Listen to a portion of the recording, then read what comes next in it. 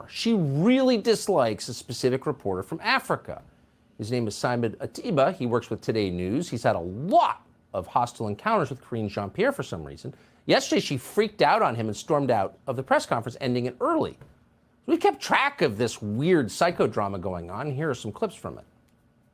She's asking about the origin of COVID-19. I hear the question. And Dr. Fauci is the best person to answer that question. I hear your question, but we're not doing this the way you want it. This is the disrespectful. It is. I'm done. Simon, I'm done. Simon, I'm done. I'm done with you right now. What's the difference between President Trump not doing anything while the Capitol was being attacked and President Biden not doing anything while protesters, while the Supreme Court justices were under attack? To say that there is no difference, that is just unbelievably wrong. But is it concerned that Supreme Court justice I'm moving on. I'm moving on. You don't give us questions. Okay. I'm trying to answer your question. Go ahead, sir. Go ahead. I just tried. You wouldn't let me. Go ahead. No, but can I just tried, and you would not let me, sir. So your colleague is going to ask a question. Go ahead. Ask you a question. No, I literally just tried to answer your question. You shut me down. So now your colleague is going to. Let me ask the question first before you answer. Okay. Thanks, everybody. I'll see you tomorrow. Question on the respect for the mayor? It's a good thing she's unarmed, or Simon Ateba would be in deep trouble. He's his correspondent for Today News Africa, and obviously kind of a hero. He joins us tonight. Simon, thank you so much for coming on. Wait, you can feel it watching that tape. She is mad at you. Why do you think that is? Yes, first of all, thank you, Tucker, for having me on your show. There's a reason why your show is the most watched show in news in the U.S., because you bring people like me. It's been a disaster, a total catastrophe, a real nightmare covering the Biden White House. Right now, I'm the voice of Africa in the U.S., but I can confirm that the level of discrimination against me and against African journalists in the White House, it's outstanding. It's disgraceful. You know, it's been 3 months that we don't have questions at the White House. Even as President Biden is about to receive 50 African heads of state in D.C. for the U.S.-African Summit, she didn't even give us even a single question. I've been trying for the past 3 months. And, you know, it's shocking because she's black. She's an immigrant. I'm black. I'm also an immigrant. And she's discriminating against me more than the white people who were, the white lady who was there before. And it's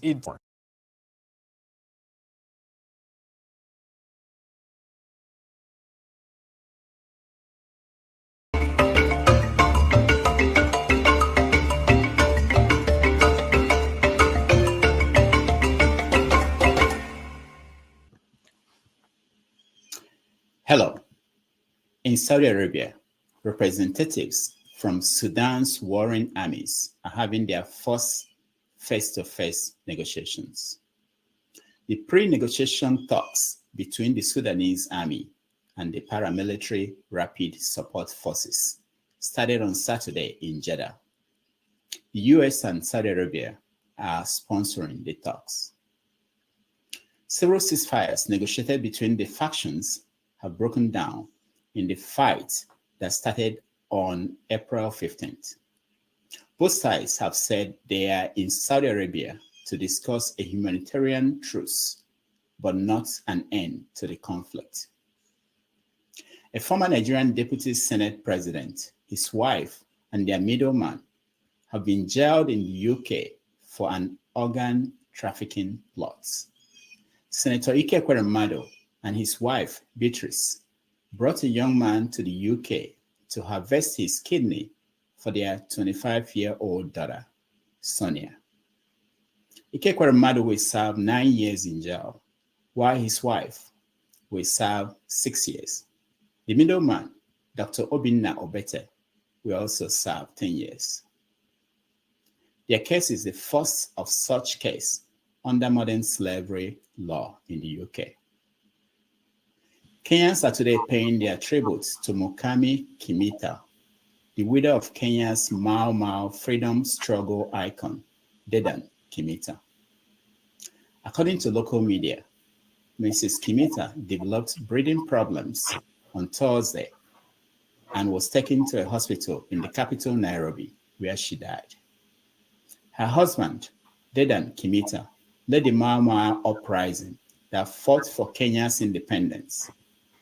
The British colonial government captured him, tried and executed him in 1956. It is 4:30 p.m. in Lagos, Nigeria, 6:30 p.m. in Nairobi, Kenya, 5:30 p.m. in Cairo, Egypt, 5:30 p.m. in Johannesburg, South Africa, 11:30 a.m. in New York City. Wherever in the world you are joining us, welcome to another episode of 90 Minutes Africa. My name is Rudolph Okonkwo. My co-host, Chido Onoma, is on assignment. On our show today, we have Simon Ateba. Simon is a Cameroonian-born White House correspondent for Today News Africa. While White House Press Secretaries consider him a pain in the butt, he was the toast of Fox News, Tucker Carlson, and the conservative media in America. Before coming to America, he worked at the news magazine in Nigeria for 9 years. Simon will join us to discuss what has changed in the White House view of Africa as a collection of shithole countries. Simon, welcome to the show. Yes, thank you for having me. Yeah, Simon, thank you so much for joining us. And it's wonderful to have you on the show today. Yes, thank you for having me. I'm glad to be here and, to discuss issues that concern Africa. As you know, our publication Today News Africa focuses on ties and interaction between the US and Africa. So every time I'm invited by an African medium, I'm always glad to be there. Very good. Thank you. We appreciate you.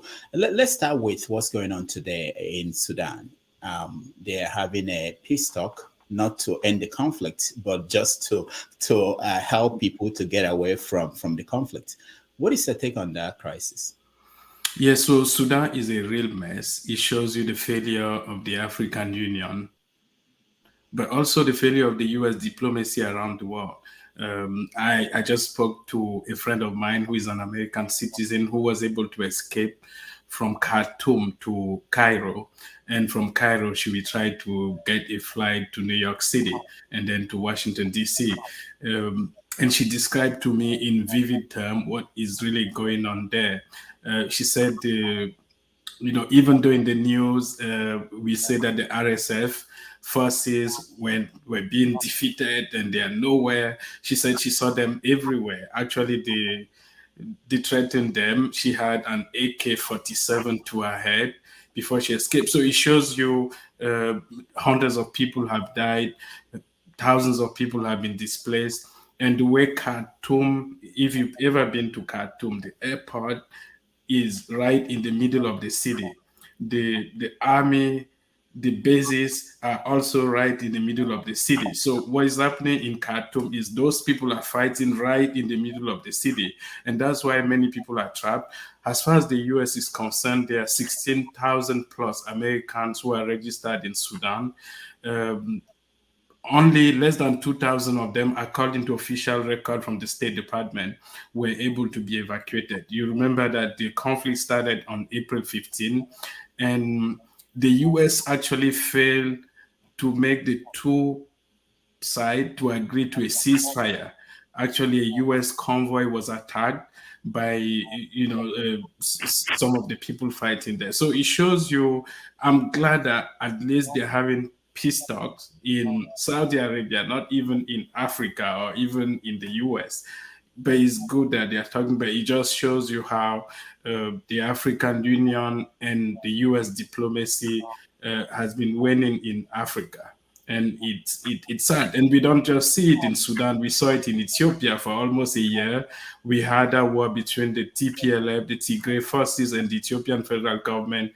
And more than 600,000 people died, according to the UN and the US. And for more than those close to 2 years, you had those people die in the conflict in Africa, especially in the Horn of Africa, was more severe than the conflict in Ukraine. but we didn't really have that international mobilization in Africa. And I remember the White House asking them, why isn't President Biden doing as much for Black Africans, the people in Ethiopia, as he's doing for Ukraine? As you know, more than $100 billion or US dollars have gone to Ukraine, when the humanitarian assistance to Ethiopia is almost insignificant. At the same time, they're having a massive drought in the Horn of Africa, affecting Sudan, Eritrea, Ethiopia, and all the countries in the Horn of Africa. So my take is, it shows you that the African Union doesn't really have any say and doesn't really have any power. And I see the arrogance of the chairperson of the African Union Commission, Mr. Psaki, when he comes to New York City. And I see who he wants to talk to. He wants to talk to foreign white journalists. He doesn't want to talk to people who look like him. And I see that he's a disgrace. He's a massive failure. Even though the president of Kenya was saying the other day that the African Union has to be, more strengthened, more stronger than it is now. But it just shows you how, it's a total failure by the international community to apply diplomacy to international conflicts. Now, yeah, thank you so much for that. But also, behind the scene, what's behind the conflict in Sudan? Does it have anything to do with, is it just Africans fighting each other, or something to do with the West and Russia? What do you know about? So what I know, when I talk to people, especially people who are returning from the US, a lot of people in Sudan are dual citizens. They are Sudanese and American citizens. So when I ask them what's the real conflict, and so it has to do with power. And so what many of them tell me is, in 2013, there was this genocide in Darfur. And a lot of the people who are fighting, according to people who actually saw them, what they told me is many of them are young people. Just to give you an example to understand how young they are. When the conflict started, all of them went to break into a phone store. And they were so happy to have their first iPhones, and they were using them. Some of them didn't actually know how to use them. And the person I just spoke to a few days ago told me, when she had an AK-47 to her head, she told those guys we're on the same side. And she told me that she believed that conflict has to do with all those people who feel disenfranchised, while some people in Sudan are flourishing. If you go to Khartoum, you will see that Khartoum is actually doing well, but the people who come from Darfur and other towns don't have anything. Some of them are the product of the genocide that took place there. I think it was in 2013. And so it has to do with money, it has to do with power, it has to do with poverty, which is always the bane of the conflict in Africa. So and I agree also that you have a lot of people in the West who are making investment in Khartoum. For instance, where you have that military base, and the airport, as I told you, the military bases, the airport, all of them are all those key places are actually located in the middle of the cities. If you go to that place, most people who live there are actually foreigners. So you have a lot of investment coming from Saudi Arabia and from the Middle East and even China and Russia, say Russia is involved. And so it has to do with poverty at home, people who have been disenfranchised, the product of the genocide, people who don't have anything, they don't know any better, but also foreign influence with investment flowing from the West and the East. Now, some people think that it has something to do with also with the Russians trying to build a port in Sudan. That is a proxy war, just like Ukraine, between Russia and the United States. Do you hear anything like that? Yeah, so I heard that, but I don't have any proof. What I know is the Undersecretary of State for Politics at the State Department, Nuland, she went to Sudan just a few weeks before the conflict exploded. She was there in March. I don't know if she was aware. I don't know why she was there. I don't know if she was there for what they call the so-called biolabs that have been, Yes. taking place there in Sudan. No one really wants to talk about it.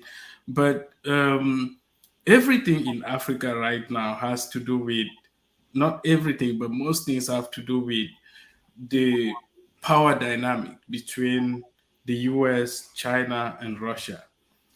And just to give you a concrete example, a few weeks ago, the head of the AFRICOM, the US Africa Command, which is not actually based in Africa, which is based in Germany, but he came to Congress to testify, and they asked him, what is the US greatest threat in Africa right now? And he said, China. And he gave three examples. Some of those examples included the construction of port, Chinese port in Africa, and military bases in Africa. But he mentioned something that was really key.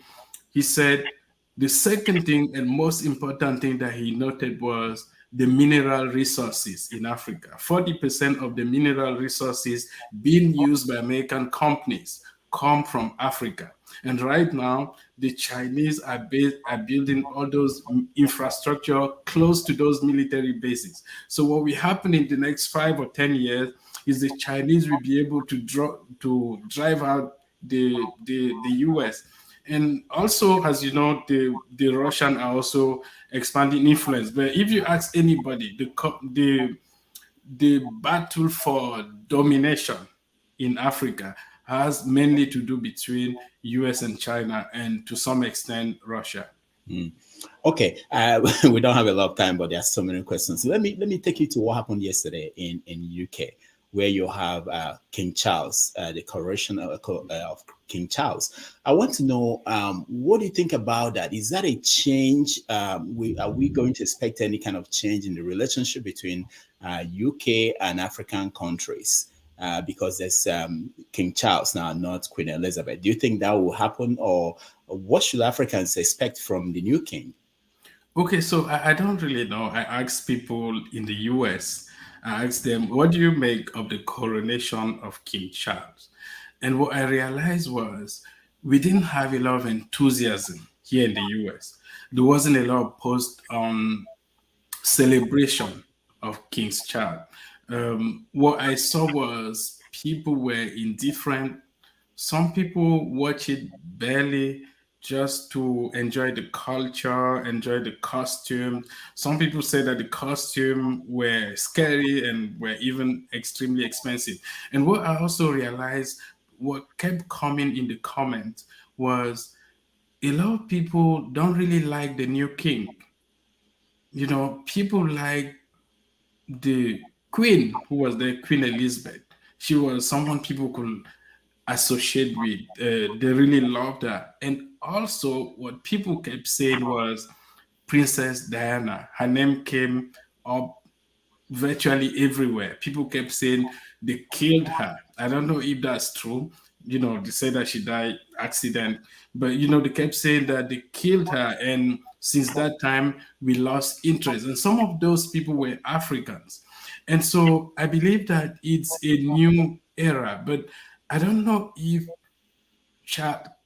King Charles will have the same influence, because you see, it's not just about having those beautiful costume and having that elaborate event in the UK, but it has to do with, you know, love and how people really do people love you, do people want to associate with you, do people want to do business with you. And I will say that he's coming to power at a time where the UK influence is also diminishing. I don't really know anyone who is using any technology right now that comes from the UK. When I talk to people back home, they always tell me, do you have WhatsApp? Do you have Facebook? Do you have are you watching CNN? Rarely do I hear anyone tell me, do you have an app developed in the UK? So what is happening right now is the UK influence continues to collapse around the world and continues to collapse in Africa. And so I don't know if King Charles will be able to rebuild or rekindle that relationship that has been in existence for hundreds of years. Okay, we are going to get to the work you do at the White House, but let's talk about you are the voice of Africa there at the White House, and Africa is not doing very well. We all agree that Africa is not doing very well. Let me play this video of some of the people who rule Africa, who govern Africa. This is someone that you should know very well, and I'll play other ones.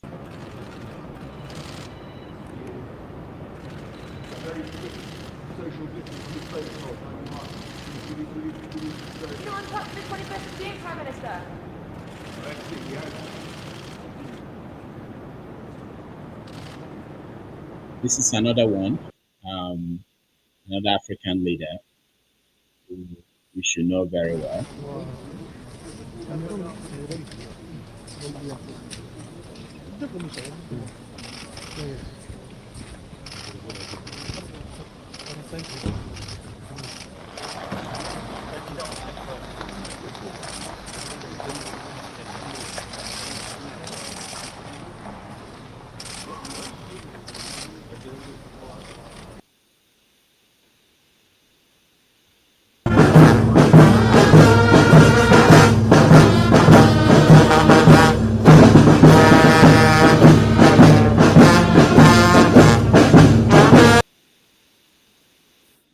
Okay, so these are some of the leaders of Africa that you represent at the White House.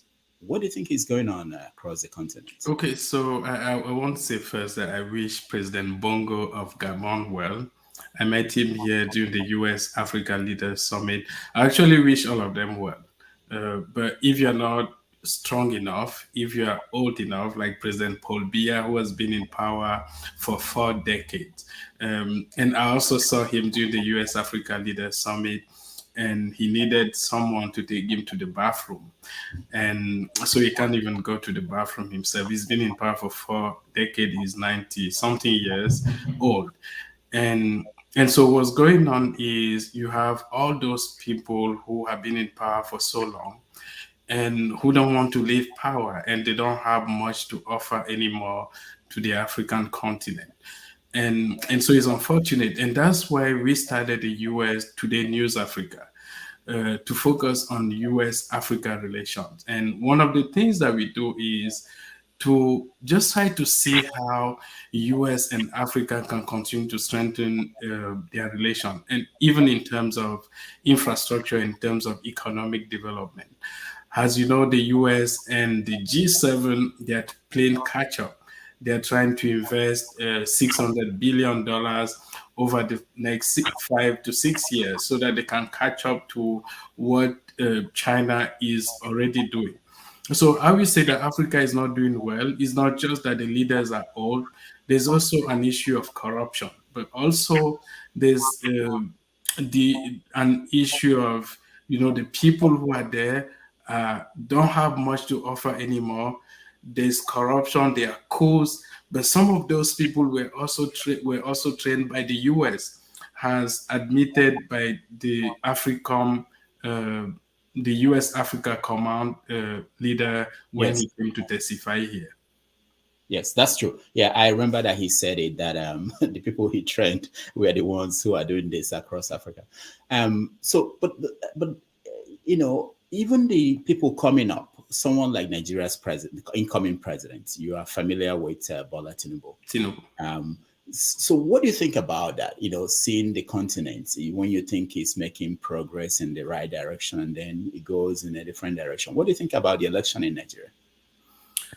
Okay, so people have been asking me, what do you make of the election in Nigeria? I know Tinubu well. I've gone to his house. I met him personally. And I believe that the election was far from being perfect.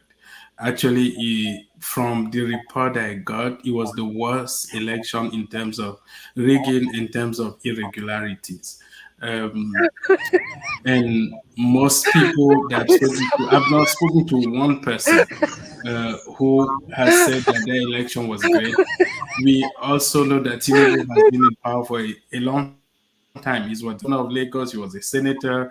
He's been a kingmaker in Lagos and the southwest Nigeria for a long time. Now, the question is, He's been elected and is likely to be sworn into office on May 29. So how do we move from there? I will say that some of the challenges that he will face is also have to do with the reputation of Nigeria. We have to rebuild that reputation. People don't trust Nigeria anymore. People don't respect Nigeria anymore in the international community when they can organize a clean election. Nigeria is the most populous country in Africa. I lived in Nigeria for many years and I consider myself to be a Nigerian. And Nigeria is the most important country in Africa. When Nigeria can't even hold a simple election, well, there's a big crisis. When President Buhari came to the U.S. Africa Leaders Summit, he came, excuse me, he came to the U.S. Institute of Peace on his last day. The U.S. Africa Leaders Summit ended today, and I believe the next day he came to the U.S. Institute of Peace. And because when he became president in 2015, he made his first trip to the U.S. and he went to the U.S. Institute of Peace, excuse me, to talk about his agenda, what he was going to accomplish as a Nigerian president. While he was there speaking, a protest broke out. Some people who were in the audience, some American citizen, white people who were protesting the genocide in Nigeria, they talked about the fact that Christians are being killed in northern Nigeria, and President Buhari has not done much to stop it. It became rowdy and they had to escort them outside the room. What I will say is, from going by how, when I was in Nigeria and when I first came to the US, and how it was easy for me to send money to people back home, or people back home who had some of my cash to send it back to me. For many years now, it's been very difficult for people to send money or to even receive money that I send them. So it's been really difficult for people to do business with the international community. The Naira has continued to collapse. I don't know how much is the Naira today. And so the exchange rate has continued to go down as far as the Naira is concerned. So I would say that it was really a bad election. It was, an election riddled with irregularities, but the country will have to move on. Tinubu is likely to be sworn in, but he faces many legal, economic, social, and political challenges, and he will need to start with rebuilding the reputation of Nigeria as far as in the international community. All right, thank you so much. Let's go to what you do at the White House, and how is the relationship? I saw a new guideline that the White House Press Association proposed, which will mean that one is that you have to go through SSS vetting. You have to get a letter from your supervisor. Do you think you will meet the new conditions? Yes. I've done, every single thing that you do in the US, you always go through the Secret Service. Even the Secret Service has always been there. I believe that I meet all the criteria. I've done journalism all my life. I have 2 journalism degrees. I've been arrested, attacked by pirates on the Gulf of Guinea, with an AK-47 to my head. I've been kidnapped in Nigeria, dumped in the woods and left for dead. I've been arrested in Cameroon while doing a report on Nigerian refugees displaced by Boko Haram in northern Nigeria. And I was doing a report on Nigerian refugees in Chad and Cameroon. I was arrested, kept in a dark cell, and I survived. So if I've gone through all that and ended up in the US and ended up in the White House, I believe that I can survive everything. I will not be deterred. I will continue to do my job because I believe that it's important for US and Africa to continue to strengthen ties. I have nothing against China. I have nothing against Russia. But our publication focuses on ties and interaction between US and Africa because we believe that it's important, especially in terms of democracy, human rights, and the direction that we want Africa to have. We don't want a continent where people are in power for 40 years. As we have in Cameroon, in Gabon, and in different Equatorial Guinea, where Obiangema Mbasogo has been in power for, he's the longest serving president in the world. And so we don't do that. And that's why I continue to push hard in the White House. Because the US is still the most advanced countries in the world, is a country where Africa has a lot of relationship in terms of cultural relationship, educational relationship, business relationship with the US. And so I'm in a unique place to keep pushing the African agenda and also the US agenda, because at the time China and Russia are expanding their own influence in Africa. And that's why I'm in the White House. As you remember, in December 2022, President Biden hosted 50 African leaders for the second US Africa's Leaders Summit here in Washington, D.C. For those who don't know, maybe those who are watching now who may not be from Africa, Africa has between 54 and 55 countries, depending on who you ask, the African Union or the UN. But when you have 50 African leaders in Washington, D.C., that means you have almost all the African leaders in Washington, D.C. to discuss with one president. The president of Kenya, William Ruto, is not happy with that. He says that Africa should begin to send the African Union to attend such meetings. But that means that you have all those people. And what's going on at the White House is the level of disrespect has been there for a long time, where people see Africa not as a continent, but not as a partner, but as a continent where people have virtually nothing to say. And so what I'm telling them is you need to give African a voice. When you are receiving 50 African leaders in Washington, D.C. for the U.S. Africa Leaders Summit, the African guy in the White House needs to be at the table. You need to give him the opportunity to ask you questions about that relationship. When you fail to do that, what you are doing is you are showing disrespect, not just for that guy who is in the White House, but you are showing disrespect to the continent of Africa. And I know people who say, no, Africans disrespect themselves, there's corruption. There's corruption in the US. There's massive corruption in the US. There's massive corruption in Africa. So you can't disrespect Africans because Africans allegedly disrespect themselves. The people in the US also disrespect themselves. But what I realize is sometimes the people who live in Africa, they have this glowing image of the US.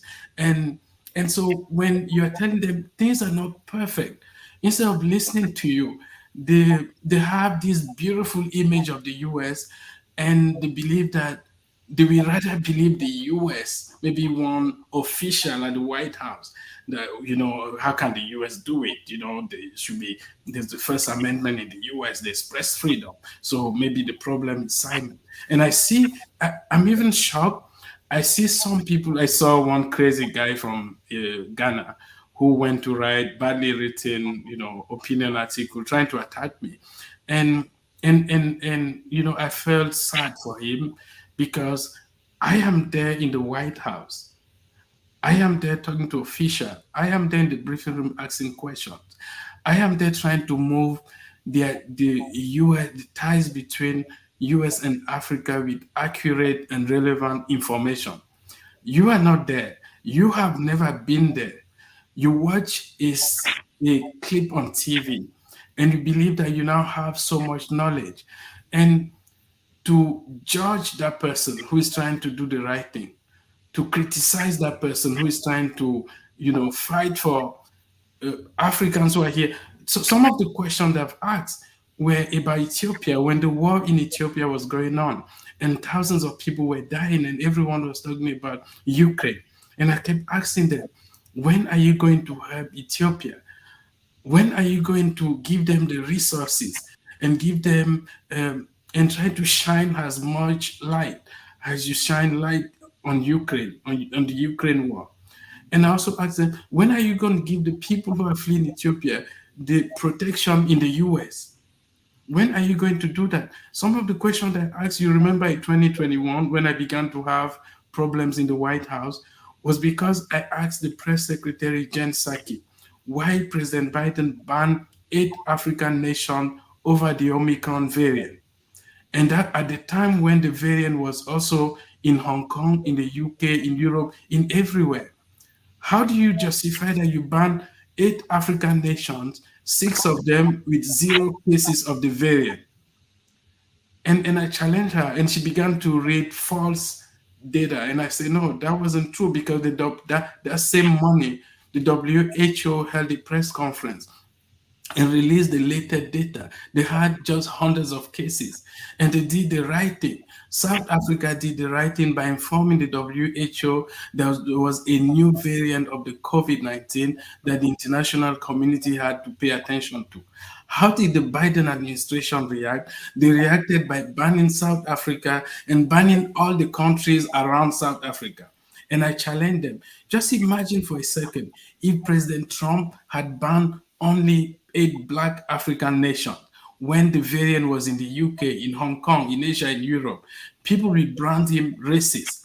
And so when people ask me, what's the relationship between Africa and the US under President Trump and under President Biden?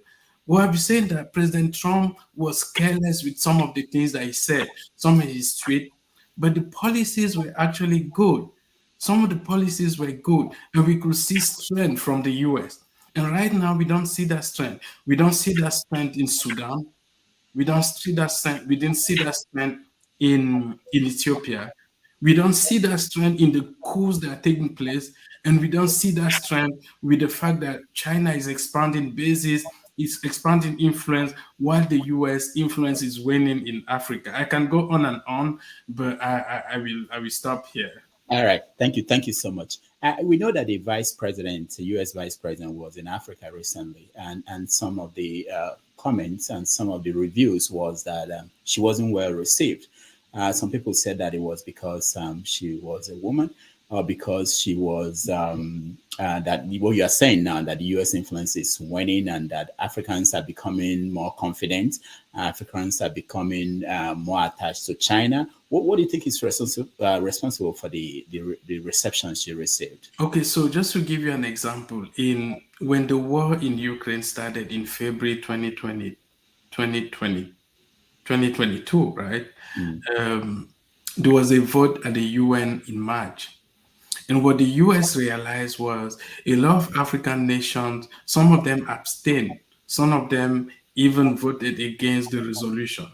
The US realized that they were losing influence in Africa. How did they react?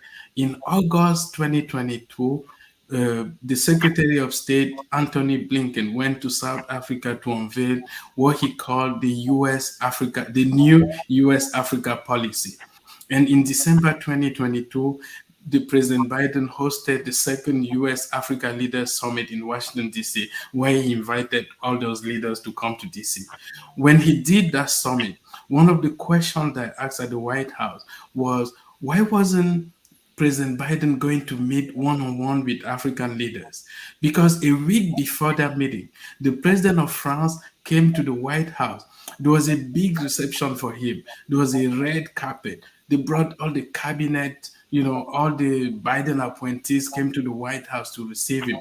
Journalists who are from France, who covered the White House, were allowed to ask multiple questions at the White House. But when Africans came to Washington, D.C. in December to meet with President Biden, they didn't have it on schedule to do one-on-one. President Buhari eventually went to meet with him, briefly, but there wasn't schedule. And I asked them, how do you explain that these people are leaving their countries, leaving their continent? Each of them comes with 50 or 100 people, and they have advanced teams, the hotels, $50 million sometimes for each of them, because you have to pay for the plane and they stay in hotels where they pay $20,000 a night. Some of the hotels, some of those people who stayed here in the US, they pay $28,000 a night just to sleep.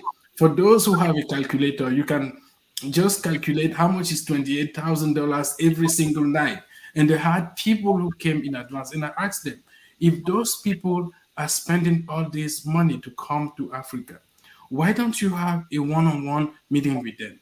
And when the meeting ended, we had a press briefing with the Secretary of State Blinken. And I was trying to hear the result of the meeting, and I didn't see anything. There wasn't plan on how the US expect to compete with China in Africa. Because when the US and China compete in Africa, it benefits Africa. Because the mineral resources will not just go to one person. Now you have competition. Now you have bidding. Now people are paid more money. Now Africans have a say to what happened to their mineral resources. Don't get me wrong. Africa needs the US and US needs Africa. Africa needs China and China needs Africa. And we always have those relationships. We've always had them for thousands of years. And so when the vice president went to Africa, what happened was she didn't really have anything concrete to deliver. She didn't have, the Chinese are delivering roads and bridges, infrastructure. When she got there, she went there with empty hands. She didn't have anything. And I saw it when she did a press briefing in Washington, D.C. Before traveling. We had a background call in Washington, D.C. to discuss some of the things that she was going to discuss in Africa. I didn't see anything. And you know what they did? They took all the questions from, American journalists. And when it was about to end, because I've criticized them so much, they called, I think, one African journalist, said, okay, what question do you have? Of course, they didn't call on me because I would have challenged them. When you do the right thing, when you ask the tough questions and you do the job that a journalist is supposed to do, what you end up realizing is even in the White House, you face the challenges that journalists face around the world. So she didn't have anything to deliver in Africa. One of the things I also heard was she was telling them about climate change and showing them iPhone and how they should use iPhone. How many people can afford the iPhone that she was showing them? So she didn't do her homework well. She didn't understand the culture. She didn't understand the economy. She didn't know how to tackle or compete with China. She didn't know how to solve the security threat problems in Africa. She didn't know how to deliver something concrete. She didn't have anything to announce. And so she came back empty-handed. That's why she was received that way. All right. So people who assessed George Bush Jr., the second George Bush, and Obama, they said that Africa had a better outcome during George Bush's presidency. The same thing with now. I want to know what you think about Trump, the presidency of Trump and Biden so far. Which one has been better for Africa? Okay, so if you ask me in terms of access, I will say that there was, right in the White House, let me start from there. There was more access when President Trump was in power. President Trump was a showman. He loves the media. He fights the media, but at least he takes questions from the media. President Biden actually said that he loved the media, but if you read the report, there's no access during President Biden's briefing. You've seen people sending questions. You've seen the recent scandal with people showing pictures who sent questions in advance. And in terms of policy, what you realize under Biden, Ethiopia was a disaster. 600,000 people dead. The US tried to call for a ceasefire. No one obeyed them. Sudan is a disaster. And we have coups in Africa. And the US tend to focus on climate change. And people in Africa, yes, they understand there is a climate change problem, but people have other bigger problems. So when you look at the US policy in Africa under Biden, you don't see any concrete thing that has come out of it. Even the US Africa Leaders Summit that took place here last December, you don't see any concrete thing that someone in Port Harcourt, someone in Anambra State, someone in Lagos, Abuja, in Kinshasa, in Yaoundé, someone in Nairobi, Kenya can say that this is something that I just received during the Biden administration. what the Biden administration tried to say was COVID, that they deliver so much vaccine when Africa needed them. But what we realized was, even though Africa, close to 1 billion people, almost 900, almost Africa has 1.3 billion people, almost 900 million people in Africa, up till now have not received a single dose of the COVID-19 vaccine, and they are alive. Actually, they did well. Africa did better than the US, with more than 1 million people, dying from COVID in the US. Africa did well. So the people who didn't even receive a COVID vaccine, they are alive today. And so COVID wasn't a big issue in Africa as far as the health issue crisis is concerned. And so that's what Biden was saying, that, I ship more vaccine to Africa, but you don't see anything. During President Trump, what you realize is Trump didn't have the US Africa Leaders Summit. And he wasn't in Africa. He didn't go to Africa throughout his tenure. He didn't come to Africa. Biden has not gone. Biden says that he will go. At least the first lady has gone. The vice president has gone. But it's not just about traveling to Africa. It's about the policy. I will say that what destroyed the relationship between Africa and the US during Trump was the New York Times report that Trump called Africa an S-hole continent. Yeah, you can say this is not NPR. Yeah. S-hole continent. And what I realized when I came to the US was the same New York Times that published those things about Trump will not publish things about Biden. They won't publish anything about the laptop and the money with China and all those things. And so what you realize is what they try to do is to discredit Trump in Africa. And I've said it, I'm not a fan of Trump, I'm not a fan of Biden. I'm a fan of, I'm for all of them. I'm there to monitor how the decisions are being made, how the ties between Africa is increasing.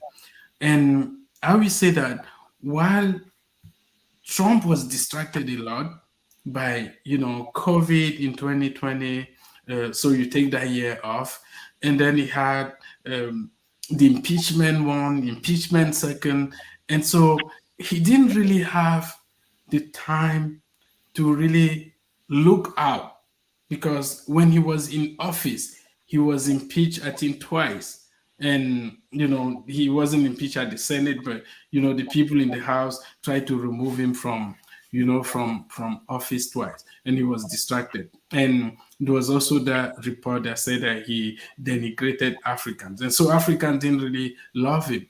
But when you get to see some of the policies that he was trying to implement in Africa, what you realize is the strength that comes from the US.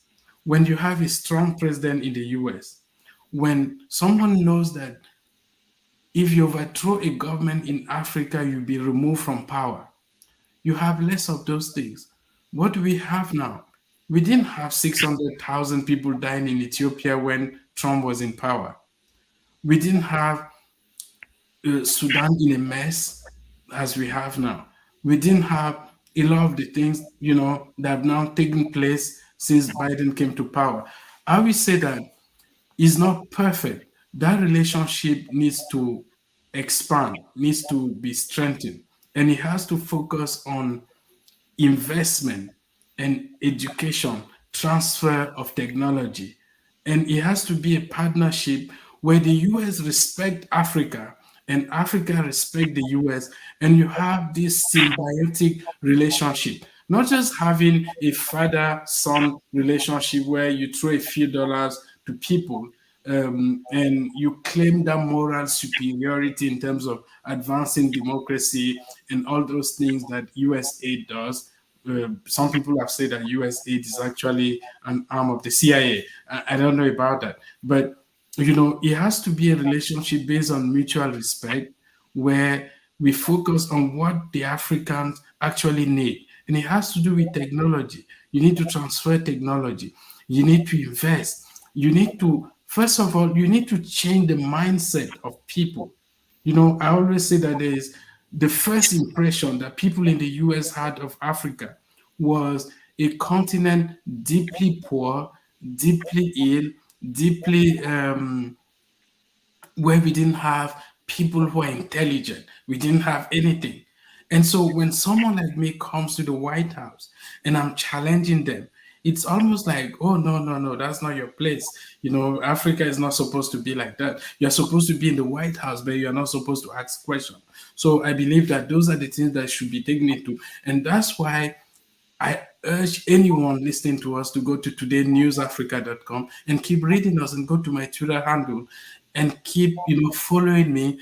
On my personal Twitter handle, I discuss a lot of things that have to do with the US because I live here, I have friends here, I'm impacted by things that happen here. But we have a Twitter handle at Today News Africa that has to do with US-Africa relation. And if you go to our website, you will also see some of the things that we've been able to, discuss. Simon, thank you so much. I know you are pressed for time, and you've been generous. But let me say this. Yesterday on the show, I asked a lot of people what question would they want Simon to ask on their behalf, because you are there for Africans, and a lot of people have a lot of ideas. So I will let 2 or 3 people to come on the show and talk to you. But before then, there's this issue that came up when the US Vice President went to Africa, and she was lecturing African leaders about gay rights, and there was a lot of pushback. So if you had the opportunity to talk to her, and what is it that she probably did not understand about the reaction the Africans gave to her about that? She didn't do her homework. That's what I said. And the homework starts here. What you do is you talk to Africans who are here, and you talk to Africans who are in Africa. And then you ask them, what do you want? You're not there to lecture African. You are there to build understanding. What she did when she went to Africa, she had 2 issues. She talked about climate change, and she talked about all those gay rights. Unknown to her, more than 30 countries in Africa don't even want to hear about gay rights. Personally, I believe that people should be able to live the life that they want. That's me, personally. People should be able to live the life that they want. But when you don't understand the culture of the people, and you get to that place and you tell them about iPhone and climate change and gay rights, you didn't do your homework. You didn't address the issues that the people really have. And I think that's what happened to her. And it was all a joke. She came back, and actually, when she came back, she had a town hall here. They didn't allow me to be there. They said, no, you shouldn't be here, because I was going to ask her about the deliverable. What concrete thing were you able to achieve when you went to Africa? And I didn't see anything. Okay, all right. So I'll give the people that are here one opportunity to ask you one question only. Ovie, go ahead. You're first. Good morning, sir. My question is, I follow you religiously. In one of your outing or 2, you had a very interesting section with Psaki, or even when Karine come in and to take over her place. But you end up in a Carlson show, Dr. Carlson, and today he's gone. What's your take on that? Okay, so for people who watch the US politics, you have the country is always divided, right? You have the Democrats are in power right now, but 26 states in the US actually have Republican governors. 26 states. The US has 50 states. So even though the Democrats are in power, there are 26 states. Half of the country don't watch CNN. Actually, CNN is one of the least watched stations right now in cable news. And so what happened is Fox News, until when Tucker Carlson was still there, they're having issues with rating right now, because since Tucker Carlson left, they've lost almost 2/3 of their audience. In primetime hours, they've lost, people don't watch anymore. So what you do is, if you want to have your message across as a journalist, you need 2 things. First, you need to do your job. It's about the job, asking the key question. doing the report, the investigation when you can, as far as you can. But also, you need to be known. You need to go to a station that people watch. If you have a station where there are 6 million people who watch a night, and you have a station where you have 2,000 people, where will you go? You go to a station that has 6 million people, even though some people in Africa may feel, that station is controversial. But if you look at it very well, let me just give you an example. Just imagine in Nigeria, if 2 million people begin to come across the border from Cotonou or Ghana, and all of them are crossing to Nigeria on the same day, how will the reaction of people be? Of course, people will criticize it, because what that will do is people in the country will begin to hate immigrants. And so you need to strike the balance, accept immigrants, but also try to see how you enforce the border. And so you have those differences. I like Tucker Carlson. He's my friend. He was good to me. He is the one that makes me to reach 200 million people on Twitter every 28 days. He was able to tell my story when CNN will not tell my story, because CNN, they're a liberal outlet, and they support President Biden. So even when they are oppressing an African journalist in the White House, CNN will not report it, because it has to do, the president in power is a Democrat. And I went to, Fox News, which is, which is a conservative media, just to get my message out. I love Tucker Carlson. Thank you. Thank you so much. Thank you, Ovie. Are you surprised he's gone, though? Are you surprised he got fired? Yes, and I know people who have left. A lot of people in his team have left now, because, he was number one in the US. In cable news, he has 6 million people who watch him. Like Tucker Carlson, he's not just he's accused of, people accusing him of, racism and, all those things. But he had me on the show, and I'm black. And when the press secretary, who is also an immigrant, wouldn't give a question, not just to me, but also to other Africans who are covering the White House when President Biden is hosting 50 African leaders. And I went to the person who gave me a call to say, hey, can we have you on the show? Did they have an agenda? Yes, do we have their own agenda? But, I just needed someone who can tell my story. Thank you. Thank you, Simon. Thank you, Ovie. Lexi, you're next. Thank you, Dr. Damages, and welcome to our brother Simon. And thank you for some of the things you have shared with us this morning. You just said people should be able to live the life they want. That's fantastic. That goes right along with freedom, whereby America itself is built, that people should have inalienable right in their lives to be happy and to choose what to do. Now, we have situations beyond American borders where people have no such right. And so we tend to want America to help. But they pick and choose what to allow for us to choose.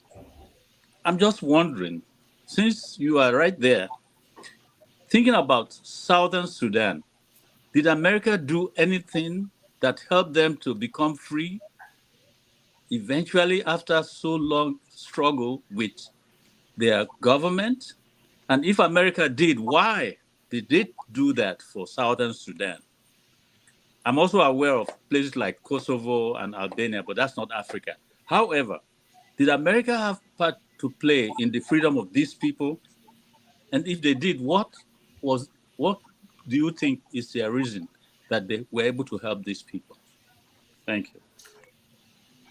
So there's a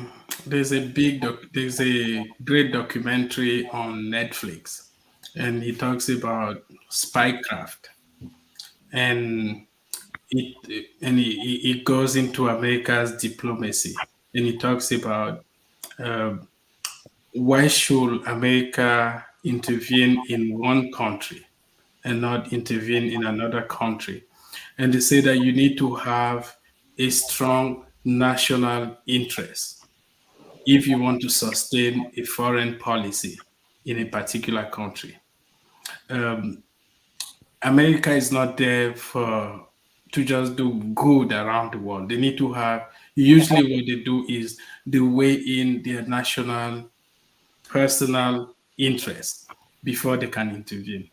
And so you will see America funding the war in Ukraine in hundreds of billions of dollars, but not having the same response in Ethiopia, even though more people have died in Ethiopia's Tigray region since the war started in 2020.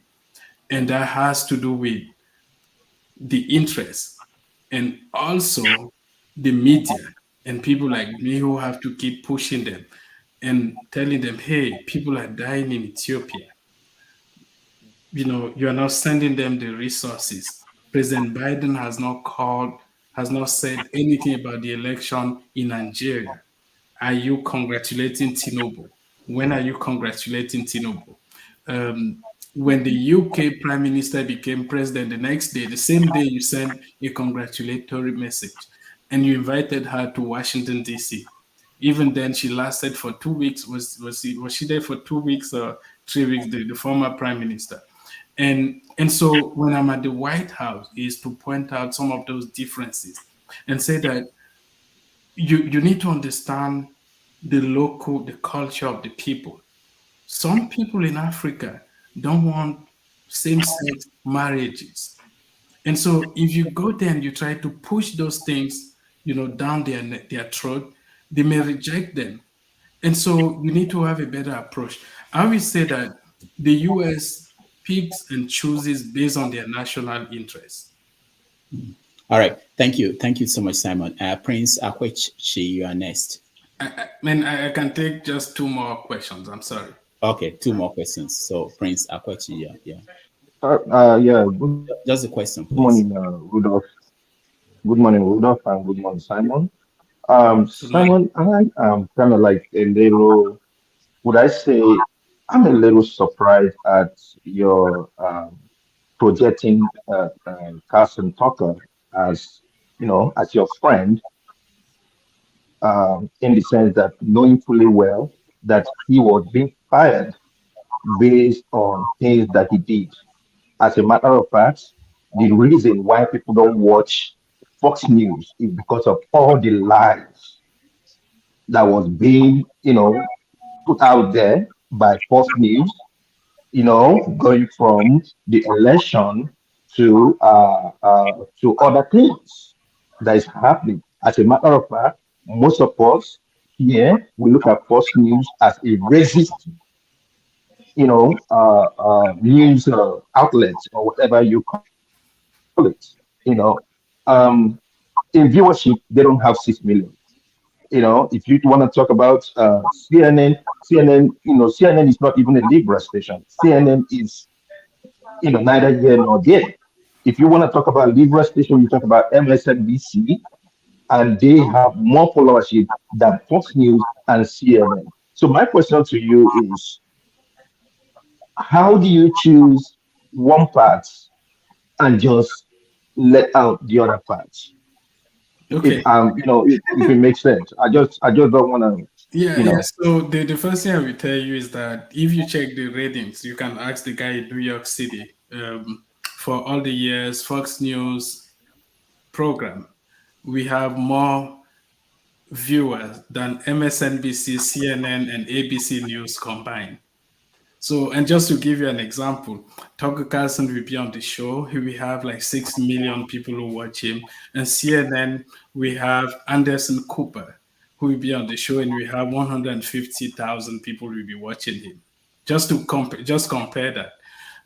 And you can go to media.com and just Nielsen, just to see what's the rating. CNN doesn't have it. Actually, CNN Plus, they tried to start a podcast, no one watched, and they shut it down. Right now, some of my friends at CNN have been sacked. They lost their job because CNN cannot pay them. CNN is firing people. And if they're not careful, they will sell CNN. CNN is a liberal media. Let me give you an example. You are talking about Fox News. All the people here, they are men, right? All the people who are on this show, they are men.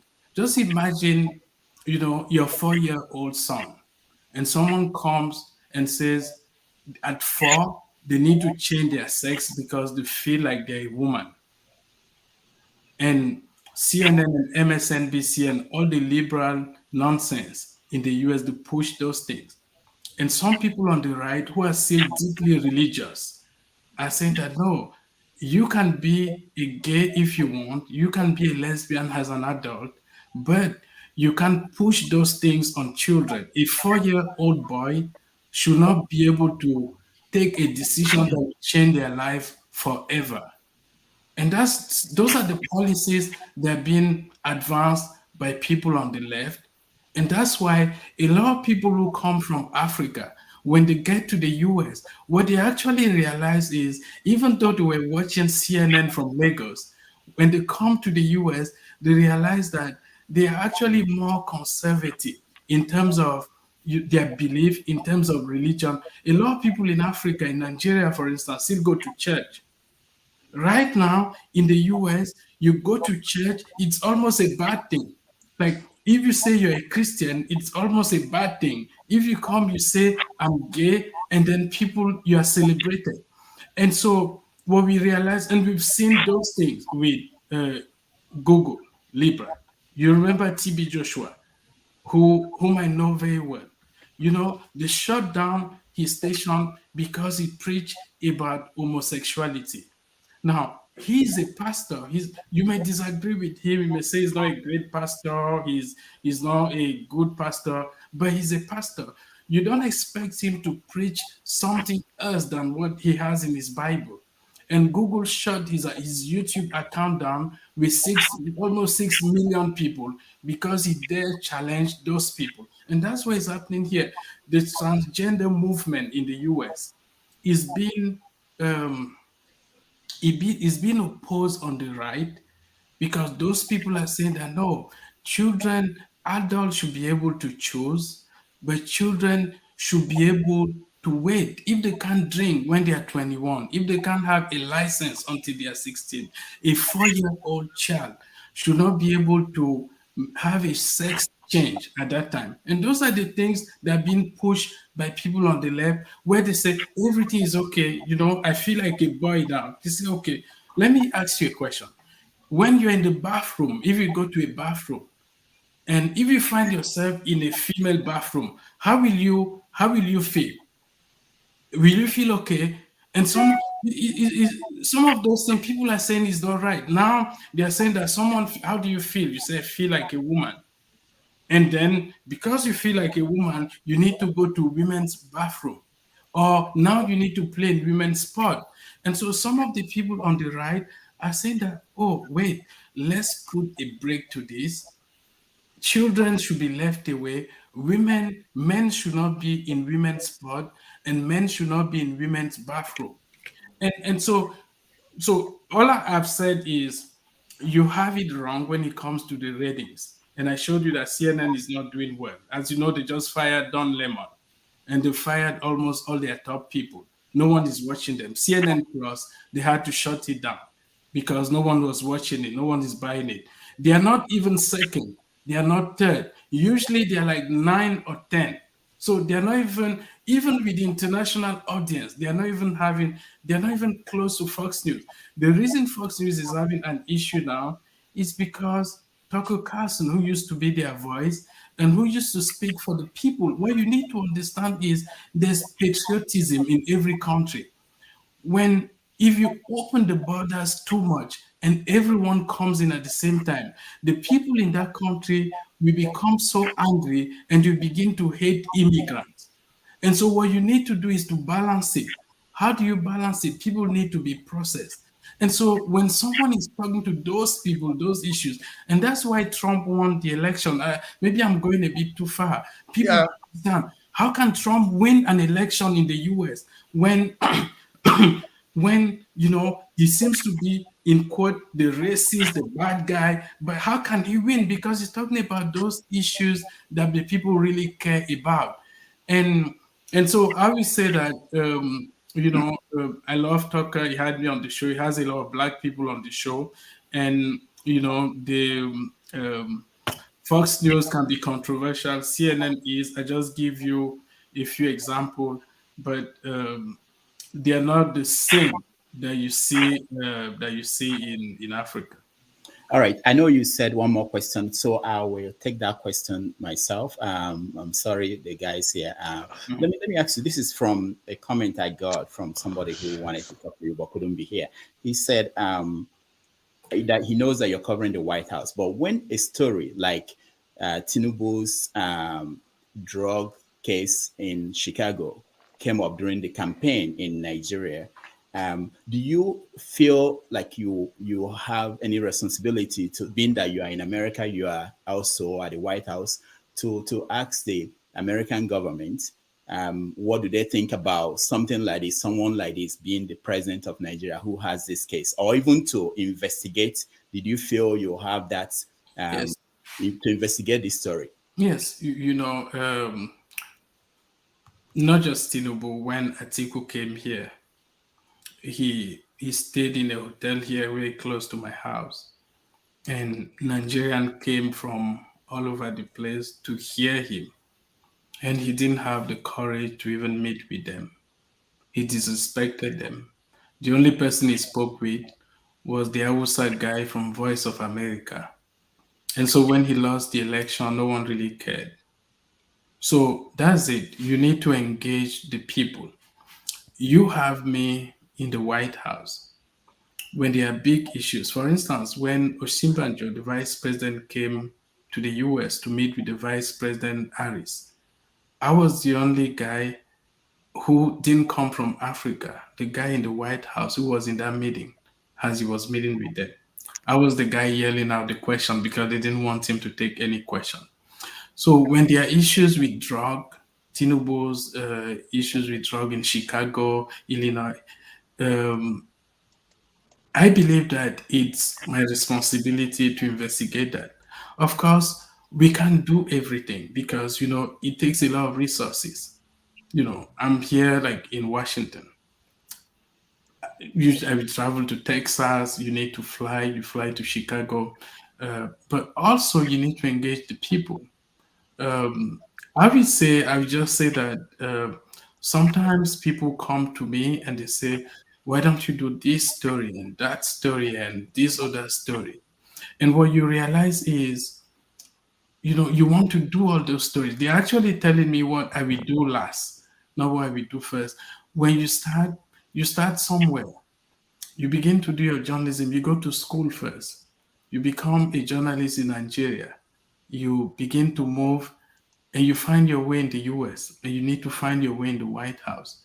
Most people who came before me, none was able to get there. Actually, they told me, you can't even get there. No one does that. They discouraged me.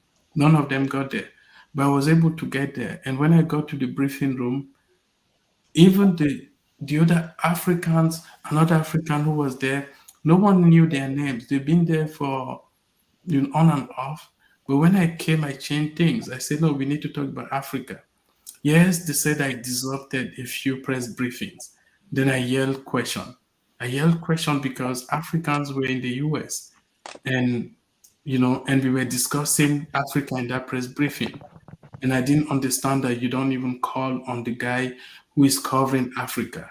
You call a bunch of people who have never even traveled to Africa to discuss Africa. So I will say that I keep doing that every day. I keep pushing issues. And don't forget that our publication focuses on ties and interaction between US and Africa. We don't expect to cover every single thing that happen in Africa. We don't cover every single thing that happened in the US. What we focus mainly on is how US and Africa are increasing or improving their ties. That's what we focus on. So if the president is signing an executive order, like President Biden signed a few days ago, ordering sanction against Sudan for the instability that is taking place there. That's the story that we focus on. When African presidents come to the US to strengthen ties with the US, that's the story that we focus on. When Tinubu comes to power on May 29 and is trying to see his foreign policy as far as the US is concerned, that's what we focus on. We won't focus on every single thing that happened. We only even have the resources to be able to do it.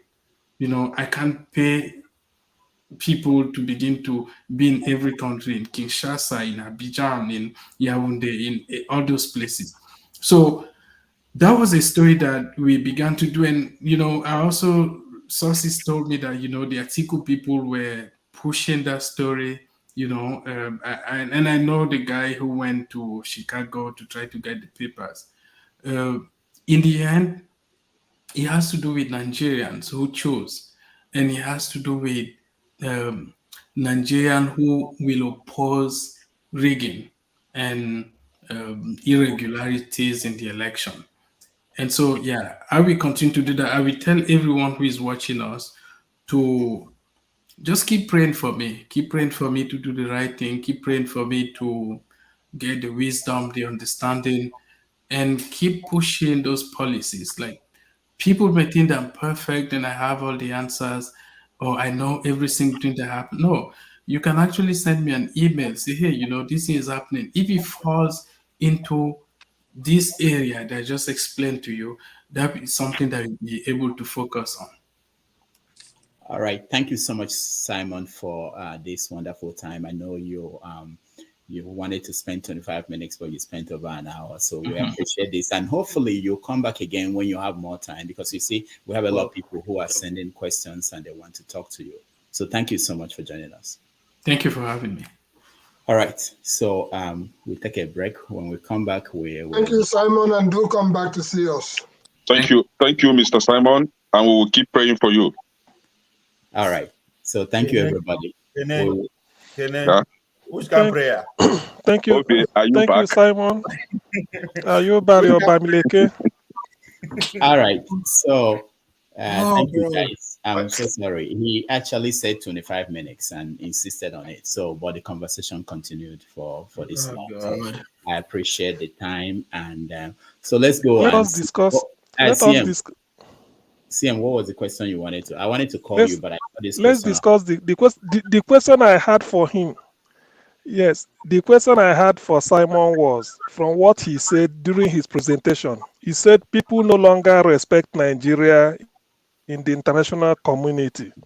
So I wanted to ask him how damaging, as a journalist in Washington, D.C., probably in the White House, how damaging has that been? And then what advice will he give? How do we change the situation, at least to earn the respect of the international community? That's just the question I want to ask him. Okay, that's good. Austin. Yeah, personally, the question I wanted to ask, because I was expecting something direct, but when he moved into something that wasn't relevant for us, gay and the culture, for me, that's not relevant for us. And if it is what is there defending for us, I wouldn't want it.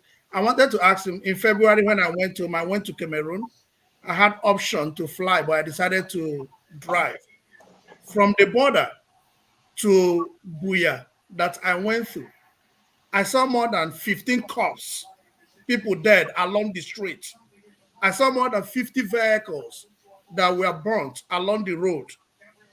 And what's his duty? What does he think that the influence of the Western world to the African leaders? And he talked about corruption. None of us is taking away the level of corruption in the United States, but are they the same level? At what point did the US get it right that all of us are striving to come into US? Okay, that's good. Igbo Basics. Actually, I didn't want to show up, but listening to Simon speak, I just commented at Basic Express that he has a load of knowledge, and regardless of what any of us may think, but I look back and I said that Simon needs a network of African journalists, if you may, to give him a backing as to what he's doing out there. Why do I say that? Robert Correspondent, when they were having a conversation about circumcision in Africa, when one Kenyan or so came down to the US seeking asylum under the guise of circumcision. Igbo Basics then published, I still have a copy of that, an article called Circumcision, something about something, much ado about something. And then we'll follow it up in Igbo Basics quarterly with circumcision, much ado about something else. That article was actually the real life story of a lady who went through that. We call it Ola who remembers. But Torricelli, a senator from New Jersey representing us, had no knowledge of what we're talking about on circumcision. So when I met with him, I gave him a copy of that particular publication. He actually took it to the White House as a reference point to him having his discussion as far as circumcision is concerned. Simon touched up a few things which we all know about, things like gay rights. These things didn't start today. It started long before we were born. Even when we were high school, we said some people were, we call them queer or whatever you may call them. Before Adam and Eve, these things have been going on. But the issue is that you don't shove it down the throat of anybody. Come to my village and you see whatever you're talking about, you keep it wherever it is. So the question I was simply going to ask the brother, before Nigeria was highly respected, I once presented a paper called The Image of Nigeria and International Politics, Business and Communications, along with one of some of those Nigerian ambassadors or whatever they call themselves. Things have so changed that to be a Nigerian, and I wonder how he is managing it, because it's when somebody looks at him, you're looking at Nigeria. It's not like that before. When some of us came here, they used to host you. There used to be things called host families. Nigeria's money was so good and everything. So my question was, what is it that, as much as resources are concerned, why is it that the policies in the US is not allowing the Africans to actually develop their own resources? And what are they doing about it when they go to this White House question series or whatever that is happening out there for them seeking knowledge? I know it's good that they not have their say, they have their interest. But if they can give us a little break, what are they doing to do that? And can we do anything, Rudolph, that goes to you, can we do anything to back the young man up with practical, how do I call it? What do you call it? Evidence. So that when he's talking from the position of authority. All right, thank you. Okija, you're next. Yes, good morning, guys. as soon as possible, Rudolph. I mean, like I've seen the guys before, on TV, battling with the White House Press Secretary, and I mean, he threw a lot of tantrum, and when I logged in, I wanted to give him a benefit of doubt, and I listened to him, and actually, I liked some of the things he was saying, but he lost me completely. When we started talking about Tucker Carlson, he loved Tucker Carlson, his friend. I mean, everyone, I don't know, even Tucker Carlson is so radical, so full of hate that even Fox News rejected him. And this is the guy that is friend and that invited him. So basically, he just chasing for cloud. He wants where he will go and get following. He's asking us to follow him. I don't know what I'm gonna follow him to do. I was gonna ask him a question about Ambazonia, because some years ago, before Nigeria got independence, I think he's from that area. They decided to get out of Nigeria and joined Cameroon. So I wanted to ask him if, the children of those people that made that decision, how do they feel about that decision today, based on what is going on in Cameroon with the central government? And but then, I forgot when once he mentioned Tucker Carlson, I forgot about that. I was gonna just jump on him on Tucker, but then he had to go. Yeah, but Okija, don't forget that he was talking about numbers. No. Yeah, numbers is important, but are you talking about you love Tucker Carlson? So that means you like what he. Tell me your friend that I will tell you who you are. You love Tucker Carlson. Because he invited you. Like, listen, when I came to this country, like I was security guard at a bank, and a friend of mine came to see me in the bank. Nigeria, another Nigerian. So one of the bank workers, a Caucasian. So after that your friend, I said, yeah. I said, oh, you Nigerians, you are not like black people. I said, but then I've read things, I would say, no, please don't do that. I am black. We are not different from Black America. We are black. So that's now Professor Carlson has invited him, to the show, just like he invites some other black people. So that means as we can exonerate Tucker Carlson, we don't that he's not a racist anymore because he has selected to a group of white people. What are you going to Tucker Carlson to say? Who are you trying to reach? Africans or Americans? Where do you reach Africans? On Tucker Carlson? So so don't get me that bull about numbers, please. I'm really angry right now, to be honest with you. All right, let's hear Lexi. Go ahead. You want to say something? 1 minute. Unmute yourself, Lexi. Sorry about that.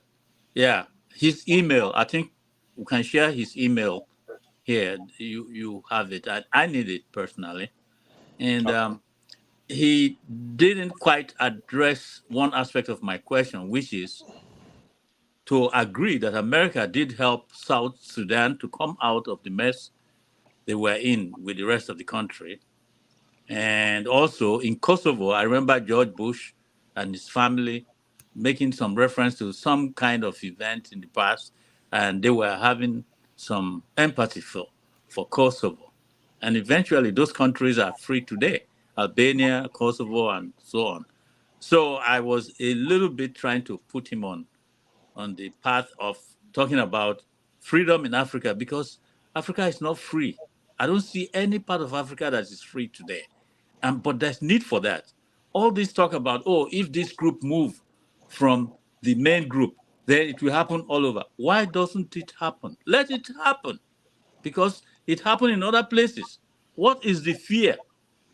And this gives me an opportunity also to make this comment, to link up with what someone was saying in another chat forum, that if a certain part of the country was allowed to go, that they too will go. And so because they don't want, for that reason, they don't want that part of the country to go. So you are basing your stance on what you think is going to happen to you when people free themselves. Why don't you join them and all of you will be free? So this is the kind of trend of thinking that I have about what is going on in the entire African continent. There has to be a reshuffling of what we call nations in Africa for things to quiet down. Thank you. All right. Kene, you're next. Yeah, thank you, Dr. Damages. Good afternoon, everyone. So I think what actually prompted me to calling in was when your guest asked a question. Actually, he made an analogy of when you have a male child, and the male child comes back and I was trying to change his gender. And to my greatest surprise, none of us here answered the question. It is easy for my brother, Prince Akwashi, to come up here and say that everyone here sees Fox News as a racist news. No. When I heard that, I was like, no, not everyone. So for me, I don't see Fox News as a racist news. But my question to your guest specifically is this. I don't know when, what's his name? The other black guy. Obama was the president. I think the only dividend that African countries received from Obama's administration was he going around from Kenya to Ghana, pushing gay rights on Africans. And today we have another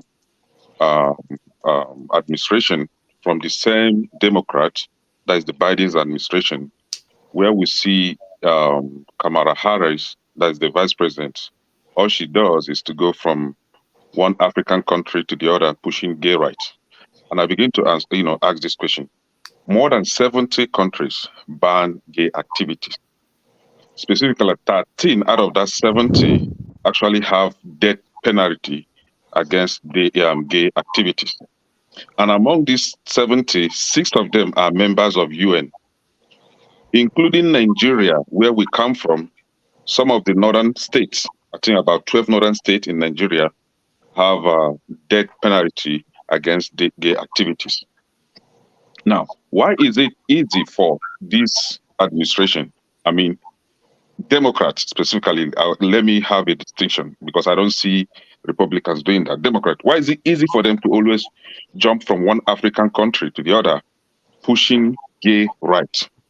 On the other hand, they have a cordial business relationship with the countries like Saudi Arabia, Qatar, UAE, and these countries have death penalty, and we've never seen them in these Arab countries pushing for gay rights. Why is it Africa? Is it because we don't have leaders? Is it because we are confused people? Is it because they think that we don't have a voice? That whatever they push on us, we must, accept that. If the Americans claim that they are Democrats, why is it that the right of a select few triumphs over the right of the many? Because as far as I'm concerned, the population of the gays, maybe in Nigeria or wherever, is smaller to the to the yearnings of others. In Nigeria, for example, we reject gay activities. Kenya reject that. Uganda reject that. But they want Uganda and Kenya to accept and give them a special treatment against the interests of many.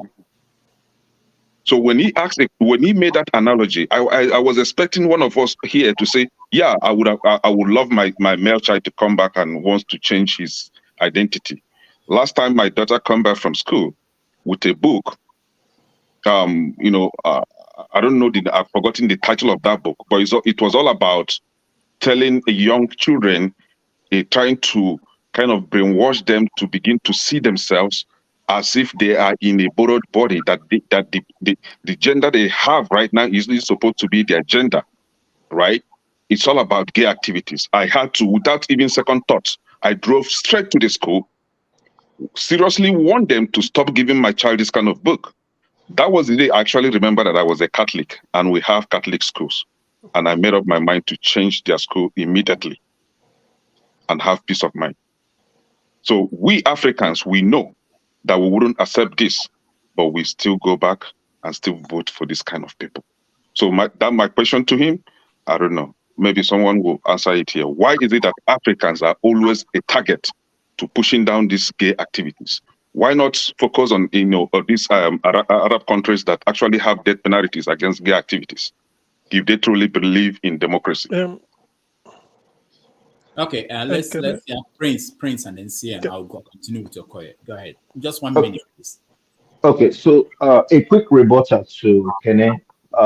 Number one, I never said everyone. I said most people believe that Fox News, just kind of like show their disdain by not watching them because of all the lies that they were propagating.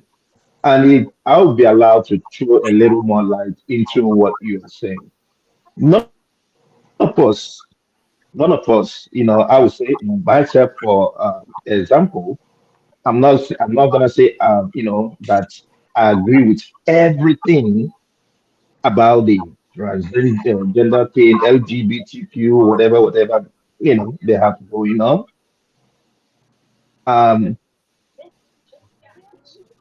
An example is when I newly came to America, I have this, when I see them, I look at them and I said, why do these people behave this way?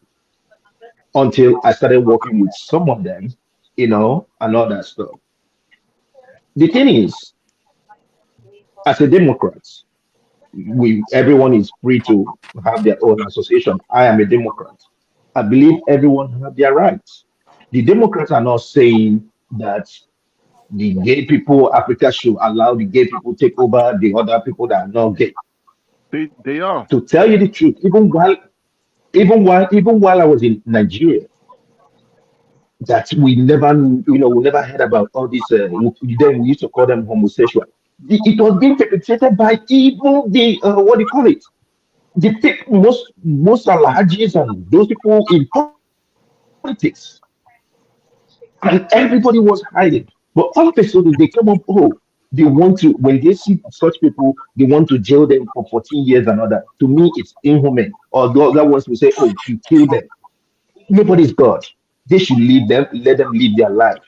And when we get to God, let God judge every one of us.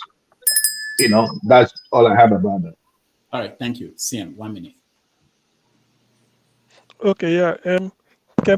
Regarding the question you raised, I think though it borders on leadership, because when Obama visited Kenya during the time of Uhuru Kenyatta, during a press, I think there were sort of fielding questions openly on the podium. Obama raised the issue of gay and then the right they have in Kenya and all those things, whether they are suppressed.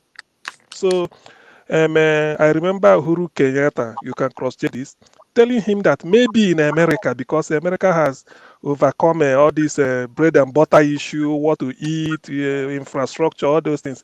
He said maybe in America is a problem. The people are asking of it. He said, but here in Kenya, they are much more concerned with their daily bread and how can they move out of poverty, and this, that the issue of gay is not even, it does not resonate with the people, so they don't really discuss it. Maybe in future, he just said like this, so he dismissed it outright, and I'm quite happy with the reply he gave. So Obama looked so sort of so out of shape when he was just like a shame, because he dismissed it, say, look, this is not what matters to the Kenyan people. They are more interested in economic issues, how to develop, get out of poverty, improve their life, and this. Gay is not a problem. They don't even know about it. So something like that. So if other leaders could sort of address it that way and then shame them on the podium, I think it will help. Thank you. All right, thank you. Okoye, you're next. Yeah, thanks, Doctor. I was going to... Okoye, we can't hear you. Your line is not good. Can you speak again? Let's see. Sorry, can you... You're breaking. Can you guys hear him? I don't know. Can you hear me? No, he's breaking. What's going on? Yeah. Can you hear me now? Okay. Yeah, we can hear you now. Okay. So my question would have been to the guest, whether there is ever a time there is a policy change in the White House because a correspondent asked a question.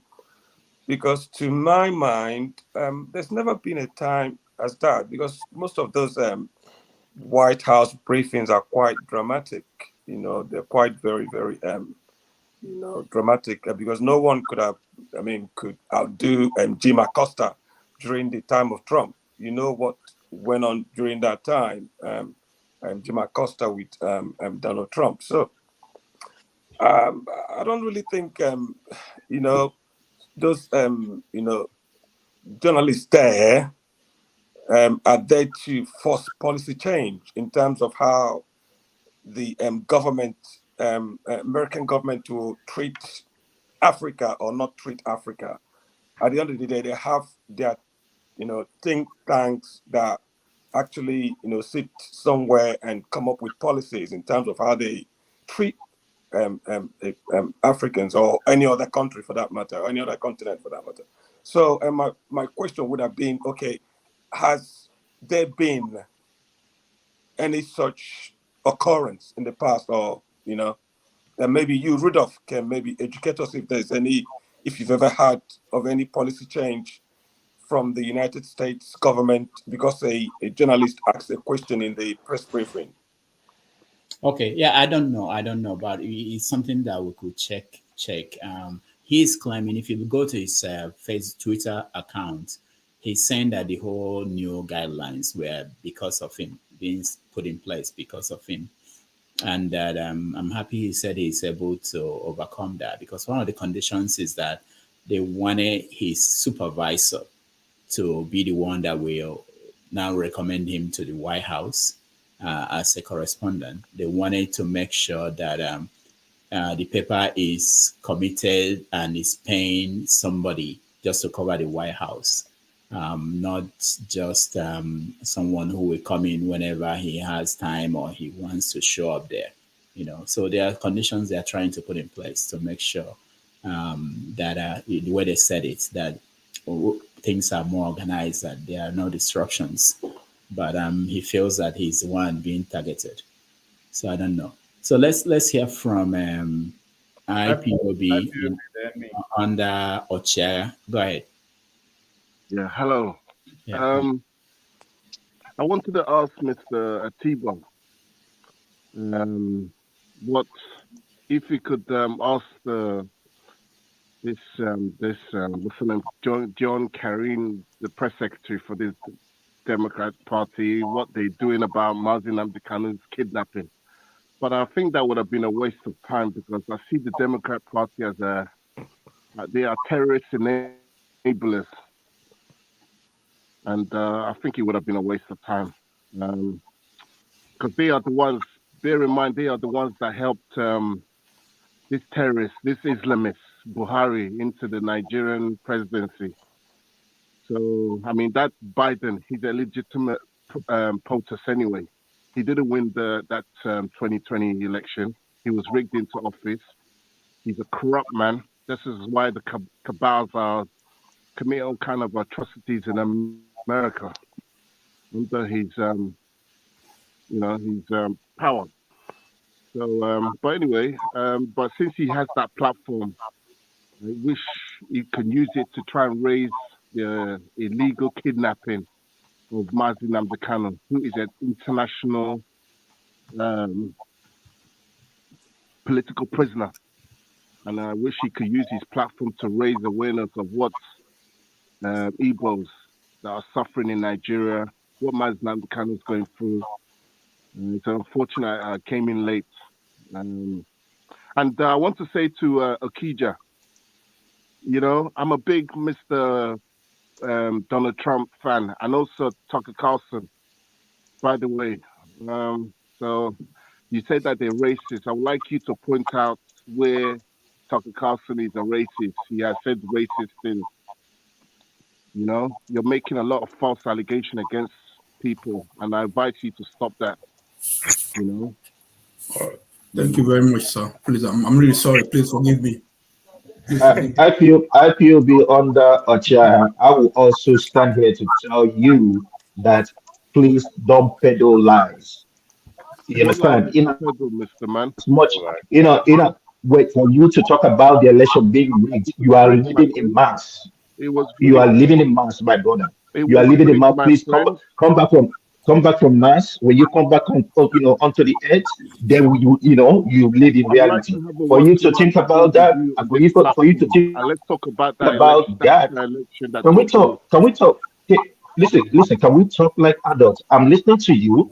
Like, allow me to land, and then you can give me a rebuttal. You understand what I mean? It's not a quarrel. I'm not here to quarrel you.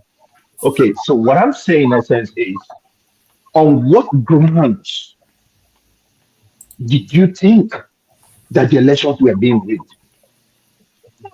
You're talking about the U.S. election, not Nigerian election. Yes. Please be specific. That's what he said. Yes, that's what he was talking about U.S. I will take you up on that. Okay, hold on, guys. U.S. elections. Yes. Prince, hold on. This is how our conversation just moves away from. We're still talking about our conversation with Simon, and I want to touch on a few things before we go to our traditional talking points. The first thing is wait, Rudolph, we never go around now. We did it. Who did I miss? Yeah, you started from man of prestige.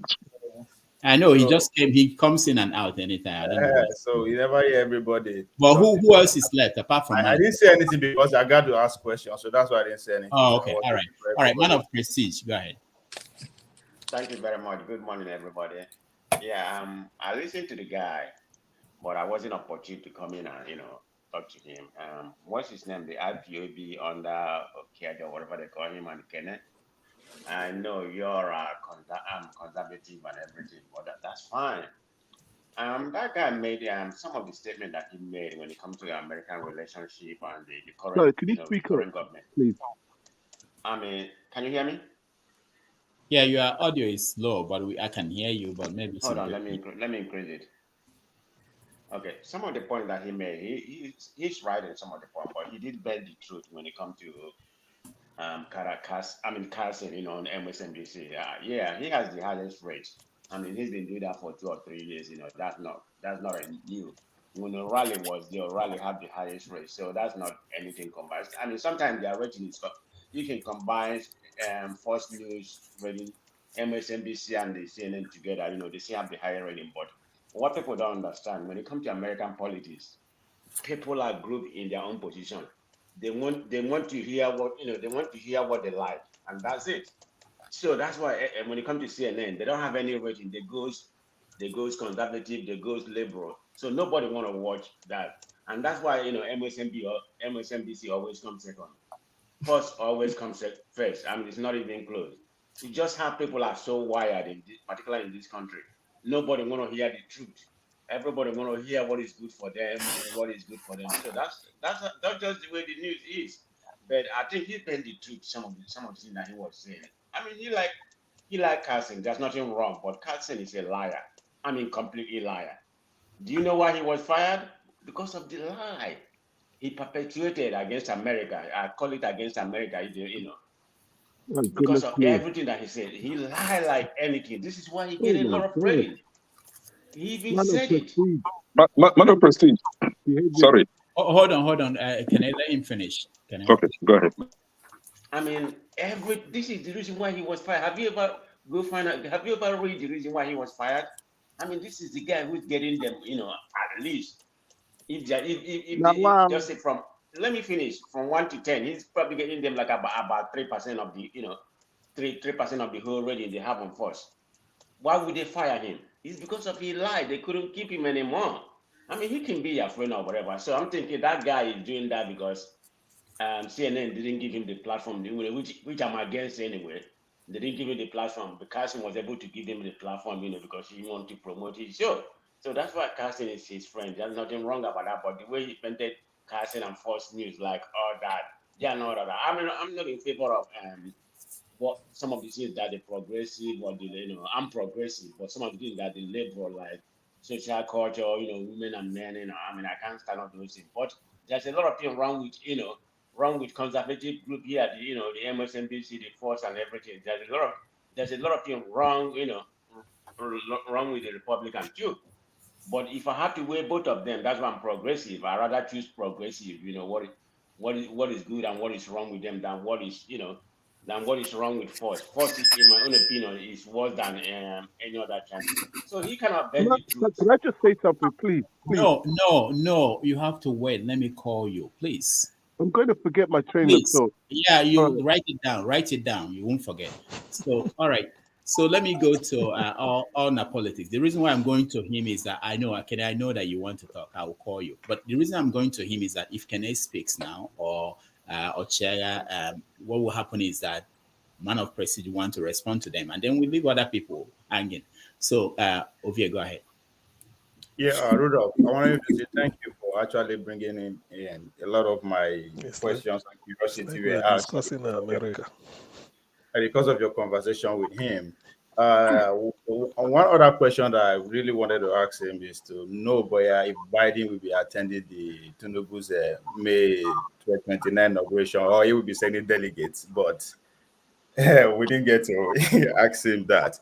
Now, it baffles me to say that Republicans are different from Democrats is to say CNN is different from Fox or is to say PDP is different from APC. They are all the same. I mean, as somebody who is seeing these people from afar, I'm not an American. If an American, maybe but seeing them from afar, they are all the same. But I think one thing that we all miss, the point that we all miss about this interaction with Simon is the silencing culture that is going on, right? How to the cancel culture that he's experiencing. To to actually understand that Democrats actually pride themselves that is privilege and all that kind of stuff. And under their nose, he is complaining that they are not giving him that opportunity to actually hear his voice. Now, people are condemning for going to Carlson. That is the only person that actually given opportunities to come and speak. Do you not expect him to go against them? No. This is a man who is presenting two interests, the African interest and the American interest, against every other, like the Chinese and all that. We should understand that first. Those are these two interests.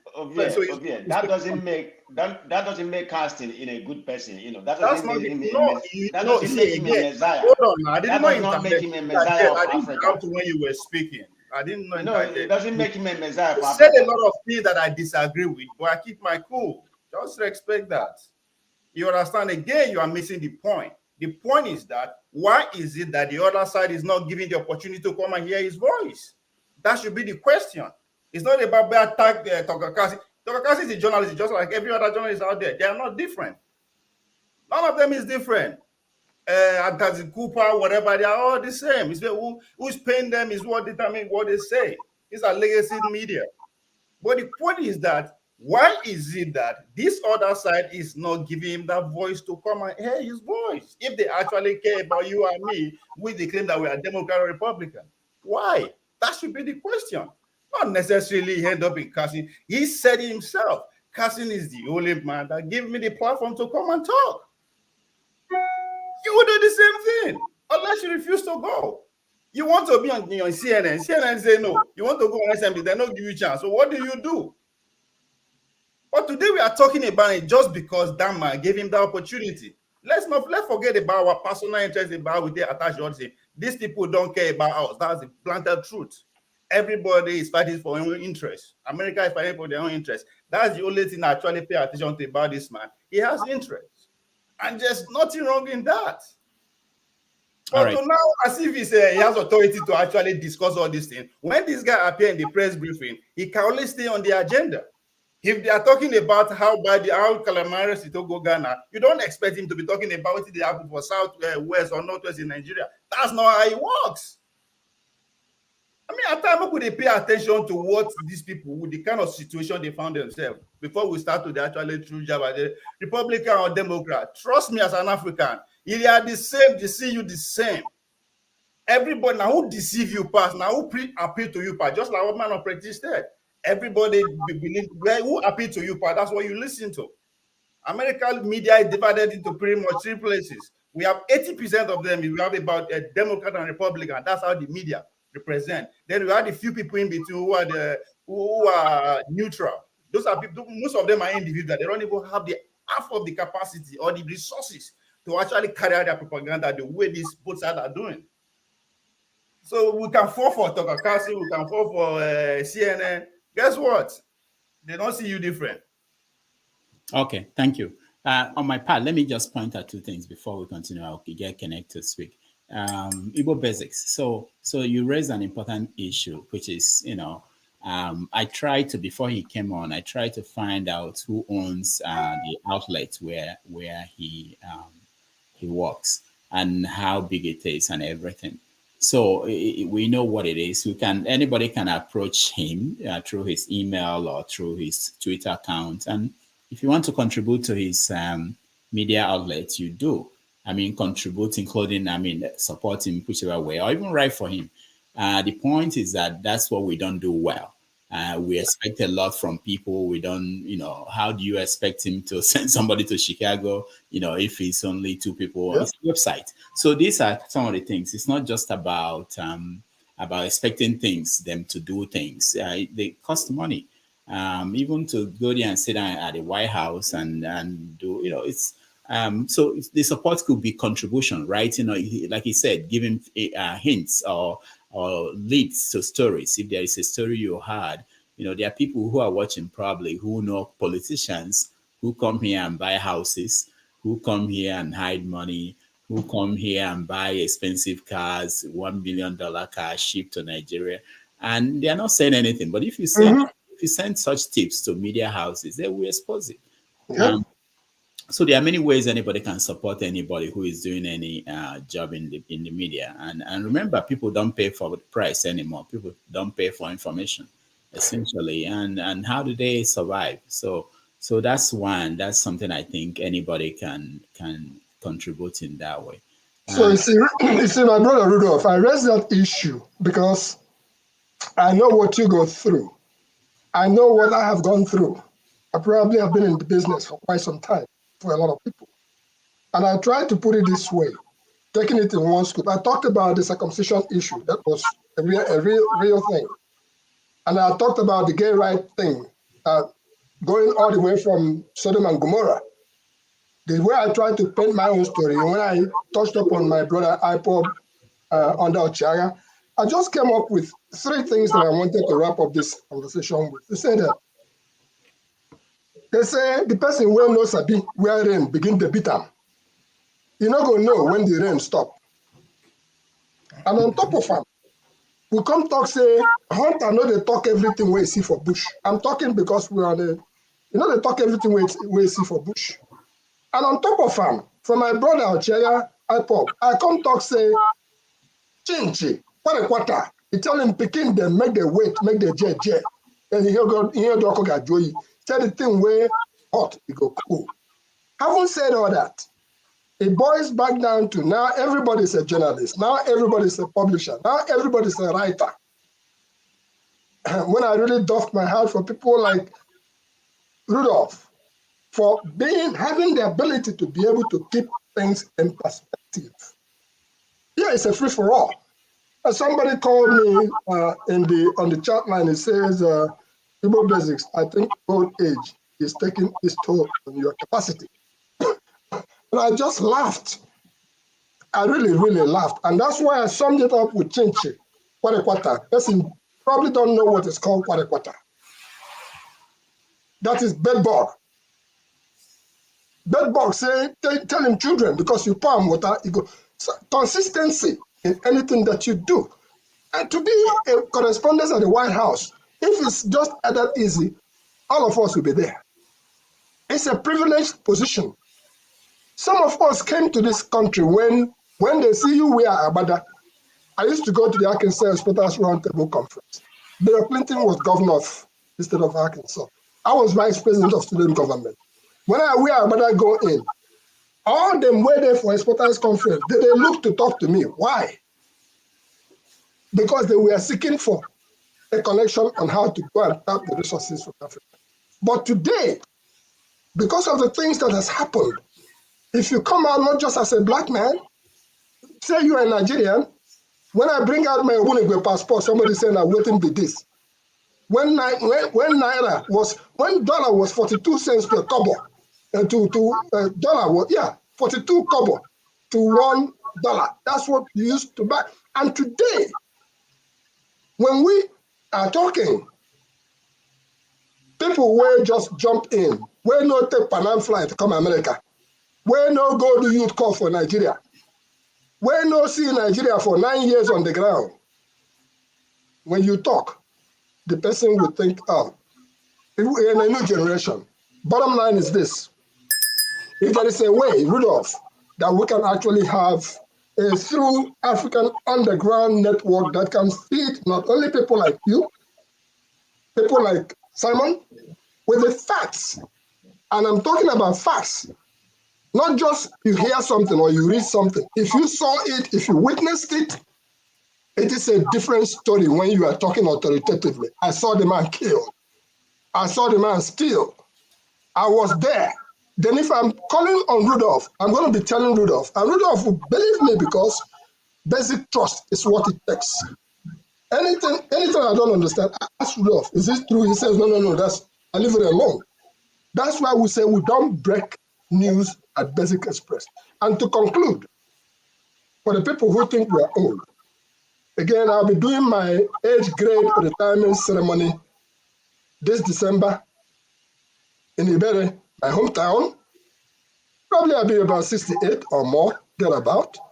But I will do that retirement ceremony in a style that I wish I would have Rudolph cover it, because I'm going to do it in the bush, in a place where you will be shocked what you will see. When That are we will getting come our to pass. invitation? When are we getting our invitation? Go to igbere.org. igbere.org. Follow it. You will get the invitation. I raise my case. I will grow older. I pray that I have 30, 40 more years. I pray to be 100. My mom lived to be 100 plus, and I pray to be that. And anybody who comes to this forum to say, old man, pray to God that you get old like me. Because if you don't, you will never see the smell of a nyash. Thank you. Thank you very much. Thank you. Some of us come here because of you and Leslie. We need to past experience matters a lot. So we tap on that once in a while. So we need you guys around. So all right, thank you. Let me point out one more thing before I let Kenneth talk. So Prince, you see what happened here, so someone like Simon, no matter what you think about him, he does a lot of interviews. He's a darling of at least the conservative media. So he has experience doing this, and sometimes it's something that you can only learn, if you don't do it frequently. There are things you miss. So there's something that Prince Akwachi did that I wanted to point out. So he has an idea of the question he wanted to ask him. But what I always say to people on this program is, someone like Simon who has experience, and you don't come out and quote figures or that are not true or something that, and they will pick on that. So when we are saying that CNN and Fox News, and they must have done this. Yeah, you have to know. Don't even assume that you had it from somebody else. You have to be sure of what you are saying. Otherwise, if there is a very important thing you wanted to say and you just throw out something that is totally off, they will hold on that to basically ignore the real question you wanted to ask. So the figures you gave about Fox News and CNN, and that denied you the opportunity to ask for him to deal with the actual question you wanted to ask him. And some people will just tune off at that point when you say something they know that this is totally wrong. It's like yesterday, a lot of people were standing up and saying that Tinubu did not win any states. That was it. I mean, if I'm the one that you're talking to and you say he didn't win any state, I won't take any other thing you are saying seriously, because if you can't accept that he won a state, that there's no conversation to have with you. Anyway, Kenneth, go ahead. Yes, my brother, man of prestige, I really don't want to talk about these people, Tucker Carlson and Don Lemon. I think they are not of any relevance here in this conversation.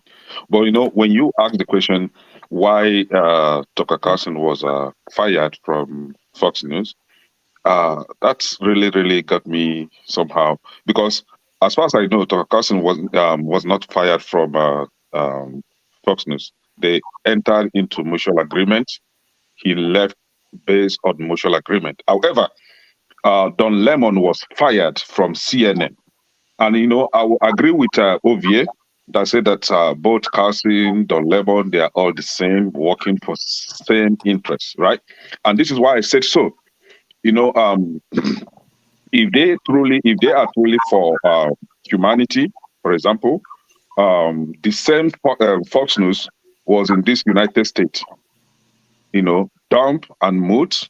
CNN was moot as well. While Nigerian crude oil was being stolen from Niger Delta and pushed to Pennsylvania, refined in Pennsylvania. Every week they push our oil and none of them reported it, right? So these people are the same, working for same interests. My own concern majorly is on morality. Don't come and influence my children with your nonsense belief or with your nonsense, gay right and all that. Keep it to yourself. I have friends that are gays, right? We are still friends. But, keep it to yourself. Don't influence my child. My child grows up and make his own decision. That is up to him, right? Don't push it to our schools, right? A man is a man, a woman is a woman. Whatever is in between your leg is your agenda. You have that identity, that is your agenda. Don't come and be pushing some negative stuff on Africa while you are living your business friends in UAE, Saudi Arabia. You're still transacting businesses with them. You're looking down on Africans because you know that we have useless leaders in Africa that never stand up for their rights. So that is all my interest. Carlson, Don Lemon, they have their own life to live. That's not my business. Okay, so let me explain something. Hold on, No, just a not a minute. message. Hold on. No, wait. I don't want this back and forth. Let me explain. No, let something. me just correct Kene. I will. Hold on. You will. I will get to you. But let me explain something. So when you said Don Lemon and Tucker Carlson, they're working for the same interest. So the interest, I want to make sure everybody understands. These are corporate media. They are not. They are there to make money. The actual reason why Tucker Carlson was kicked out was that he was costing them money at Fox News. He became. It wasn't because he was saying things that were lies or anything. They always known that. But he became a liability. He was costing them a lot of money. So that was why. There you go. That was why they let him go. But the costing of money not due to viewership. No, this is Dr. Damages, right? Dr. Damages, right? I agree with you.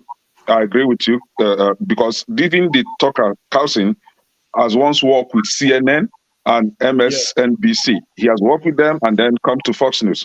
So now, from what I know, from what I read about why he left Fox News based on mutual agreement with the executives or owners of Fox News, they say that his boss, which is A.B. Grasberg, claimed that she was being faced with sexism and hostile workplace, whatever she just had a claim of being sexist, him being sexist, and also she was faced with hostile work environment. So that was why they now entered into agreement, and he left. He wasn't really fired. He wasn't actually fired. There was no agreement. They called him on Monday that he wasn't coming to work.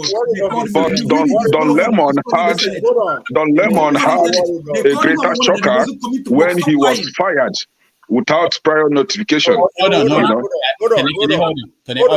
Listen to what Rudolph is saying. He has nothing. The viewership of Fox or that of Carlson has nothing. Hold on. Where they are losing money because of the company trend is the sponsorship, right? Based on the rhetoric the guy is pushing out now. I mean, it's becoming obvious in terms of COVID-19 and other kinds. So him consistently staying on that is causing advertisers who are putting in their money based on that off. That's basically, but in terms of viewership, nothing to do with it. Until he left, the viewership has not keep increasing, even the fact that he's losing money. The viewership has not changed. That until now that they left, that everything started dropping. So it has nothing to do with of course, all those races, whatever. Well, not a normal thing. I don't know why. But most importantly, what is the American interest generally over us as African or as Nigerian? That is not going to wait, regardless of who's in power. Hold on, can I hold on? No. I just want to chip in something, just 10 seconds, please. Regardless of who's in power, PDP, this is my stand. This is my stand, and I think somebody from the comment section actually made a point, made some point, right? If Americans or Western world, if they want Africa to embrace gay nonsense, right, they should also allow us Africans living in the Western world to go into polygamy. I mean, to go into polygamy, because some of us here, even on this panel, some of us want to have 2-3 wives. So they should give us that right to also go into polygamy. They shouldn't be all for themselves alone. No one is stopping you from doing that. Can I please let me let me talk, please. Let me talk? Not Ovia. Ovia cannot let you talk. I will let you talk, Prince. Let me say this. I wanted to point out something Kenneth said. Kenneth, this is something common with us, all of us Nigerians. You're okay with saying that Don Lemon was fired, but you are not okay with knowing that Tucker Carlson was also fired. This is the point. It doesn't mean anything. I'm okay with that. If he's fired, that's fine. I'm just telling you what I read. Maybe I might be wrong. Maybe you got it wrong. Well, he was fired too. He had 10 minutes, so he didn't even pack his bags. He didn't know he would go back to work. That is fine. They should keep firing themselves. That's okay. All right. So, but that's very important. The fact that you support somebody doesn't mean that the truth about that person is not right, you know. So, okay, yeah. A man of press. On this LGBT stuff, if you are not the budget where they behind to Africa, you understand that it's just a matter of time. It's just a matter of time. I'm not going to accept that. If you see the budget, give it to Okay, now my turn now. Go ahead, man of press. But anyway, you just said exactly what I was going to say. When I was saying he's lying or whatever, I mean, that's my own perspective. You know, I mean, I watch him. I'm that kind of person who doesn't like to watch a channel that say, you know, always say what I believe in. I like to hear opposite point of view. I mean, I used to watch O'Reilly when he was there. You know, as far as I don't like most of his views. So I'm that kind of person. I watch Fox, I watch MSNBC, I watch CNN. So I'm just, watch all of them. Carlson lie all the time, I mean, he's one of the reasons why. Whatever reason why he was fired, that's the bottom line. I think that's what I'm going to counter to Kene. He was fired. It could be anything. It doesn't have to be about lying because he's been lying since he's been there. So it has to be about maybe the January 6th or like Dr. Rudolph said, he was costing them money, whether it's something about sex or whatever. I don't know what was the reason why. So that's what I wanted to correct. So Dr. Rudolph has, All right, thank you. Prince, go ahead.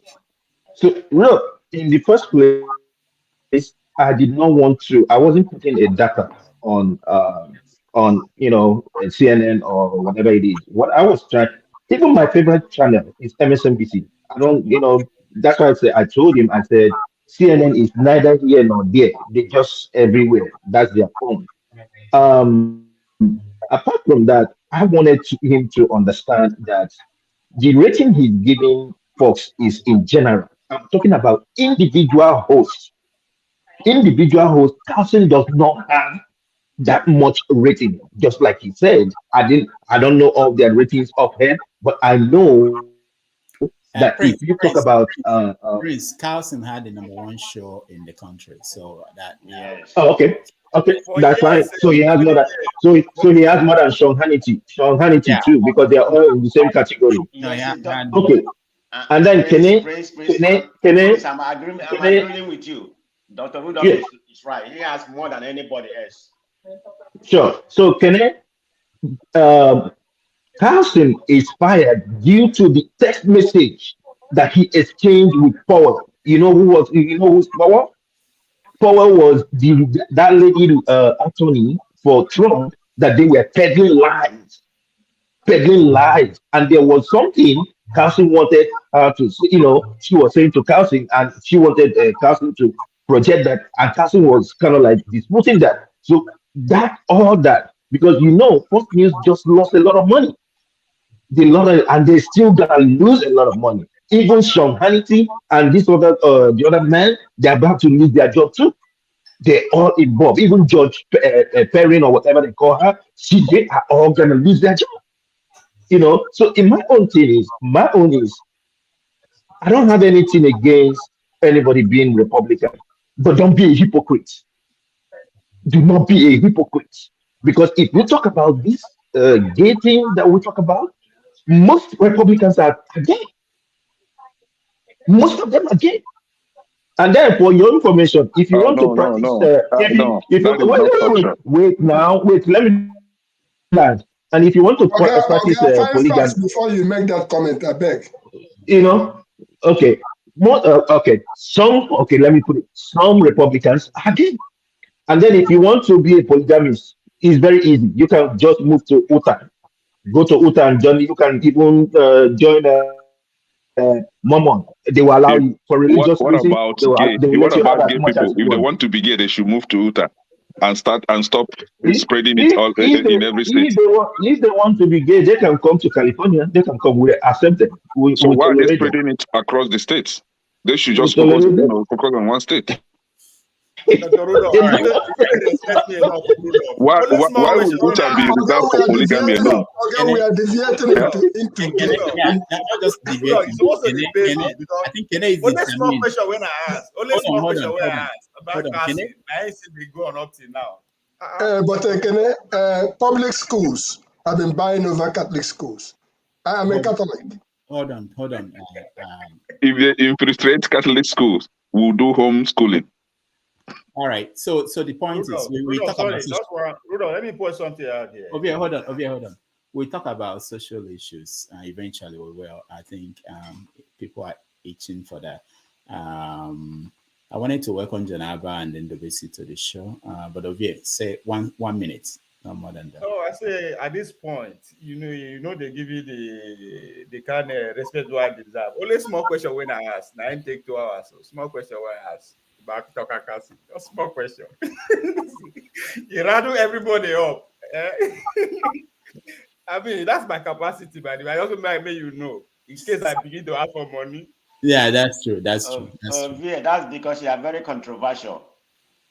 All right. So, Jonaba, welcome to the show. Thank you, Dr. Rudy. I'm not sure. Did you watch our conversation with Simon? Not a lot. Okay. For people who may not know, Simon is actually, I saw someone actually said something about Simon being a Nigerian. He's not a Nigerian. He schooled in Nigeria. He practiced journalism in Nigeria, but he's from Cameroon. So that was very important. And I was thinking that if he were to be a Nigerian and doing this at the White House, all Africans would be saying, "Oh, this is how Nigerians are." But he's from Cameroon, so they can say and Nigerians are always aggressive everywhere they go. They want to show, I respect the fact that I had love for his president. When you were playing the Pobia's clip, his expression and what he said about him, like, oh, okay. Yeah, he didn't want. Yeah, that's a good point. That's a good thing you noticed. He didn't want to take on any of those. And he was open enough. I mean, to say that he's been to Tinubu's house, and that's the nature of journalism. Sometimes you find out that not the type we practice, but you because of the job, these people on a personal level, and sometimes it ties your hands. So that's why some people sometimes refuse to get close to them. But if you're a reporter on the ground, you need access to people, and by getting that access, then you are in a way constrained by what you can say about them. Janaba, so welcome. Thank you. So you didn't watch the interview. I don't know what No, I didn't watch that much, but I little. But then from all the conversation of the human rights and all the gay no gay, polygamy no polygamy, I think I hope you sleep in a good bed today. Janaba, not everybody. Okay, let me not go there. And do we see? Go ahead. When you see Kene, you see that Kene is a strong man. You do think Kene is the kind of person that anybody can push around. Okay, do we see? Go ahead. Good afternoon, everybody. Yeah. Can you all hear me? Yes, we can hear you. Okay. Good afternoon.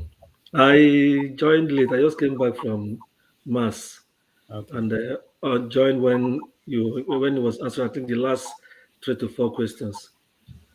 So, about the question you asked him about Tinubu's link with drug, he didn't follow it up as I thought. I was thinking probably he would say, okay, I had it, and I didn't find time to do some ask the White House spokesperson about that or so, because I don't know, maybe the way he does his reporting, he may not be in the best position to ask that, or he doesn't want to stir up controversy. But like you just mentioned now, he knows Tinubu to some extent. He has been to his house, probably when practicing in Nigeria, and maybe he doesn't want to ruffle some feathers or so, or he wants to get more details. So that is by the way. Then the other thing I would have loved to ask him if I was there was to generally ask questions about what is U.S. interest in Africa as a whole. and the inroad China is making in some parts of Africa. What does it think? What does it think America's view is on that? And that would have been a question I would love to ask him.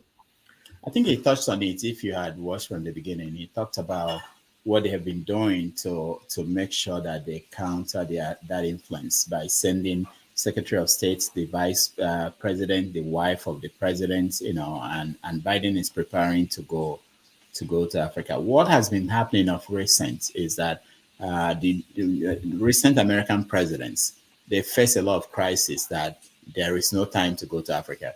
Africa is the place you go to when either everything is going well or when you are in trouble and you want to escape from America, you go to Africa. So, but recently the trouble for Trump was too much that there was no escape. And Trump couldn't think about sleeping in Africa. And maybe in his life, he has never been to Africa. I don't know. But he couldn't think of sleeping somewhere in Africa with mosquitoes and all those things. Trump just couldn't figure out. But someone like Clinton, when things were tough in America for him, he just decided, this is a good time to go to Africa, knowing that all these people will not follow him around. And he went to Africa. Coming to that area, I wanted to, I would have loved to ask, or maybe even find out that it appears, since I've been following international affairs, it appears, apart from in one or two instances, it appears American leaders, they don't travel to some African countries that are having serious crisis, maybe not full-blown war, but where there are tensions between 2 or 3 different factions. They only go to countries where relative calm is. Like when Clinton came to Nigeria, it was when we recently just returned to democracy, about a year or 2 after we returned to democracy under Obasanjo. Like what is happening in DR Congo.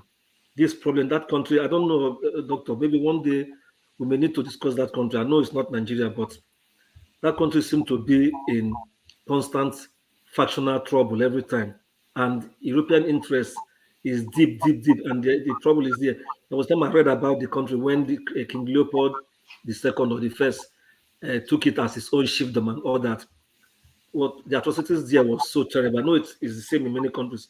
So, like, why can't US go into a country where there's, or even invite, then as they used to invite Israel and Palestine in those days to come solve their problem. But like he answered the question in a way, he said that America always weigh their interest in those countries before they make a move. But I think humanity is one everywhere, and then attention should be paid.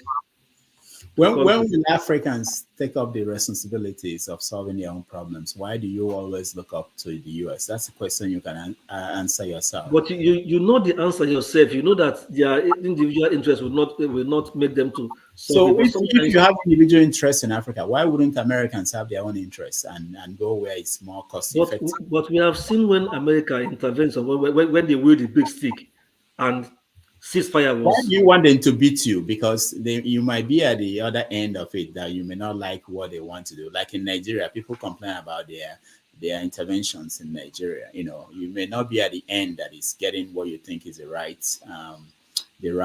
reaction from them. So I think what Africa should transition to is when they can handle their own problems.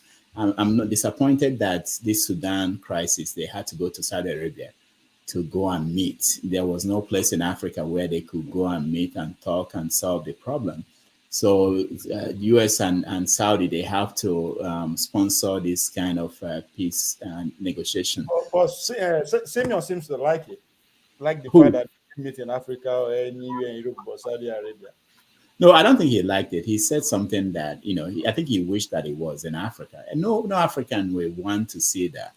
But again, it also goes to the point that Sudan probably they see themselves more like Arab country than. That may be a point. Yeah. So, Doctor, one more thing before I go off. There was something I was thinking that we should add to our discussion. This recent 22.7 trillion naira request from Buhari that the Senate and House of Reps just approved. If you have watched news events in Nigeria in the last few days, many experts were condemning it. Some even said this is against the CBN law and all that. So I don't know. I don't have all the full information, but I don't know if there's any way you can invite an expert so because it's adding to our debt.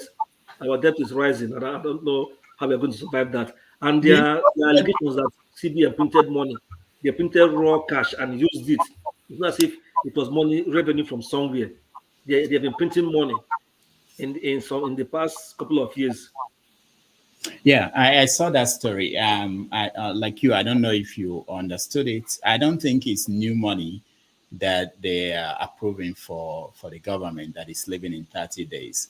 I think it's money they've been using, they've been getting from the central bank and using. You know that this is something that all of you here probably do not know. Nigeria has no money to operate.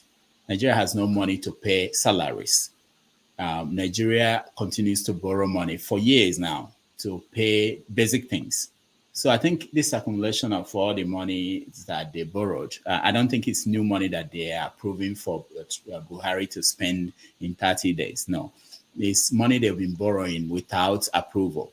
So they just wanted to go to the Senate to now approve. The one that should interest you is the one that Fashola was to the Senate to explain some trillions again. They're now talking trillions, we've advanced. About land that were sold. And Fashola said, I thought I was the one in charge. They just gave me the certificate of occupancy. I sign off on them, but I don't see the money. They said that they send the money is under the secretary to the government. That people should go, that senators should go and ask the secretary to the government. So a minister who signs off on certificate of occupancy has no idea who is paying for the land and where the money is going to.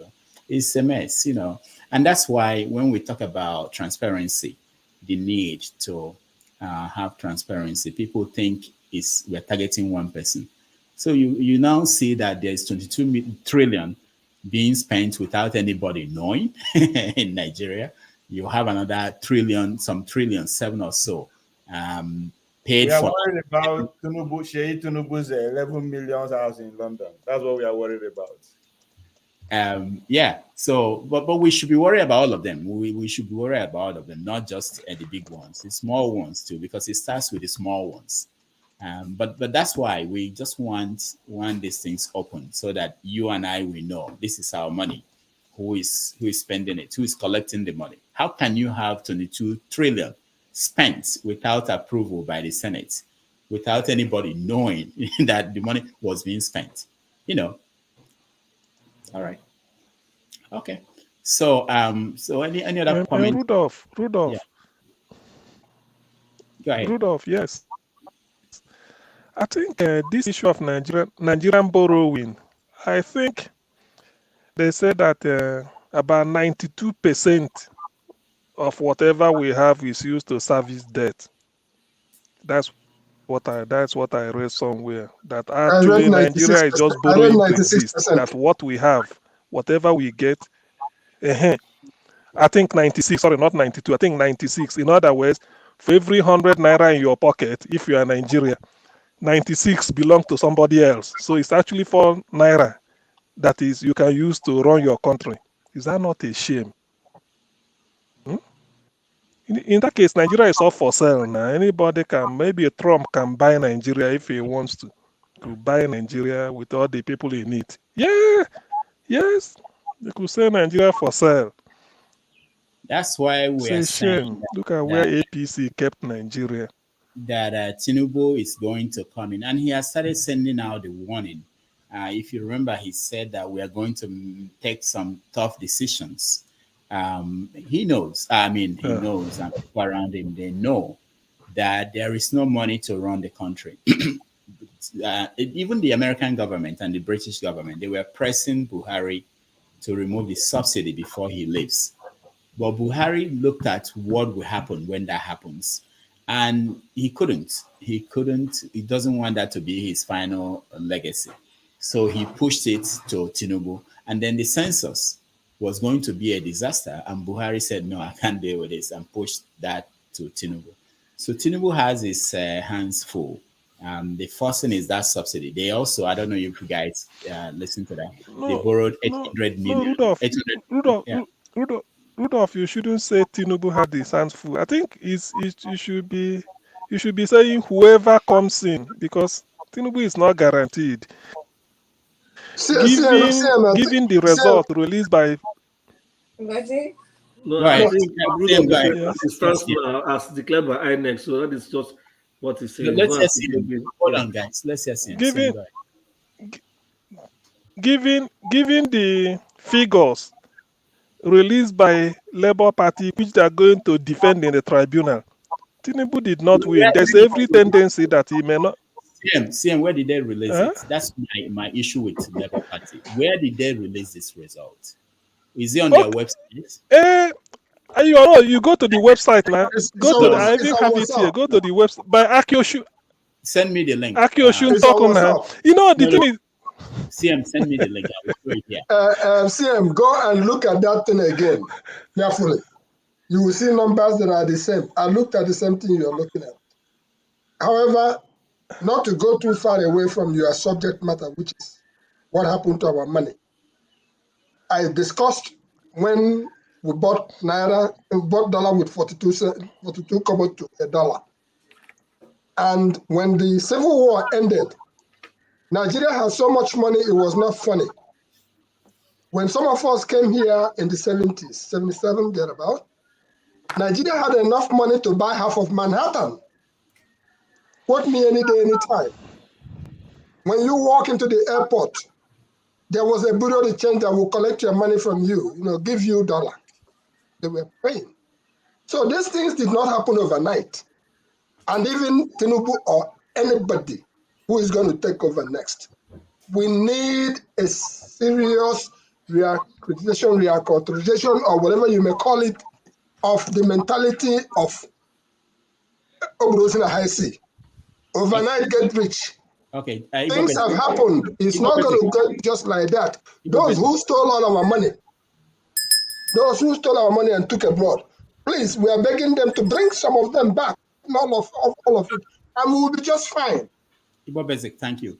CM, where is the figure? Can you give it? Because I've been hearing these people saying this. Where is it? Send me the link. It's on WhatsApp. Let's share it. No, not WhatsApp. Tell me the website where it is. Labour Party's website where they publish the results. I give you what I have. Nice. I will give you what I have. I'm obedient, so that's what I will give you. I will give you what I have. That's all.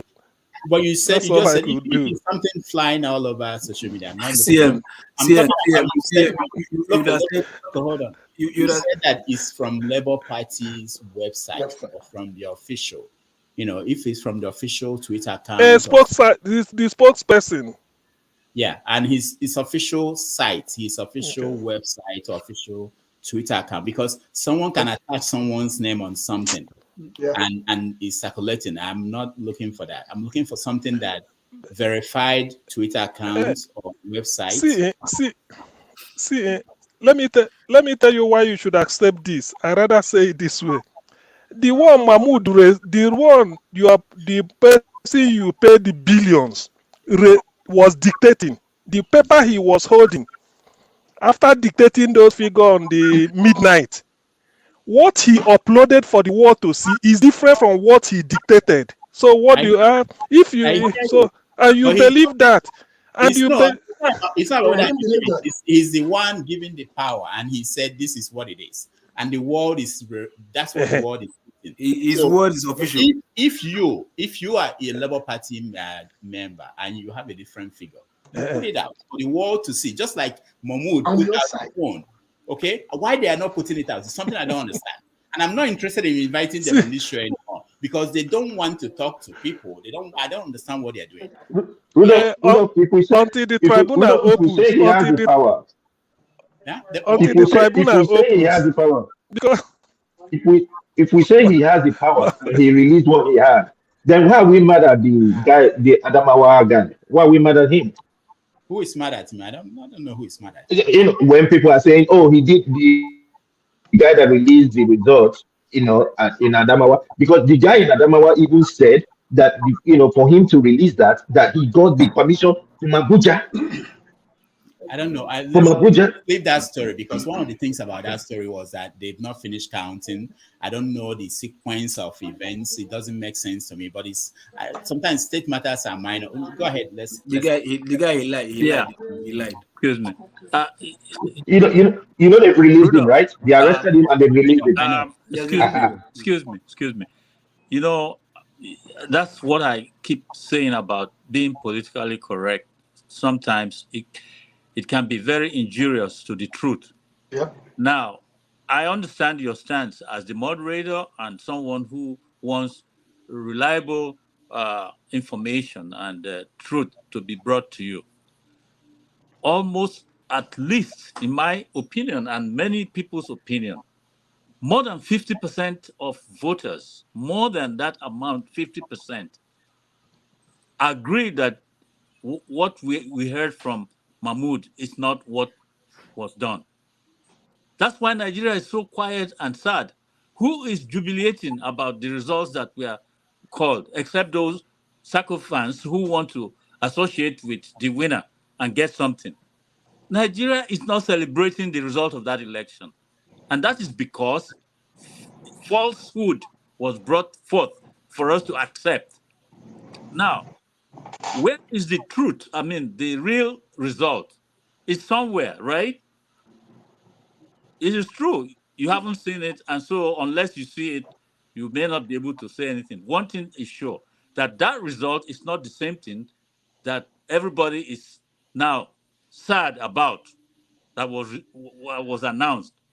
So there is no doubt in any fair mind in Nigeria that what was announced at midnight Nicodemously is wrong as the result of the election. If anybody is still doubting that, then I don't know what kind of... Let's see if I understand Rudolph correctly. Rudolph is not saying... Rudolph is not saying...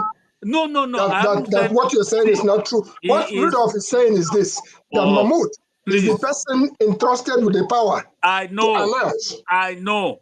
all that. But I'm telling you that, yes, they gave him the power. He has used it Nicodemously. And we all know that what he said is not acceptable to the people because it's not what happened. And some samples have been given, like the one in Jos, in which Oraka came out so boldly to say, look, you can do anything to me if you like. We scored over 1,000 for Peter Obi, and this is what you have announced. By the way, I'm not... Over 1 million. Yes, I'm not one of the obedience. I am more than obedient. In other words, what I want for Nigeria is far beyond what you people are looking for. Because I know Nigeria can never work, but that's by the side. Now, what CN is saying to you, I saw those figures, and I believe them. It's out there now. But Obi is the kind of person who would rather not even expose that number until he gets to the court, because he wants to believe that the court can make a good use of it. Remember, you were there when it was confessed that they took over, that his winning of Anambra was stolen. His result of the election in Anambra was stolen from him. And when it was time for him to even speak, he couldn't. I had to tell him, I said, go there and say what you have to say to accept that this man has confessed that your mandate was stolen.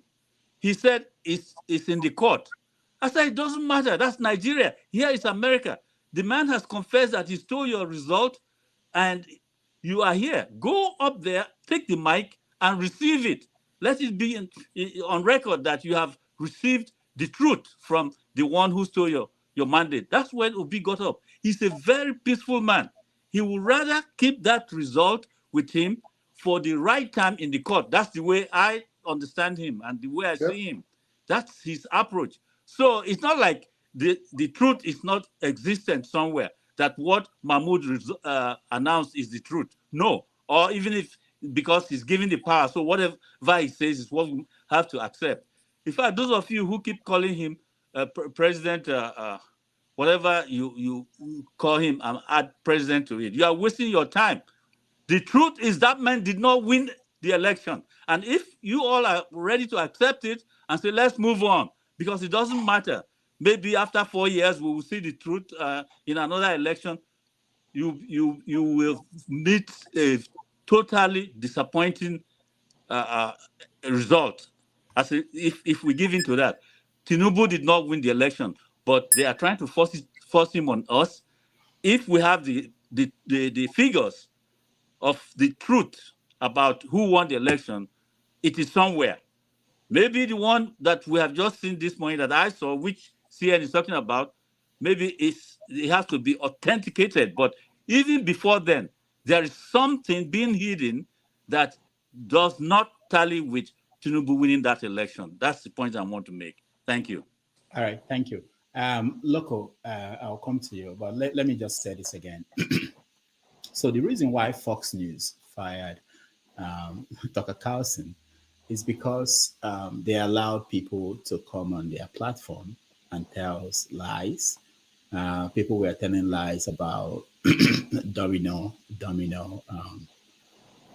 machines, voting machines, and they went to court and they lost. And they had to pay 700 and something million. And not just that, there are another company that is also going to sue them again for another, they sued them for another 1 something billion. They are going to pay again to that company. And there are so many lawsuits as a result of what Carlson and others were allowed, they were doing on Fox News. So what I'm saying is that media organizations, no matter how small you are, if there is anything you have to be careful about, it's about what you present to the public. Anybody can sue you. There are people who go around suing media houses just because of the cost, what it will cost you to defend yourself. And they will just sue you. At a point, you get tired, just even if you don't win, even if you don't lose, to pay the big amount. That's the only reason why Tucker Carlson is not there anymore. They were sued because of what things he allowed and other people allowed. And other people are planning to sue them too for what Tucker Carlson did. So as far as the media is concerned, it doesn't matter if you get only one person watching or two people. But what you don't want is to be discredited in a court of law because something you allow somebody to come and tell you, somebody said this, I saw this on social media, and then you put it up. It's just to make people happy. I mean, if you have your integrity and your reputation to protect, you won't do that. Anyway, Loco, go ahead. Rudolph, before you run off into that, because of what CN was talking about, or just looking back at the same Ebonyi, Edo, and Ekiti, is there any possibility that these states can have the exact same numbers? Like Ebonyi had APC 8% according to the same Osutokun thing you are talking about. Ebonyi had APC 8%, LP 74%, NMPP 4%, PDP 14%. Edo had APC 8%, LP 74%, NMPP 4%, PDP 14%. The same exact numbers, and I saw that that's why nobody pushes that out. Yeah, Basic. When it comes to percentage can be rounded off, but figures might be different, still under the same range of percentage. So it's possible. No, okay. The issue is not about what you see. That's why I don't want to get into the figures again. Anything, it doesn't matter to me. What's important is who is behind it. If Labour Party is not behind it, if we don't have somebody who can say it's coming from this official source, I don't have any use of that. That's all. Any day if they want to wait until the day of the court to release it, that's okay. We'll wait. But as long as we're waiting, we only talk about the media, international media, local media. They will talk about the figures that are from sources that can stand by it. If nobody is standing by whatever figure, even if it's so accurate, the blood of people who voted are in that figure, I'm not going to. Okay. Somebody has to own it. Somebody has understandable. To own it. It's understandable. Yeah, so that's the point. It's not about what is correct or not. Okay. It's about what. But that man did not win. Okay. No, he didn't win. It's not about that. That's not the issue. And I strongly believe that Labour Party is with the figure and they are in court with the figure and they are going to present it. All right. The other thing is, so they said, there are two laws, the public opinion and the court opinion. Maybe by the time the court rules, and if you didn't get a public opinion behind you, it will be too late to do anything. But anyway, that's for them to decide. They have their advice. I'm not that smart. They are smart. Loco, go ahead. Okay. Hello, brothers. How you all doing? Hope you're having a wonderful day anyway. For the guy that came anyway, I watched, but I wanted to ask him some questions pertaining to where Africa, the situation Africa is going to right now, you know. So, and just to ask him why we are where we are, you know, coming from the fact that these third world countries are having huge interest in Africa and be where it is today, why himself and other, you know, top Africans who are doing very well in the American government, why are they not doing fighting for Africa?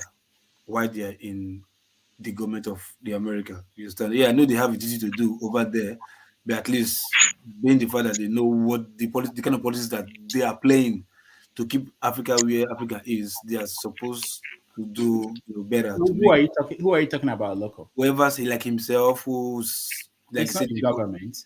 I thought, it's a chief correspondent. Okay, sorry. Yeah. I thought chief correspondent to the White House from the press angle, from the official angle. No, press, independent press. So probably be somebody like okay, fine. But like that's what they're asking me. But even regardless of that, he must have seen known one or two persons in the government that is there, you know, not having. Yeah, there are. You're right. There are questions I wanted to ask him, like, do we have Nigerians? In government. Who are in government? You know, if he had no opportunity to talk to the president, or maybe, you know, he could approach them. Exactly. Like, come on, we can't be celebrating them every time. Hey, one Nigerian person is there doing that. Like, okay, what is your effect there to us? Is it just getting the glory we are having backing that? Yeah, we are one of us. I mean, why we can't see your effects in the progress of Africa? If you want to be there, be there. Don't call yourself African again because you don't want to help us or whatever. So that's. But again, today I don't know these people, but I can tell you that whatever they are doing, they don't have to come and advertise it. Sometimes it's better to do it quietly than to make it a policy. I'm here to fight. I understand that. At least let the effect. And maybe there's some bad things that would have happened that they prevented. You wouldn't know this. No, I understand what you say, but let the effect be seen, not even in Africa, but let the effect be seen in African Americans there first, before we can think of, okay, the effect that one is a heavy load. Anyway, okay, so all right, let's see in the first, then that's one, then two, as regard the INEC, whatever. Yes, see, whatever Tupac will say, don't believe everything you read. Do you understand? Whatever you read, if there's no official backing on it, anybody can come and say shit and look for a funny tongue and twist the whole thing. And because it suits your narrative, you want to believe it. But if that person, take that person to court to go and defend it, you will not see the person there. You understand? So people like that, you don't take what they say, even if it suits you or it looks logically correct.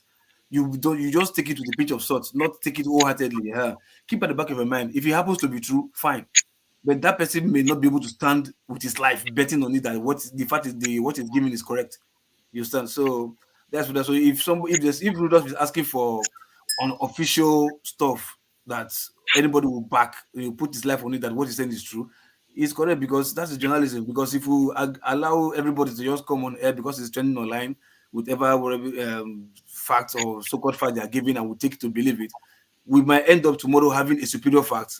They will not discard that one and follow this other one. So if there's no official backing on anybody's whatever, just take it with a pinch of salt. Yes, and don't discard it, but take it with a pinch of salt and go with it first for the now. So all right. Sorry. One thing more for Tucker Carlson, right? Not really because of they letting him go, was because for other things that you said, but one of the reasons also allowed him to go is because to cushion the number of lawsuits that they are getting. That these guys, this is what this guy, what this guy is doing that you are having this. So if you allow him to go, then it will serve as if yes, they've dealt with this guy. Okay, so let's pedal softly with the suits that they are getting, something like that. So that's also one of the reasons why they allow him to go. All right, thank you. That's true. BQB, go ahead. Yeah, hello. Am I on? Yeah, you're on. Go ahead. Yeah, good evening, Dr. Damages. Yeah, I don't have any comment or contribution as regards to the guests, but when I heard Mr. CM talking about the result, I was particularly interested for some of us obedient to really see this figure that is talking about. So, because I've checked Akin Oshutokun's, I'm also checking Labour Party's website. I can't really see anywhere it is computed that Labour Party won. So we have some states like Rivers State, Premium Time did exclusive on that one that Labour Party won, but there's no comprehensive result of all the states that shows Labour Party won. I've not seen it, please. I'm particularly interested in seeing it if there is any. That is on that. Then the second point I wanted to, because Channels Television summarized the prayers of each political party, which I was kind of surprised when I saw it. The prayers of Labour Party essentially is to disqualify Tinubu as a candidate for the election, and that the court should declare Peter Obi the winner or conduct a rerun between himself, Peter Obi, and Atiku. That is the summary of Labour Party's prayer. But coming to the PDP is not challenging Tinubu's eligibility. But PDP is saying that based on lawful vote cast, they believe that they had the highest number of votes. So they should be declared winner, or they should conduct a run between Tinubu and PDP.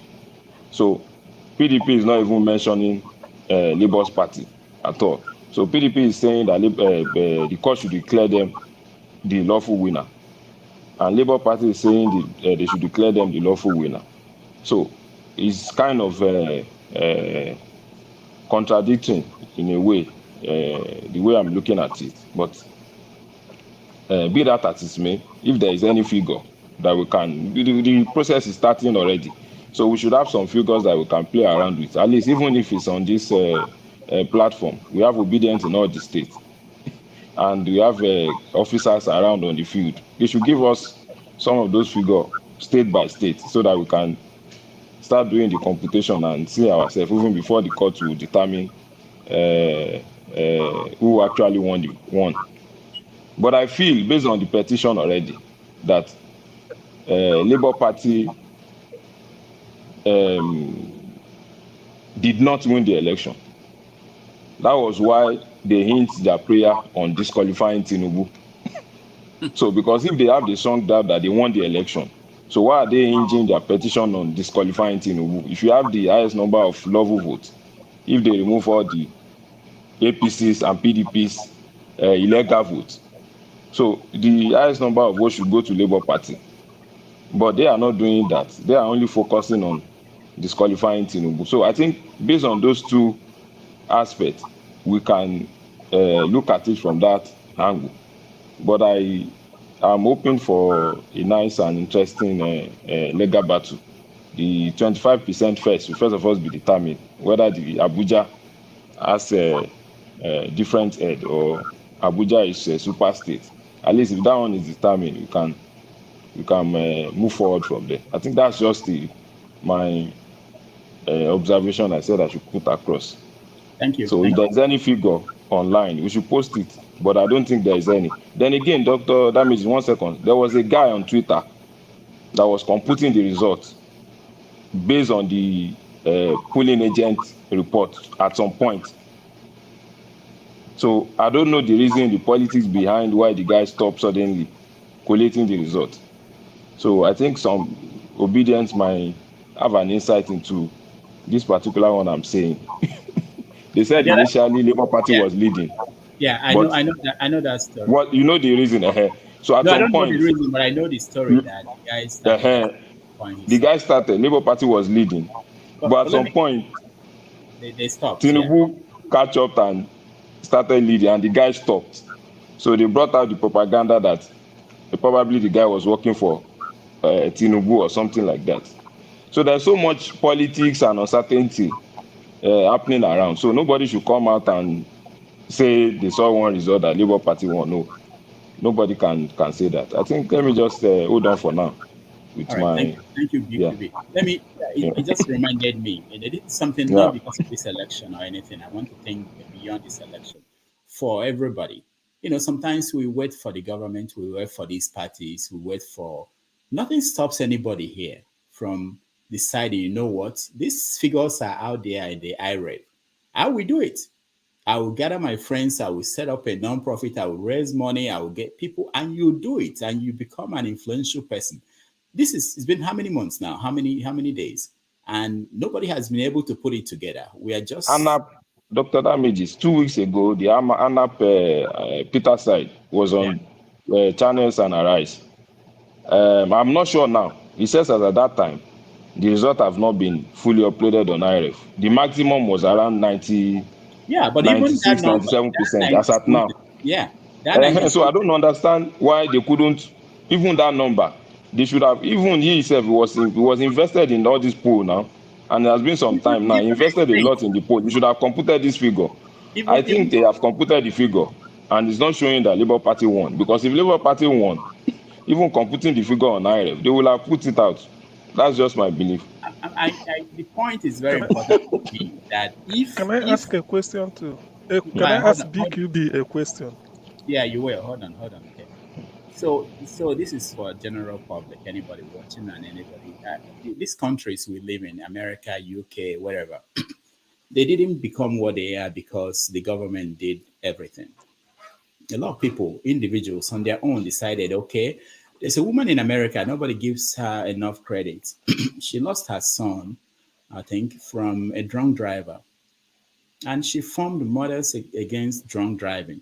And they've been influential in passing so many laws that changed this country, that prevented the death of so many people.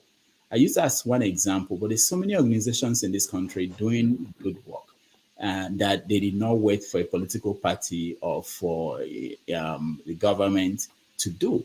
So there are things that you and anybody can do. And if you're at home and you're watching or you have the resources, you can do it. You can go to one state like Rivers, like Premium Times did with River State. Go pick up one state and do it and tell the world, come and present it and say, this is what I found out. That's how society is improved. We can't just sit down and be waiting. The other people are sending me the same press release with figures from a spokesman for P2B, and I'm like, where did you get it? Was it on his website, on his Twitter account? No, they can't. It's not anywhere. Go ahead, CM. On this, I'll meet yourself. CM, we can't hear you. BQB, the question I want to ask you is, at least we've all agreed. Okay, can you hear me now? If not, I leave. BQB, the question I want to ask is, at least we've all agreed that INEC, whose duty it is to conduct the election and release results, have not uploaded 100% of the results. Now, they've not even started uploading, but they've declared a winner.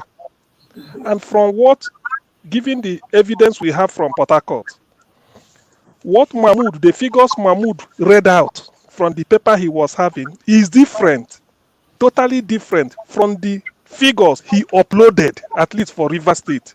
What does that tell you? He read the figures, he uploaded them, and they are there, but they are different. What does that tell you in relation to the person he announced as a winner? Remember, it was those figures he was reading out that he used to announce a winner. He based the winner on the figures he was reading out. Now, the figures he left for the world to see, to attest, is different. What does that tell you? Does he say that the person he announced as the winner is the winner? I want you to tell us. Yes, most obedience only make reference to Rivers State and Benue State. You are not giving me results from Kano, Sokoto, Borno State. That the one Mahmoud Oh dear. read was different from the one uploaded. It's only result from Rivers State that you are just like you are emphasizing now. It's an example I gave. There are others. Yes, There are others. I gave a popular yes, I'm also example. saying that the result was released in Lagos now. I've not seen anywhere that they said the result in Lagos was different. They only mentioned Rivers State, Rivers State, Rivers State. That's the only one they only mentioned. So because you said the result was different for Rivers State, that means that applies to all other states. Or that applies to all other states. That's the point. I gave an example. There are others. You can also investigate and disprove it. I said as an example. You can give one example to justify your point. That's why I said the one that so that nobody can say I'm saying something from I'm plucking. I say at least the one River State. That is an example. I'm not in charge of any states. That's what I'm man saying. in charge of the poll and investigation at Ateba side came online and he was showing the results from River State. Himself was showing results from River State. River State is not the only state. You can show any result. I want to justify your position. Please. You should show us the result of polling unit from Kano, from Sokoto State, from Borno State.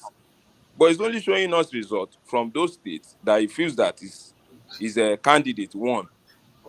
So if I want to go in that line, I will believe that definitely maybe that's the reflection of what happened in the other part of the country. But I don't want to believe in that narration. That's my point. All right, hold on, guys. I don't want this to be questions for BQB. I want everybody else to get involved in the conversation. So I'll come to you at the point, Prince and Louis, I think. Buddy, go ahead. Yes, sir. Good day, everyone. So, today, Dr. Damages, you really warm my heart because, like I always say, we shouldn't turn this forum to a room of meal.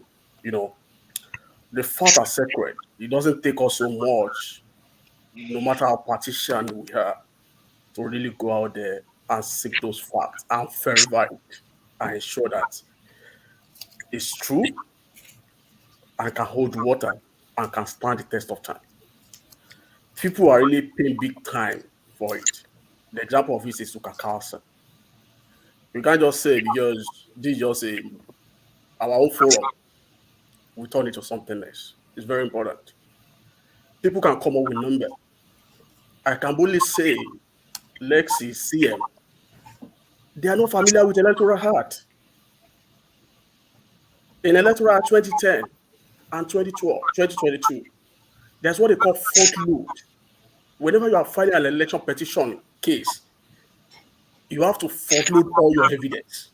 The evidence you don't adduce or you don't have at that point in time, you can't bring it in at the hearing stage.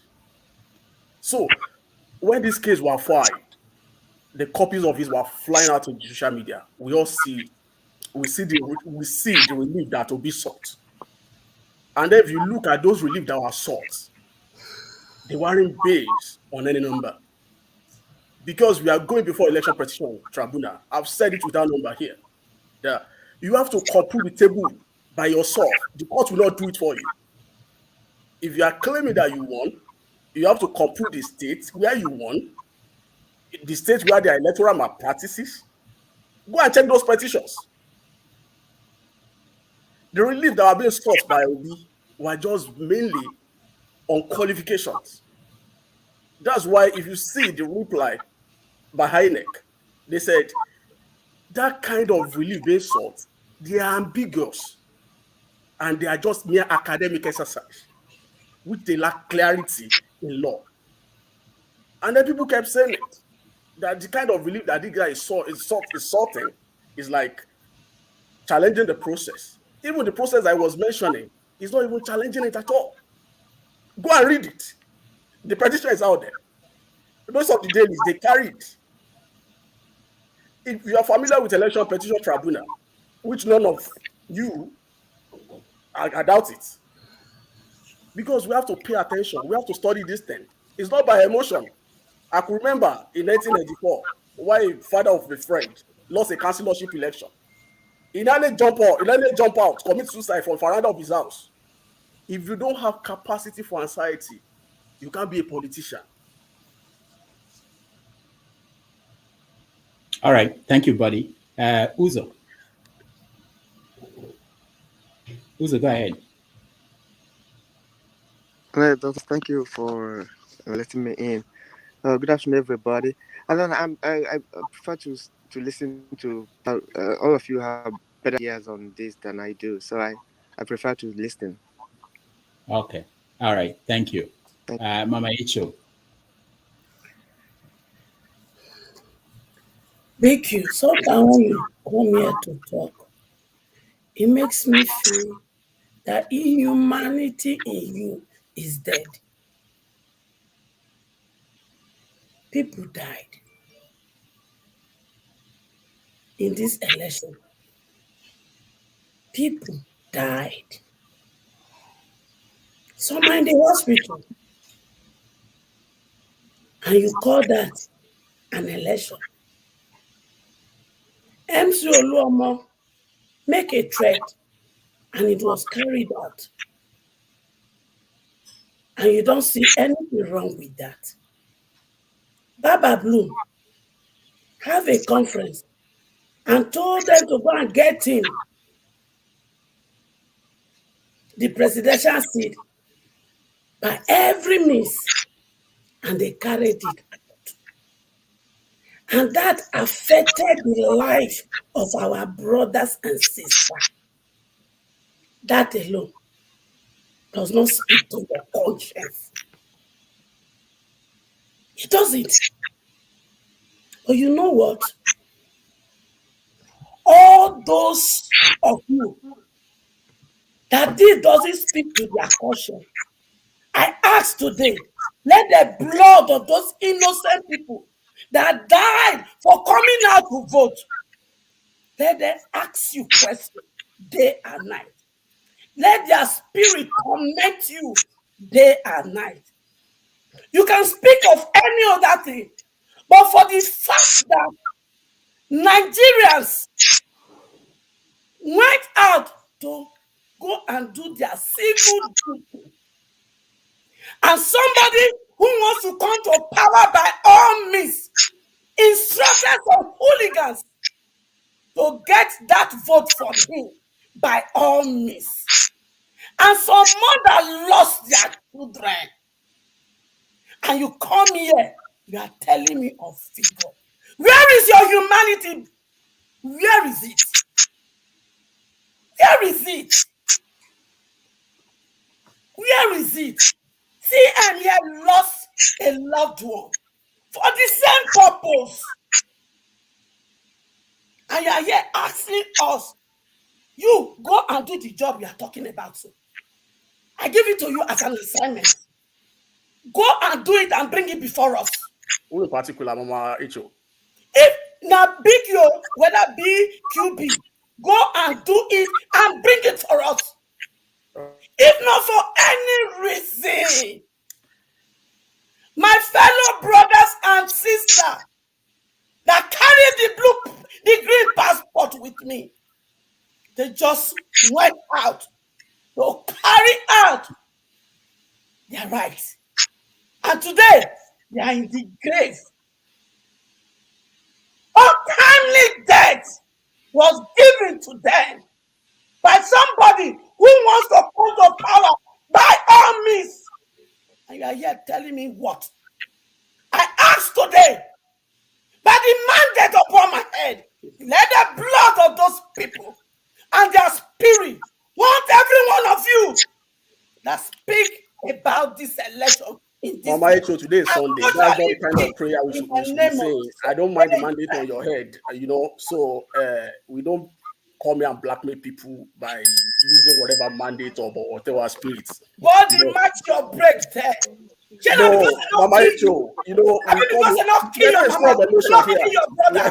am not blackmailing anybody here. You know, okay. Hold on, don't everybody. curse anybody. You know, people Rudolph, are do trying your to job, protect please. their Do your job, opinion. Rudolph. Do your job. So that's it. You know, it's this is a public forum. Yeah, hold on, everybody. So what am I? Can you mute yourself if you are not speaking? I'm getting an echo. All right. So thank you, everybody. You know, the idea of this forum, I hope eventually we'll get there, is that we will have different opinion. We will learn from different viewpoints, and we are not. We always think we are always right. I know, and trust me, guys. I've done this for more than 25 years. Going to a public forum, airing my views. Sometimes I'm right, sometimes I'm wrong. Sometimes people challenge me. I learn a lot from people. That's what I hope we are going to achieve here. But if people come here and their idea is to, stick with the same talking point or don't want to listen to other people, I learn a lot from different people here. I can't read everything out there. Sometimes people talk and I get new information and new ways of looking at things. That's the goal. And I don't think we should personally be attacking people for their viewpoint. Or even if someone talks to you, attacks you directly, you don't respond that way. But the most important thing is don't attack people for the view they expressed. It's their view. My view depends on my upbringing, where I grew up, what I've dealt with in life, and my experience. It can be the same with yours. You didn't eat the same food I ate. You didn't have the same parents I had. All these things. That's what determines my viewpoint. The fact that you don't agree with me is okay, but it's not a reason to abuse me and try to. I hope we'll get that one day. I know we are just learning. We've been doing this for a year now. I thought there will be changes. I've learned a lot, and I hope people learned a lot. But it's very important that we don't invoke heaven and earth on people because of what they express. Let me tell you one story. I had someone, a friend who is a lawyer, and I said to him one day, somebody shot somebody and the person died. And he went to court and said, not guilty. And I said to the lawyer, why? We all saw this. I mean, it was on camera. We saw the picture, the video of him. So the lawyer said to me, look, you guys who are not lawyers, you don't understand that in the court of law, being guilty or not is a technical thing. It's not about whether he shot. The question was not whether he shot this person or not. He could say that he was insane. So all the things we talk about outside of the law courts, when the case starts on Monday, I think on Monday on the 8th, if they show it to us, we'll be shocked at certain things that the judge might say, oh, this is not admissible. Don't even talk about this in the court. It will be a different world from the one we live in, the one that we can talk about. So we have to be open-minded, be willing to listen, to learn. I know people want certain outcomes. Someone must lose at the end. For me, I want the process to make sure that the process is followed and is right. It doesn't matter who wins at the end for me. I'm thinking about next election, the next one, 15 years from now. How do we make sure that the process will be good? That's what I think we should all demand. Not just about whether it's Tinubu or Atiku or Obi. It hasn't been about any of those people for me. If I criticize what happened, it was just about the process. Anyway, so Dr. Damages, let me just make a point so that I will leave for another person to come in. This is not the first time, and I'm not the first person that Mama Echo will always come with this pattern. It's not a nice pattern. At least I'm not sure. I participated in the process. I even showed who I voted for. I even displayed the result in my unit. Today's discussion is just analyzing the case in court now, dispassionately. It's not about conscience, swearing, and cursing, and this platform should not be for that kind of purpose. It should be an intellectual platform. If you claim that somebody won, the petition and the prayer should be supporting that claim and be presenting a situation that claim, not to disqualify somebody else. So it's just a simple argument that we are making, then I don't understand why Mama H.O. will always come across to be. But if you want me to say it, I'll say it before I leave the platform. I feel I just like you want. Peter Obi won. The court would announce him as the winner. So I think with that I'm okay for now. I can watch in the background. Thank you for giving me this opportunity, Dr. Damages, for coming on the I show. don't care who Yeah. wins, but the Thank you. process Yeah, for the thank you. winning must be defended. Thank you. It is not the Dr. blood of the Damages. innocent that will be used for it. If you Okay. want to win, do not incite people to be killed. Win gallantly, and we will support you. But when you spill blood by your instruction, and some people are defending that, I have a problem with that. And that is the highest impunity that we can ever think of. All right, Mama And H.O. your Hold on. talking does not pay my bill. Therefore, I give no damn to your nonsense. Doctor, please, let me be in the background, please. Let me be in the background. So, Okay. I want to be in the Dr. background. Please, Dr. Damages. Yeah, go When ahead. people say when people say that we are here to discuss politics or the process, what I was saying was the process. The process is Mahmoud announced a figure, and later the figure Mahmoud uploaded for us to see is different. It's process. That is the process I'm querying. Now somebody will say it's emotion.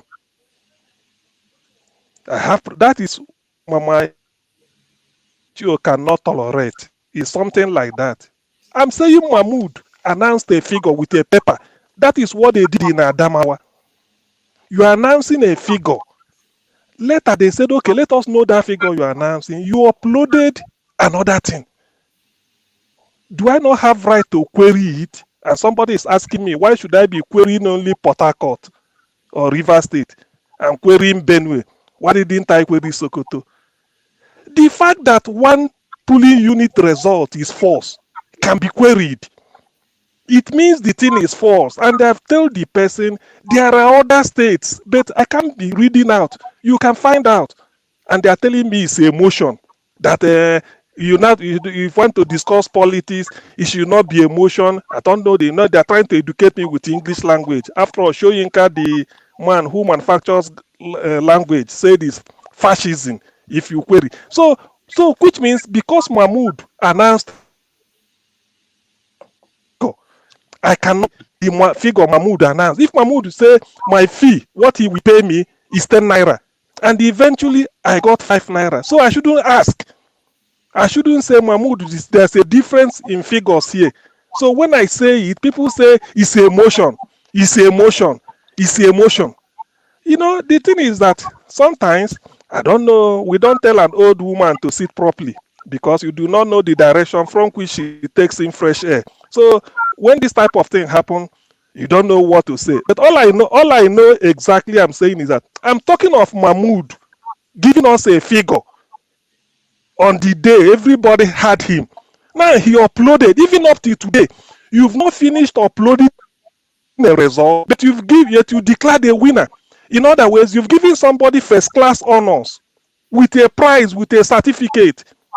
They before sitting down to go and mark the person's answer script. What sort of election is that? When you CM. query this, they say, oh, it's emotion.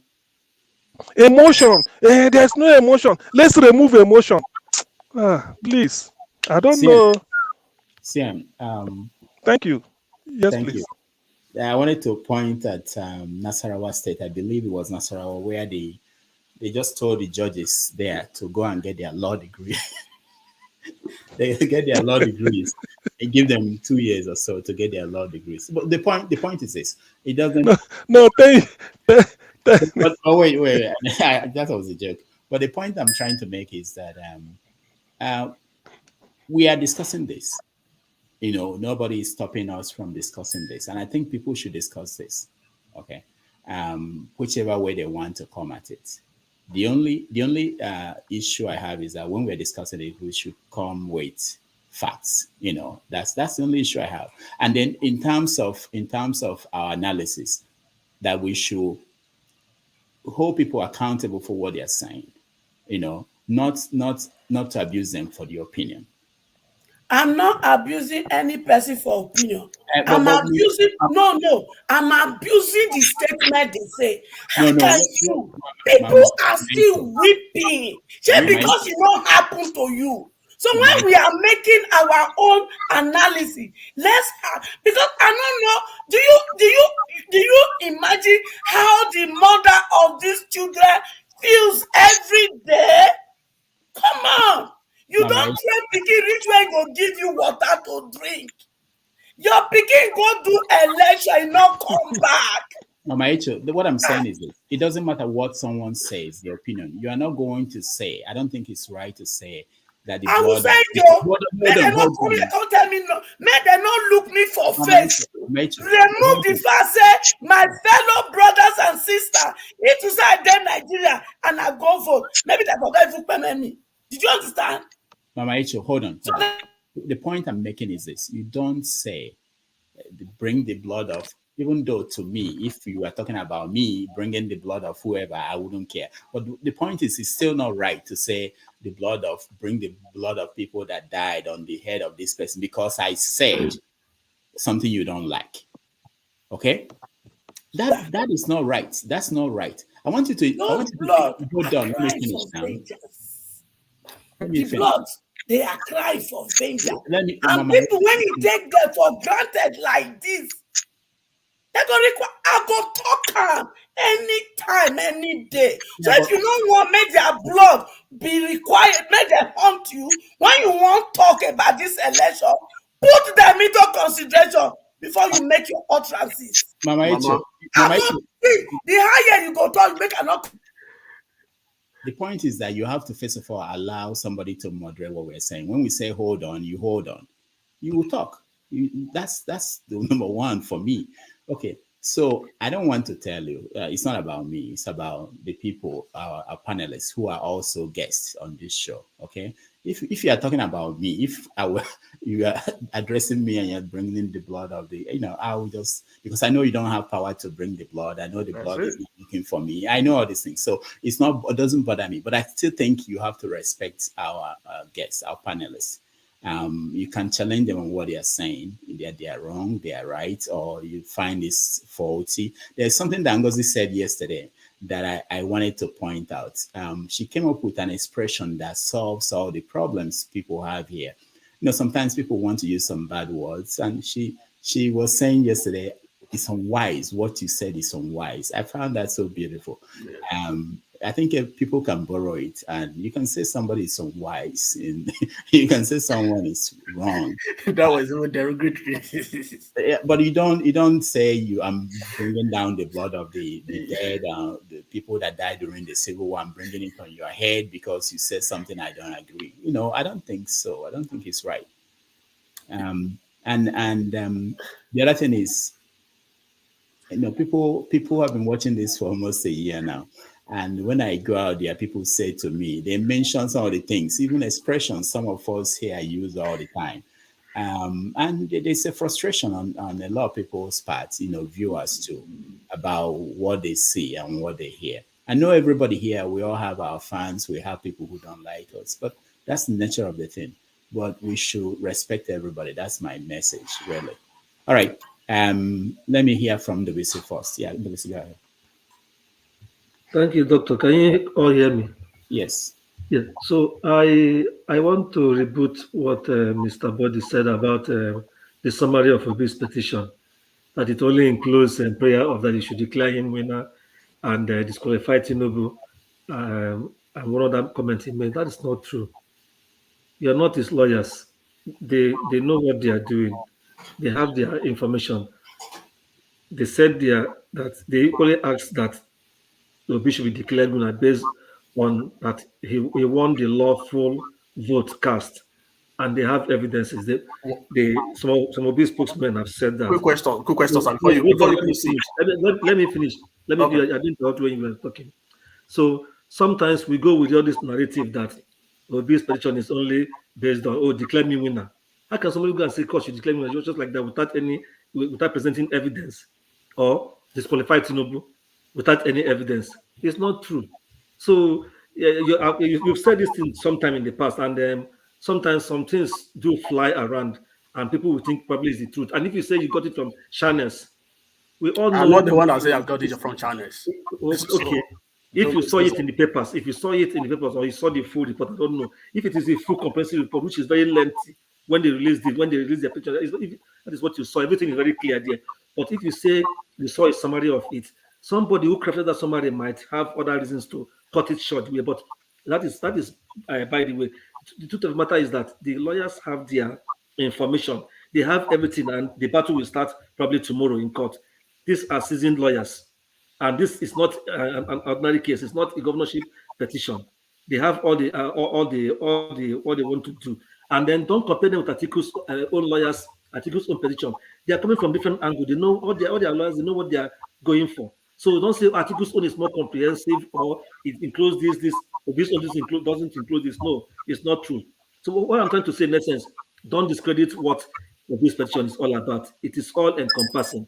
It has to do with both the 25%.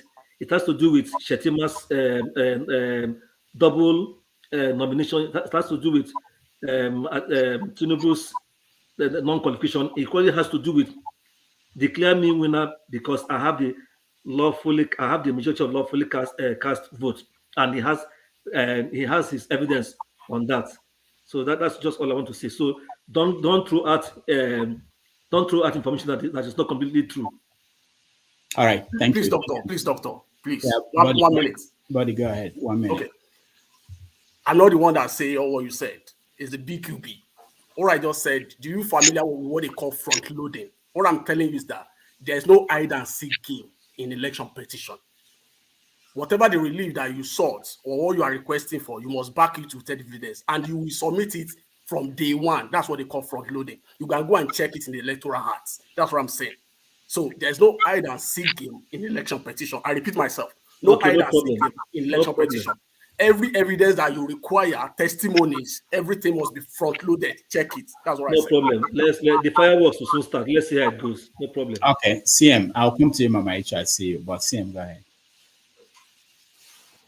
Yes, what I want to say is this: Obi's lawyers are one leave Uzuku, the lead lawyer, and then you have another Ibazu and something like that.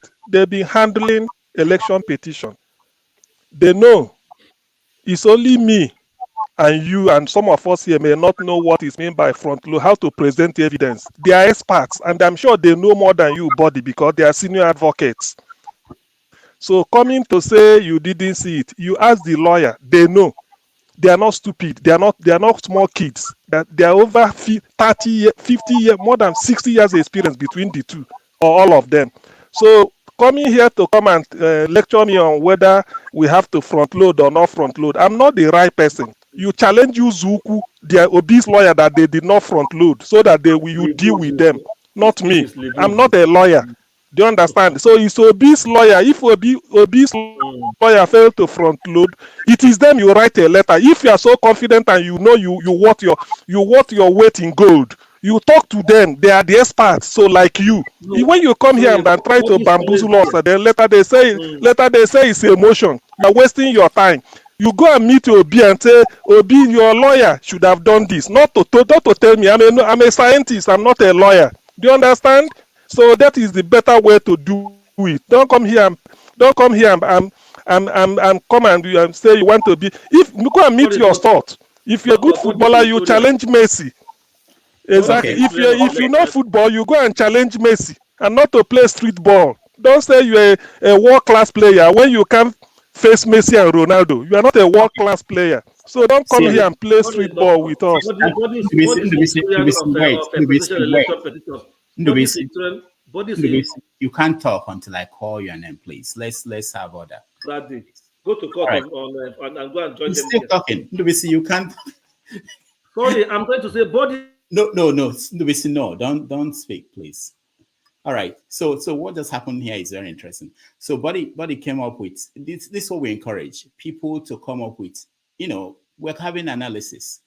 So his analysis, I like CM's rebuttal, which is simply that if obese lawyers do not know these things, it's their fault. You know, that's how we want to encourage people to come up with something that we don't know. I'm not a lawyer. It's something that whatever they read. And to me, if I'm supporting Obi and he's saying this, and I'll be thinking, if I don't know this and I think, oh, I hope my lawyers know this. If they don't know this, then that would be terrible. I don't think the lawyers defending labor, they don't know. If they don't know it, that's a terrible thing. But it's not something to fight and bring down the blood of people that died over. You know, this is the kind of conversation I want to hear. All right, Mama Echo. Oh, sorry, Prince, I missed you. There's a light that when you raise your hand, I don't see your hand. I see the light. If you are bringing something we should analyze and we are laughing about it, Mm-hmm. it saddens me. It bounce back to the same thing. Where is our humanity? Mm-hmm. Mm-hmm. Where is it? You know very well. For a white show, I use this my face to tell Obi, you are not my favorite. Showore is my favorite, but because my children want you as a good mother, I don't have a choice here. So it's not that I carry Obi for head, but in the process, they kill some of my children. Yeah, not be me born there, but I be woman. I know what it means to carry a child for 9 months. And somebody come here, BQ and body. When I just make jest. Not be me, talking. The Bible say, when Cain killed his brother Abel blood cry for vengeance. So when he want power by all means, kill my children. My children blood, they cry for vengeance. Now Bible be that. Avenger, we they get. So any person, when they support this impunity, my children blood and their spirit, it go after them. Because they have the right to still live today. The only offense they committed was to carry their voter's card and come out on election day to vote. That is the offense. And somebody come here, look me in the face, and go they make jest of that. Me, I not go take a move. All right. So tell your panelists, say he get one button when they not they press for my front. And that button that involved the death of my children. Any person when he make caricature of their death by talking the two people they talk so, me I go wear one trouser. And those when they confront you, when they confront you well, Oga Udo, tell them say they don't pay my bills. But the blood of this innocent will not go in vain. Amen. Okay, let me say something. Today is not how you say. Today is 90 Minutes Africa.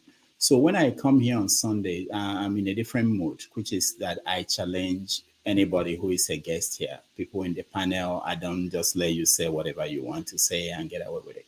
So that you guys can understand my frame of mind on Sundays. So, Mama Icho, you know, this is something I've had before, not from you, from other people. And I know that is something of concern to people, how people react. We are different. Everybody here is different. What will make you angry is not what will make me angry. What will make, we're all different. But when we appear on a public forum, we try to be as much as possible respectful for the forum, for everybody who is there. And I hear people always say people are smiling and laughing for whatever reason. Not everybody will take things as serious as you take them. You trying to force people or expect people to react that way. It's not, you can't achieve it even. You cannot achieve it. So the fact that people died, let me say this. I don't think anybody wants people to die. I don't want people to die. But look at this America where we are. Most of us are in America. You know, how many people are killed every day in America from gunshot wounds? How many? And nobody's they Seven basically killed yesterday. Seven killed yesterday in Dallas, in Texas. yeah. And what is going on? Is it that the country is not what I'm saying? I'm not minimizing deaths, but the point I'm making is that you are trying to say because people died. So people want to control how people react. So anybody who, for me, I use myself as an example. There are certain things I have to take it in a lighter mood. Otherwise, I don't know how I'll react. I don't want to go there. I don't want to go there. So sometimes there are certain things that you guys will be doing now. I will just be smiling because the other option is to act like people I'm trying to see that they don't act that way. So what I'm saying is that what I don't like, especially that's my philosophy really, is about trying to control other people. That's why I have your say. I want you to have your say. Respect other people. Let them have their say. And for Mama Echo, if you believe that the blood of these innocent people are looking for vengeance and stuff like that, do you have to drag the blood down on other people? Let them go and get the vengeance. It doesn't have to come from you. You don't have to invoke it every time.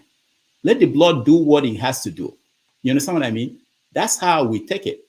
If I feel that what you are doing, that karma will deal with you, I'm not going to go and invoke karma and say to you, karma is coming. I'm telling karma to. It's not necessary. If you believe it, there are certain things we just have to. We have to sanitize what we put out there.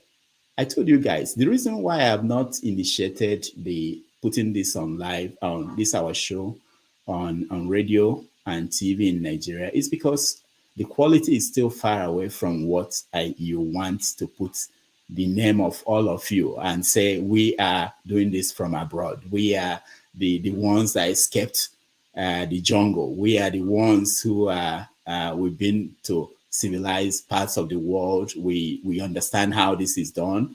We listen to BBC, NPR, and then we present this to Nigerians and say, oh, you guys watch, see us in action, learn from us. It doesn't show. Even Fox News is not like this. I don't think they will allow someone to bring down the blood of the innocent because some people were killed in Atlanta or in Dallas yesterday, or blood every time they come on the show. I mean, every week they kill people in America, a lot of people. It's not the subject of bringing the blood of the innocent. They wouldn't discuss anything else because people were killed in Chicago this night or New York. Why should we do that? All right, Mama Icho. You see what I did? I just gave you the chance to respond. Normally, typically, hold on. Typically, I would just move to someone else so that you calm down and rethink what you're about to say. Yeah, go ahead. I'm glad you mentioned all this TV station. When somebody died, did they go to trivialize it? They talk with empathy. They present those things to the world with empathy. Those report with empathy. But your body and BQ, they have no empathy in what they were presenting. And that is where I have a problem.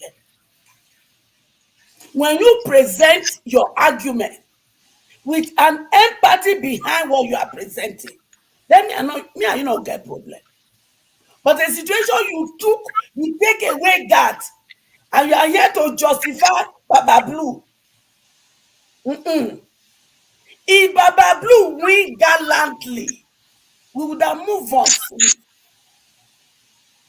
If when Efio made those threats, Baba Blue came on air and said it will not stand, my children wouldn't have died.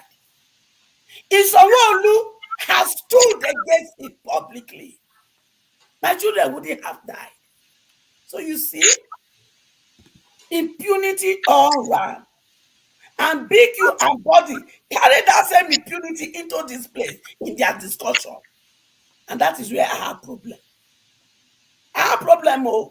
All right, so and when this we is are talking, we Mama should Icho. talk with empathy.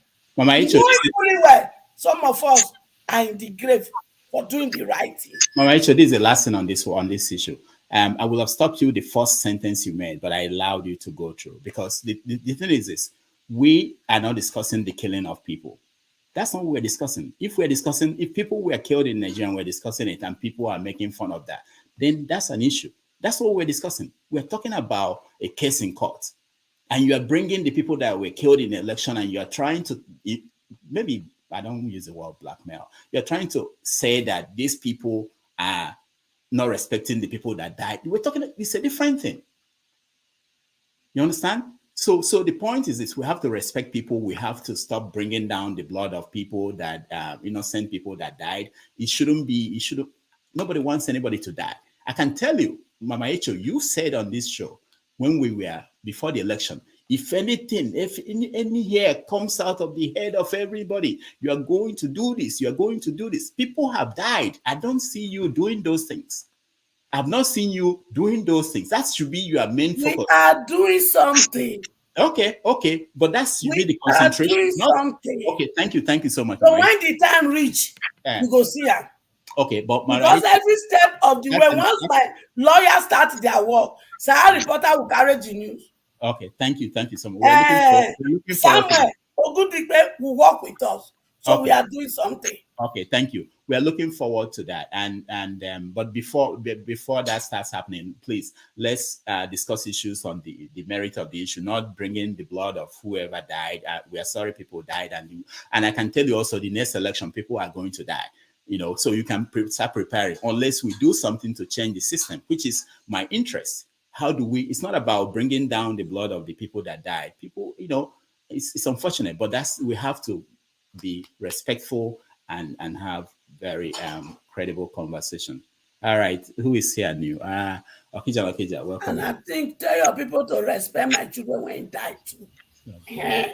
Dalu, actually, I wanted to ask this barrister body, the senior advocate of Dr. Damage's show.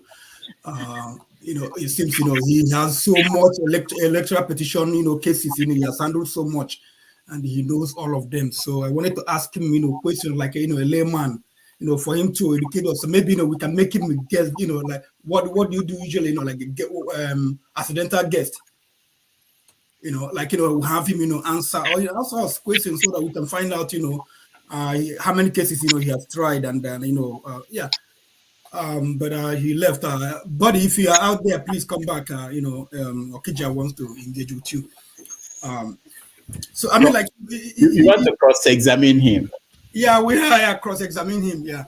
But, I've listened to some analysts, people who I know that, they're way smarter than me. I don't even argue what they say. I will just make sure I fact check them, and they've seen that, their cases, even though they don't agree in all of them, but, some people, they see, there are cases here, there are cases here.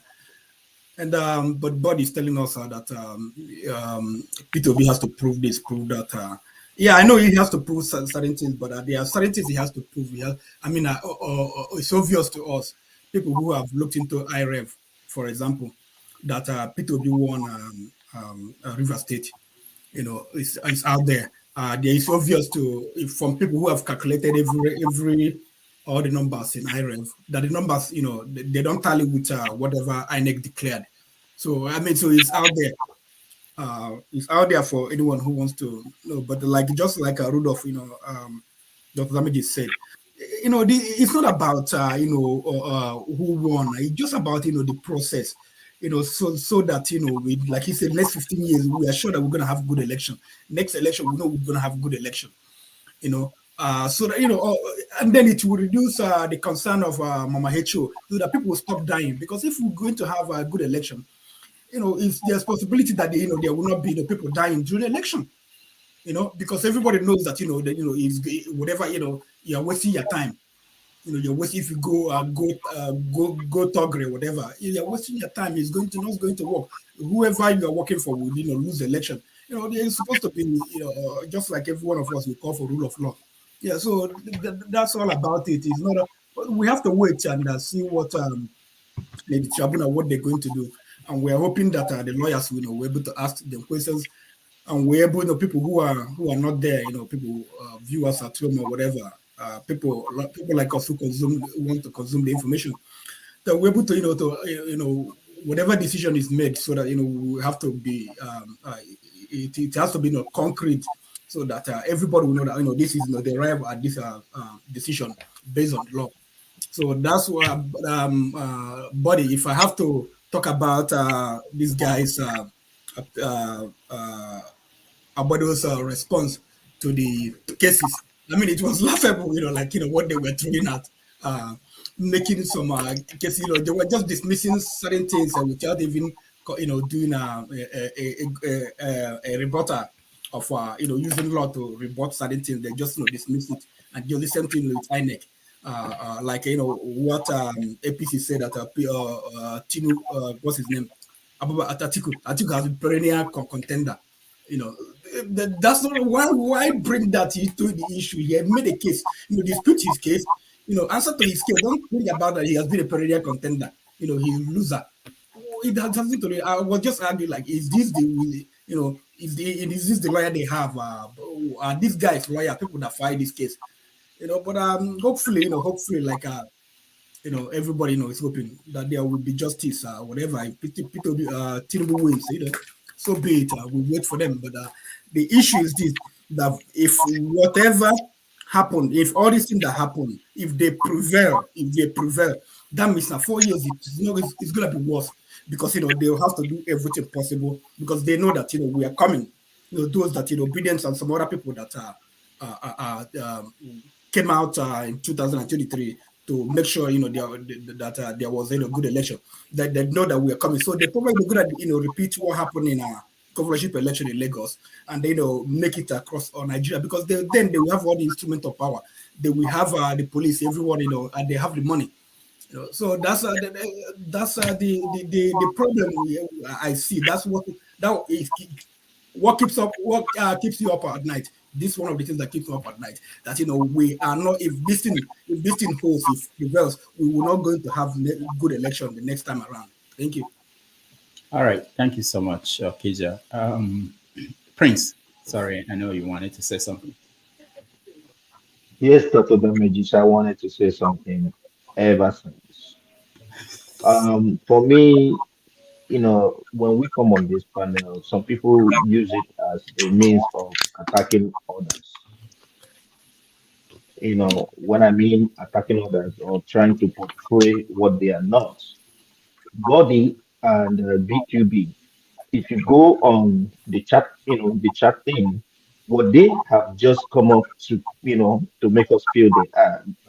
I believe BQB said he's obedient or whatever he said he is.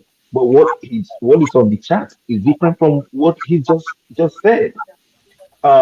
Be it as it may, my content is I'm not here to attack anybody's personality, and Obi has said it. He doesn't have anything against the person of Tinubu. Rather, it's the process that he is against. Lawsuit is about strategy. And the strategy the APC thought he was going to use is not what the lawyers are using. The strategy they thought he was going to go for was to contest the results and all that stuff. But instead of that, and because of that, the two, what do you call it, the INEC refused giving them the results, most of some of the documents that they asked for, and told them, refer them to the states. Now, when they went to the states, they all giving stories, but they have enough documents that they have. Just like CN has said, the lawyers know what they're doing. This is not their first time. So anybody coming on this panel and asking us, show me the numbers, show me that. Wait, you will see it. The case is in court. And the good thing about it is, if they don't have the numbers, why would they be inviting forensic experts, just like Tinubu did some years ago, is to come and analyze the documents. That's why they invited those people to come. They're not going to spend their money to invite experts if they don't have the numbers.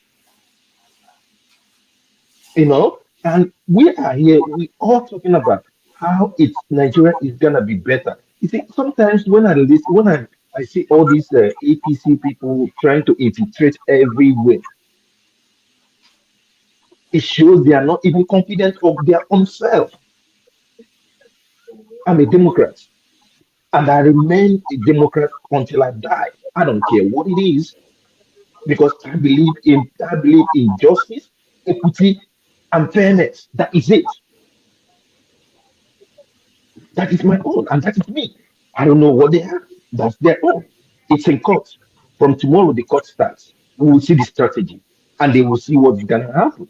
Because they will present their own evidences, and Obi will present his own evidences and all that. They will see that. I said before, I'm not supporting Obi because he's an Igbo man. I'm supporting him because I feel he'll be the one that will be able to at least extend some of the things that we enjoy in another man's land to them. Just imagine a few days ago, Tinubu was addressing Wike, and he said that Wike will have to lobby him. Everyone here knows what lobby in Africa means. It's not come and talk to me now. It means I'm gonna get my own percentage. Period. Period. And he's gonna do it. He's gonna do it. So that means they are bringing up corruption right in the worldwide whatever for everybody to even see. So, like I said earlier, we're not here to fight. We are not here to do whatever it is. We are here for finding solutions. And I also encourage every other person, please be who you are, portray who you are. Don't go on the chat and say something and then come on here to even gaslight other people. That's not right. I yield for now. All right, thank you. Austin, welcome to the show. Thank you, Doctor. Yeah. Thank you very much. Thank you, panelists. I just came for one reason. I realized that some people sit from the background and all they want is just to stir the waters and change the narratives they want to spin. But I'm so surprised that people don't own their identity, even when they live in the Western world. I'm so disappointed with BQB coming here to introduce himself as an obedient, and he ended up messing up the identity. I don't like that idea. Belong to where you belong, and that will make us to have a friend of mine to discuss with you. You don't come here with the wrong identity and you want us to pay attention to you. And for Bobby that talked about what Channel did, I placed it on the comment section. It's less than 5 minutes. We can watch it and see the summary Channel give, which is not even exhaustive of Obi's appeal. So people should stop just making us to rally around. Today I was thinking we'll look around the idea of Tinubu must be sworn in. And what's my background here? Because I've been thinking about this. If it is a case of disqualification that it doesn't merit contesting, would he still go on with becoming a president until the Supreme Court decides? Thank you. Austin, can you send that to my email, drdamages@gmail.com, and the link of the channel, and I would like to see that too. Okay. I think that conversation about what should happen or I think there's a lawyer for Aloy. I think Aloy wrote an article on that. I've been trying to get him on the show, which was about whether we must have an inauguration of the president on the 29th if the courts are yet to rule. I felt that I wanted him to come and defend or talk about what he wrote. But I also know that I think there is a consensus in terms of the people that determine things in Nigeria that, that's what will happen on the 29th, unless any court stops that. But I don't, so. Check if you've seen it. Oh, you just mailed it. Okay. All right. Okay. Who has something else to say? Ndubisi? Yes. Concerning the swearing in, I think there is no law that says they can be somebody that INEC declared as president cannot be sworn in while the court matter is on. It's only when if the National Assembly can work on that, maybe if they can adjust the electoral law, maybe do a new or a new amendment if they so choose to say, okay, because of all these troubles, let us now do amendment that cases will end before somebody is sworn in. That may be the only solution. But like some of us have been saying in the past, our constitution is so porous. There are so many things that needs to be changed. That is why some of us are saying that we need a totally new constitution that will address so many matters, not just election matters alone. Thank you. All right. CM.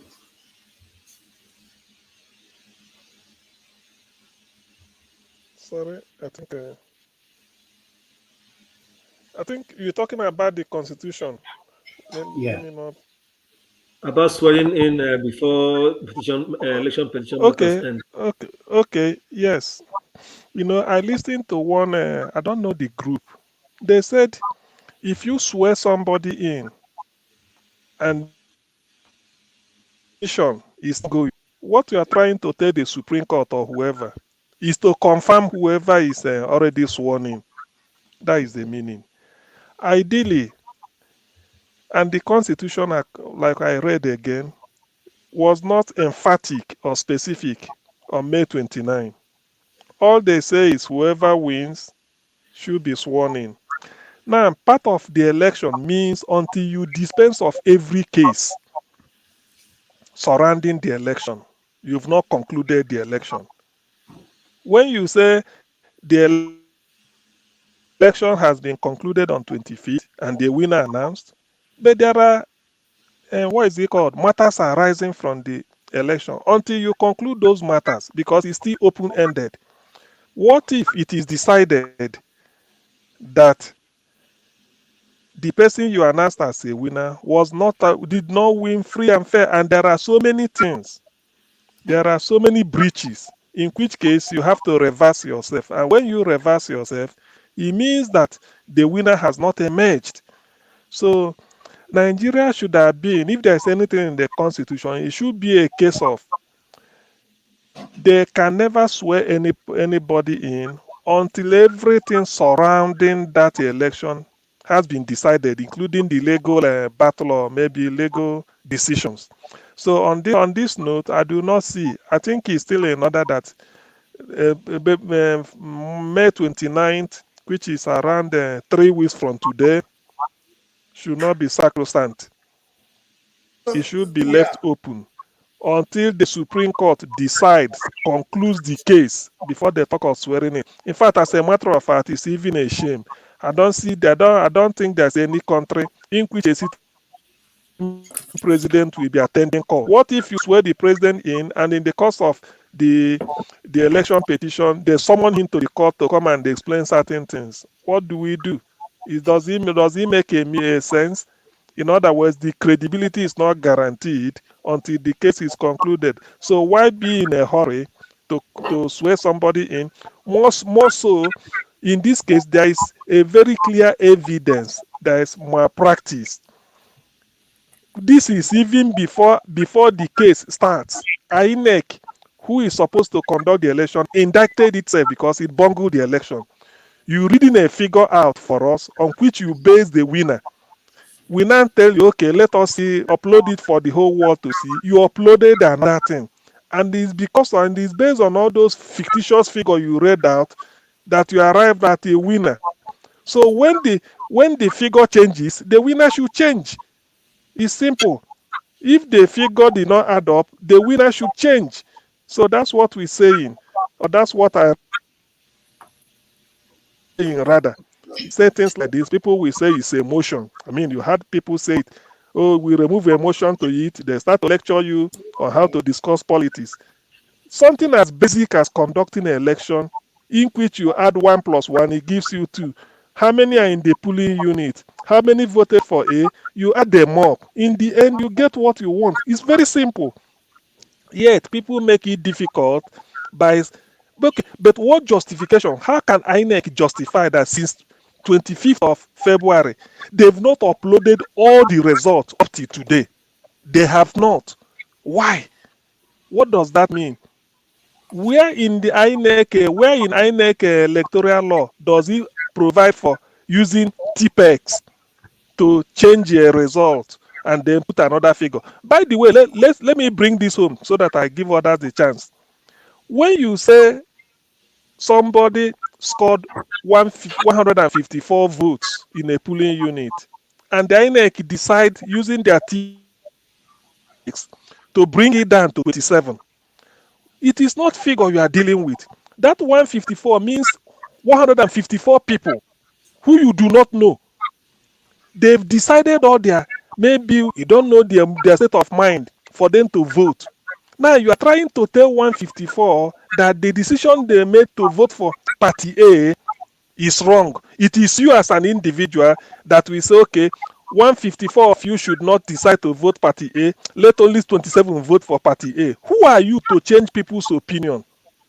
I've always said it that in any country, espionage is the number one crime you can commit in any country. Espionage. No country can forgive you by leaking their secret, particularly intelligence. Secondly, rape. No country, especially in the Western world, you can't rape somebody and go scot-free unless it's not proven. Thirdly, it's an electoral crime. How can you change the opinion of some people? When you reduce a figure, you are not just reducing a figure like you are doing mathematics. You are changing the opinion of human being who say this is they've put their one and one together to say this is the person we want. And you as an individual, you use TPEX and TPEX it and put the figure you want. That is a crime and it's an insult. So to that extent, our election is not free and fair. May 29th, I do not support it. Everything should be kept on hold unless the Supreme Court will, within 2 weeks, decide the entire case and let us know where we are headed. Thank you. All right, thank you. I just wanted to let Austin know that I didn't get the video, and I sent you a private message. You didn't get it, so okay. All right, go ahead, Lubisi. Okija, you want to say something? Let me hear. Okay. Yeah. CM, I mean, I understand, how some people feel, but the fault is in our constitution. It's not it's not the people that were declared winner and the people that announced the winner. So the INEC, the law has made it that the burden of proof is on the people that are contesting the result, that they have to prove this, prove that, instead of having INEC, defend that the election was credible. So that's one of the issues we have. And then also the constitution doesn't there is no provision for the office to be vacant to May 29, because on May 29 the order of the hierarchy, the president is going to leave, he's completed his two terms, or Osibanjo is going to leave. What's his name? The Senate president, his office will expire. The hierarchy in the National Assembly, it will they will end that day, because the Senate has to sit to elect a new president. Okay, who actually in the situation where there's vacancy, the Senate president is supposed to take over. But then May 29th, we don't have a Senate president, because usually the president is sworn in. The House, the National Assembly, they go in the House and the Senate, they elect their leaders. So probably sometimes it takes like a day, 2 days, for them to elect whoever. So with May 29th, who is going to take over if the Supreme Court says the election was bad? I don't think they are in the constitution. We have Supreme Court justice, Chief Justice taking over the affairs of the nation. So the issue, the constitution, hopefully, whoever, because why I have, especially I have issues with Tinubu and co, because I'm sure if they comment, they will not try to fix the constitution, to stop all these things. But I know that if P2B or even Atiku comes in, they will try to fix all this, all these complaints we have, deal with this within the constitution so that interpret 2050 has not been interpreted. Interpret 2050 so that we put the clauses, make sure that the next time we don't have all this trouble. What next time if that also most importantly, the election cases should for the presidency especially should end before, maybe say 1 week before swearing in. So I mean, I understand this, but it's just the constitution. There's something we can do now. So, okay, John. Yeah. Yeah, so Dr. Damaji, so the point here, both of you are saying in a normal situation, and you guys are seeing this as election petition.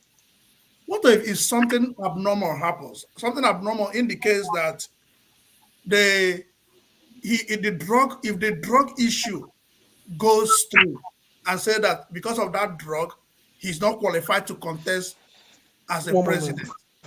And remember, when you're thinking about this, remember, the Senate, they are electing the new officials in June. So does it mean that there will be no National Assembly till June, or these guys will be holding on till June? Yeah, the National Assembly will be in existence, but if they don't have a leader, I don't. That's what I don't know about the constitution so well. If they don't have a leader, okay, who's supposed to step in if there is no president? Is the president? Is it the president they call National Assembly? I mean, the president of Senate president. Yeah, the Senate president. Yeah, but now we don't have Senate president. So I mean, Nigeria created a difficult case for itself. The constitution created a difficult case. We can't, there's something we can do. I mean, except if the military will take over. The military will just take over. Yeah, which I mean, I'm saying I don't pray for that. I don't want that. So that's the problem we are left with. There's something we can do about it. But I don't know also if the court rules that he wasn't qualified to contest. I don't think his vice will take over. No, because they've not been sworn in. So I don't know who has a contrary opinion. I don't know about that. So the Bayelsa case, how did the Bayelsa case happen? The Bayelsa, they have been inaugurated. I think the guy has been sworn in already. No, few days to inauguration. Okay. It was the same week of inauguration. Yeah, but it's possible. No. I agree with you. If this court will clear all the cases before swearing in, yeah, that's good. But they're not going. But the way it looks like right now, because for instance, okay, they start tomorrow, okay, and even if they rule tomorrow that Tinubu is not qualified to contest, then Tinubu they have 21 days to file a case. So they wait till 21 days, which is from 9th to 30. So until the 9th, you'll be sworn in. All right. So you see the issue we have right now. Ndubisi. Oh, sorry, what I wanted to say, Kija has closed that gap a little, is concerning whether all cases, if before May 29, the court rules that either in whatever way it rules against him, whether he's not qualified or he didn't win. So, but they will now file a counter to the Supreme Court. So those things will drag to May 29 and all that, because the status quo that INEC declared will remain before he will be sworn in. So the only way out is in future if the constitution will be amended, or a new constitution put together to take care of all these areas. Another thing I wanted to say, normally, since I've been following this election since 1999, they usually sworn in the president and his vice before National Assembly, few days after. Now elect their principal officers in the Senate and in the House of Reps. So if they do that one earlier, and this matter is still hanging, the Senate president can take over as an acting president, but that one doesn't come in here because all of them are coming in newly, and the president and the vice are sworn in first. So it's still an issue. All right, DQB. Yeah, I love all this hypothetical scenario we are painting, but I would put my own point forward by saying that right from the first elections that have been conducted in Nigeria, there has always been a petition contesting the authenticity or the legality of that president-elect. So this is not the first time. So I don't understand why we are just putting up this different scenario. Tinubu will be sworn in. Those cases will continue post inauguration, and if the Supreme Court decide otherwise, it can be the new president that was declared can come in. Vice President of Labour Party, Dati Ahmad, won an election as a senator. The person that challenged him, I think it was McCarthy, I can't remember, took the case to the petition tribunal. He was a senator for more than a year, almost a year, and the person came over and becomes the senator. So all these kind of hypothetical situations of trying to looking at scenario of stopping the inaugurations, creating a form of anarchy and kind of scenario. I don't understand where we are headed. So, and somebody will now want to accuse me of not being obedient. Is it a must to be obedient to hear your say on Dr. Damage's show? This is have your say, and we are analyzing an election petition. You say your own point. Somebody else will come in and say it the way it feels like. I agree with my brother Okija that it's a constitutional matter, and this issue has been captured in the Ways report. I think it was set up during Yaradua that election petition cases should be concluded before swearing in. But as you see, that's the way it is now. So we can't say we want to force the case that the case should be concluded before. What is the particular interest now that the case must be concluded now? Okay, when Peter Obi won the election, Mr. Augustine, just wait. When Peter Obi won the election in Anambra, it took almost about 2-3 years. But now that duration has been reduced to barely, it should be concluded within 10 months or thereabouts in the new Electoral Act. So it's an improvement. Maybe probably before the next election, we can reduce it to before swearing in. So all this conjuring, all this hypothetical situation, you should not be swearing in because of one drug case, 125% in. It's just, we are just stretching our luck. And this has nothing to do with somebody that died before somebody will not bring up that somebody lack emotion or somebody that died. We're analyzing election petition. That is what we're analyzing. And if I present any position that doesn't sit well with you, that doesn't make me, you don't expect me to present your position. I'm a full human being just like you. I'm presenting my own position. So don't give us any hypothetical situation. Tinubu will be sworn in 24 days' time. The case will continue, and we will see what will happen from there. You are focusing your petition on disqualifying Tinubu, and you felt you won the election.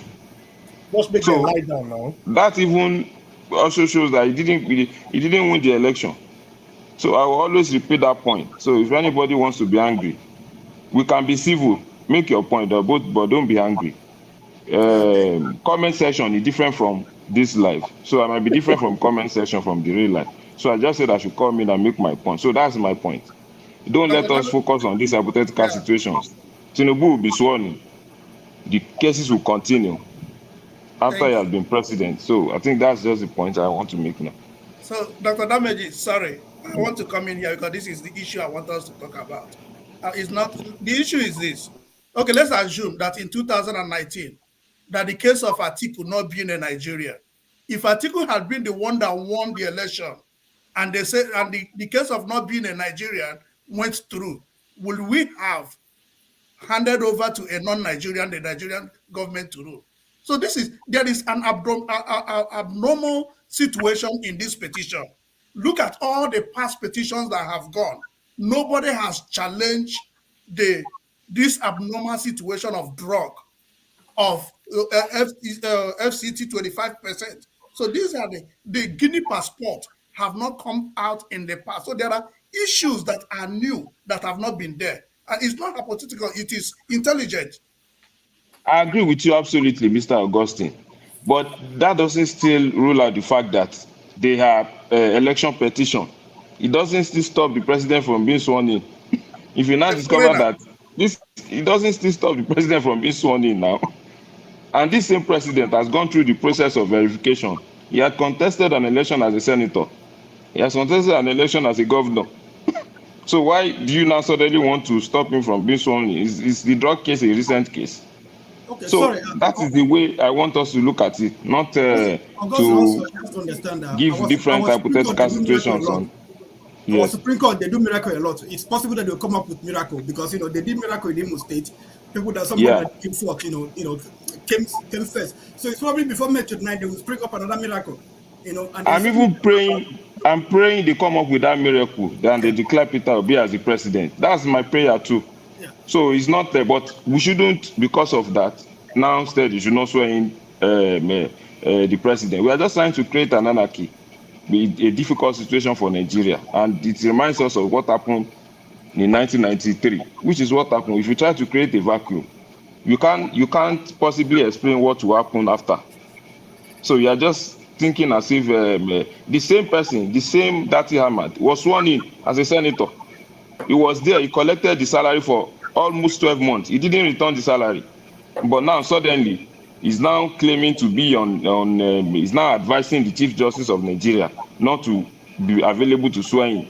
On what moral standing is he saying it? Can you address issue and stop running around? The issue is, this is Which abnormal. issue are you talking about? What was Dati Ahmed's case? What was being challenged was election issue. It's not about anything being challenged. It's about any issue you have with the candidate. The issue of drug case, he didn't win 25% in Abuja. I don't know how Abuja suddenly become another state, because Abuja is not a state. That is why if you mention anything, you always mention including FCT. That's the normal statement. If you said, who is the governor of Abuja? Because it's not a state. That's why you mention it. It's not that the president is considered as the governor. No, you are the one giving the interpretations, because Abuja is not a state. That is why if you are making any conversation, I constructed 25 kilometers of road in all states of the federations, including FCT. That's the way people make the statement. It's not like I'm putting Abuja as a super state in that context. I developed an infrastructure in all the states in Nigeria, including Abuja. It's a normal statement. It's not that I'm giving Abuja a special power. That's the point. Yeah, so the 25% for me. Let's allow that to sit on this case. We're not spinning it out. Thank you. Yeah, there's no. Please, I like to answer something, because my people say either you are Anil or Ranala, either you are a bird fly or you are rats walking on the floor. I don't know where you belong. I met you first on the night of the election. I made some comment to challenge me that it's not true. End of the day was true. Which comment did you make? Can you remind me? I meant my people used to say either you are bird up there or you are a lizard, you are a rat. I don't understand your speaking in a language that we understand. What I mean, you should take a side. It means you take a side where you belong. You don't go from code to code, deceiving people. It doesn't make sense to me. I don't tell you my own comment. When Dr. Damages opened this show, it's not about taking a side before you make a position. Make your position. I'm making my position. I don't need to tell you whether I'm obedient or not obedient. I want to ask you something. My question is this. When the letter say and FCT, what does that mean? Uzo, hold on. Uzo, I don't like Uzo. You're my man. You just came in. You didn't say hello. I didn't call your name. You just join in and start talking. Why do people do this? What's wrong with how? How is that possible? Nothing. Nobody talked to you. Just join in and start talking. One snap, and Fokola. I owe you. I beg, forgive me. All right. So Uzo, you have to hold on. Let me hear Mama Echo raise her hand for a long time. Let me hear what she has to say. I'll come to it. I hope she will not start abusing again. No. That election that they were deepest in, that is a fair election you are. I've never said anything about fair election. We are No, analyzing the you say petition. he won. Simple. You say Baba Blue won. No. I didn't say You Baba Blue said won. No, it then I've now. never. Why No, you wait. deny See your that. own statement? No. In all I my heard you. I'm not deaf. no, Now Mama leg issue. not called for accident. Not be my brain. I heard you. Mama, I never said. Abba. Mama, wait. I Abba. never said. I never You said. said it. I am saying what Oh, I heard. hold on, Mama Echo, hold on. Why are people picking on? So, for example, if I want to, I'm a reporter, I'm writing something for an American newspaper. I have no right to say that Tinubu did not win. I will say that he was declared the winner. I'm He not was sure. selected. Hold Me and you on. not go join that language say you win. I Yes. will say he is selected. I know you can use your language, but I'm saying I don't even know what BQB said. But what I'm saying is that this has nothing to do with anything in terms of the conversation we're having. Whether you believe he won or he was selected or he didn't win, or it doesn't matter. The issue I think we're discussing is what will happen on the 29th. Okay, what are the rooms? What is in the constitution? What will happen? That's the issue. It's not about what you think or what I think. It's not about what BQ or anybody here thinks. And I want people to start thinking about that. This is not about us. It's not. It doesn't matter what you stay in your home and think and hit the wall and punch the wall. At the end, what will happen will happen. So we can discuss what is in the constitution, what the lawyers are saying, what we think should happen. But we have no power to change. I want people to understand this. So when you pick on someone and what they're saying, whether they say that he won or he was elected, it doesn't matter to me. I hear people use any expression they like. I don't care. That you said that he was selected doesn't mean that on 29th, if nothing happens in the court, he will be sworn in. And nothing might happen. Okay, let me go to Uzo now and hear Uzo. I'll come back to you, Mama Icho, because you're picking on something I don't think is necessary. Uzo, go ahead. Welcome to the show. Okay, all protocols are the other damages. They will know even in Diala. If you hear that, I greet I hail everybody. My own I joined the show earlier on. I listened to background, listened to the visitor, everything he said. For me, I have no comment on that, but my concern is always a lesson to be learned on this past election. This is the first time me myself, for example, I appear an interest on how Nigeria is going to be. Nigeria is going to be good. I'll never be a fan of any party. I'll never be a fan of anybody. Yes, I know when he was an Anambra State governor, all things he's done. We followed him before now. We are following him, but not as a president. People enter the scene because of hope of what they have. At the end of the day, it happened as it happened. Nigeria never happened to you. People say that now Nigeria happened to everybody. So I'm always saying this. Let's look back and see the way to get it fixed, and be straightforward on things and know where we belong. Either you are cold or you are hot. Either you are A, you are B. It can't be A, B, B. Today you A, today you B. That's what I'm trying to say earlier on. All right. Either you A, you B. Everybody bring their case, all right, and dialogue. Even in the sister conference, they dialogue for something. They dialogue which one is the best to go. But we can't be A today and talk good. Tomorrow it become B and talk A against B, which is not for me. I don't understand such things that goes on. And I want to ask someone to make you understand. They said and that in electoral law and FCT, why must that and FCT come in a place? They could have one living like that, 25%. All right, 25%. But putting an FCT, I know this is where people are getting more. They don't understand when you put on something. It's just like you are going for anywhere. They say, okay, bring birth certificates, bring this, and your light bill to prove your residency. Yeah, bring this, and your light bill. If you don't bring that light bill, and that light bill, you don't bring it, then they'll send you back to go and bring it because it's added there. So that's what I'm trying to understand. That why must they put that and for you to be a winner in election and FCT? That's what I just want to know. Thank you.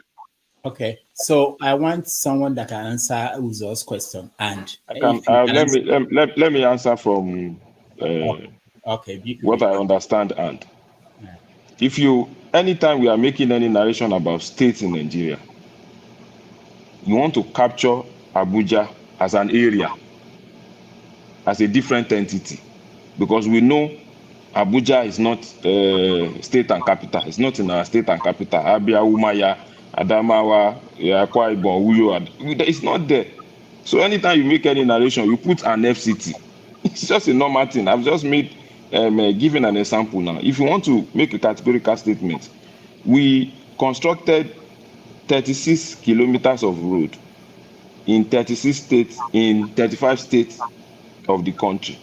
And FCT is just because you know that FCT is not a state. So it doesn't mean that you are making FCT to be, FCT is different. That's the point. So making it look as if you must score 25% in FCT. That's just our own interpretation. From my own interpretation, FCT is just one of them. But because FCT is not a state, that's why they have to put an FCT. You have to make 25% in 2/3. That's it. An FCT, because FCT is not part of those states. All right. It's not that it's compulsory that you must give 25% in Why do they FCT. conduct election here? That's If not a state, why do they consult? They don't. I know they don't. No, There's no governorship election. You're asking another question. You're asking another question because You answer it's now. not a I want to state. try another question for you. Yes, it's not a state now. That's why they are not conducting governorship election. So in every So narration you must add why an they FCT. conduct election there? Uzo, are you saying that people there should not vote for a president? Should not vote now. It's part of the entity of the country. It's part of the geographical area of the country, and it's not a state. So you always have to put it in your statement. An FCT, that one is a simple narration that you make in every statement that you make. So it's not about ascribing any special privilege to that. So can another person contribute on the same issue? Obviously, anybody else can interpret. Before you do that, let me welcome Rockland to the show. Welcome to the show. Thank you, Dr. Damages. Thank you very much. I hope you can hear me well. Yeah, we can hear you. Go ahead. Okay. I have listened with a lot of intense interest at the contributions made. I think there's one thing we have to understand. When the elections, before they took place, I was always concerned. First, not necessarily because there would be rigging, because rigging is always a pivot in Nigerian elections, as everyone knows, not today, way back to the 60s, but as to the institutional framework that would help support a valid mandate or something we can live with. And in that institutional support, we'll think about naturally INEC, and then of course the courts, their constitution. Are we guaranteed that we would get a fair decision on the cases that are brought before them? Because remember, political cases are highly explosive and there are multiple interest levels in them. This really is my worry. And that was why I was a bit wary that as much as many would love Peter Obi, that aspect of our own system, the institutional framework, is what may let us down at the end. That's all I think. So it's all well and good, you know, the contributions made, but I fear for our institutional framework. That is the truth. Thank you. All right, thank you so much. I'll go to Austin, then Mama Isha, I'll come back to you. Austin, go ahead. Okay, yeah, thank you, Doctor. I so much love the issue and the way BKB added it. But I know that the English word and including are not the same. And if we had wanted 24 states, making 24, they would have simply said, and I know that any word in the Constitution are not carelessly made. And I'm not taking mastering on this position, but I'm only opening up an opinion to this position. Because if they had said you would make 25% in 24 states, including FCT, but when they said FCT And the FCT is a special bride in this case. Why? How would you have a president that is not popular residing in Abuja? So you need to be popular in Abuja because only one senator represents Abuja. So if you're not popular in Abuja, if you're not accessible by the citizens living in that location, you might be a very big danger to that location. That's my submission. And I don't think I can take the position of BKB because Abuja cannot just be relegated. It's a special place. Thank you. Okay, I just want to make sure you guys know that senior advocates of Nigeria disagreed on what that means. So when you are talking, just be aware of that. Mama Icho, go ahead. Dr. Odwa, I'm glad you said people look at this. And when we say people, it includes children. And most of these children, they are also smart and intelligent. They were there during the election, and they are still there now.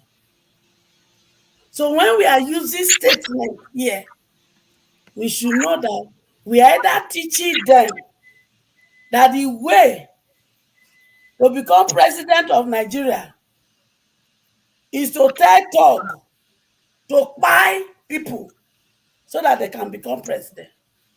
Or we are teaching them that that way we saw in this 2023 is wrong and it's not the best way. So let us have them in mind in our discussion because they are learning from us. Then those ones are being English past me. And this and this, it makes two. So when we interpret this, our so-called, I dey wonder. And for those senior advocates, some of them, waiting I know they be senior association of non-entity. That is what their stand for. Because after they don't collect Ghana must go, they go begin to twist English and say we not read English. This phone and this. So let us not come here and begin to twist English.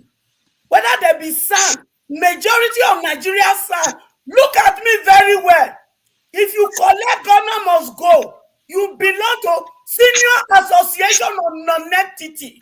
That is what you belong. If you collect Ghana must go to provide justice, you are not a senior advocate. You are a senior association of non-entity. Look at my face. Now they hear me because you people are not teaching us anything that talks about justice. If you want to fight for justice, stop to collect Ghana must go. Fight for justice so that we can correct the impunity in our land that has made us a caricature in the global world. And if that does not make sense to you, you do not belong to the class I call the Senior Advocate of Nigeria. You belong to the class of Senior Association of Non-Entity People. Thank you. I'm going for another meeting. All right, thank you so much. Omori, hold on, Rockland, I'll come back to you. Omori, welcome to the show. Dr. Damages, good afternoon, sir. Thank you for having me. Yeah, always a delight to be here. How are you today? Fine. It's really well, I'm fine. Okay, good. So, have you been watching? Yeah, I've been watching. I just closed from church. I was watching. What really prompted my interest was the contradiction made by, I can't really see his name very well. Did he disappear? He was trying to, he was neither here nor there. If you say, they said, this is not an English class, but it would be nice to try, no matter what our political affiliation, our tribal affiliation is, let's say the truth at all times. Let's have the courage to say the truth, no matter who else is God. If you say 36 states and Abuja, there's a difference between and all. If you say all, it means it's optional. If you say and, including Abuja, So if you didn't score certain percentage of sisters and Abuja, there's an emphasis on that and Abuja. It's not like or Abuja. If you say or Abuja, it means you can either or not. If you say an Abuja, you have to do it in Abuja. So he contradicted by saying and Abuja, and at the same time say it's not compulsory. It's our own, permutation. I don't know what he means by that. He didn't win. He didn't win. They're trying to force him on the people, and people will continue to resist him. There's a difference between you might be in government, and your government as well lack legitimacy. If it doesn't have the support of the people, you don't have it. You don't have it. You don't have it. And you cannot give what you don't have. No matter how they try to, bend it, it is clear that he didn't win. He didn't win. This issue came up sometime in, I think, Second Republic. Where Obasanjo, tactically imposed Shagari on the people. A mathematician was invited to come and, do the arithmetic. At the end of the day, they still went ahead, and even before the arithmetic was done, somebody was sworn in. So this is not new. If you say an Abuja, he must score certain percentage of votes in the 36 states and Abuja. So if he didn't score it in Abuja, he didn't say all Abuja. All means optional. Either this or that. And means you have to do it. You have no option. Thank you, Dr. Damages. All right, thank you, Omori. Jay, before I come to you, let's go to Mr. Scribe. He's been here for a while. Scribe, go ahead. No, I've been listening in. I think I'll continue listening. But I think DQB was following logic. I don't think he ever made any conclusion. I'm a little bit taking. Well, I'm not surprised, but I'm, I don't know if it's no longer. Are we not no longer allowed to think, or even though we people expect a certain conclusion from us, but then at least I think he followed his own line of thought, and I feel like it's unfair that people were not listening and just once this is my problem, my beef with obedience, don't come after me. Is that if somebody dare espouse ideas that you guys just want to hear one thing that Obi wants to win, fair enough, okay, fine. But then if somebody else is following, sort of like precedents, we know this is Nigeria, right? Once Tinubu becomes the president of Nigeria, the Nigerian 1999 constitution gives him absolute powers. So you have to be wary of it. And I think there's nothing wrong with what DQB said. I genuinely believe there's nothing wrong with what he said. I think he went with his own line of thought. And so, yeah, I'll just continue listening in. And yeah, that's my position, though. All right. Thank you, Jay. There's something you said. You reminded me of watching American football. When I watch teams that are not, I have my own team. When I watch other teams playing, I don't care who wins. But when my team is playing and they're not winning, oh, you see me. So I think that's how I understand all these people who support these candidates. I have no candidate, and I'm not kidding. And it's easy for me to watch what's happening. All I want is, make sure that the referee is doing the right thing and the game is going the way they said it should go. And that makes it easy on me. But I understand why they may not, people may not find these things easy to discuss without going crazy. Jay, welcome to the show. Yeah, good evening, everyone. Good evening, Dr. Damage. How are you? I first the follow now before that I did drive, so I know if he just enter. Then I better log out before now. See, you get one thing with the verse me, and I want make people help me for one question. I don't know if I did inside on a matter now, but to get everything I know understand. Maybe you, Dr. Damage, or anyone here. Like for example, maybe a competition that has a time limit, maybe 20 minutes. Then you have to run a race for 20 minutes to be able to win maybe a car or anything. Then before this 20 minutes, you'll be able to get there. Did you win it or not? No. I didn't. I got lost. Say it again. Like for example, you have a race, and this race has time limit. Someone just come up with something like, okay, if you can be able to run 2 kilometers under 20 20 minutes. minutes. Then you make it in 6 minutes. Do you win it? I think so. Okay. Because there is one thing Keyamo said. I'm really upset with Keyamo. Like, seriously, you see this man, I don't know how it becomes concerned. You understand? Because he always says they have 180 days for this court procedure. This 180 days starts from tomorrow. So I think if there is enough evidence, like the judge look into it and says within 1 week, I say, oh, okay, this thing is like this. If you go in favor of Tinubu. So this 180 days, I think, is just the time, not the day it will end. Oh, okay, yeah. Let me maybe I can explain this. This is what I think. I don't know what Keyamo said, but this is what I think they are implying. So even if the judge, remember that we are still at the beginning. Even if that judge rules against Tinubu, they will go to the next. I think they go to the Supreme Court of Appeal. I don't know this. Yeah, they will go to the next court. So it's not they know that they have in total they have 180. I thought the count.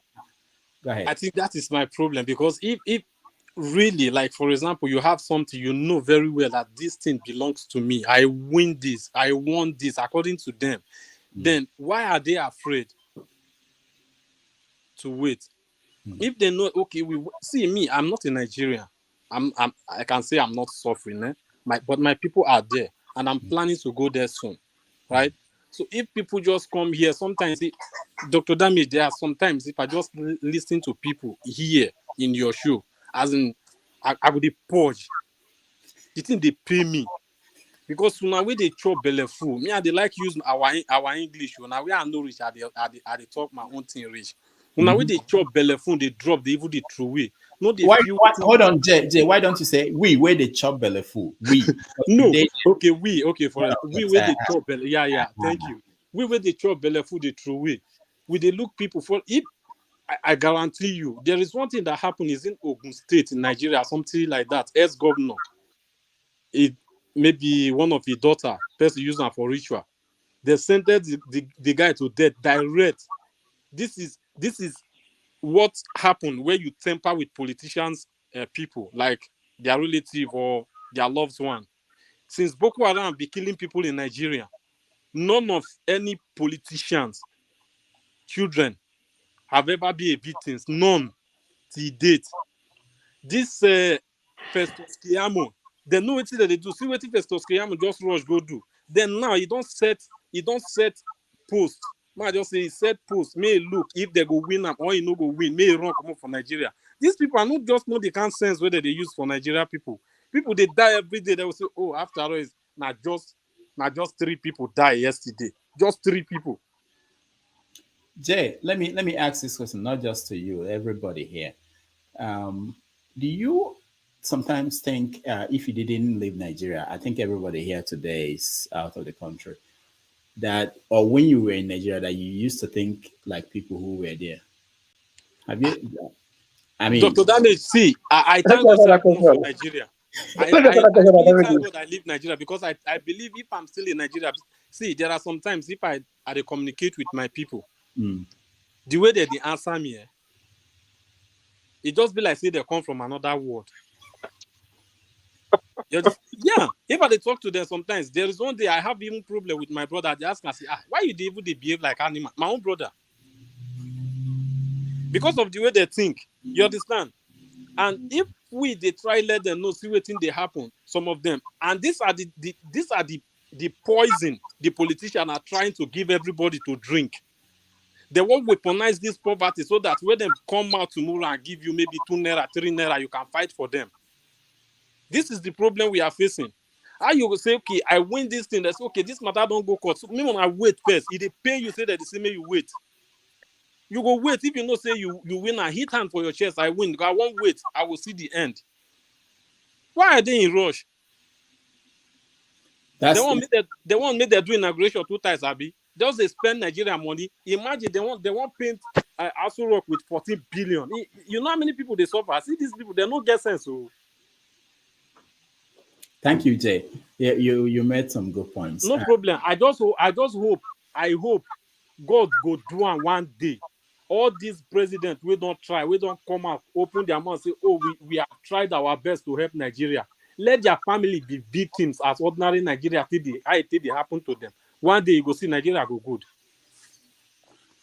Thank you, Jay. But let me also say, in America, I've seen people who were victims of gun violence. They come out and say, I still like people should have the right to bear guns, to carry arms. It shocks me. So I think the same thing in Nigeria is if you see someone like Okadibo, the way he died in Nigeria, if you guys know him when he was a Senate president and everything, or if you look at what's happening to the child of Koremadu now, it's not that they are not victims or they don't see it doesn't impact them. It does in some ways, but I think they're incapable of changing. And if you've been around these people, what they think about every day, and their primary goal is really about acquiring things. I want to say something about. Sorry if I did take on time. Like somebody like this, Ekuri Madden. Yesterday I did see some kind even from Sahara reporters, because for me, I anything I see from Sahara reporters, 100% believe say, okay, this is true, because this guy no belong to all these politicians where they lie. You understand? I see say Nigerian prominent people they write to UK, may they pardon this man. I wish na their Pekin. Now this man want to. I guarantee you say they go even write to UK, say may they give a life sentence. Sure, you see what thing they happen. They won't pardon him. One lie. I'm sorry. One lie. Ex-governor, this man in Gige, they come and say his salary na 900,000. You hear what these scam people? May God forgive us. It's okay. I'm done. Yeah, Jay. Please, guy, my brother. What I would say to you is that Nigeria never put anybody. We that grew up in Nigeria, you know how it is, know how we struggle. Sometimes you leave Nigeria, they will answer you that where you go quicker. How do you manage to leave Nigeria? Let me tell you one thing you understand in Nigeria is that Nigeria wake up every day, everything is normal. You run a traffic light, it's normal. You jump from one lane to another lane, it's normal. Even this election that girls go past now 80% of Nigerians have continued moving on. It's normal. All right, that's where our main problem is. And now, when my wife came to Montana International Airport, we are heading to one African country. This guy is a white guy with a briefcase. He jumped from the back lane to the front lane when he was on the line. All right, everybody think it's normal. All right, like he need to do that. It's normal. It's Russian. It's normal. My wife went there and drag him back. Hey, okay, go like, if it's in your country, will you do this? Will you do this in your country?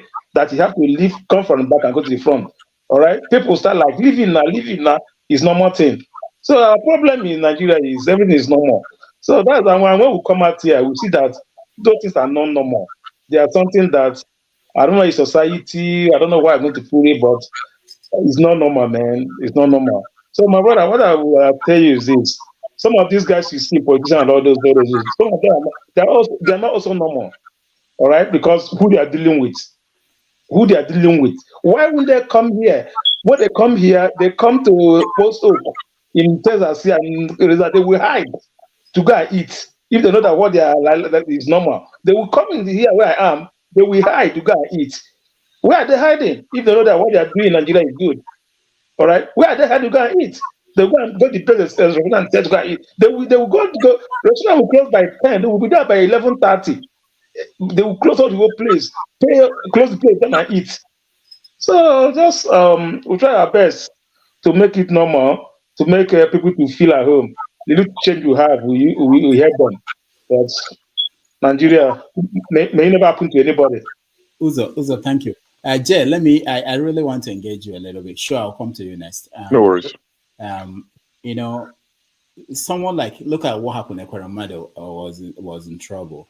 And someone like Olusegun Obasanjo wrote a letter appealing that they should release him or help, reduce the sentence or whatever. The point is, you see, if we say that Obasanjo fought corruption and Obasanjo knew that Koremadu, at least we know that EFCC had a case against him where they listed about 44 houses he owned all over the world. you think that Obasanjo, that's enough for Obasanjo, someone like Obasanjo, to disassociate himself from someone like a Kwaramadu. But no, because they are in a gang, they're all in one gang, all the political class. But it's ordinary people that go out there and fight each other. When one of them is in trouble, they come together and find a way to solve that problem. But we outside will be hitting our head and abusing each other, and that should tell us something about what is going on. But this is something I asked, and I don't think anybody answered me in terms of how people used to think when they were home and what changed when people leave home. I'll give you another example. I went home recently, not recently, one time, and I entered a taxi, and the gearbox of Nigerian taxis, when they move it, smoke from that should be going out from the exhaust will be coming into the car. And I thought I would die. I was seeing sulfuric acid. The molecule was coming into my nose. I opened the window. It wasn't enough. It's already on the highway when I saw this, and I couldn't stop there and stay there and be waiting for another taxi. I thought that was the end. So we got there quite all right. Twice during my stay, I entered another vehicle, the same thing. At a point, I didn't notice it anymore. By the fourth day, it was normal. I didn't die. It became normal to me. But the first day, I thought it was the end of the world. So I think when we criticize people at home, when every day you wake up and you see these things happening, eventually to make you numb. I used to be a reporter in Lagos, and I go out at maybe midday, come back in the night. I could count number of days I would go out, I won't see a dead body on the street of Lagos. And dead people became nothing to me, that someone died and the body. If I see a dead body in America here, it would be scary to see somebody lying on the street dead. So that's what I think. Sometimes when you are there, when you see these things every day, they make appear that you are powerless. You just have to accept it. Some people are powerless. They think they can't do anything. So we have to. Okay, even Obasanjo corrupt. Obasanjo no like Tinubu. Now he make and they do all these things when they do. I wish na person when he like, if I don't put on for a agbada. Obasanjo no like Tinubu, he corrupt. Why he no make all this amendment when he did it? Why he no do all these things, all this nonsense stop? This nonsense start from where he did. Even this election ring, it start from his side. It happened during his time. So now he's supposed to change him. This way be say, okay, you don't do them. All these things don't be problem. Then as you see, you won't come out. You're supposed don't maintain the area so that what you know will happen to other people. You lay foundation for people now. The foundation can't go up now. You won't get wings where you won't come break them. How you want to break them? Exactly. I wasn't clapping for him for whatever he was doing. I was criticizing. Yeah, because I was even very angry when I see Obasanjo right to UK, made the pardon who made the use of Obasanjo PKMC. Thank you. How you go to write that kind of nonsense later to people? Made the pardon who me self. I'm not even happy when I see saying just 9 years. I was even expecting like 30 years. Thank Seriously. you. Because this should send a message to them. These people are coming to Europe every single day, every minute that they run come. Wait till that they see it, they know they can't and go home. Imagine they want to do election, they see Obasanjo leg for sand. They see all of them. They match grass, go they vote. But when they come to Europe, they will just the other time when they go US. Now one boss they load all of them put. These people don't get shame. Thank you. Get shame. People they say, well, like for this question when you ask, where we in Nigeria, how would they reason? We not be reason like these people. Most of them school for Europe before they come Nigeria, come they rule Nigeria. They see something here, they see how things they work for this area. But they don't want to that one come. But Jay, yeah, that's true. You know that there are most people who lived here who went back. Sometimes they turn out worse than the people who didn't leave Nigeria at all. Like Femi Kayode is a good example. He basically grew up in Brighton, went to school in Kent University. He's one of the worst ones. So there are people like that, and just so you know, also to add to what you're saying, there are people here who are also helping them to steal money. So for those people, when they go back home, they are going to continue in an environment where they don't have any fear. So it's not like everybody here is tuned into where they live in and why that place is functional, or is even interested in making Nigeria functional. A lot of people are just thinking about their pocket. Anyway, sure. Go ahead, Pastor. Yes, sir. Go ahead. Yeah, good evening, Rudolph, and good evening, everyone, and to the guys in the chat section as well. I salute. Jay, see as your hair fresh like this, if in Nigeria you did, if I don't profile you already, therefore don't stop you, collect money, bully you, things that don't matter. You get tattoo, you don't get tattoo, as if all those things count. But you're in a same climb, so we thank God for that. Yeah, at the same time, if you get computers in there, you see this tattoo. If you don't say get computers in there, 2014 in Lagos. They go even share the hair to join. I nearly draw this tattoo when I went to Lagos in 2014. Then my guy just come village. I say my guy is fresh. I say, I'll follow and go Lagos. I go stay Lagos because I don't like my village again. I don't come up fast. We reach Lagos. We don't maintain the house where we rent, pay house rent, do everything, maintain this house. Later, Mo go eat farm. I get one Malawi did the frontage. Mo eat them. My guy say no. He say get fresh one with the corner. We enter corner. Sans hold me because of tattoo within my hand. If you see what they use my hands and my eyes see, beat me finish. Collect 9,000. Sorry, I shouldn't laugh. Give me 15 naira. I'm at the enter transport. They go back. They say, man, they cut my tattoo. Come out. Give me razor. Now one woman come beg them before they leave me. Can't give me 15 naira. They said they even lie to the woman. Tell the woman say they won't help me. Man, I take the 15 naira. I go back. You see what the people they pass through. That was 2014. It's crazy. It's gotten worse. That much I can tell you. It's gotten worse. The way people are harassed and profiled. As a young man, young lady, you look good, you dress well, you have a laptop, you have a decent phone. People every day reporting on Twitter. There's I think one of the police PROs, Prince Ademo or something, Prince something. People will tag him. He will reply in most cases and say, in some cases it would show pictures and videos of these officers being questioned and all of that. But it's a regular occurrence, and we only hope that things get better with the society as a whole, because that would affect the policing in Nigeria as well. Anyway, to answer Rudolph's question, I'm not sure if it's disappeared. Okay, so I'll try and take these things one after the other. Hopefully I don't forget anything. So to answer Rudolph's question,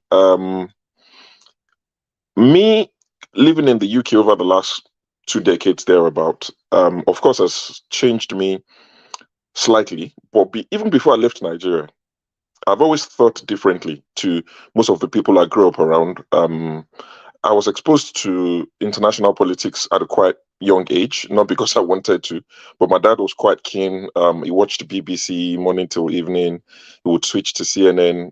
You can tell, it was left-leaning based on the channels he watched growing up. So there was this cable satellite provider in Ibadan at the time called West Midlands Cable Company. Or so if you lived in Ibadan, you probably know them. So, had cable satellite. So I saw quite a lot of these things growing up. And I would compare it to what was going on in Nigeria. I know before forefathers listening, be like, oh, they're not the standard. Don't say that. But I just preferred what I saw. I followed the Gulf War from around when it started. Every Saturday morning, if you grew up in Ibadan or BCOS, Saturday special, they had 20 minutes around the world.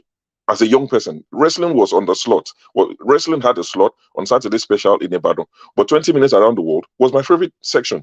I wasn't 10 years old, so I was quite interested in politics at a young age, and I would see the fighter jets, Gulf War. I watched the W. Bush debate. Then I saw Tofa and MKO, and it was a shock to me. And I thought, what is going on here? And they were asking Tofa how much was a Congo of Gary or so, and I thought, okay. As a young boy, I couldn't process it properly, but I knew that the standards were different. What are they talking about? So that was the first election that I actually, followed because of the military since, the early 80s or, mid 80s. So 1993 was my first proper election, my first election I followed in Nigeria. So from a young age, I told my friends when we got to junior secondary school, people that I just met in GSS1, we didn't go to the same primary school, but I told one of my friends, he said, how did you even decide at a very young age that you're going to leave Nigeria, that's not for you? Because I just thought, this is not for me. This can be God's plan. This is not right. And, it wasn't like I was struggling or anything. My parents were okay, decent, things that were considered luxury. Leventis, UTC, shopping every Saturday. So it wasn't like I was struggling or poor or poverty. No. But I just knew that there's something better in terms of society, sin, sanity. So I've always thought differently, but coming to the UK over the last 20 years, of course, has taken it to a whole new level, because it's easy to look back and think and say, how did we get it so wrong? Like the basic thing. I was talking to one of my friends about 4 years ago, the secondary school group chat. So we reconnected. And I told him, we're just talking about electricity. And I said, since I've been in the UK for 20 years, that electricity went off in my house twice, or every address I've lived in, altogether twice. One time, they wrote us to say it was going to go off for a few minutes. The second time, they didn't tell us, and it went off. And I couldn't sleep. Honestly, went off around 8 p.m. I just couldn't sleep. I was up till about 1 a.m. when he came back. And the guy said, sorry, twice in about 20 years. I said, yes. He couldn't even believe what I was talking about. So all those little things that we take for granted in the Western world, electricity, you put it on, it comes on. Water, you switch it on, there's water. All those little things were the things that I just thought, it can't be like this. My dad used to joke and say, if you disobey me, I will punish you severely, because I'm your minister for health. If you're sick, I pay. I'm your minister for finance. Every penny you earn, I give you. The government don't give you anything. I'm your minister for agriculture. The food in this house, I provide. I'm your minister for security. May God. So he used to just joke about like that. But you come to a different place and you can see that, okay, it's slightly different. So that's the way I've always seen it. But like I said, it's a new level. So that's to answer your question. Now, this 25% issue that made me join. None of us, or most of us, are not lawyers. So your answer will be based on who you support or supported during the election. It's that simple. And this is one of the things that shouldn't lead to an argument. I'm not going to convince someone like Kulata or Thomas in the chat section, or One Man if he was here, or BQB. I'm not going to convince you, and you're not going to convince me. It's not going to happen. So let's not argue. Like BQB said, say your piece and move on. No, you can't convince me that your own interpretation to make it worse, you're not a lawyer, except you're from Nasarawa, where they have judges who have been given 10 years to go and obtain their law degree or lose their license to practice. You're not a lawyer. So who are you to? I've listened to SANs, different people, interpret it. They will say, oh, you subdue this. I don't want to discuss it. But they'll try and, explain their own interpretation. You have SANs, people who are seasoned professionals, 30 years, having different opinions. So who are we not to have different opinions? I believe in simplicity. I'm a Peter Obi follower. People don't like that. Peter Obi simplified the problems of Nigeria. He preferred simple solutions. And they will say, these things are too complex. You can't just simplify it like that. They try to bamboozle you, like when they say the Bible, the pastor has to read it and decode it for you. No, it's written in English. Read it. So I believe and means and. If my 10-year, I don't have a 10-year-old, I have a 15-year-old and a 2-year-old. If my 15-year-old can't tell me what and means, I've done something wrong as a parent. And the schools will have to answer as well. And means and. Go and interpret it in any language. There are 9 people on the show. And we tell somebody who is not here, let's say forefathers or Ovie, please go on the show. The people on the panel, it's 9 of them. Please give 10 kobo each to 2/3 and Rudolph. So Ovie comes here and he gives 10 kobo to 6 of us, excluding Rudolph. And he said, I've given it to them. No. Give it to 2/3, which will be 6 people, and Rudolph. Rudolph has to get his 10 kobo. Otherwise, you've not done what you're told. My interpretation, you don't have to believe it. There are sons who have said it, so I'm not in the company of fools. And there are sons on your side who have said it doesn't mean Abuja is not special. See, they deviate from the subject. They start saying Abuja is not special. Abuja is not a special state. They are not a something. That's not what we're discussing. We're not asking if Abuja is special. The people who wrote the constitution, they have to explain, and I think this will be changed with time. It has to be amended. Because if I was a Tinubu supporter, I'll believe it. Sorry, what are you saying? If I win majority of the states, you're telling me Abuja, I will fight as well. Because it makes absolutely no sense to me as a person. And Uncle Alexander Gomez that's always dropping money for Rudolph. We thank him. We were having that chat before I came on the platform. He agrees. He said it's a BS rule.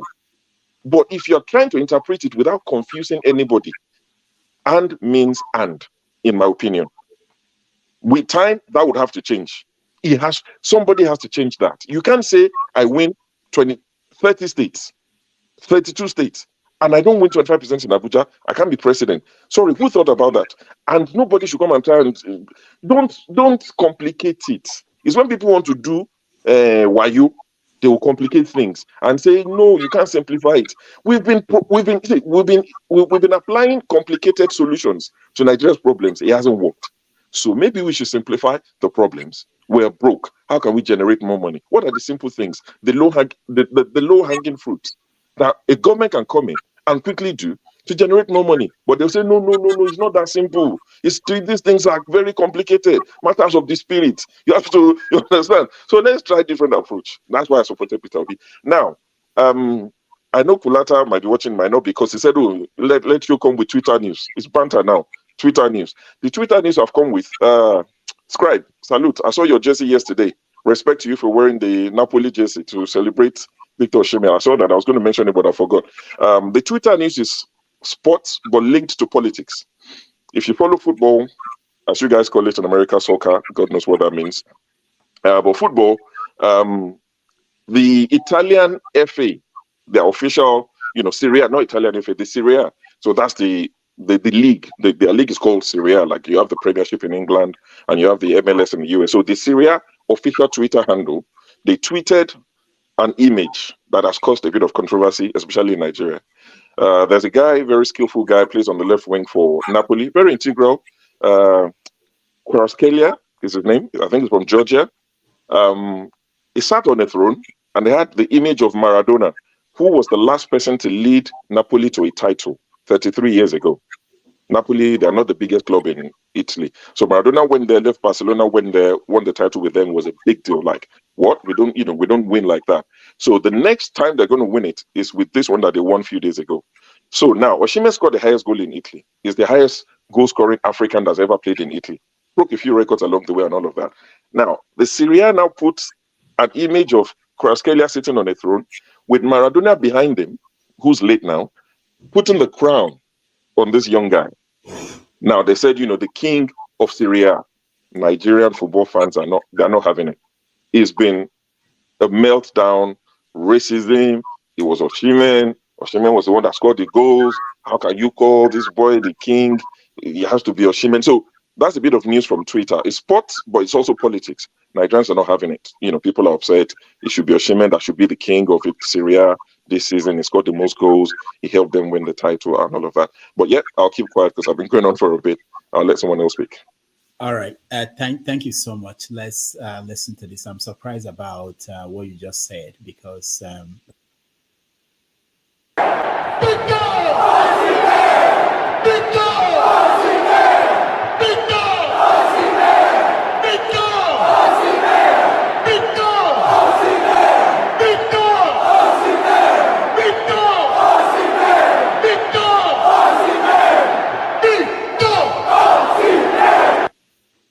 I thought they accepted that he was a major part in what happened. Anyway, the people did, but the establishment chose otherwise. Yeah. Oh, okay. All right. Adewale, welcome to the show. Thank you, Dr. Damages. Yeah. I know, Rockland, you wanted to say something before Adewale. Go ahead. Just a quick one, please. On the issue of construction of the Constitution that mentions 36 states and Abuja, one thing we have to bear in mind is that when these laws are written, they are never as easy to explain in practical terms. And that is why we always have a judiciary. And the word "and" in ordinary parlance is additional. But when you interpret it in certain legal contexts, it can be interpreted as disjunctive. And that is what we have to be careful about. Also, importantly, there are several rules of interpretation of statutes. I'm sure most of us know that.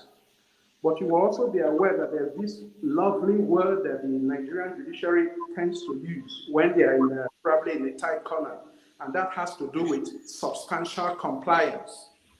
They might well, I'm not predicting that that's what they will do, but I'm saying that that may be another avenue when they say, oh, but if there has been substantial compliance with the electoral laws, and he has, at least looking at it from what INEC has put before the court, he has attained the highest number of votes. In those circumstances, he may well declare the winner, even if he didn't comply with that 25% requirement in respect of Abuja.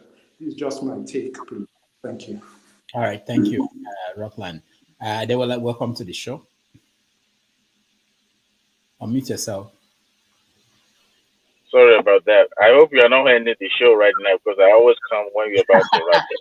I'm about to leave. I haven't gotten commitment from Scribe or anybody that they will take over. But go ahead. I'm still here. Scribe should take over now. He's always doing a good job. You know, like, is it forefather? Was this CM? Oh my goodness, your show is very, very hilarious, I must say. I know.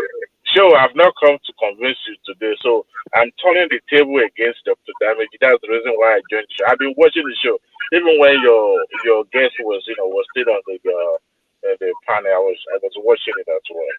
So I want to turn the table against. I want to ask you some questions. That's the reason why I'm joining. Okay. You see, under my name, I put a label, chief priest. Can you see that? Yeah, I can see. Okay, so the title actually fits you. You should be hiding it, below your name, so that every Monday or every Saturday, people will know that you are the soothsayer. You always say that incoming president. Eventually, they declare to put president-elect. So I've come for you to declare me a billionaire. That's why No. Let me look at the oracle. I will talk to the oracles, and I'll come back and I'll send me a picture of your picture. I will use it to present you. Screenshot me right now. I look good. This is my best picture you can get. That oracle must say the best thing. If it comes out negative, that oracle will blow. I mean, I'm a messenger. Anything the oracle says, that's what I report. I don't. On a serious note, what prompted you, putting that in your segment where you always refer to him as incoming president? Why? No, just looking at. I mean, in any election, when you look at the government in power, they have advantage over any other challenger. So. And the idea wasn't really that I was promoting him, which some people thought that was the point. The idea was I wanted to put a spotlight on him, even before he became the candidate of APC, that this is somebody to watch, and that Nigerians who are interested in what will happen should watch this candidate, this person that I know will run. Even before he declared he will run, that people should look at him. People should know, because there were people who were dismissing him that he wouldn't go anywhere and all those things. So that was the idea. I just decided I didn't see Obi coming. I didn't see that Obi would be a factor in this, So, and that was it. So what are those qualities or what are those characteristics you've seen in him before putting that flashlight on him instead of the candidate like Atiku or the rest of them? Oh. I didn't think that PDP would put out Atiku again. I was using the American system here, that if you are a candidate and you go out there and you fail, you should go and give room for other people to try.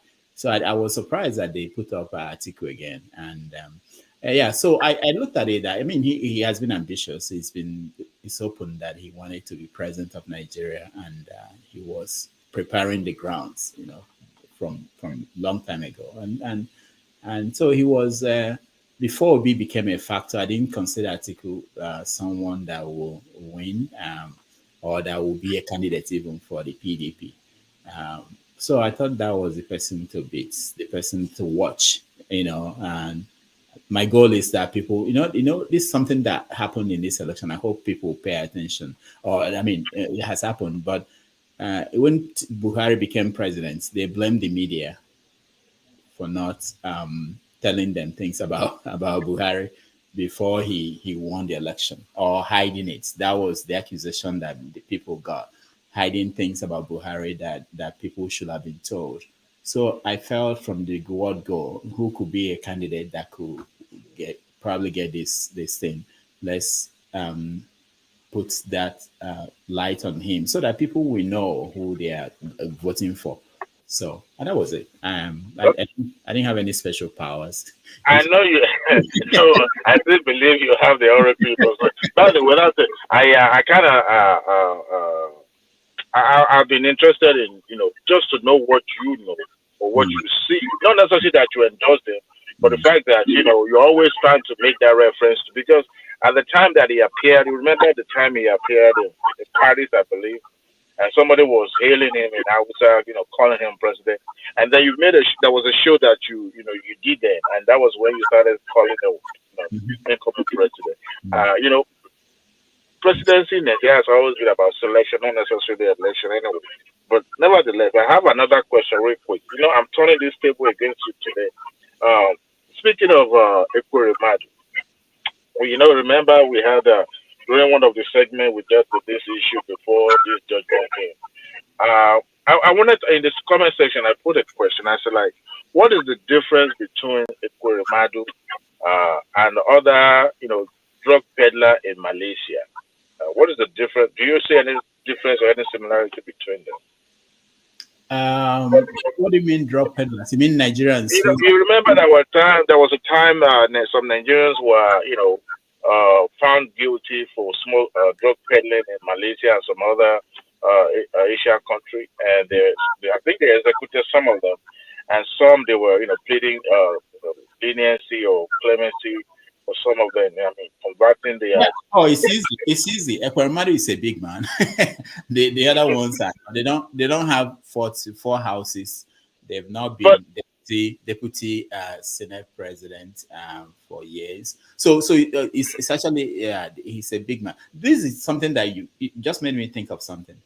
I wanted to tell you that the drug dealers are considered, most people will agree that they are doing bad things, but most people in Nigeria may not agree that what Ekweremadu did was bad.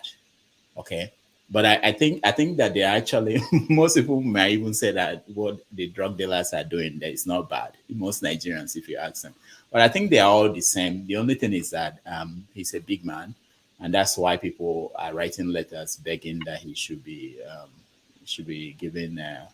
Not pardon, whatever they wrote, that it should be treated with kids' gloves, I think. So that's okay.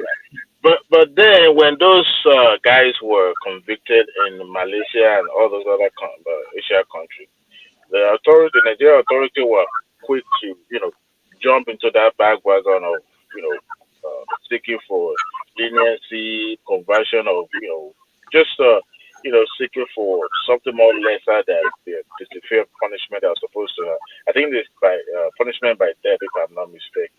So I wonder if the current administration is PDP.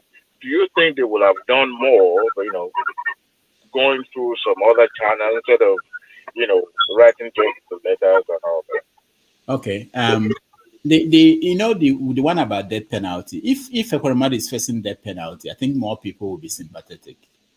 I think one of the reasons with the death penalty in Malaysia, why you may find even government officials pleading, is that most parts of the world people consider that extreme punishment for the crime. So that may be why. I don't know. But I don't think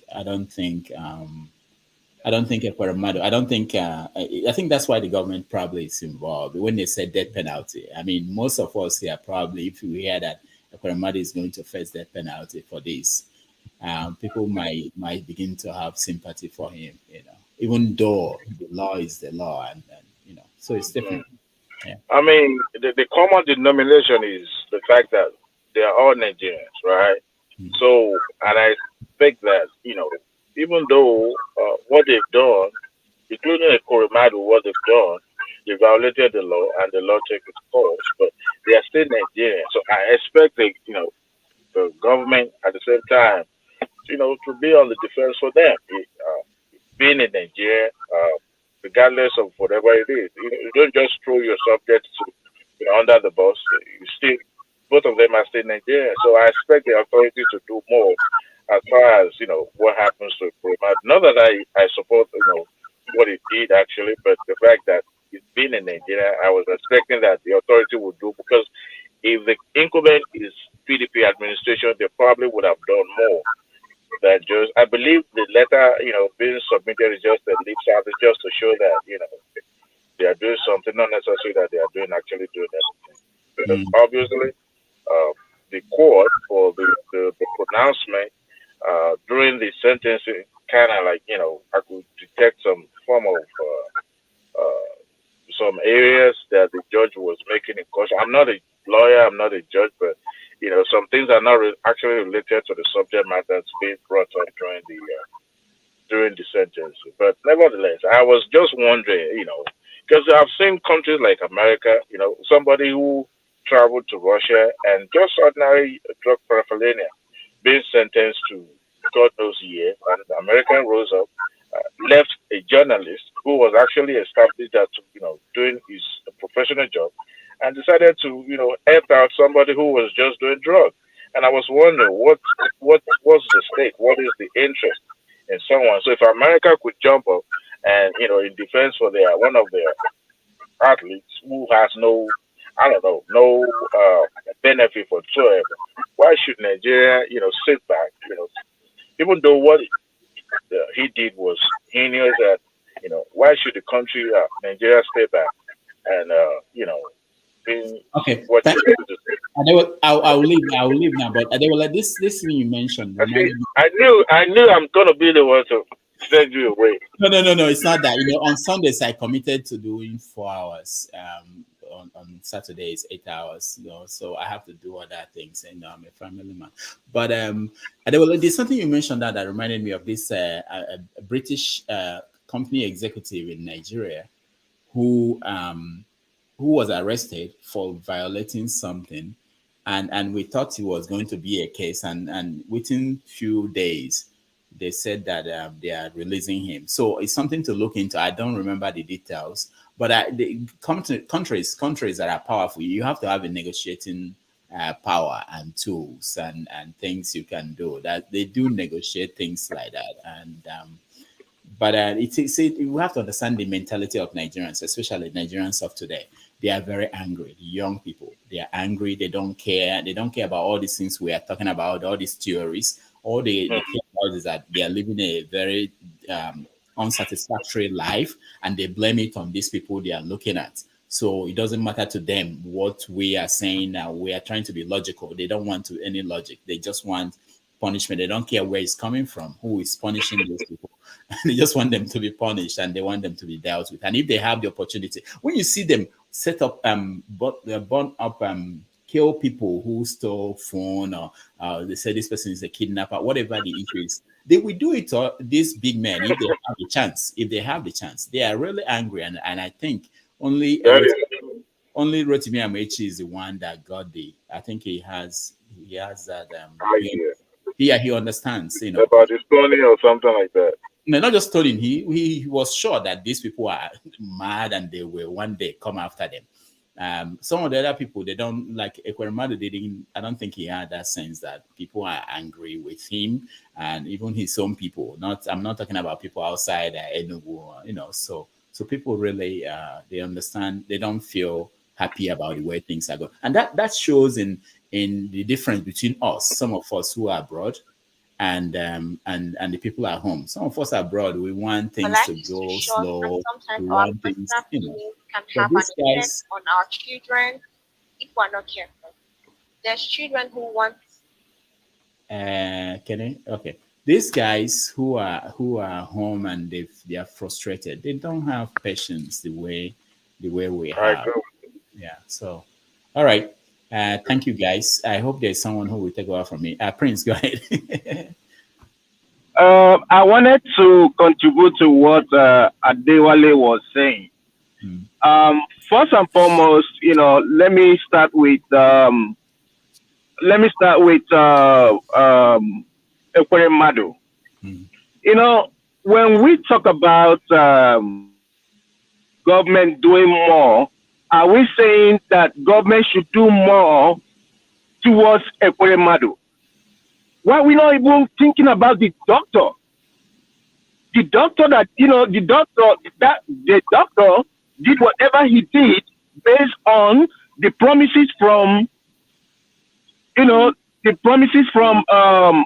from Ekweremadu. And he was doing it, in the sense that he's trying to save a life, but now he will go to prison. Not only would he go to prison, he will also lose his license. Ekweremadu coming out is gonna gain something. At least all the 40 houses he has, there is, he's made for life. My annoyance with Ekweremadu is this. There is a report that just came out a few days ago. Ekweremadu had some people approached Ekweremadu and told him that they wanted, for him to use his office to apply Senate. Prince, that's not true. Don't go there. That story is not true. Yeah. It's not true? It's not true. Okay. The other thing you just said now, that the doctor will lose his license, is not true. He has no license to practice medicine in Britain. No, they said he's going to lose his license. He doesn't have a license to practice medicine in Britain. That's what we read yesterday. Wherever it is, after saying it's in Nigeria that he was a license.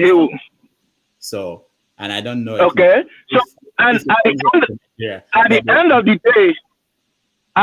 the day, when we talk about government intervening, the difference between this one and what America did in Russia is as a result of the fact that America has something to bargain with. What would Nigeria offer in exchange for Ekweremadu? What do we have? Are we gonna give them oil? Nigeria has a lot in excess to Ekweremadu. Nigeria has leverage, but this is the problem. Are we saying that the Nigerian government should exchange Ekweremadu with our oil or with something? I don't know. Yeah, okay. This is what you have to understand. Can I hold on? We have to welcome you to the show first before you speak. Oh, sorry about that. It's like open the door and get inside and start talking. No, I understand. Yeah. Welcome to the show. You're welcome. All right, so you can go ahead. No, I thought I was welcome when you said Ekene. That's why earlier. Oh, yeah, when you said Ekene earlier, I thought the welcoming was already done. All right, go ahead. Oh, so we have to apply morals in everything that we do as a country, because that's the problem we have.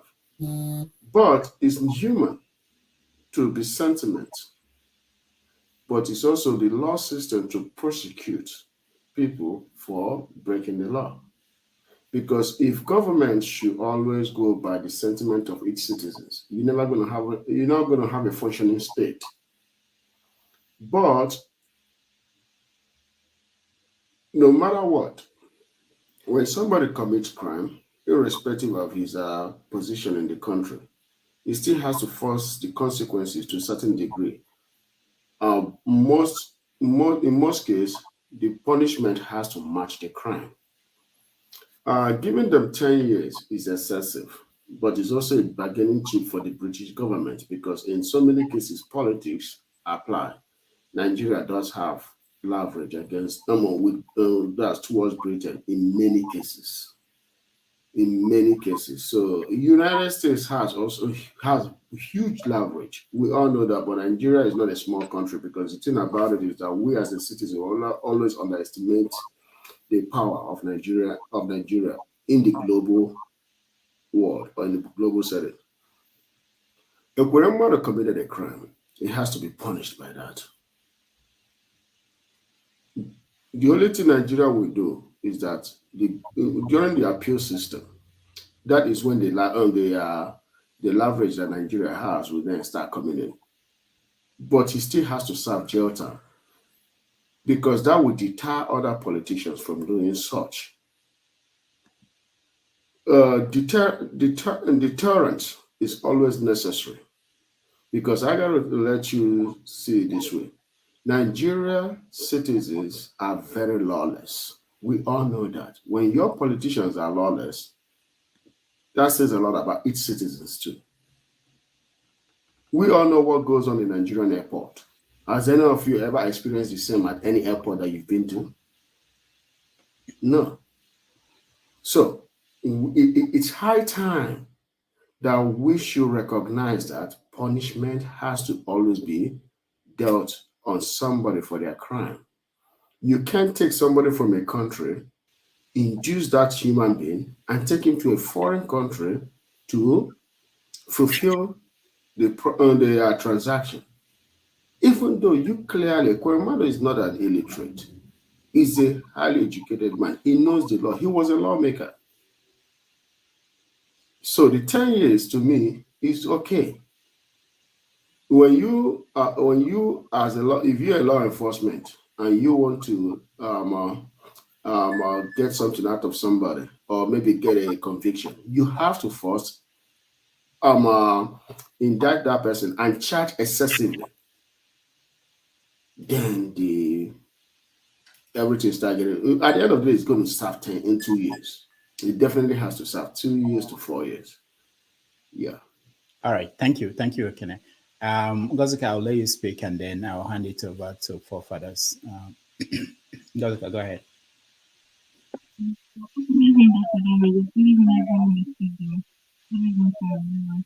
Your voice is not very clear today. Are you okay? I had one hell of it. I'm still having something. You know, stressing me up and down. I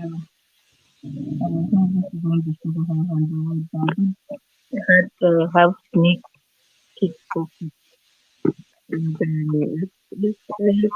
Mr. Hold on. Can you guys hear her very well? Are you hearing her very well? Is it or just me? Because I think no, is it okay now? Just echo. Yeah. Echo. Can you hear me now? Okay, it's better. Let's go. Go ahead. Yes, no. Okay. So I said good evening, everybody. I was not able to join the show on time. I was jumping cab looking for house. This was in anything another thing entirely. Don't wish it for anybody. But I was able to get I was able to sneak in and out of the queue. And I am surprised. I'll be surprised if anybody thinks the US or any other Western country for that matter takes us seriously. I mean, how can they? We don't even take ourselves serious. How can any other person take us serious? Did anybody see that wig fair that took place in Ghana, where they were telling the vendors to go to Nigeria and organize a wig fair? She's trying to take all their customers. This is Ghana next door. When I how many hours drive, they don't even rate us. I expect these people that have seen us finish, that probably know more about our president-elect than we do, that have all the debt on our politicians, both past and present, to take us serious. Come on, guys. It's not possible. They don't rate us, and they shouldn't rate us. If I were them, I wouldn't rate us either. I would treat us worse than they're probably doing now, because we do not have a bargaining chip. We'd never have. I think we lost it somehow, somewhere before the 70s. Maybe in the 60s we might have had a bargaining chip, but now we have nothing to bargain with. We have no respect outside our borders. Even Ethiopia, with all our refugees, you're telling us to get visas. So how can it's a sad one. I joined I entered the studio when somebody was saying something about what can Nigeria give in exchange for Ekoramadu's freedom. I don't know if I got that right. Yeah. Yeah. And this is my question: why should Nigeria give anything for a convict to regain his freedom? Why? Why should Nigeria have to give anything for a convict to regain their freedom? It's not like he was wrongly charged. He committed a crime. He was guilty. I still have my grounds with the UK.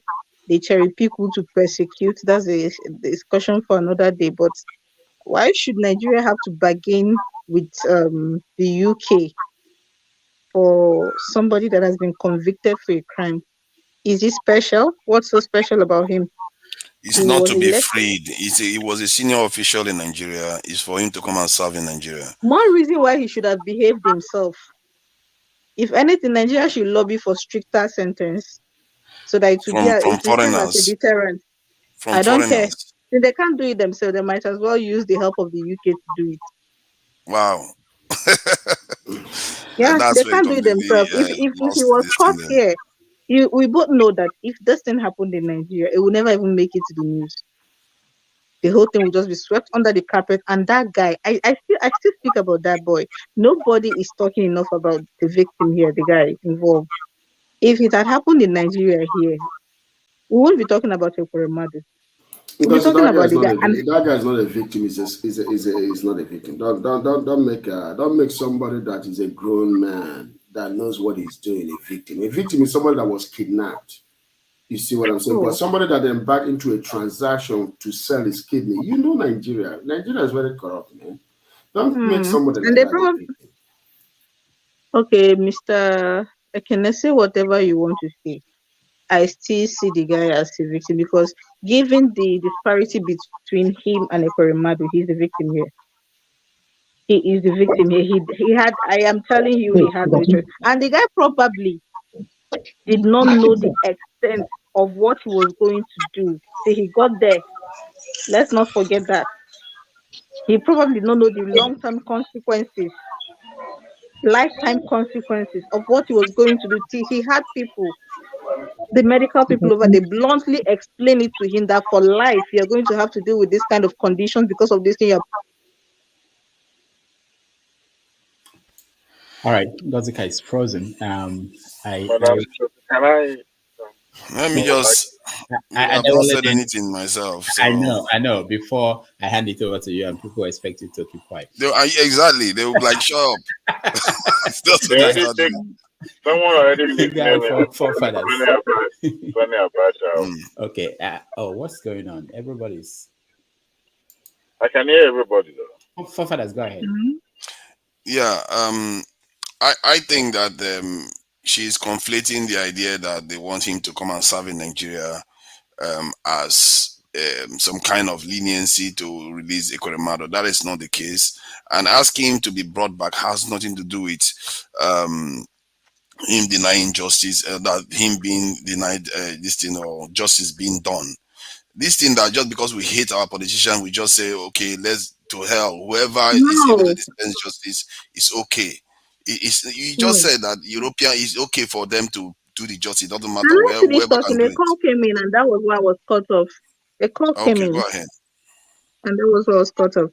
So right, I think it is very, very funny that you would argue that he coming back to Nigeria to serve the sentence is not the same thing as him being let off the hook. Please, it is definitely the same thing. If Ekuremadu comes, if he was brought back to Nigeria to serve his sentence, you and I know, or if you claim not to know, I can at least tell you that he will not spend up to a day in prison here. Probably house arrest, just for show. But prison, that could be the condition of release. Let's not do that. Nigerians do spend time in prison. What makes you think that the West is not the same anyway? No, you did not mention condition of release before you went that route. You categorically stated I was trying to represent something else, that if he came to Nigeria, he would serve his sentence. And I'm trying to tell you that if he came to Nigeria, he was not going to serve that sentence. He won't, not even for a day. So they might as well keep him there. And it is not hating on politicians. No. P2B is a politician, and I love the man. So it's not hating on politicians. He's hating on politicians that you consider corrupt. It is not hating on politicians. He's not the only politician.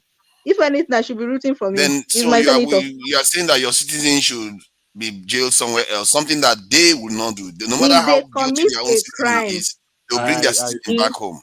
It I is think it it's is right it is to our look at own the ineptitude that for when their rotation. citizens commit crimes in our country, we do not prosecute them. It is not their responsibility.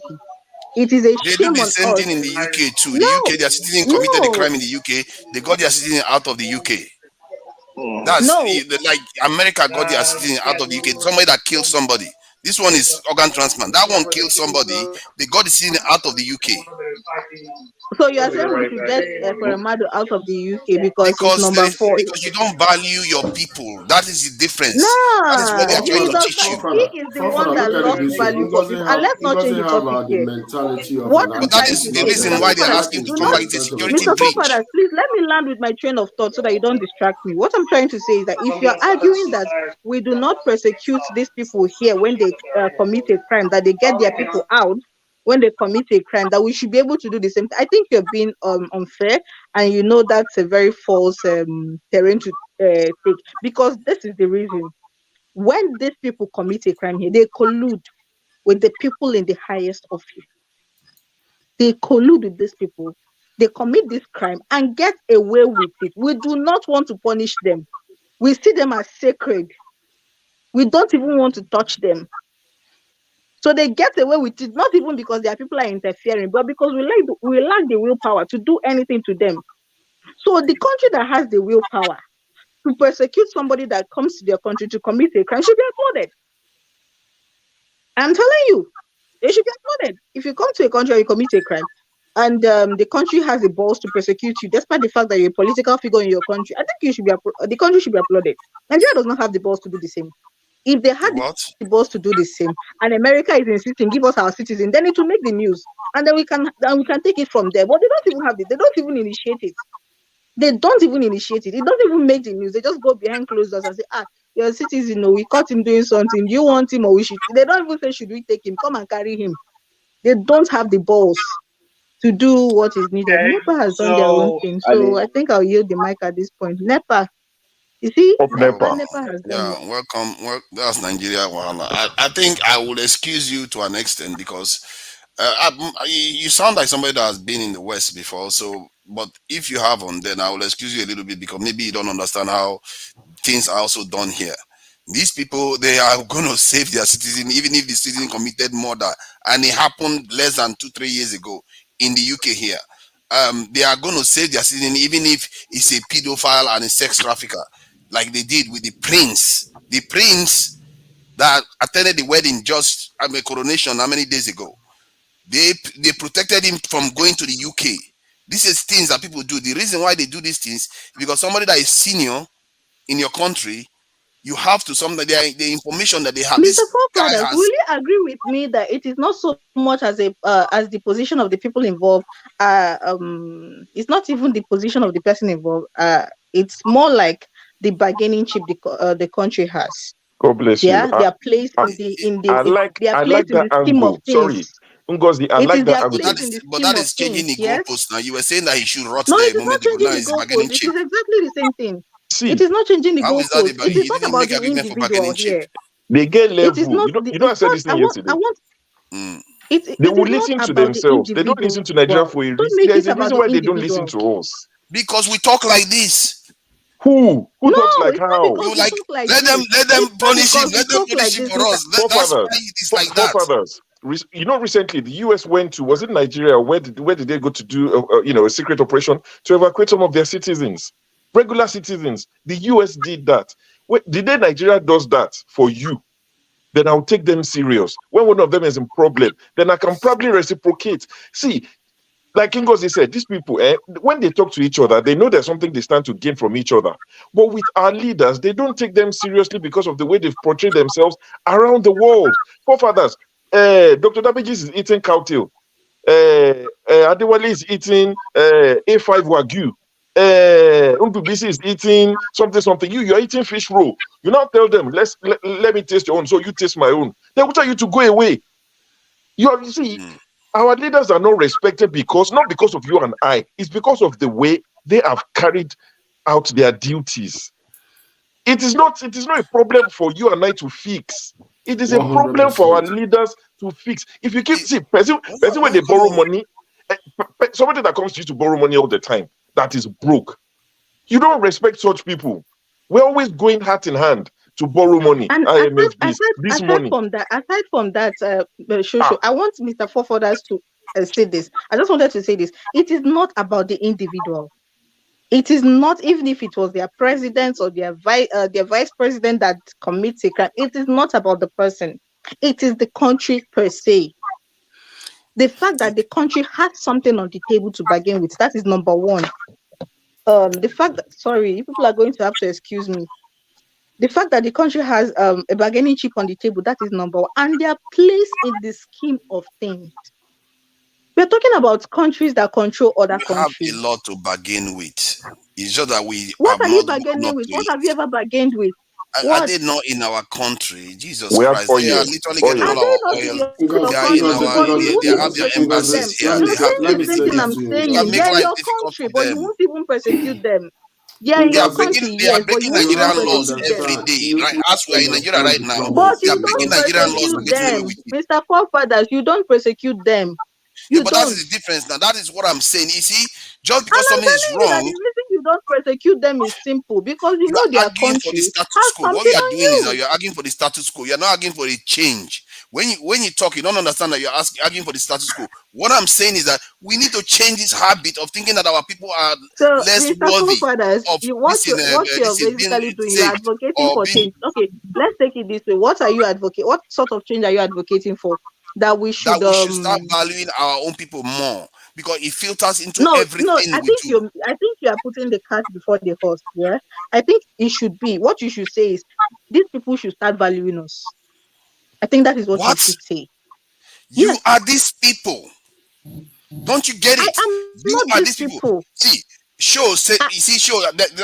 I'm really getting a little bit exasperated by your position, because yesterday you acknowledged yesterday that these people, they will go on choose wealth over the people that they are supposed to represent. Before they chose that wealth, whom were they? Like every one of us that think we are self-righteous all the time, because we don't rate our people enough. We are willing to take money over our Does people. that make you happy? I rate you. No, you I don't. rate Rudolph. I don't believe you. You know why? Why? Because you are willing to sell another fellow African. I'm not selling anybody. I'm saying whoever does the crime should do the time. I rate you. I rate Rudolph. I rate people on this show. The way they behave, not what they say. No. In this case, it's not tied to me that you are looking at face to face. You say you rate me, but if it's behind my back, you don't rate me. No, I rate you until you misbehave. If you misbehave, then I will say, Forefather, don't F up. You know, if you do the crime, you do the time. Mr. Forefather is saying that is because these people are elected. They were ordinary citizens. Please, Mr. Forefather. Let me tell you something. Let's address this issue, please. Thank you, Dr. Damages. Thank you. Look at this guy facing trial. You see, they just showed just now. We have leverage. We can negotiate. You know, I think Rudolph is being mischievous. Rudolph just gave us leverage. I'm trying to point out at something. That guy was arrested for immigration issues and discriminating against Nigerians. But guess what? About 3 weeks or so after, he was released, an order from above. So that's what we're talking about. I think that's the point that some of you are making here. I just wanted to show that that story. But Mr. Forefathers to deflect from it. Mr. Forefathers, you see that what Dr. Damages just showed now buttresses what I've been trying to say all along. We lack the balls, we lack the willpower to prosecute these people. We don't. Because people like you are saying don't. Leave him, let him rot there. Mr. Forefathers, we're not talking about a Koremado here. We're talking about the picture that was put up by Dr. Damages now. Somebody a foreigner committed a crime, and orders from above. Where is above? Said release him, not from his country. From your country. Their country. The order came from their country to our leader. From your country, not from their country. No, from your country. Orders from above from your country. I just told you from their country to our leaders. Not from their country. I am telling you from your own country. You see how this will shield foreigners. This is how they behave. They think the whole world ends in Nigeria. I agree with you, Forefathers. It came from their leaders to our leaders. Our leaders agreed. They had a choice, but they agreed. So bottom line our is leaders agreed.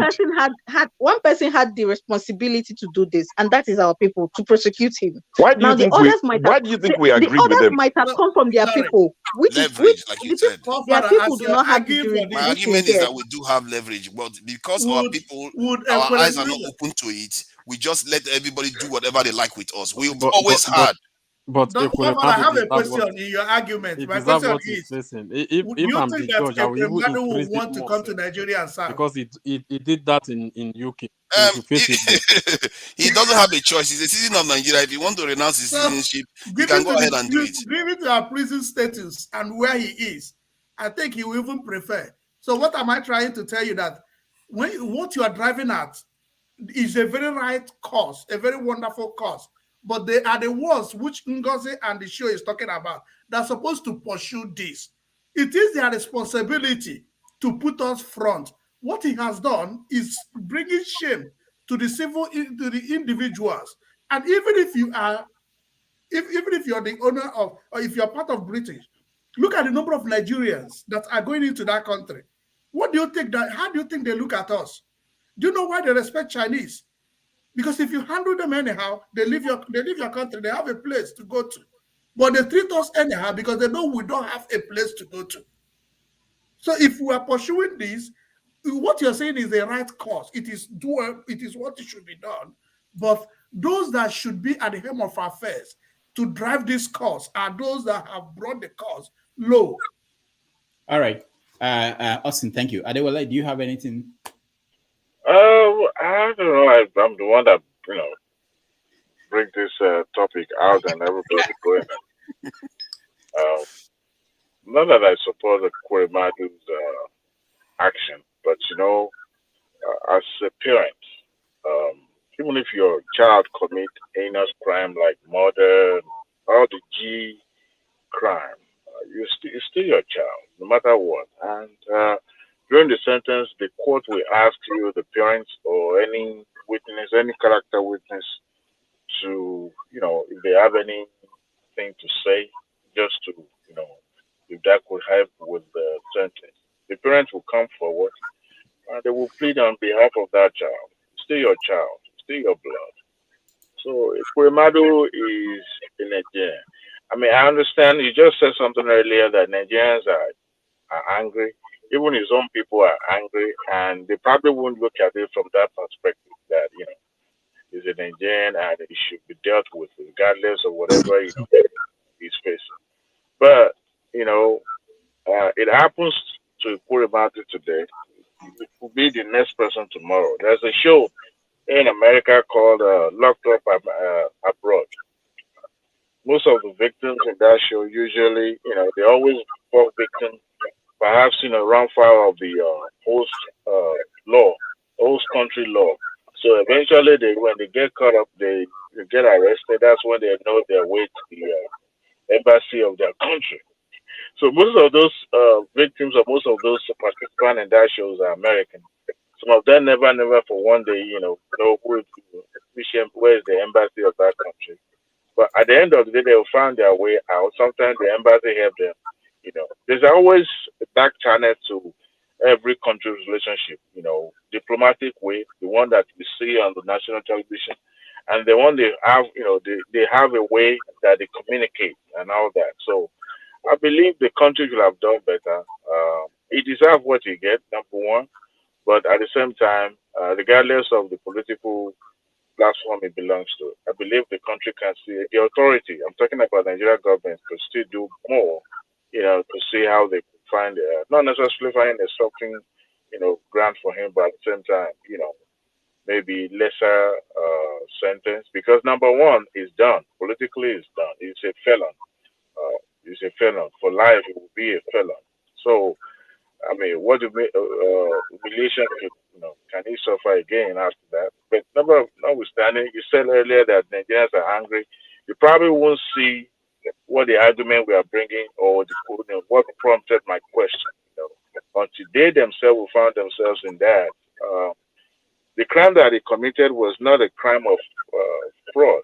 Of course, the fraud aspect or him being a politician, a corrupt politician, is one aside. he ran foul of the law simply because he was trying to save his child. But he should have done it in the better way. And but every parent won't care, if it happens to them. But at the same time, I just believe that, for even the Attorney General and the entire African parliamentary organization wrote a letter, to plead on his behalf and all that. But you could see that the British were, they are really want to make him an example. They were stoic. You could see in the way the case was, how it was proceeding in the court, that they really want to make an example. Someone said earlier that we don't have leverage. I don't think any sovereign nation have leverage. They just have to dig deep. They don't necessarily have to exchange, felons. Sometimes they find a way to, satisfy each other's conditions and all that. But I don't think if they repatriate Kuribadu to Nigeria, that the Nigeria government will allow him to serve sentence. But at the same time, there's a way they could do it. Put him house arrest in London, but then people believe that he has committed the heinous crime in life, that he should perish. I get it. People are angry, but you also know that it happens to him tomorrow. It could be somebody else come tomorrow. I mean, today it could be somebody else come tomorrow. He's gonna pay the price whether you like it or not. So, all right. Thank you. Thank you. Well, thank you. So, thank you, guys. I will hand it over to forefathers. I have to go, but I appreciate everybody that joined me this morning, and we'll get you different guests next Sunday. Take care. Yeah, forefather, look at it this way. There is something that our Nigerian people don't understand about international politics. We as a people sometimes we make some callous comments. I understand his opinion. What she's saying is opinion. Thank God that is not somebody that has to be in a decision making position to make comments like that. So in diplomacy, people arms are twisted, arms are wrangled. That is why it's diplomacy. As a politician, there is no way he's going to go to jail for a long time. You see what I'm saying? It's never going to happen. Any high-profile case is a high-profile case. When people think that Nigeria doesn't have political muscle in the world, you are not serious. In fact, Nigeria is maybe the 8th or 7th country with the most influence in the whole world. Why? Because of its position. It's the leader of Africa. As the leader of Africa, it sits on the world stage. Anything that has to come into Africa has to go through Nigeria. Yes, each country, each 54 countries is an independent country, but they still have to discuss with Nigeria. I will give you a case in point. Throughout history, since Nigerian independence and U.S. military expansion, Nigeria prevented the United States from building military installations in Africa for a very long time until ISIS came up. It was the ISIS issue that the United States seized, that is why, if you understand politics, you are going to question United States motive during the ISIS uprising, because it was the ISIS stuff that enabled the United States to put military installation in Niger and North Africa. Before that, they couldn't, and it was Nigeria that kept pressing and stopping it. And the reason why Nigeria did that is because Nigeria has the military expansion interest just like US. But because of our stupid politicians, we couldn't build military enough. You see what I'm saying? Because people don't understand what the country has in the country foreign policy. In fact, 70% of Nigerians don't even know Nigerian foreign policy. I think that's far low number. It's way more than that. Don't even know Nigerian foreign policy. We don't. I'm sorry, most of us here don't even know Nigerian foreign policy at all. Because we barely have any. We barely have any. Even when we do have, we don't even discuss it. Yeah, publicly. Nigeria don't even discuss it publicly. But covertly, Nigeria has prevented America from so much. It was just recently that the United States began to go to individual countries in Africa to get things done by bypassing Nigeria, which is also diplomatic because they use that against China in Asia. They use that against China in Asia. Go ahead, guys. Yeah. Please, can I say something quickly? Yeah, go ahead. So the former speaker, the person, I think it was Mr. Adewale that said something about even if your child committed a heinous crime, you do not get to kick them out. You do character attestation for them. You come and argue for them in court and say, please, I know they've done this, but my child. And I'm saying yes.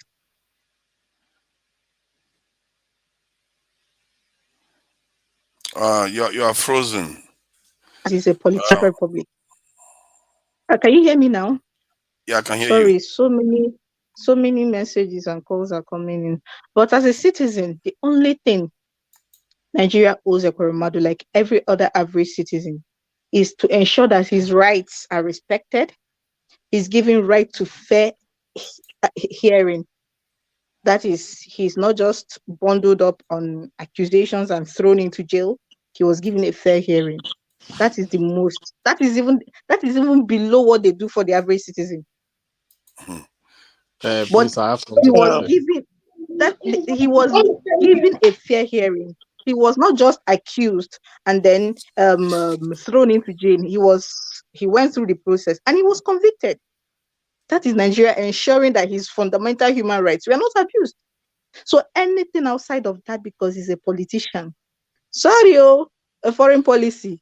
Go and ask Nigerians in Ghana about foreign policy. Don't even go far. Go ask them about Nigerians in Ghana about foreign policy. And they will tell you, I've witnessed it. I grew up in Accra. They wake up one day and lock up your shops. Go to the Nigerian High Commission. Nothing. The only people that had a free pass are Nigerians that were married to Ghanaians, and which were very few. I used to work in one of the markets that were dominated by Nigerians at Kaneshi. They will wake up one day, lock up the shop, and won't come to work. What is that thing they used to call it again? There's this fancy English they used to speak. They said if you do not employ 25 indigenes, was it 25? I think 25. And some other very funny conditions, which even their own businesses cannot even dream of. How do you have a small shop like this, small shop for crying out loud, and you expect the person to employ this number of Ghanaians so that before you can be able to run a business there? So they wake up every day. This is staying on your foreign policy. They wake up one day and they just carry key and lock up your shop. You go to your embassy just shake their head and say, well, it is what it is. Yeah, that is the problem now. You should be, the reason why that is happening because Nigeria's foreign policy is not doing what it's supposed to be doing. I am just trying to point out blame for it not doing? Who's meant to defend this? Us. This thing You we and keep I. pointing at the leaders all the You time. and I. When we have people that we pay to do this job, forefathers, stop now. There are people paid to do this the job. one that I There are have an people paid experience of. to do this The job one that I to have uphold it. Let me give you my own personal you might account. think that You can you are telling verify people this. the truth, but it's disempowering. What you are saying, let me just add this point quickly. Say this. 15 seconds. What you are saying, you think you are empowering people, you are disempowering them by saying it's the leaders. If you let them know that they have a say in what is happening, their impact will be a lot more and you will see actual change. Sorry, go ahead. Saying was this. You said it is on us, the citizens, right? And let me tell you what the citizens do. They have an association. Of course, they are not standalones. They have an association. They practically, every time this thing has occurred, their shops had to be unlocked because of their own private efforts. Nothing about foreign policy. So do not even. It's laughable that you tell these people about Nigeria's foreign policy. Every single time these people woke up and locked up their shops, to have the shops reopened, it is through their collective efforts as individuals. The government has no stake in it. So if you say that Nigeria, we are not. If you say we do not do enough, or we are not doing anything. Which government of Nigeria? Government of Nigeria, you go to High Commissioner, and they will just be shaking their head and be looking at you. See, for me, I want to say something. For me, I think what UK about the Kuremadu case is for me it's very, very good. I will say my mind. I said it before. It should be 30 years. And why I'm saying this, and it's an example to the rest of them, because it happened there, it have to be dealt with there. And if they say they should send it back to Nigeria, for me, this kind thing, and how would someone just sit down and reason such thing? Forefather, I was in a show. I listened to one conversation. I think Shion host the show on Twitter, something like that. I listened to many, many things you said, which you are pointing out some errors Nigeria were making and they are still doing right now. But if I can go back to what you're saying then and now, if Kuremadu committed something in UK, and we Nigeria were saying before, like, UK is the problem of Nigeria, and now they have to settle one for us, and you are saying they should bring him back to Nigeria. The point is that they shouldn't have to settle one for you. Secondly, if you think UK they have to because he committed it there. Because if there is hospital in Nigeria to do this, I think they'll just go on the street and just, hey, okay, this guy is good. They'll take him and go and do this.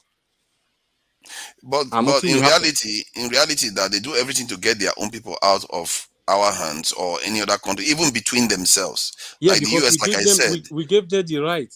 So hold on now. Let me just 15 seconds. Let me just say something. Okay. The US, a citizen of the US killed somebody in the UK. They got the person out of the UK and didn't bring the person back to the UK to face trial. They had to try the person while the person was in the US. So was it Sharon from Oklahoma? Was it Sharon from Oklahoma that got that lady out, or was it the US government? I don't get this thing you're saying. Hey, tell our government to get him out. So what's the problem? Right? The problem is that if we keep saying that YouTube, that is causing the problem. Because what do you think Americans feel when the American government does that? The Americans feel that their government care about them. When you keep saying that nobody should care about anybody. They don't feel. The Americans know that their government care about them. They don't feel. They know. There's a difference between feeling and knowing.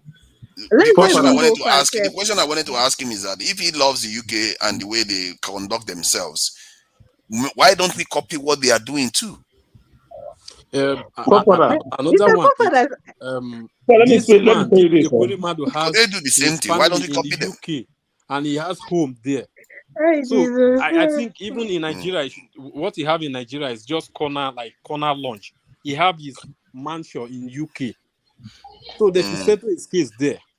Grandfather, what you are saying now is just like this lady. The starting of the Ukraine war. All right, the lady that arrested for Igbo waiting in Russia. All right, that's the political leverage. All right, that political. Man, America cannot see on the middle of a war, a citizen become a prisoner. It's like a blow. No matter what the lady did, they want all the way to bring her out. People are not happy. All right. Someone will tell me, the girl is not straight. Many people they came out were hugging her girlfriend. People you see why America spend their tax money to bring her out. All right. People were against it. Some people were also not against it. You know, that's how it goes. But I will tell you this: Nigeria, I see Nigeria as Ngozika is saying, the power from above. When you have power from above, not even the from the state of Heck, they might arrest American for shooting someone in Lagos right now. A commissioner of police who hears America, let him go. A commissioner of police let him go because an American. Not from his own commissioner of police will let him go because look at who you are. It's a personality, all right. Now, a grandmother is a fourth man. A grandmother is a high-profile case. If Nigeria have that privilege or political affiliation, anything, a grandmother could have his case could be a different case. But Nigeria doesn't have it. It's not about Nigeria has, it was Buhari not there for the coronation the other day. A lot of If he people said, were okay, there. if you're not going to bring my this thing back, forget your this in So Commonwealth. exactly. So why didn't he make a stand? Is that still my problem? What, so based on what you The said, Buhari Nigerian had a citizens will chance. be against him. Right now, many of you will be against him for doing that because you're like, Why would I be Why against should he him? be for Commonwealth? Why would I be against him if I'm going to? I'm traumatized by the comments that we are making. This is what I have to be going through. Now you are Please go through pretending. it. Go through it. You'll be better. You'll be Guys. better with the common balance. Guys. Let me say something real quick. Right? Let me say something real quick. In our culture taught us to be men of virtue. When we talk, we have to talk with his foresight, knowing that a crime is a crime. We all know that as men that are raised in Africa with culture.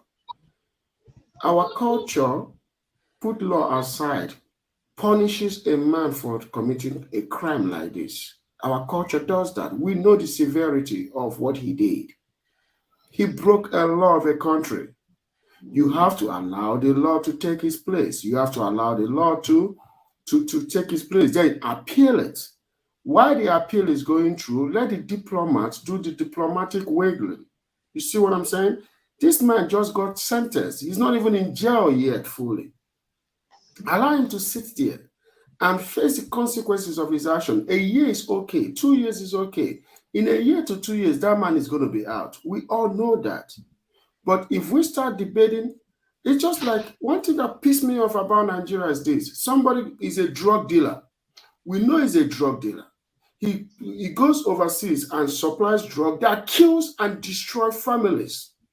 And when this individual is caught and locked up, we are here debating that he should be free. No, he has to face the cost. In fact, where is our morals? That's what I don't understand. Where is our morals? We need to stop this as a country. That's the problem with our country. We don't have morals anymore. I'm not sure anybody is even arguing for him to be freed. That's the interesting thing. I don't know why people keep saying that. The only thing people are arguing for is for him to serve in Nigeria. That is all. No, he shouldn't even serve in Nigeria. Why not? No, a lot of people in the comments. Godfather, this is what he has to do. If he comes home to Nigeria, I got to disagree on that one. If he comes home to Nigeria, Nigerian politicians don't serve their sentence. They don't, even if there is an agreement between countries, you know, sometimes you take somebody, you take him to that country and have the diplomatic agreement that person should serve maybe 2 months, 6 months in their country, because everybody knows once they go to their country, the country law is going to kick in and then they're going to free that person. It happens in the United States. The same thing happens here. When somebody comes to the United States after those diplomatic agreements, they never go to jail. They go straight to home. In fact, US take their sins and make it like that person is holier than thou. No, they committed a crime. So but I don't believe that our people should have to serve overseas. How many months did Ibori serve in Nigeria? Senior official of Nigeria. Forefathers, how many years did Ibori serve in Nigeria? James Ibori, how many years did he serve? Did you see the already finished serving overseas? Once, if a criminal is sent to Nigeria, the man will go and do. I told you yesterday, he will go and do Thanksgiving in church. They will do Ashwebi. They will go and meet him at the airport, and you'll be here complaining. So you mean if there is an agreement between the UK and Nigeria, they will take Ashwebi and go to church. You know this. They will still release him if Nigeria has an agreement. What happened to James Ibori now? How long was James Ibori? I thought Nigerian government, we can't eat our cake and have it. I thought Nigerian government was beholden to the West. Now we are saying that they would defy the West and just release him. Even United States, even in the US, let's say that is between US and UK. If that guy steps into United States, he's going straight home. He doesn't go to jail. That's why diplomatic wangling will always make that person to serve sentence in Godfather. He gets home, right? They know he's going to be a free man, so they try to hold him as long as they can and make him serve a certain percentage of that crime and then take him home. No Nigeria commits crime overseas and go to Nigeria and serve sentence. It doesn't happen. No person commits crime in their country, go back to their country of origin and serve sentence. I've never seen anything like that. Apart from that, Godfather, like Ibori that we're talking about, Ibori today, you think after serving that time in London that he will come back and humble himself. He's one of the power holders in Nigeria now, to the extent that even the INEC select the other day was calling him Okadigbogbo, praising him. You understand? Praising him. Making it about him. It's not about him. It's not about him. How I'm talking you about value your people. I'm not talking about that. Okay, would they value me? If I'm locked up today, if I do anything, would Nigeria come for me? The reason why they don't value you is because we already devalued our people. That is why they too don't value you. It's a feedback loop. When you people keep thinking that I keep trying to highlight this to you people, you don't get it. Why do you think even leaders from the school in the UK they come to Nigeria and do worse things? The ones that are in Nigeria, they get to power and do bad things too. It's because it's us that are doing it. It's not necessarily a foreigner that are making us do all of them. We are corrupting ourselves. We don't value our people. They value their people. No matter what their people do to you, even if they've killed your child, they will still excuse the person and bring the person back home. 100% correct. They will do that. Why do you think they do that? Ask yourself, why do you think they do that? Why do they do that? Somebody in Italy. Amanda Knox. It is the government it was Amanda Knox, yes, the one that had the issue in Italy. It was the US government that brought Amanda Knox back to the US. It wasn't Okija. It wasn't a random guy from Houston that went to. It's the government. See, it's almost like you're underplaying the role of the government. The government have a major role to play in how your citizens are. I told you my experience going to Nigeria. My daughter went to Nigeria a few years ago, realized her passport had expired. It was too late to renew Nigerian passport because it would take a while. Decided to get a Nigerian visa for her on a British passport. We made a mistake, simple mistake, nothing, anything. And I thought, oh God, I have to pay all over again. Only for the embassy to tell me that I have 3 months or 90 days or 60 days to correct that mistake and bring the form back. And the money covers me. That is because Britain has an agreement with Nigeria that our citizens can make a simple mistake and you make them pay again. Flip the case. You make one mistake in Nigeria when you apply for British visa. That's it. So say it. That's it. It's gone. You pay again. So is that done by average British man? It's the government. See, your government is the one that will put you on the pedestal on world stage. We as citizens will now support. We have to support wholeheartedly. We have to play our role, which, like I've said to you, I do my bit. You do your bit. I've not been to prison. I've not been to jail. I've lived here for a while. I try to, I speak positively about Nigeria. See, on my WhatsApp status, oh God, it's a mess. All the worst news happening in Nigeria that are legit, not fake news. I post it on my WhatsApp status. But guess what? No non-Nigerian can see my WhatsApp status because you have the right to block people who see your status. Every colleague that is not, I'm talking Ghanaian, Kenyan, white Caucasian, Italian, that is not, because it's our business. And I don't want to watch it, in public on daily basis. But there are a lot of Nigerians who live in the UK who are probably detached from the story, that are my friends, siblings. So they see, I keep them abreast. If you want to see the good news about Nigeria, there are places to find it. I'm just highlighting the bad things. I prefer solutions. I suggest things I would do differently. On my WhatsApp status, because I don't do Instagram, so that's my big social media platform, my WhatsApp status. So I'm wise enough to protect Nigeria. I'm not an Omali, you get. So I intentionally blocked every non-Nigerian from seeing my status. Because I have numbers, there are people that I work with over 10, 20 years ago that have my number. But I don't want them to see what's going on. So I protect Nigeria as much as I can. I go to work, I'm diligent. I've worked on projects that they've brought me back after years. They say, oh, sure, we want you to come back. We want you to come work on this project. It's because I've been diligent. Nobody times me, when do you come, clock in, clock out. No, I'm free to go and leave and work from home, but I get the job done. That is portraying Nigeria in a good image. That is now, Nigeria my president and my other people are now dragging us down. They have the power to turbo this thing. They are driving in reverse in a Ferrari. I'm driving forward in a Fiesta. It's difficult, forefathers. Don't act like you don't know these things. I think you are not understanding the context. I do. Let me ask you a question now. I'm going to ask you leading questions. Because when Ngozika was here yesterday, I asked her. So the question is, how is it that Nigerians produce these leaders? How is it that when they, these leaders like you now, or any other person, I wouldn't put it on you, some other person that cares about the people rises to the top, then they suddenly think, okay, let me just join the party. Let me not care about the people anymore. Why? How does that happen? Do you know the mechanism that results? Okay, let me ask you. Let me answer you, Godfather. How did that person? How did he go to the top? Through election or through cheating, one way or the other. Okay, did he do cheating by himself? But let me tell you, see how things work. I know people that have gone there and rise to the top. All right, and they're not, and they won't become who they are. All right. I know so many people that have done that from here. What happened is Well, how this. did they get there? How did they become? Where did the corruption? When did the swing happen? How did it Where- happen? Whereby, poor father, for example, we met in OTC, like, all right, I tell you to come back to Nigeria and contest for House of Rep. Is it by your power? It's not by your power. You come So there, is you that how won. the swing happens? The person that brings them in Most of corrupts them. them, that's how it happens. So for that, That's how So it they are happens. So corrupted by people if that are already. somebody, No, I for want to get to the example, crux of it so that we will understand something here. because of it is that most of our people elected, they are not being elected by the masses. Is the rigging that let them in.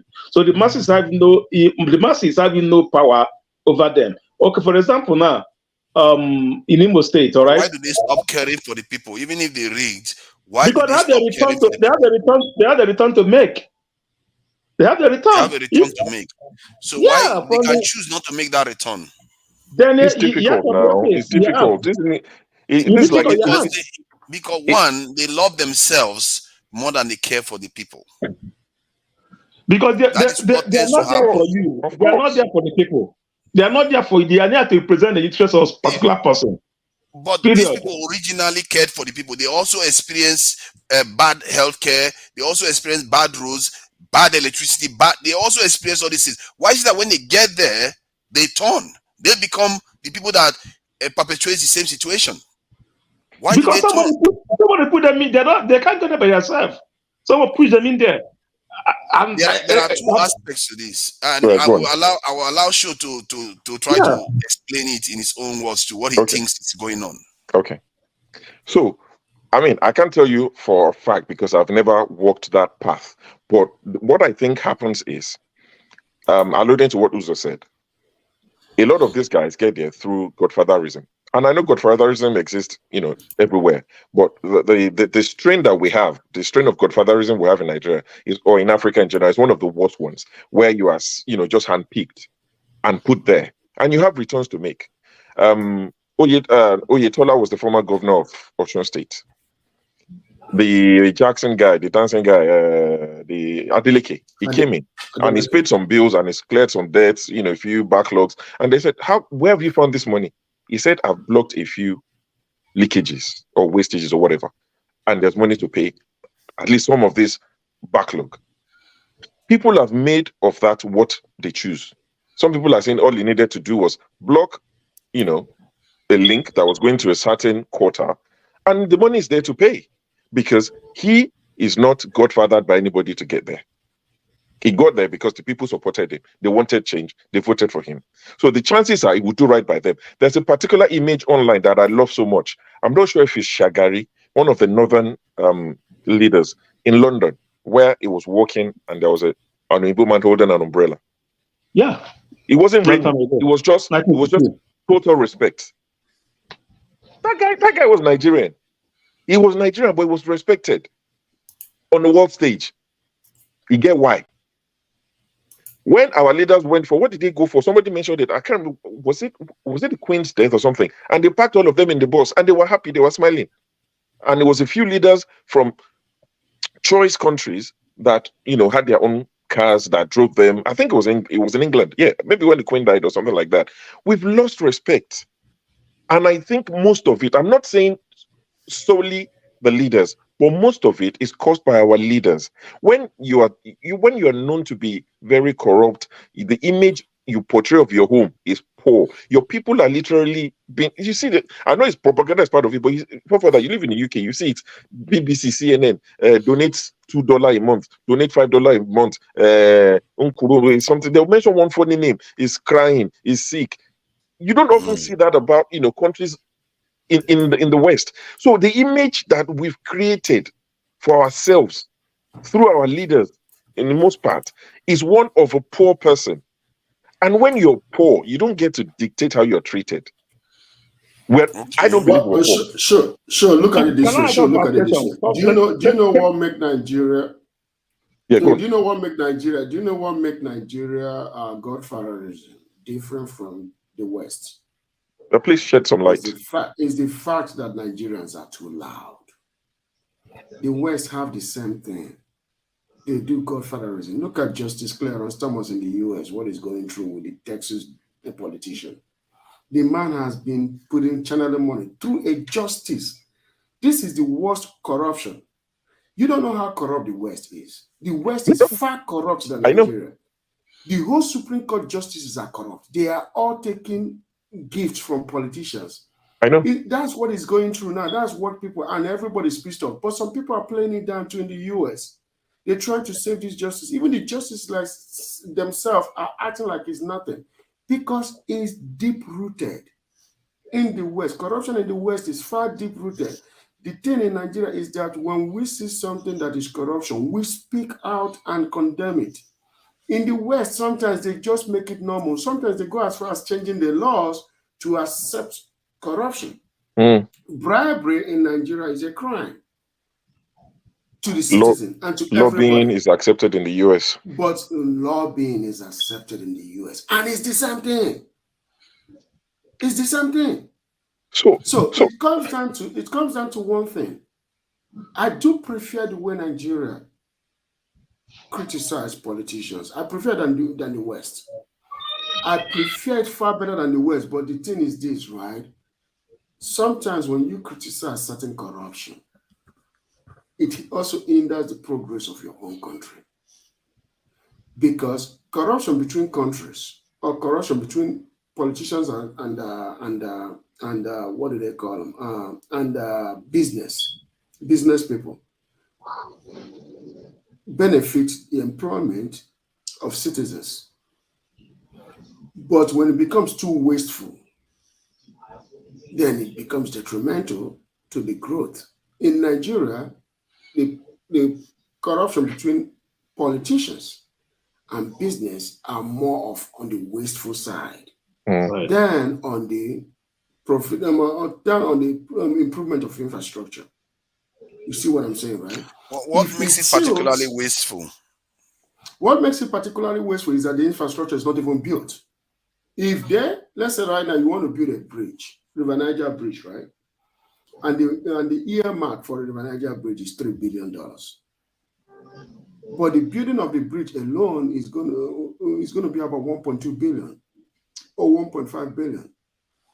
People are going to be like, what? 3 billion? But once the bridge appears, they forget the 3 billion. Case in point, Governor Arnold Schwarzenegger was going to build the second bridge of the Golden State, of the Golden Bridge in California.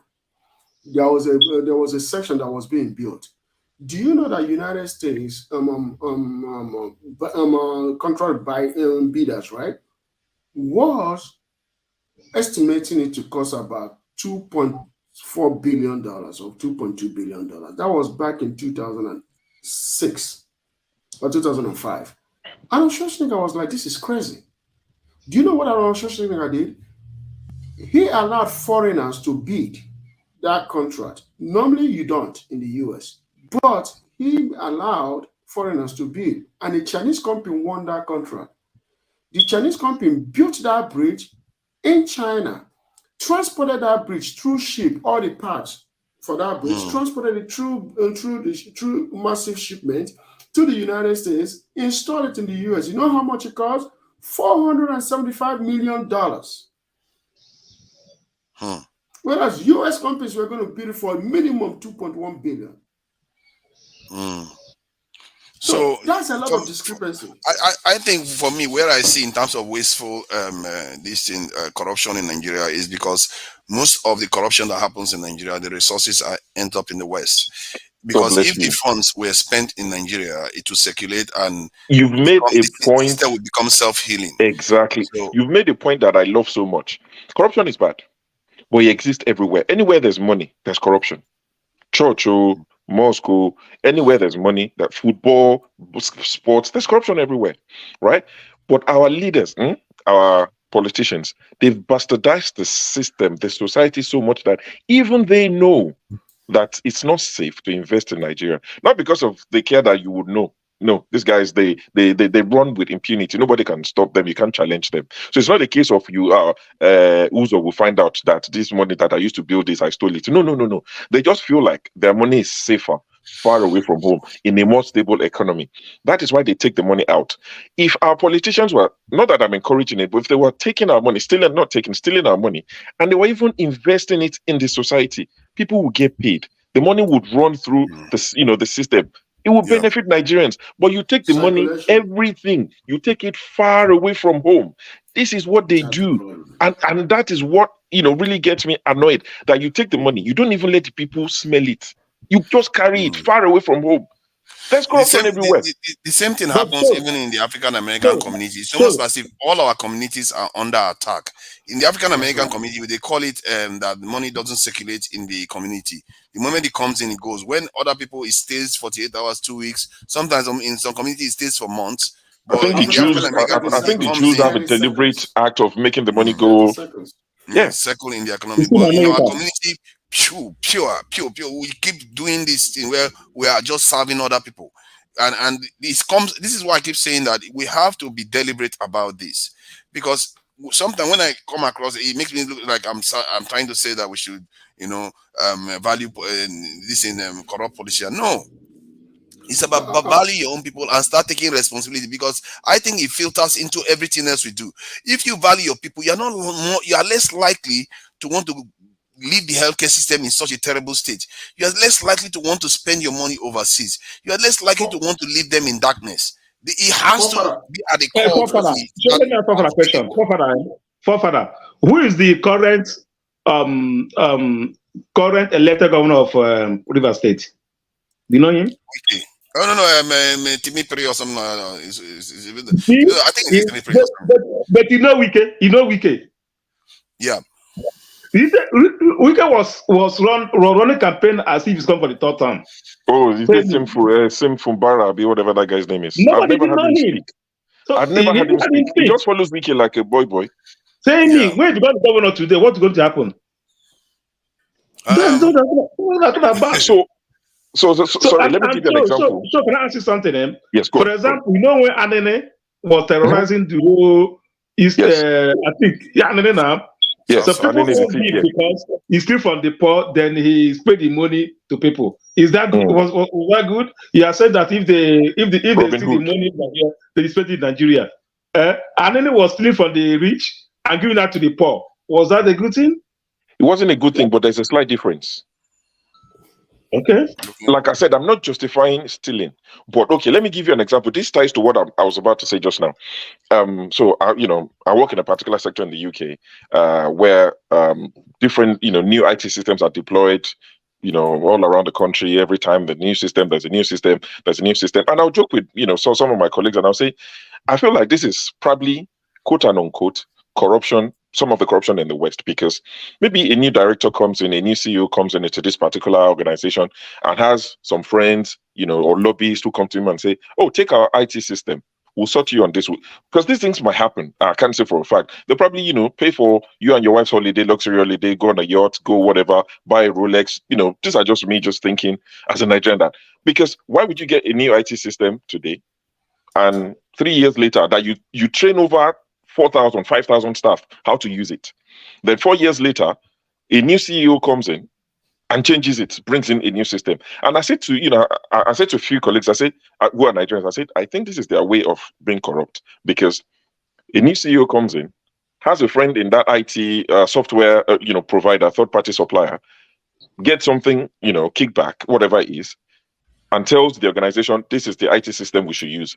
Now, the people, the community, the people using the services would benefit from this latest IT system. See, it might be corruption because somebody is getting something unofficially, which must not be found out. And I'm not saying it happens, but let's say it happens that somebody is getting a Rolex wristwatch for him and his wife as thank you for buying our system. But the people, living around using that system 200,000, 100,000, 60,000 would benefit from that IT system. You can see how the people are still benefiting.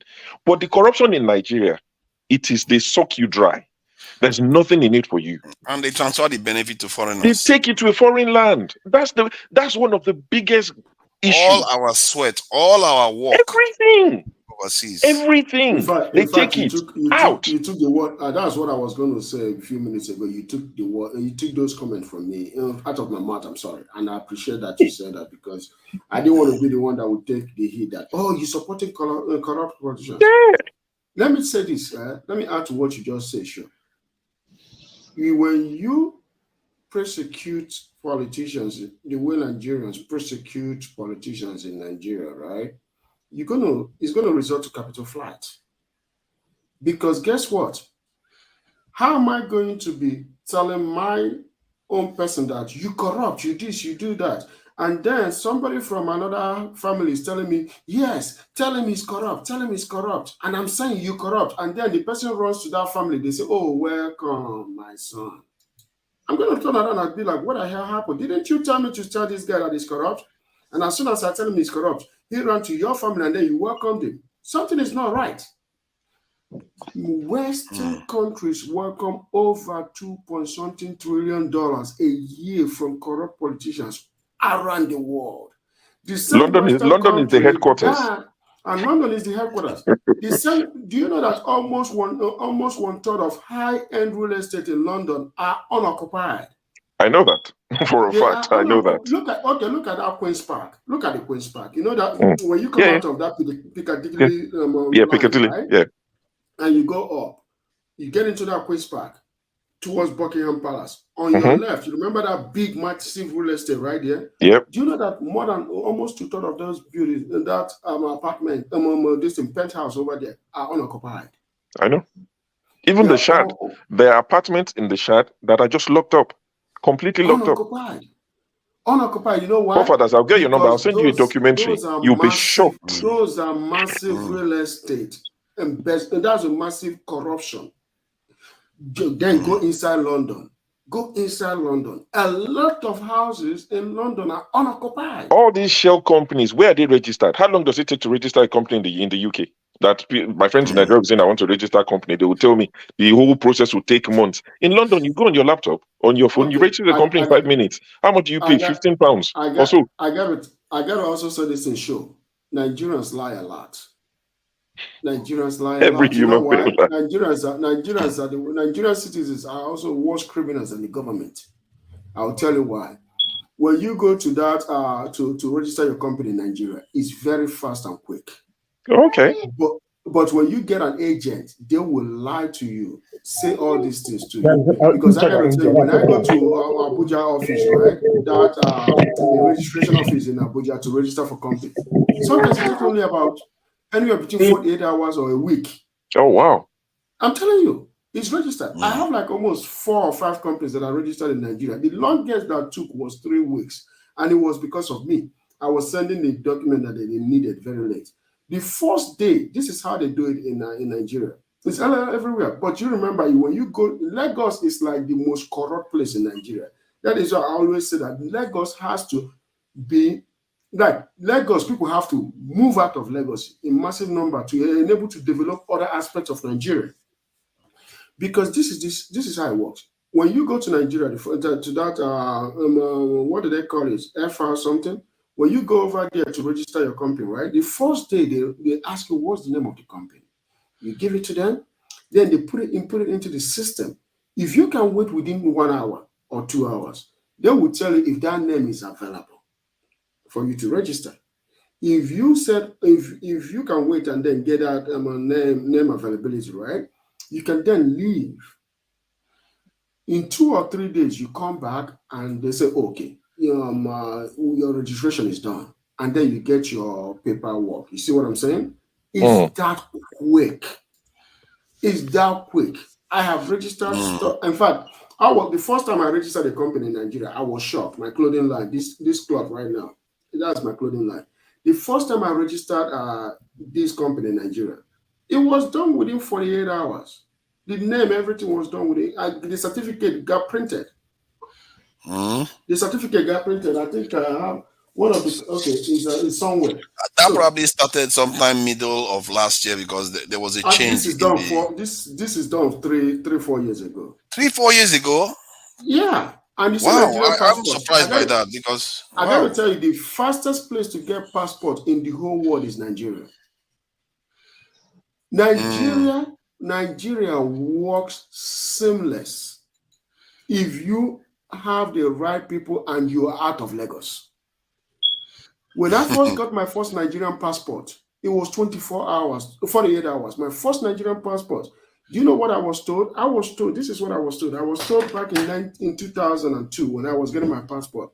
They said to me that it's going to take me a month, 50,000 naira. I was so kind of pissed off about it. Then I went to one of my aunties and then I was asking, I said, hey, auntie, I want to go do my passport. They said it's going to cost 50,000 naira and it's going to be a month. She's like, who told you that? Then I told her, the person that told me, she said, this was in Kano. She said, just go to the passport office, pay them, it's only 8,000 naira. Then it was 8,000 naira. Say, pay them 8,000 naira in 2 days, you get a passport. As I began to doubt her, she said, just go do what I said. I went there. I came in. I said to them, I need a passport. They said, okay, are you ready right now? I said, yes. They took me inside our room, captured my captured my image. Biometrics. And no, it wasn't biometrics then. No biometrics then. 2002. Yeah. So they captured my image, and then I left. I was still kind of debating, are these people serious? Do you know that in 2 days I came back? I went into the office. The man asked me, do you have the 8,000 naira? I said, yes. Then I gave them the 8,000. They gave me my passport. I opened it. I was so shocked. In fact, before I left there, I spent another 5,000 naira just dashing people for good job. You see what I'm saying? And they were so happy that I gave them money. They were so happy. So what I'm saying is this, it depends on where you are in Nigeria. And the good thing about Nigeria, you can register your company in any state in Nigeria. You don't have to be in Lagos to register a company in Lagos. You can go to Abuja and register a company that you're going to operate in Lagos. They're just going to ask you which address. You can go to Sokoto and register a company that you want to operate in Lagos. So Nigeria, that's why I like our federalized system than state. Because when you do it state now, that's when the corruption will become massive. So I got to tell you, next time, if you want to register a company in Nigeria, just leave Lagos. If you want to do your passport, okay, I was in Abuja. My passport expired. I took my passport to Nigeria, expired passport. When I got into Nigeria, I know what they're going to do. They were looking at me. I said to them, my passport is expired before I gave it to them. So they did all this thing, took my picture, and then they gave it back. I didn't give $1 to nobody. I walked into Nigeria. I went to the my dad's funeral. Funeral was over, right? Then I came back to Abuja. I wanted to go and do express. They couldn't do express anymore because of the time. It's 2 days to Salah. So all the big people are doing their passport. Do you know what I did? I drove to Lafia, 3 hours from Abuja, and did my passport with it. In fact, I sent the document to them. They started the process. As soon as I got there, I sat only for 3 hours. I got my new passport. I left. Back to Abuja. Yeah, what you're saying is right. If you want to get a passport, go to rural areas. You can't get it in the major city. I think it's because obviously it goes without saying the demand is less. There's less demand. The demand is less. Number one, like they go to Keja office right now, right? All those officers. When I talk about officers, I mean not the main officer. They have their externals outside office there. All right, where they produce passports also. So they will give you a delay. That's all the screen. They will give you a delay. That delay process will make you to fall back to streets producing passport. And you pay more. Before we drift too far into the passport discussion, the original discussion was about the corruption. The corruption and how we represent our people when they are overseas. For me anyway, I feel like Nigeria or many African countries, they need nationalism, a kind of a nationalist kind of government to come along, because we don't tend to have them in African countries where it pops up everywhere in other countries, because nationalist government will assert their sovereignty. And how dare Africans try to do that? And that is the problem. If we don't learn to, nationalist government will put the people first. I Nationalist agree. government I will put agree. the people beyond anything else. And now you're speaking my language now. This is where you're speaking fluent show. That's the language you're speaking of. Fluent show. You're fluent in my language. I can agree with you on this. So, I mean, think about it. How easy would it have been for Patrice Lumumba's people to stand right by him? How easy would it have been for Nkrumah's people to stand by him? What do these men have in common? They were taken out. Yeah. But our current crop are loved. They take our wealth and they run away with it and go and deposit it in a foreign land. Some of them die. Did you see? You live in the UK now, but about a year ago, a list was released of properties in the UK that have been unoccupied for, was it 20 years? They released so many properties, and the amount of Nigerian, I was even checking just in case, because my father spent a bit of time in the UK, in and out in the 70s and 80s. I was just checking, just in case, the amount of Nigerian names on these properties in the UK, unoccupied for over 20 years, abandoned. Yep. So this is why they love our current leaders, but there's a reason why they didn't like people like Lumumba. There's a reason why they didn't like people like Nkrumah. Because those people, yes, they were nationalists. It was their people first. So if you told a Ghanaian man, you didn't even have to tell a Ghanaian man back then to say, oh, they've arrested one of your people, who stand by him. You would naturally, because they're like, you know what, we stand together, we're one. But when at home, they rub it in our faces. When Seyi Tinubu is buying $11 million house, and me, I'm thinking, how far now? What did I do wrong? And I agree with you. The people also have a fault, because I think the standards that people, or the morals have been eroded somehow. There's a saying in Yoruba land, Omonyo Shagbafo, Onkasho Wole, Erujuole, Emu. That simply translates to, your child does not do laundry services. He's not a dry cleaner, but he's bringing clothes home, and you're not asking him. You're looking at the thief. That used to be a common saying in Yoruba land back in the days, even before I was born. It used to be, when I was a young boy, I used to hear that a lot. I grew up in Ibadan, a lot. But these days, you hardly hear things like that. Even the parents are using slangs, jare, sioti, all this loose slang. And the parents are now justifying their children doing Yahoo, saying that, oh, they are taking back what the foreigners took from us. There are a lot of parents in Ibadan justifying that. So the morals have been eroded. So it's a combination of both. Don't get me wrong. I'm not saying let's, exonerate, the citizens. It's just the leaders. Of course, we produce the leaders, but I'm saying it's a combination of both. I just feel that the people. Yes, I agree with you. I just feel the people who have the power, the drivers of this change, are the politicians. We are the passengers. Now the go tell say wash and shadow. We will check for them and say, okay, enter that lane. We can support them along the way, but they are the ones driving. So if they're driving in reverse, Ross, I can check the lane for you, but we're not making progress. If you're in reverse. You see, if you have, and when you are selecting a driver, let's say you are going to this thing, you are selecting a driver.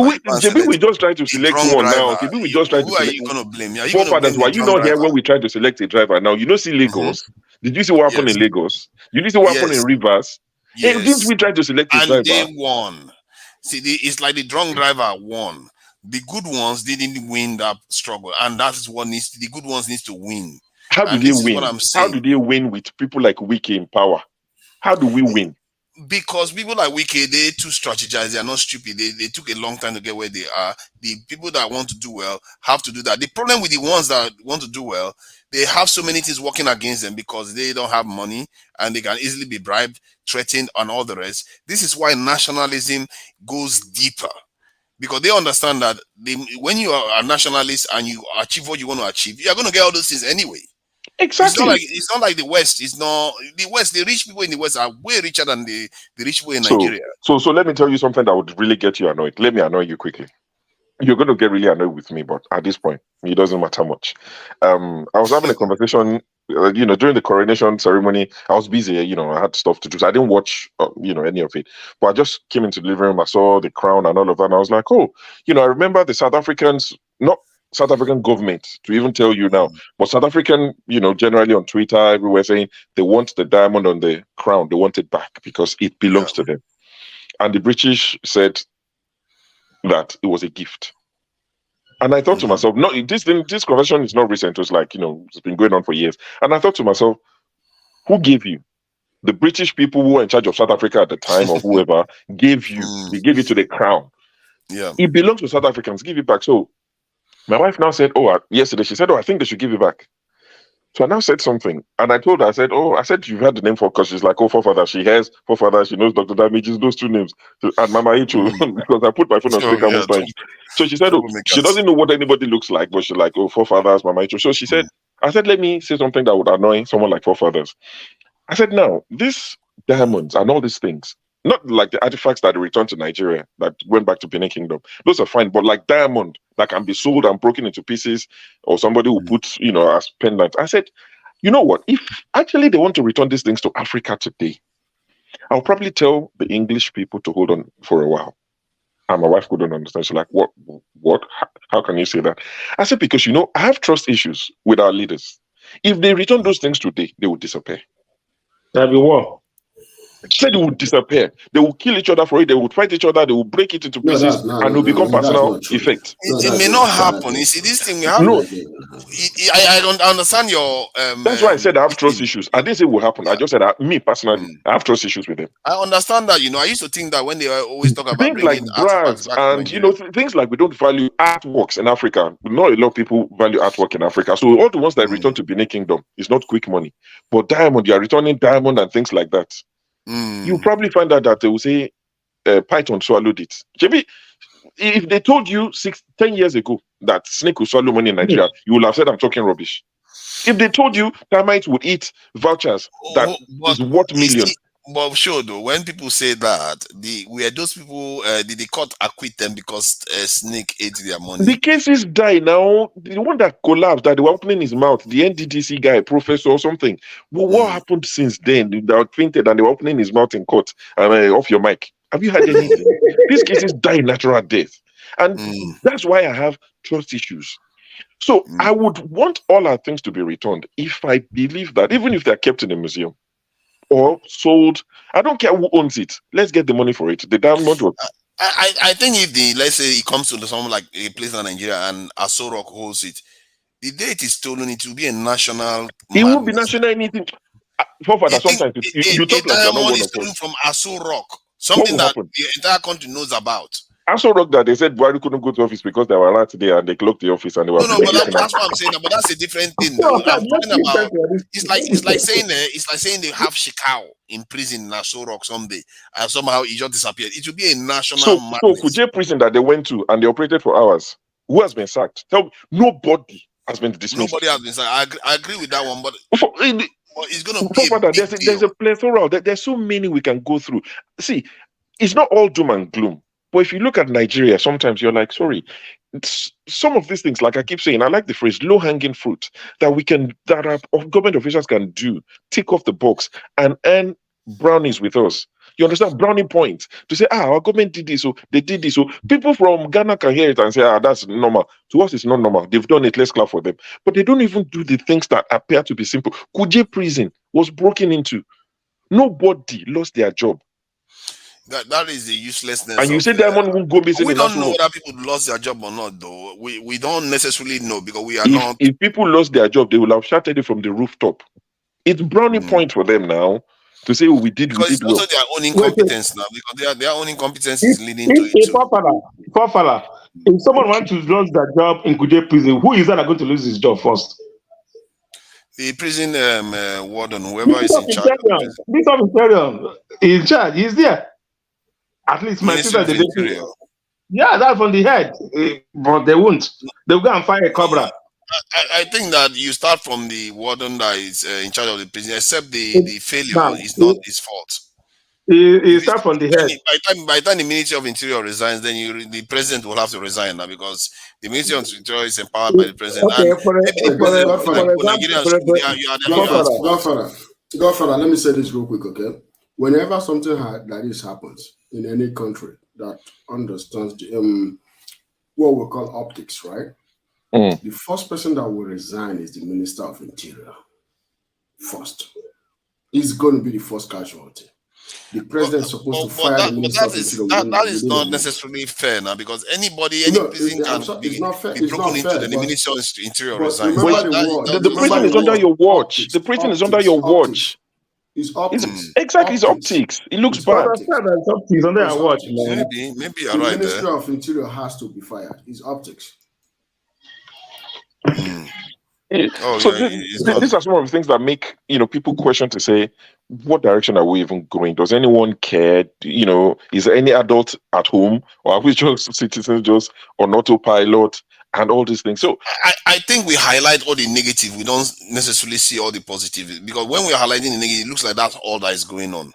200 million people are alive in that country because a lot of things are also going right.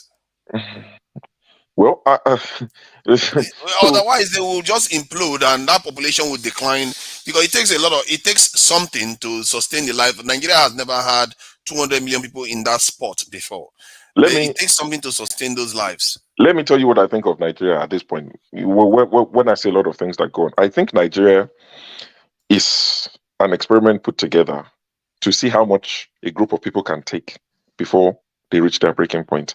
Because honestly, sometimes I question, how do people make it from day to day? Those who are doing fine will say, oh, stop saying that, stop saying that. Honestly, some of the conditions, and I know, yes, it cuts across. There are a lot of people suffering all over the world. But sometimes you just wonder, how do people make it from day to day? When it shouldn't be that tough for people. Yes, every country is going through inflation and hardship, and all, but Nigeria's case is almost peculiar. People are I don't subscribe to that. suffering. I really don't subscribe to that, because in reality, I think we were here the other day when Ngozika was like, she was working online and she was bidding on projects with Indians. Indians were willing to work for cheaper. That's India, that is basically a nuclear power spacefaring nation. Some of the citizens still today were willing to work for less. So it tells you that we seem to have a sense of, how do I put it? A sense of entitlement, really, when you think about it. A sense of entitlement without necessarily earning it, an unearned entitlement. We rely solely on natural resources for our survival. We say that we want to be like Western nations. We don't do anything remotely close to what they do. No, We don't behave like them. Forefather, I'm not interrupting you. But think about it this way. For an Indian to do it cheaper, that means they have the necessary tools and the necessary, infrastructure to do that. Think about Nigeria. The first problem in Nigeria will have is that they don't even have power. They don't have power. So he will have to burn probably his generator, buy diesel or fuel. So, it's not going to be the same.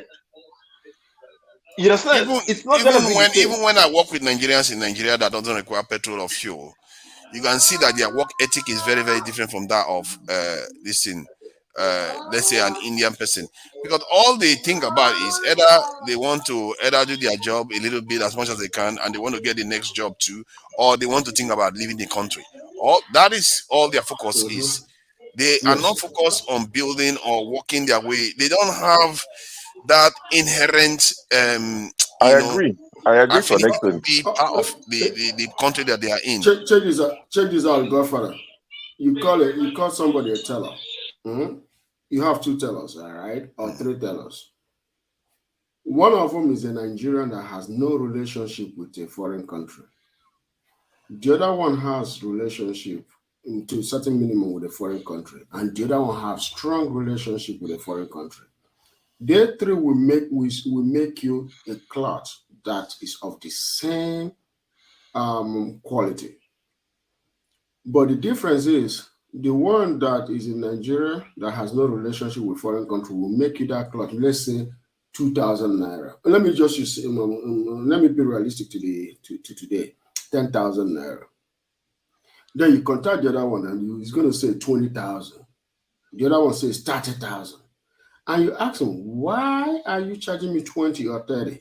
You know what they're going to tell you? The ones that charge you higher? Oh, it's the dollar. What has dollar has to do with with sewing cloth. Nothing. But the one that charges 10,000 doesn't say anything about dollar. But those two are telling you, oh, it's dollar, it's dollar, things that, and you're like, you're confused. You know what's funny? I made some, sorry to interject. I made some Agbada in Nigeria recently. And the young lady who made it for me, she made some for me not too long ago. No, we actually discussed it. I said, I want to make Agbada, send me designs. I chose the ones I wanted and sent her back and forth. She told me how much she was going to charge me for the 4.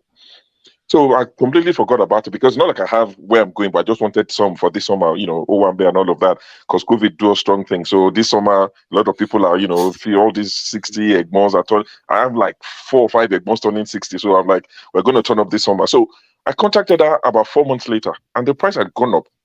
Each Agbada had gone up about 20K. And I said, what happened? She said, $1. Honestly, I nearly dropped. So I'm not interjecting, but you are back. You this summer is gonna be badu for you. Of course. Oh, definitely. Well, I'll probably join one of the shows from a party. You watch out. We have. UK, you guys are enjoying. For us here, no. You see how Akwachi just woke up. What is saying, badu? No wonder that his photo has that big heart. So sorry, honestly, I just saw. Sorry, $1 for what now? We're making Agbada now. You're telling me $1. I said, okay. She's my Abu. I said, okay. So I haggled a bit. Then we agreed on a fee. I was like, in my head, I'm thinking $1 to make Agbada for me. Carry on. Sure. This thing is still like, okay. After all, the Agbada will use a zip, but they're all foreigners, okay? They are being imported. The material is also foreign, be imported. So dollar will come. What about a plantain seller? What do you think about that? He said the dollar is high, that plantain is high. No, if you take 30 plus. You get the same thing over and over again everywhere. Because I work with Nigerians almost every other day, and you see that the country is actually being hemorrhaged from inside out. First, some of them are jackpotting overseas. And the ones that are there that are actually working, they are pricing out. That's the foreigners are pricing out, especially in tech. They are pricing out the local companies. Let's say the local company pays IT professionals 100,000, 200,000 naira a month, but the foreigners will pay them 400,000 a month, and that is cheap by foreign UK standards. That's less than £1,000. About 400, 500 pounds really to them, but they've now priced out Nigerians completely. And that's about 450K. That's about, yeah. And now our people are serving them without even leaving their country. They are serving them, not serving their own country. The damage that is because nobody is keeping an eye on the bigger picture, the damage that is being done to the nation. No, it actually it's been discussed. People discuss the Jackpot. The Jackpot syndrome is a big deal. I mean, I don't hear it on TV. They just talk about it like it's some kind of. So that's the thing. When people, when people laugh at, there was a particular guy. He made very good points. I think it was about 2 weeks ago, but he made a very condescending comment after I spoke, and I said, on Twitter I follow this, and he said, some of us have things to do. We don't stay on Twitter, and I just laughed like, that wasn't necessary. But they pay me. You understand? They pay me. I get my news from Twitter because I know with mainstream media there's so many things they won't really discuss. The Jackpot syndrome is a big deal. It's discussed. Like on Twitter, it is a regular thing, especially the medical field and the IT field. I mean, there was a time people were actually discussing that most of the problems you face when you're trying to use your bank apps, all your banking apps in Nigeria, is because all the IT boys have left. I didn't know it was happening in the IT as well. They said but a lot of IT boys and girls in the banking sector have left. And that's why you're struggling using your app, because the people maintaining it have left. Now, the doctors and nurses, oh my God, I can't tell you how many I meet on a regular basis. And to my shock, yesterday, news broke that over 520 nurses in the UK are going to be questioned because apparently they write an exam before they leave Nigeria. Now, straight bullet just catch me. I'm from Ogun State, but I was born and raised in Ibadan. There's a center in Ibadan where they write this test. There are centers across Nigeria, but the center in Ibadan is the one that is in question. Over 520 of these nurses in the UK are now being questioned because they think that there's been some, manipulation with their results in Ibadan center. So they've closed that center down. People are so desperate that they will even do Ojoro so that they can pass To this just nursing test travel to overseas. come here. They are taking us No, wholesale. but if you are saying, if you're talking about that, that's happened even here in the United States. Last 2 months, that don't happen here. Nurses that went around to right for a board in Atlanta. All their results for the school is closed down. Like, about 3,000 people. Nigeria is like my wife, 2 of her friends is involved. All right, so it's happening everywhere. It's everywhere. It's not. It's not peculiar. It's not peculiar to Nigeria, because one thing that we do always think is this: we always think that what is happening in Nigeria is peculiar to Nigeria. It's only Nigeria. But The only that Philippines are in that we case speak more. loud about it. Yeah. We speak loud about it. We criticize it, which is good. We don't tolerate it because our culture doesn't allow that. But the news was like Nigerians. They're not enough to fight Nigerians on that case. But the news was like Nigerians. I was like, they always like to tie it into Nigerians as the news was women Nigerians, of this thing. They feel like Nigerians are medical. There is a bigger point that somebody made earlier on. They said that African countries, I think just before COVID-19, there was a trend that African countries, the economies were growing very, very rapidly. And then boom, COVID-19, and now you are seeing a massive shift in the rate at which they are opening their doors now for African citizens to come into their countries. And that the reason why they are doing this is, one is they are using one stone to kill 2 birds. Because of their aging population, they need to service the economy, which is fine. Then they also want to delay or forestall the development in Africa, because if those people are in Africa, they will be able to develop the continent. But now they are yanking all of them out. If you can't believe how much Nigeria has lost in terms of technological development because of all the thousands, maybe up to 100,000 Nigerians that have left that country. Okay, so now going back to who is to blame. There's a reason. I'm sorry, sure. There's a reason for that. This is what foreign countries did that Nigeria didn't do. Is Nigeria to blame? But foreign countries are long run. Nigeria is going to benefit. I promise you that. Foreign countries right now winning. Nigeria will win later on. They printed a lot of money, so there is excess cash circulating within these foreign countries. So because of all the trillions that they printed in their country, they have a lot of disposable income. But remember, that's why the inflation in Nigeria is a little bit lower because of spending, but it's high because of importation. But in the foreign countries, it's much higher. So what happens is that there is a lot of money circulating in the system, so they can hire all these people. But guess what is happening now? There's something called rebalance, right? Economic, that's capital rebalance or economic rebalance. So the rebalance is going on gradually. That's why they are slowly hiring interest rate. They cannot hire it sudden. If they hire it sudden, the economy tank. So because they are slowly responding to the rebalance, right? Now Nigeria doesn't have to worry with that rebalance in terms of financial interest rates hike. But if Nigerians live for overseas for that, in 5 years, now most of them are going to be broke. Except nurses. Nurses will never be broke, or doctors, because of demand and aging population. But like tech will go broke easily.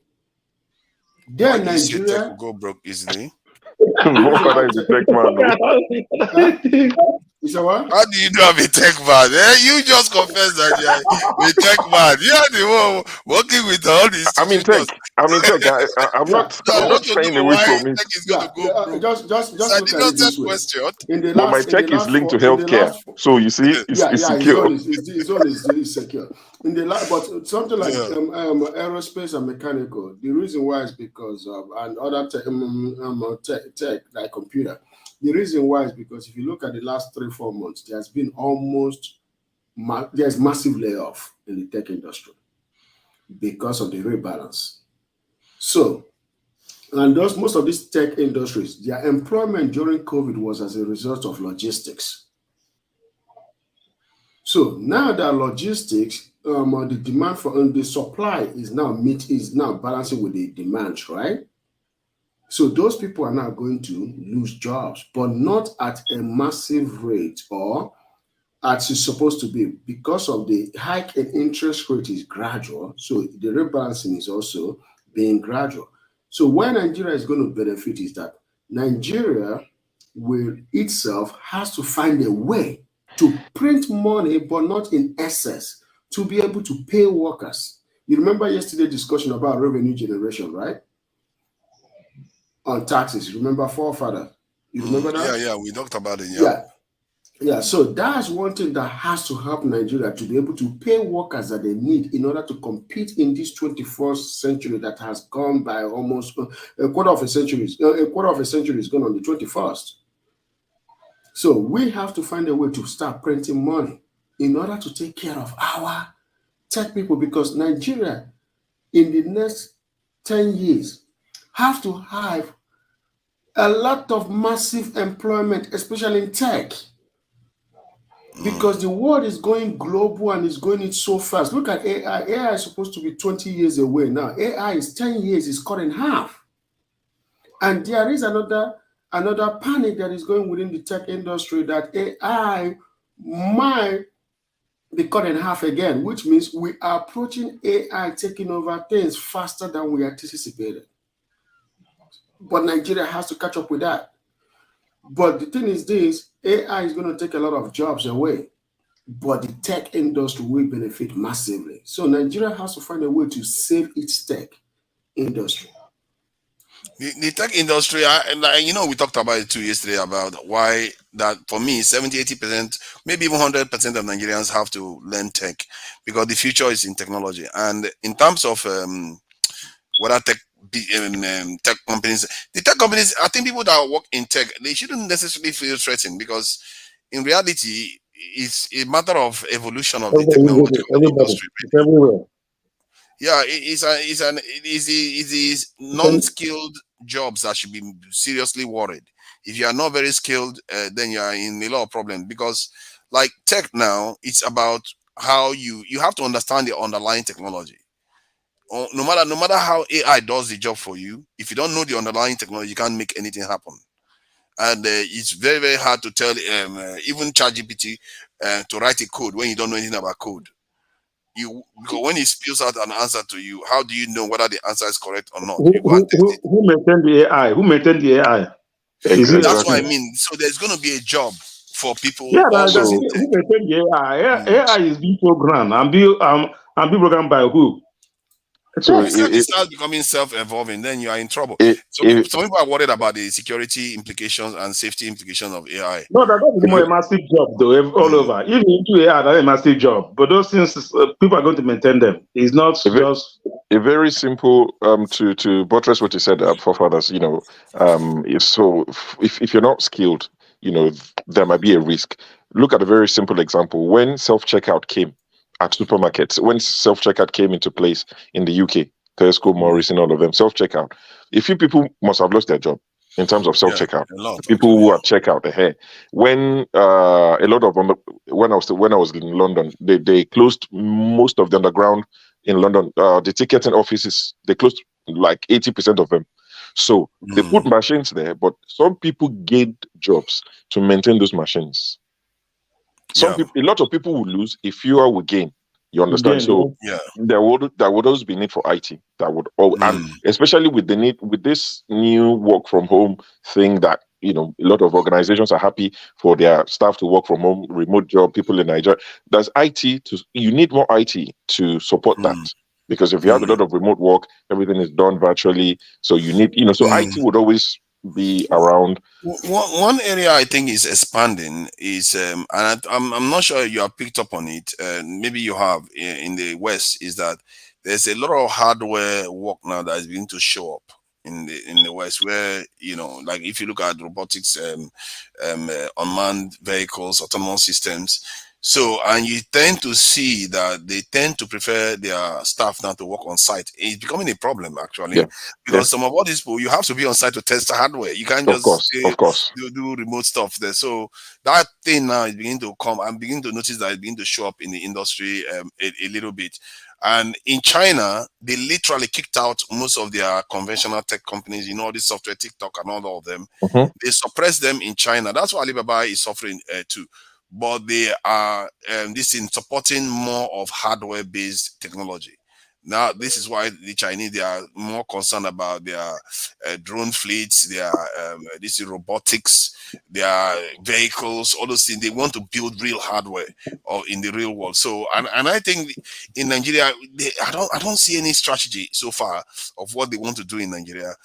But I think one thing we can gain from is that all our people, if they go in massively into tech, whether you are Olodo of the class or not, it doesn't matter. There's always room for all of us in tech.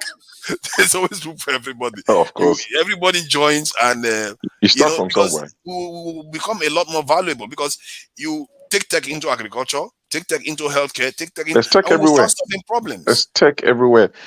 So, going back to blame some of our leaders, you remember, you might not remember when this Japa syndrome sort of started and it was flagged in the mainstream media.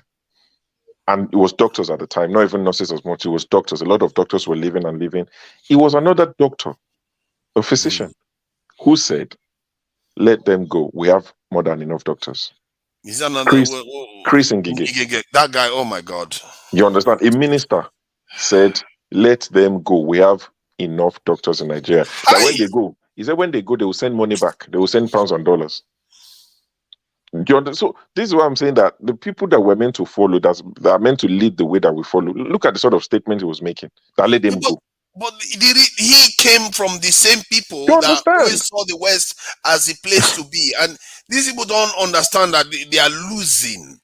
I don't understand it. How did he become a minister if he doesn't know?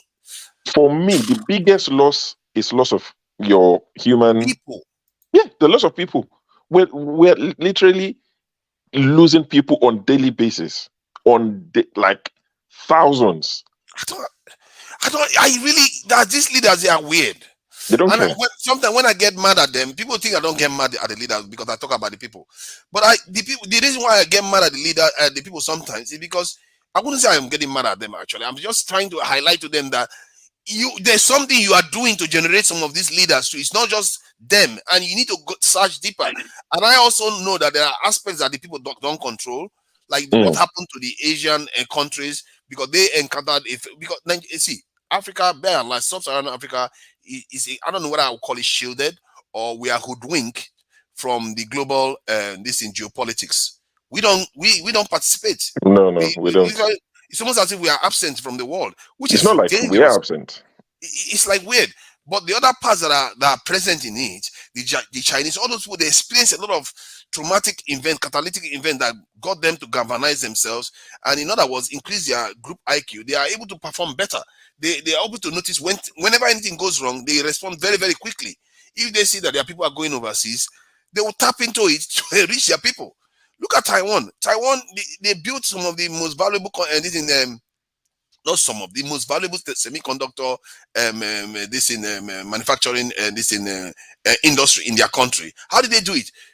Most of their citizens were jackpotting to the US. You know what? They were like, okay, this is what they want to do. Okay, now we're going to also bring them back to found the company here.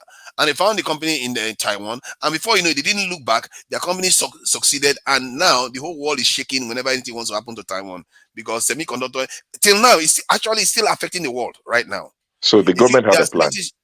They were deliberate. They were strategic. They had a plan. But our own is telling us, go if you want to go. We have more than enough doctors. They understand global geopolitics. Of course now. But our leaders, it's like they don't have a clue. They just tell you to go. Go if you want to go. Don't come and complain. Don't be making noise that Nigeria is tough. If you want to go, goodbye. That's what they're saying. And rather than look at the any leader that does that, rather than look at the root problem, that senator rep was saying that he's trying to sponsor a bill to force people to stay for 5 years. You are not treating the root problem. The question you should ask is, why are they leaving? What can it drives we me do crazy? It's to stop them from leaving? But you're saying let's propose that when they graduate, they don't get their license or PIN or whatever for 5 years. They have to serve Nigeria for 5 years. You know what people started saying immediately? A lot of people said, "Oh, they just go and study in Ghana, and they'll leave for the UK or the US." See, people devised a way out instantly, rather than Nigeria to look at the root cause. You are trying to treat the symptoms. Nigerian students will go and study elsewhere. They go to Sudan. They will go to Ghana. They get a certificate on the day they graduate, and they're gone. It's still Nigeria's loss. So look at why the working conditions, the theaters, the hospitals, the pay is bad. But the worst thing is for a doctor to feel like I could have saved that person, but I didn't have electricity. I didn't have the tools I needed. The salary might be bad. Because the leaders don't care for the. They don't use tell the people that, they don't you know use the what, hospitals now. They don't use those hospitals. they They don't don't. tell So the people that, you know what, there is a good reason for you to stay here. They don't even make the exactly. argument. They don't even bother. They don't even bother. They were like, go. And for me, do you know how many leaps you have to make to get to the point where they can go? You don't care. That first, you don't care about your own nationals going to serve other people. Secondly, you don't care about the development of your country. That every single individual, that you don't even know the gravity of the situation we are in, that where we lack development, we are living on scraps. That's the level that you have to descend to find it easy. They'll say, oh yeah, they can go. It's just astounding. And most Nigerians don't even know how bad that is. Because for me, if we did the maths yesterday, if you look at the money Nigeria spends on its economy, it's just something, for me anyway, when I look at it compared to the UK alone, it's like I'm even surprised we have anything standing in Nigeria. That's how bad it is. I'm surprised we even have a street light still standing in Nigeria. Because it's like we are not spending, it's like UK spends about, like, for healthcare, 170 something billion. Yeah. Nigeria spends NHS. 1.5 billion or so pounds. Like 1.5 billion versus 170 something billion. For one of them, the 1.5 billion is for 200 million people. It's 170 billion is For for 60 million. Have you how many are there? million people. It's like, what do you expect to see? And to I'm make it surprised. what is budgeted for ours is now stolen. Exactly. It's Then they now will start stolen. the little that we have, then we send it overseas, and look at how bad it is. Then the little money we have left that we used to train our people, they take it and the people jackpot themselves overseas to go and work for them. How are we surprised we are poor? I just hope, honestly, I hope we get it right soon, because Nigeria has so much potential. The reason why I get frustrated and annoyed is because I know we have a lot of potentials. I know we can be a lot better than we are. We've just been so unfortunate with bad leadership after bad leadership after bad leadership. And yes, it goes back to family unit, because that's where it starts from. Having the right, having morals, being upright. I'll tell a short story. So, to tell you, that upbringing, good virtues, all these things, they count for something. So, when Buhari, when he became the military dictator in 1984, when he toppled the Shagari government, Bisi Onabanjo was in London at the time. It was December. Bisi Onabanjo was in London with my dad. They were in London together. Because my dad is polygamy. My dad they're both late now. My dad was Bisi Onabanjo's uncle. But Bisi Onabanjo was a year older than my dad. So the nephew was a year older than his uncle. But that's what polygamy can do to you. So myself and Bisi Onabanjo were first cousins, like actual first cousins. And he was governor in 1980. Don't criticize polygamy. There is nothing wrong about polygamy. It's our culture. I'm not criticizing. I'm just saying that because people might be like, how can you and Bisi Onabanjo be cousins? How can you be first cousins? He was born 1927. You understand? So, and we're first cousins. I'm just saying, in case people are thinking this guy is crazy. So, when the coup happened, my dad and Bisi Onabanjo were at one of my dad's friend's house. They were just chilling, and my dad told the story. He said, "Oh, one of his friend's son just came out and said, oh, uncle, there's a coup in Africa. There's been a coup in Africa." My dad said, "Coup in Africa? Okay, what country?" And he said, "Oh, your country, Nigeria." This boy his dad is Nigerian as well, but he said, "Your country, Nigeria." And they were like, "What was he talking about?" And they checked the news and they realized there had been a coup and all of that. Now, I'm just trying to say that there was a time we had leaders who were decent. There's no way you do politics and not your hands would be tainted slightly, like we've established with the Western world everywhere it exists. So Bisi Onabanjo saw that. On a good day, what do? There's a coup. You're already in London. Praise God. I'm not part of it. Let them deal with it. It was the governor of Ogun State, elected. Bisi Obanjo said, I have nothing to hide. And he told my dad, Akin, we're going to Nigeria. My dad thought, are you crazy? There's a coup. You are the military, you are the governor of Ogun State. And going, and the guy said, yeah, because there's nothing to hide.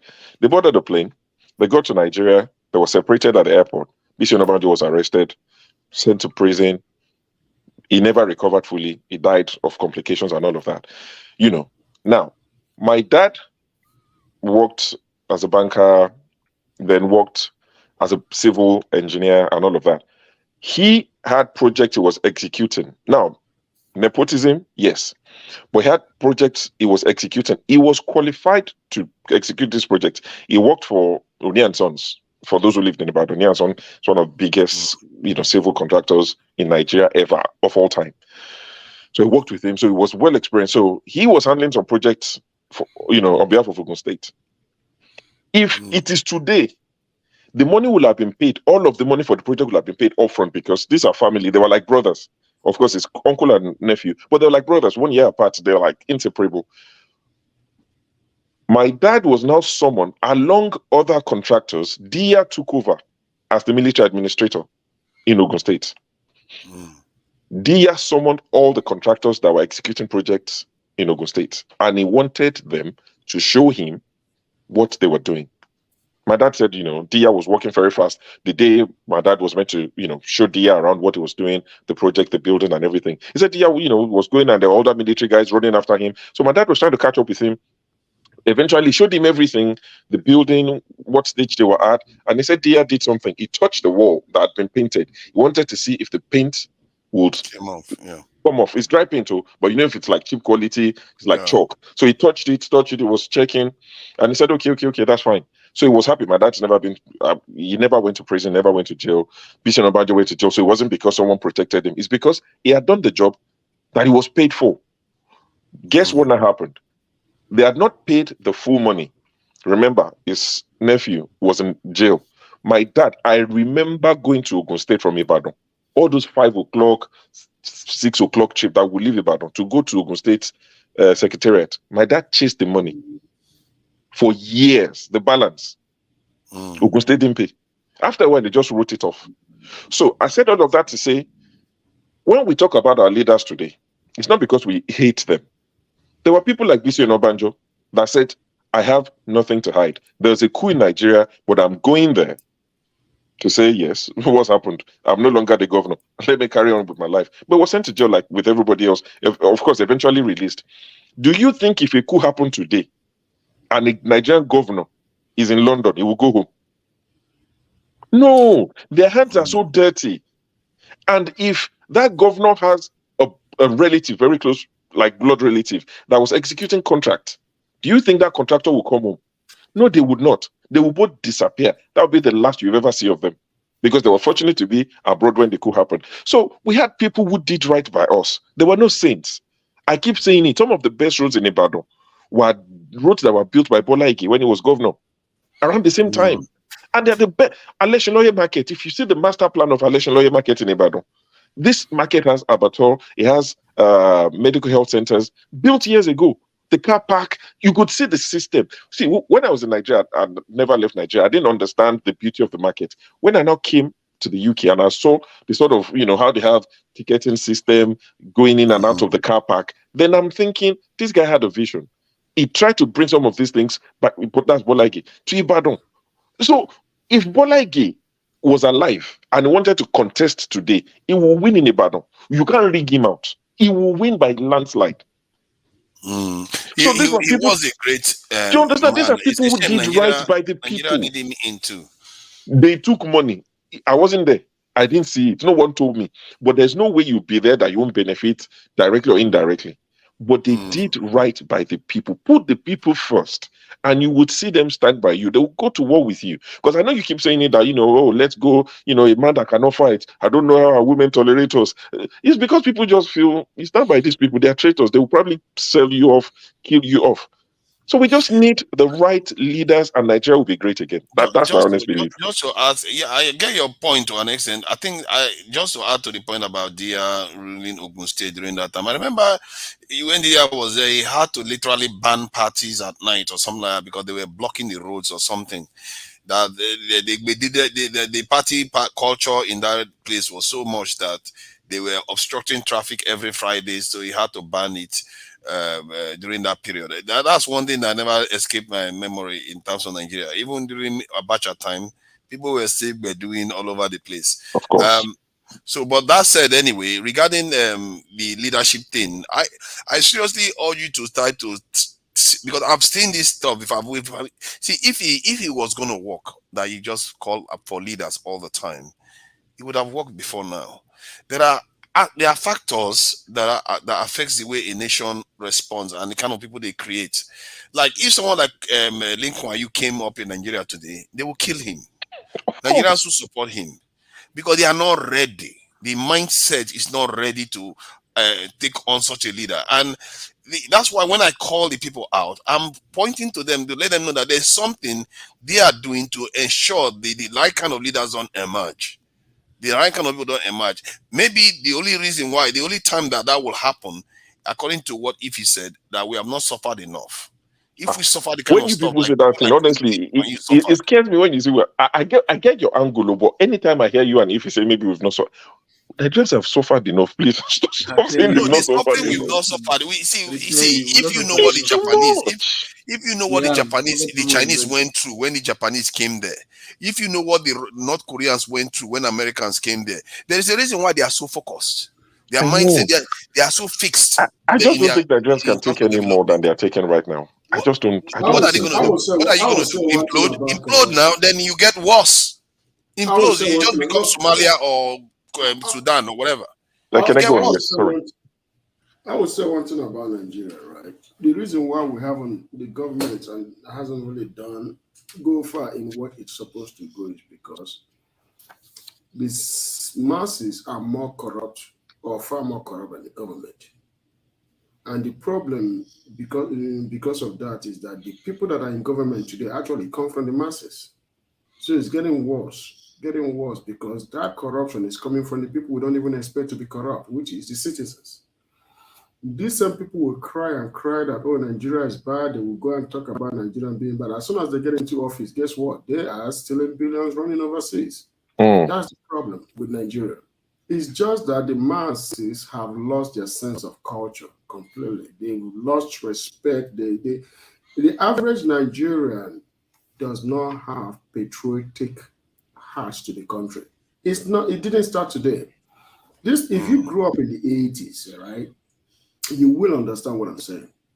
The ones that are ruling Nigeria today, especially the ones that are in their 60s, were the drug barons in the 80s. They were the ones that helped to move drugs. They were the ones that went overseas for cocaine dealing. Those are the ones. They were the ones that were criminals, like people that became governor during the newly founded political dispensation, right? They were criminals in the 80s. These are people that did so many things because their parents that raised them that time lost sense of culture. So they didn't instill those culture in their children. So these children became, and what they are doing today is as a result of what they did in the 80s. Because if you know the 80s, the problem with Nigeria in the 80s was cocaine. Nigerian Airways, the default Nigerian Airways was as a result of cocaine. Okay. Because foreign airlines couldn't trust that airline anymore.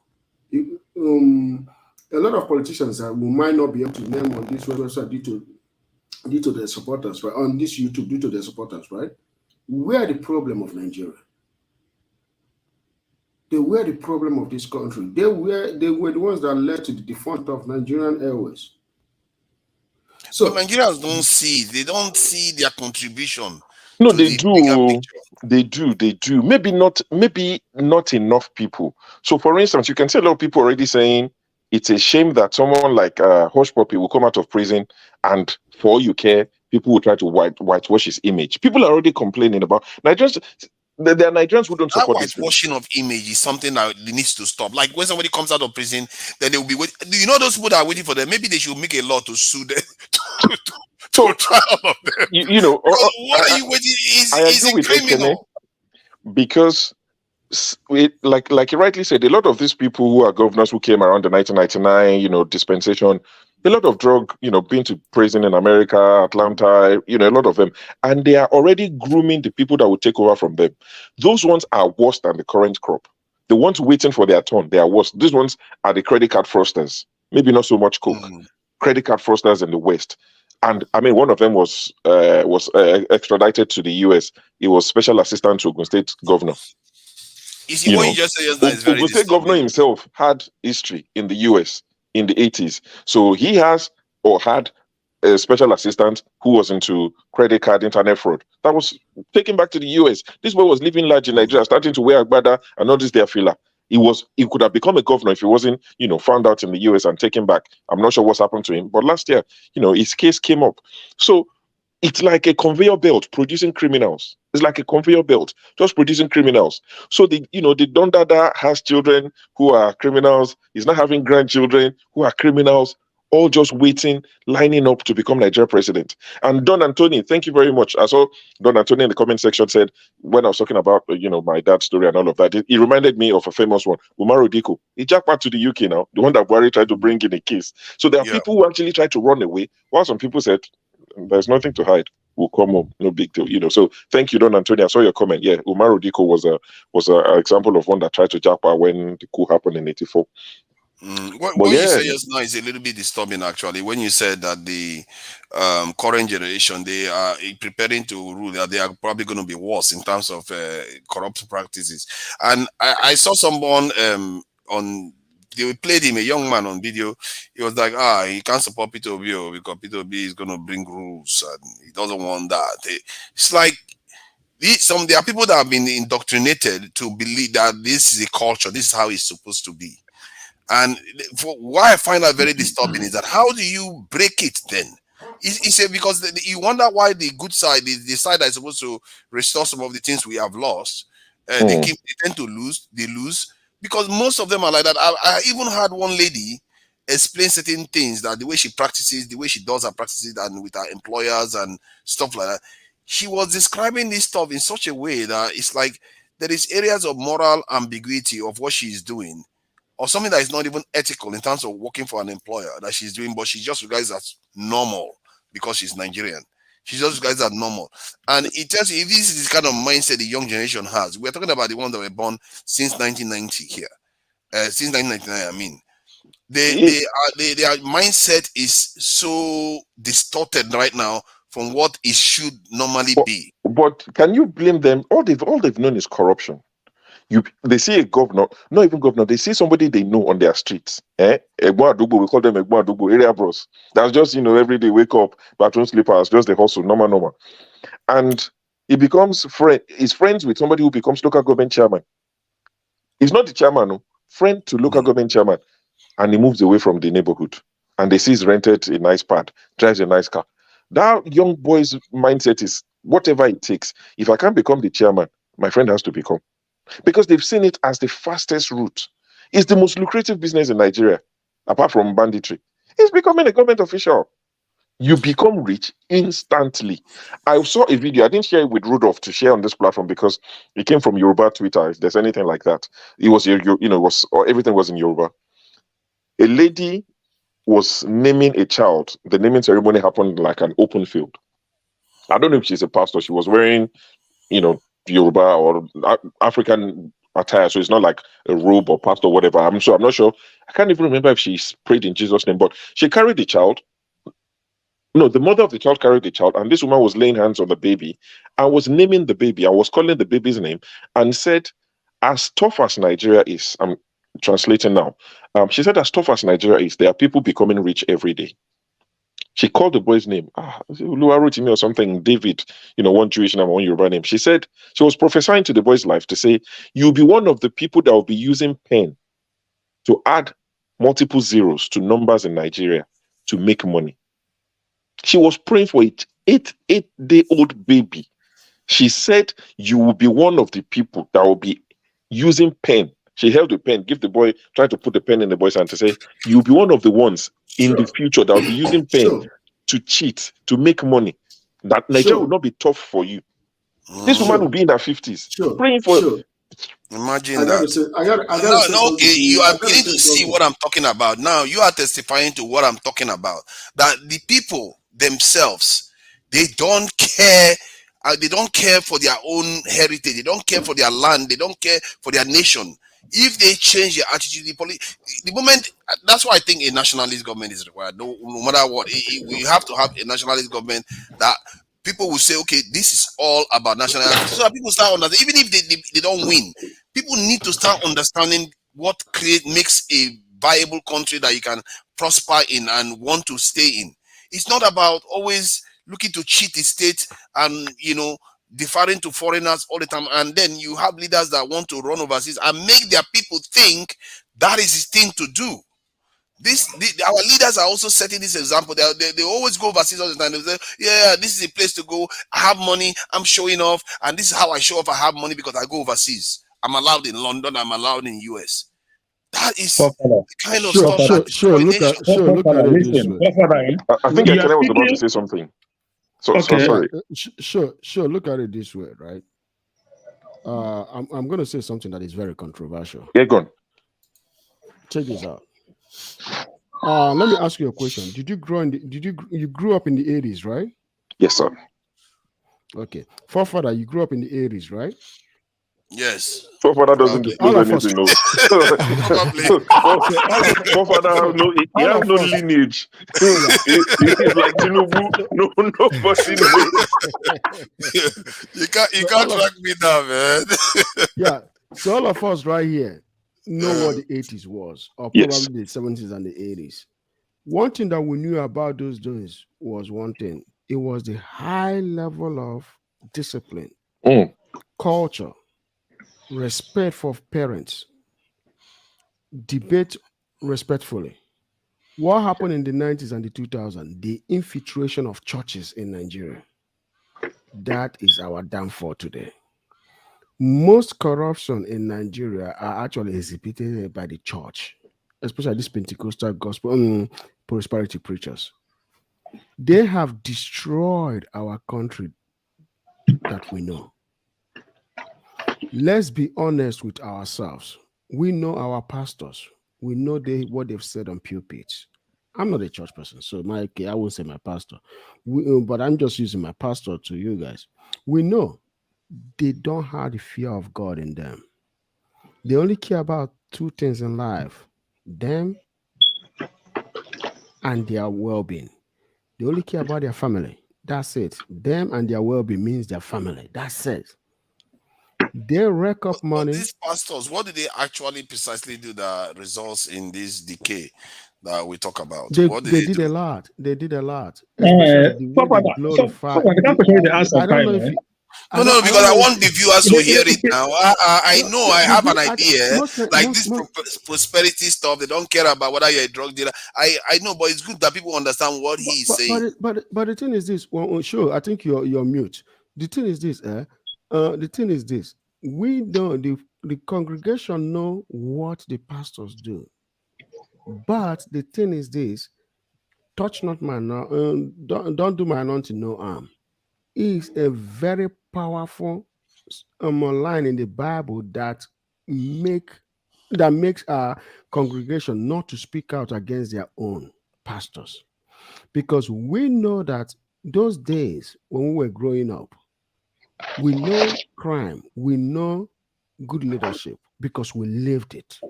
We knew when the NEPA was not taking light. We knew those days.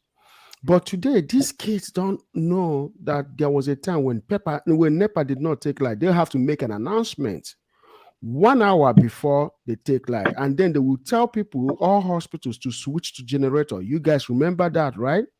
When NEPA will announce and say, all hospitals switch to generator, that there will be an emergency. And that it's only going, and they will tell you the time that light is coming on, up to the seconds. And at that time, boom, everything. And it doesn't go down for more than, they might say 1 hour, and then they'll give you 1 hour notice before. And these things are only done for maybe anywhere between 5 and 10 minutes. We remember those days. 1987, we started getting half current. Did we know what half current was before? We never knew half current. No, oh my God, Jesus Christ! Half current, it was so annoying. The first time I heard about half current was 1986. That is awful, man. It was Babangida that brought us half current. We all know that. It was under Babangida that we had half current for the first time in our lives. Nigerians need a nationalist in the party. Yeah, what I was trying to say in all these things was just what you just said right now. No country can progress without having first a nationalist at the helm of government. You have to have a nationalist, which is somebody that is patriotic. So, but at the same time, that lady that is preaching, you are going to add more zeros to. Man, I had that in a lot in the 90s, in the 2000s, at Pentecostal churches. It's not even today. I had it a lot. In fact, I had to walk out of church and stop going to church because of this. It's become insane that I got to tell you this. These people know a lot about Christianity than we do know. There is something that they've seen about Christianity that made them to believe that it's all charade. Because that's your chief priest. You know, in every culture, the chief priest is the most sanitized person in culture.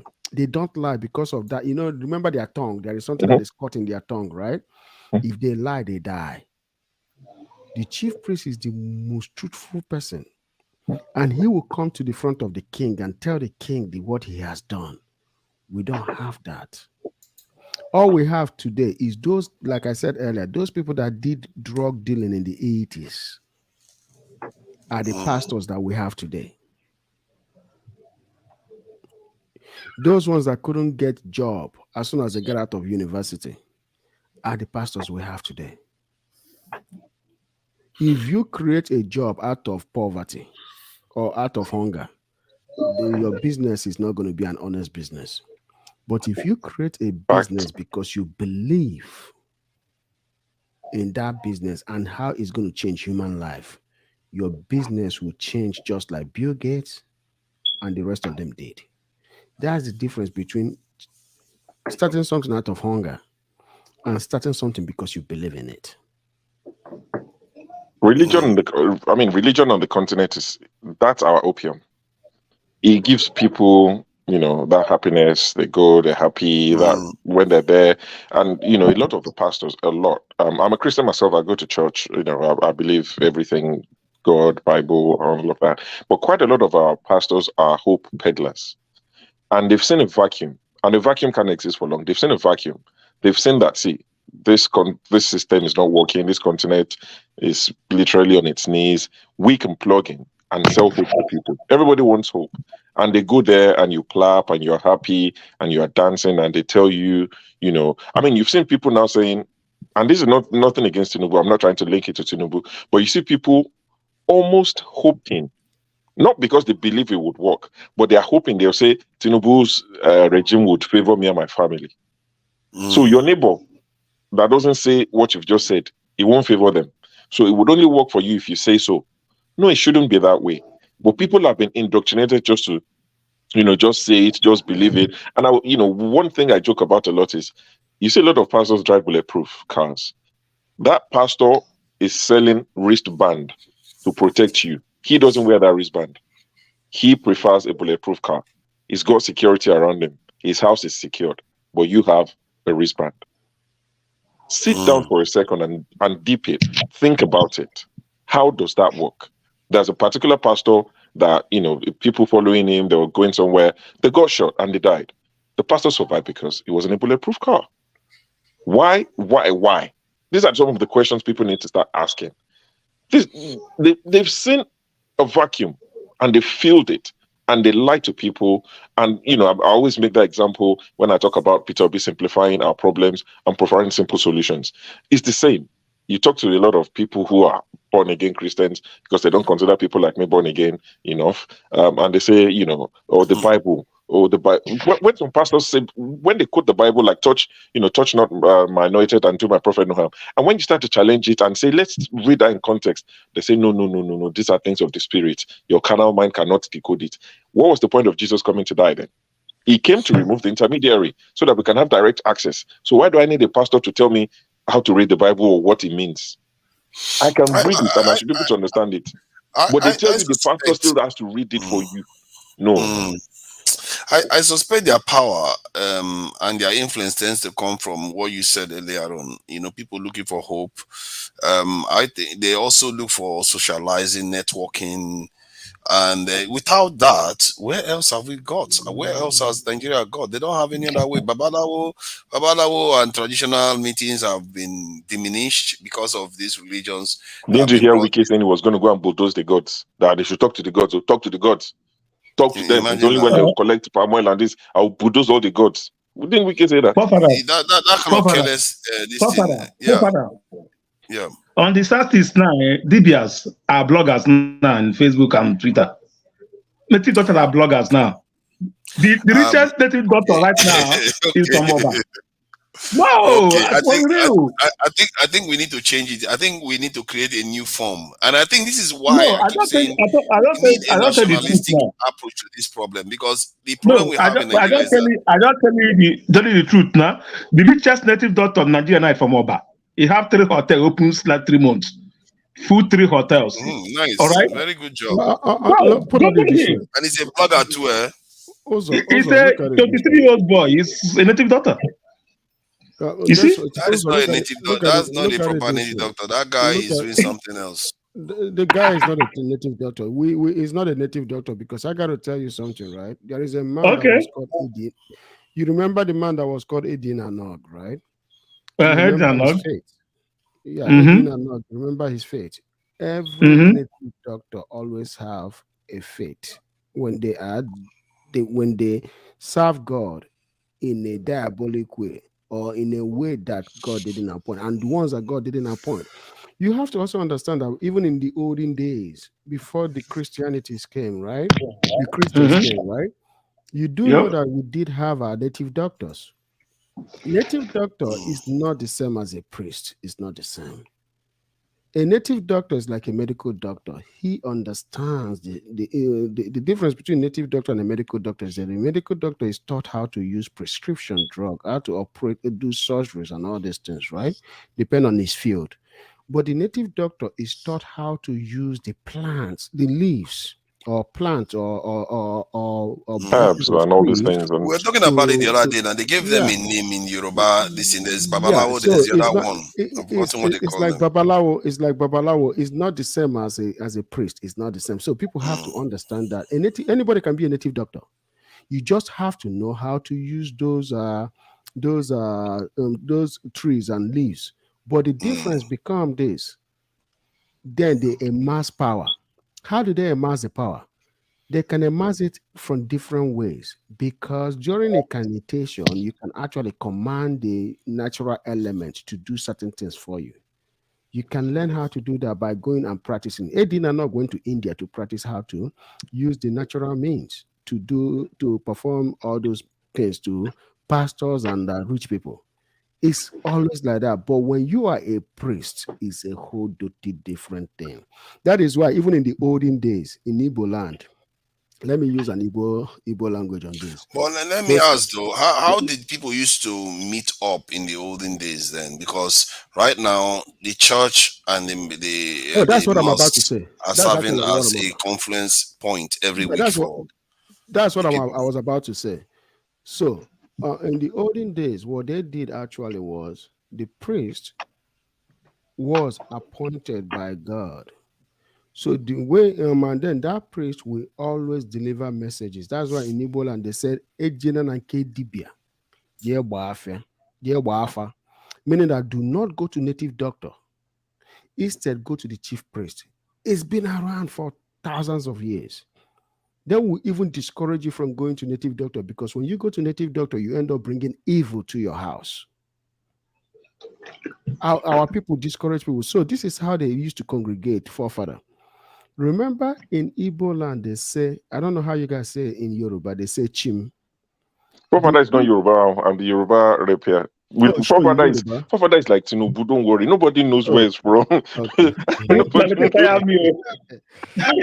So I don't know where it's from. Yeah. Sorry, good. Sorry they say Chim. Chim means my God. Okay. So that is why when you go into every house in Igbo land, there is that sculpture right there. So Igbos, in my understanding, that's in the way the Igbos practice, believe in self-practice to God. So you stay in your house, you worship God the way you can. That is why when you live in the when he lives in the morning, he comes out and then he breaks that cola nut and pours that drink in front of the sculpture, right? Then he goes off to farm. That's how they. So no tithe and offering. No, those people were nice. So the way they actually congregated was if they have what they call, the Omonna meeting, right? Where the kinsmen come together to discuss the issue or discuss things about family or community. Okay. That's how they actually congregated, which means that our ancestors put community ahead. They saw community as the number one thing. God is to your heart, community is to the people. That is why we had a very, very powerful society that thrived until the 80s. Because it was so powerful. Did they congregate weekly or monthly? Daily, man. Daily.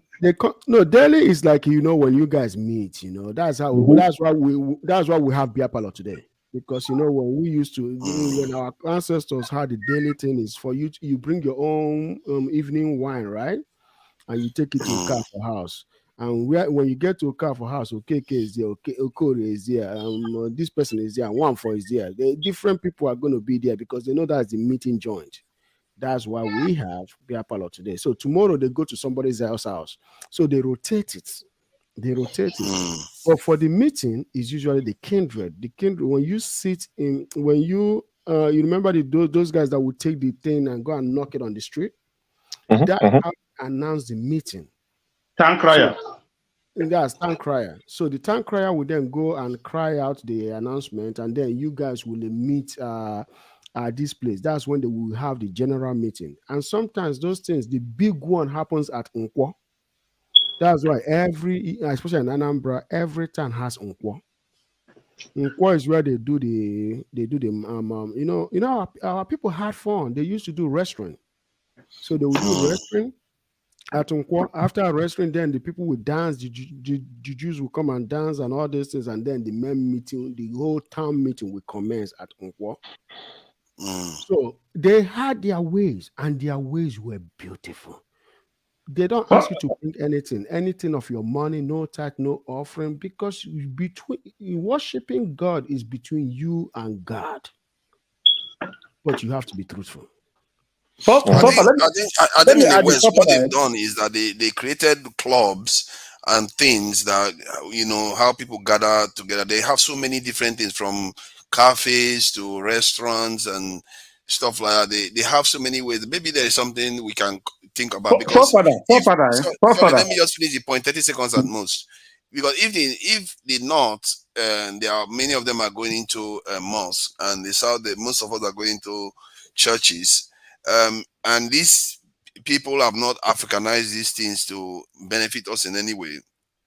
Danger is that we are just going to be cross-talking each other, because you have a totally different culture going to in the North, and a totally different culture this thing going on in the South, and we have to find a way to bridge that gap.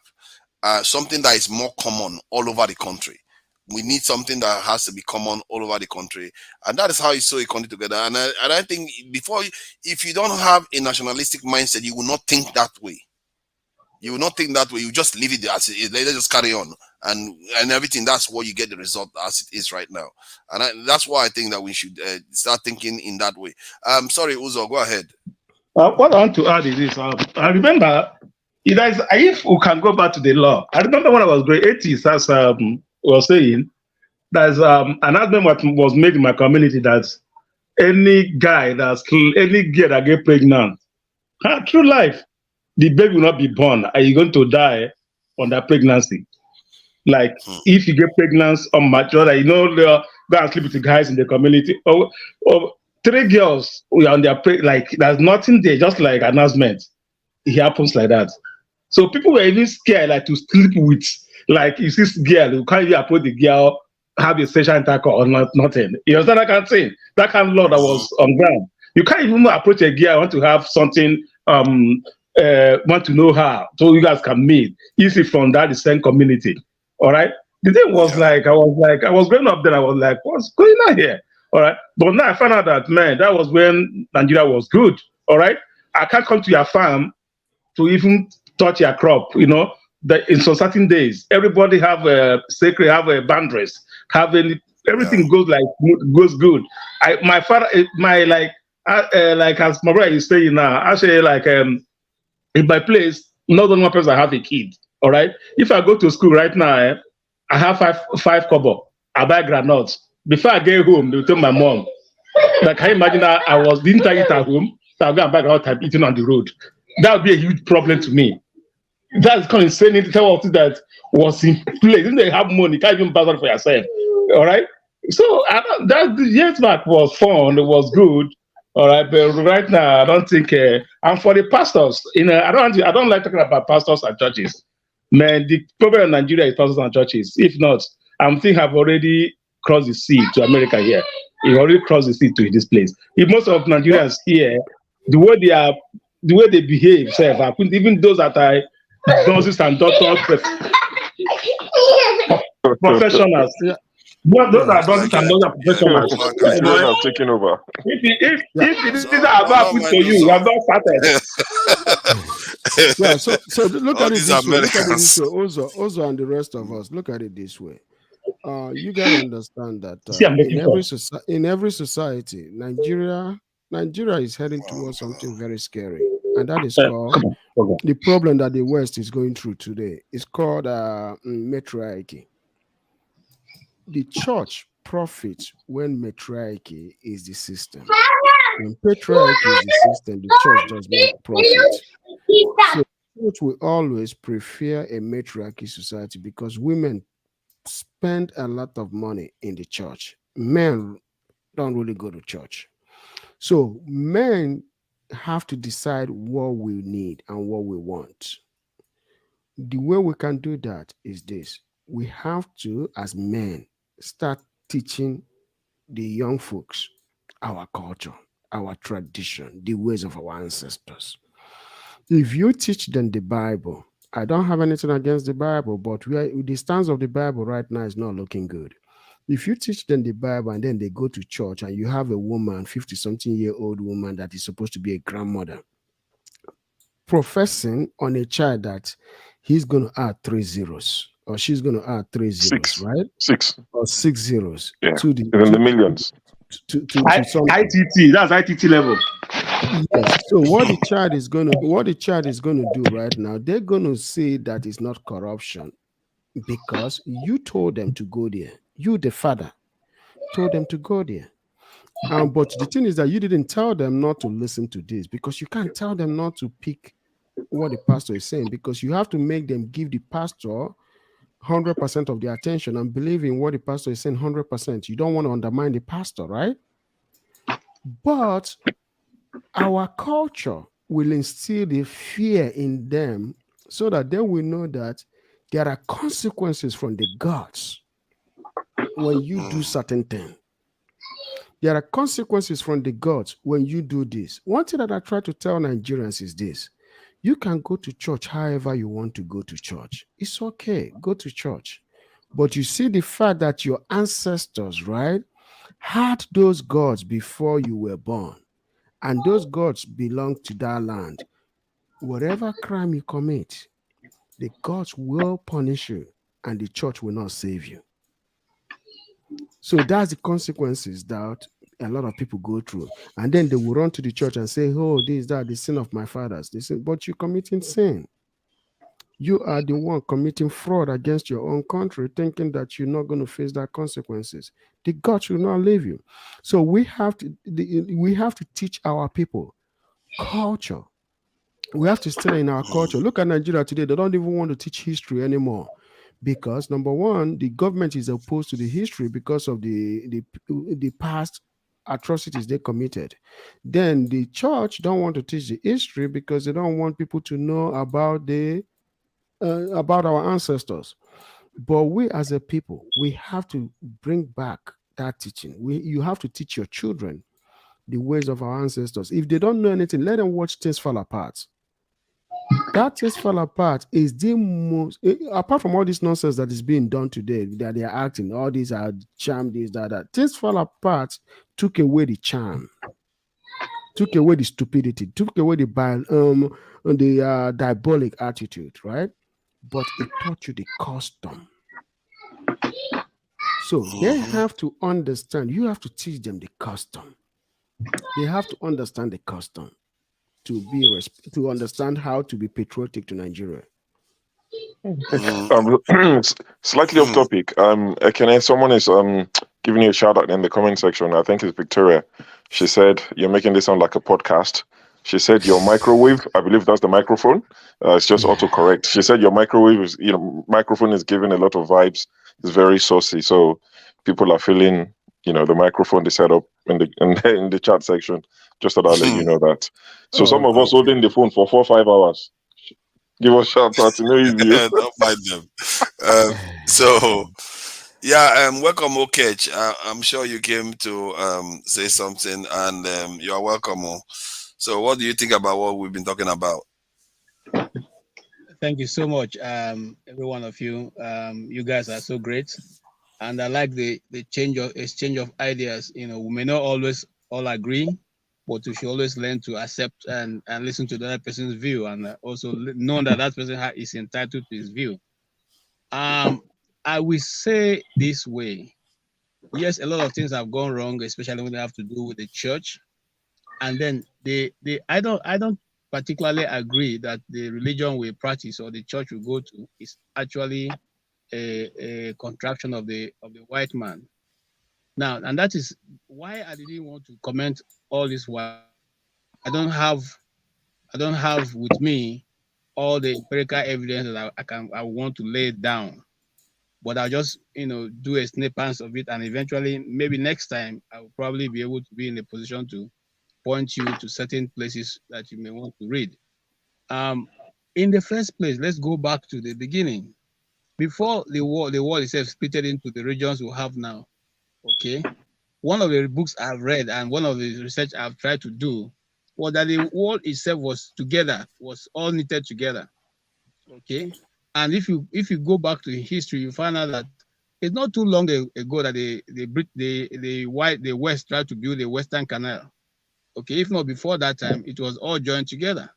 So and then the original inhabitants of Israel were not the people who live there now. These guys were all black. Okay, and so if we go by that history that the West have tried to do away with, and then we just oppose it with our own history in Nigeria, where also we're told, and there's a guy here who has always quoted that, and he always makes me laugh when he says that people are living in Niger State, but Mongo Park came to discover it. Okay, so those people didn't discover the river they have been fishing. Okay, they've been fishing in that river, they've been bathing from the water, they've been drinking from it. They didn't discover it until Mongo Park came. So those are some of the history, and those are some of the knowledge that was taught our people. We taught our children, we were taught. Okay, and the elites at that time didn't see it as a problem to discard those things and say, no, it's not possible that Mongo Park would have come to discover River Niger. What about the Nupe people? Okay, what about the fishermen around there? What about the people in Kogi State? They didn't discover River Niger. It has to be Mongo Park. So if you go with that, you find out that so many things that we have been taught are all junk. Okay, and so I don't want to believe, because again, as an Igbo person, I know that the Igbo custom is embedded almost everything okay, maybe in a different form because of time and the long stay, the longer different accounts have been unwritten accounts. But if you look at it, majority of what the Igbos practice, my name is Okechukwu, okay, and that means God portion. The person who created that name, my dad didn't create the name, his ancestors didn't create it, so he must have started from somewhere. And those who gave those names, like Ikechukwu, okay, Chibeze, in other words, God is king. Those people have an understanding of the God that we are serving. The white people may call it a Christian religion, but our people had an understanding of a God that was supreme, okay? And the Nwachukwu, that means God's son. So they have an understanding of there is an existence of a God that is superior to every other God that the Igbos may have in small bits. So when I look at that, I don't totally agree that what we are practicing is because the white. No, we allow them to stain, to stain our mind, our mindset, and stain, and apart from that, also try to brainwash us to think that it's only when it happens from the West, when it comes from the West, when they say it, that is what it is. And I used to be a Catholic. I thank the Catholic Church for one thing. They have been able to, again, gradually put back some of those things. Before now, you couldn't, I was almost a priest. You couldn't have your cash up in a Those on mute. Go ahead. Okay. you couldn't have your cash up in another color. But the Catholic now came and said, no, you know what? You guys can beat your drum. You can even use your native colors to design your cash up. Okay. You can do, so they have gradually brought in, even though from the back door, but they've gradually brought in some of those are tradition that hitherto was said to be fetish. And I come to the US. I'm coming, sir. Just 1 minute. Okay. And I come to the US and I see them celebrating Halloween. And I said to them, come, wait a minute, this is witchcraft. They said, oh, no, it's just we're just trying to, I said, no. You people told us that this is witchcraft. You said this is witchcraft. I see people displaying skulls and everything, and you want me to come to church? You know what? The church also follows them to celebrate this thing. Okay? So what am I trying to say in essence, forefather? I'm trying to just say that, you see, we have allowed them to color our understanding, which even may be that our own was even superior to what they have. And yet, they have allowed us to do away with the good that we have, and then are now following their own. Am I saying that Christ is not real? It's real, but he may not be a white man. Am I saying the Bible is not real? It is real, but it may not be written by a white man. All they've been able to do, and if you go back to the formation of Israel, you find out that those are not the original inhabitants of the land, Israel. Okay? But they are occupying it right now. So there are many things that's going on earth that if you look at it, like in the morning, someone was saying, what's the difference between the Democrat and the Republic? I came to the US, I discovered that there's no difference. The both of them are the same thing. Everybody dances to the tune that suits them the most. African leaders and African politicians have not yet understood that everybody looking for the good of their society, not necessarily whether you're in party A or party B. And that's what we've not been able to understand. So my conclusion would be that the things about religion, it could be that it is we.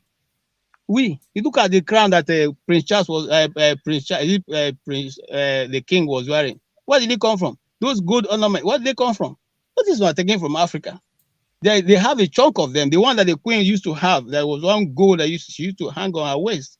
Those were more than how many carats gold that she was. It all came from Africa. It came from Africa, but they're using it to beautify themselves. Okay, and so we may have been the real thing, but we have been deceived to think that we are the fake and they are the real. Thank you. And we allow them to get away with it. I think what you were explaining, I just wanted to add to what you were explaining about how they discovered River Niger. I think it just shows you what it's not taking away from your point. The point is still accurate. The way it happens is that these things were discovered from the point of view of the Europeans. They were telling their people that they discovered. They are not saying that people didn't live there, because the Europeans also know people live there.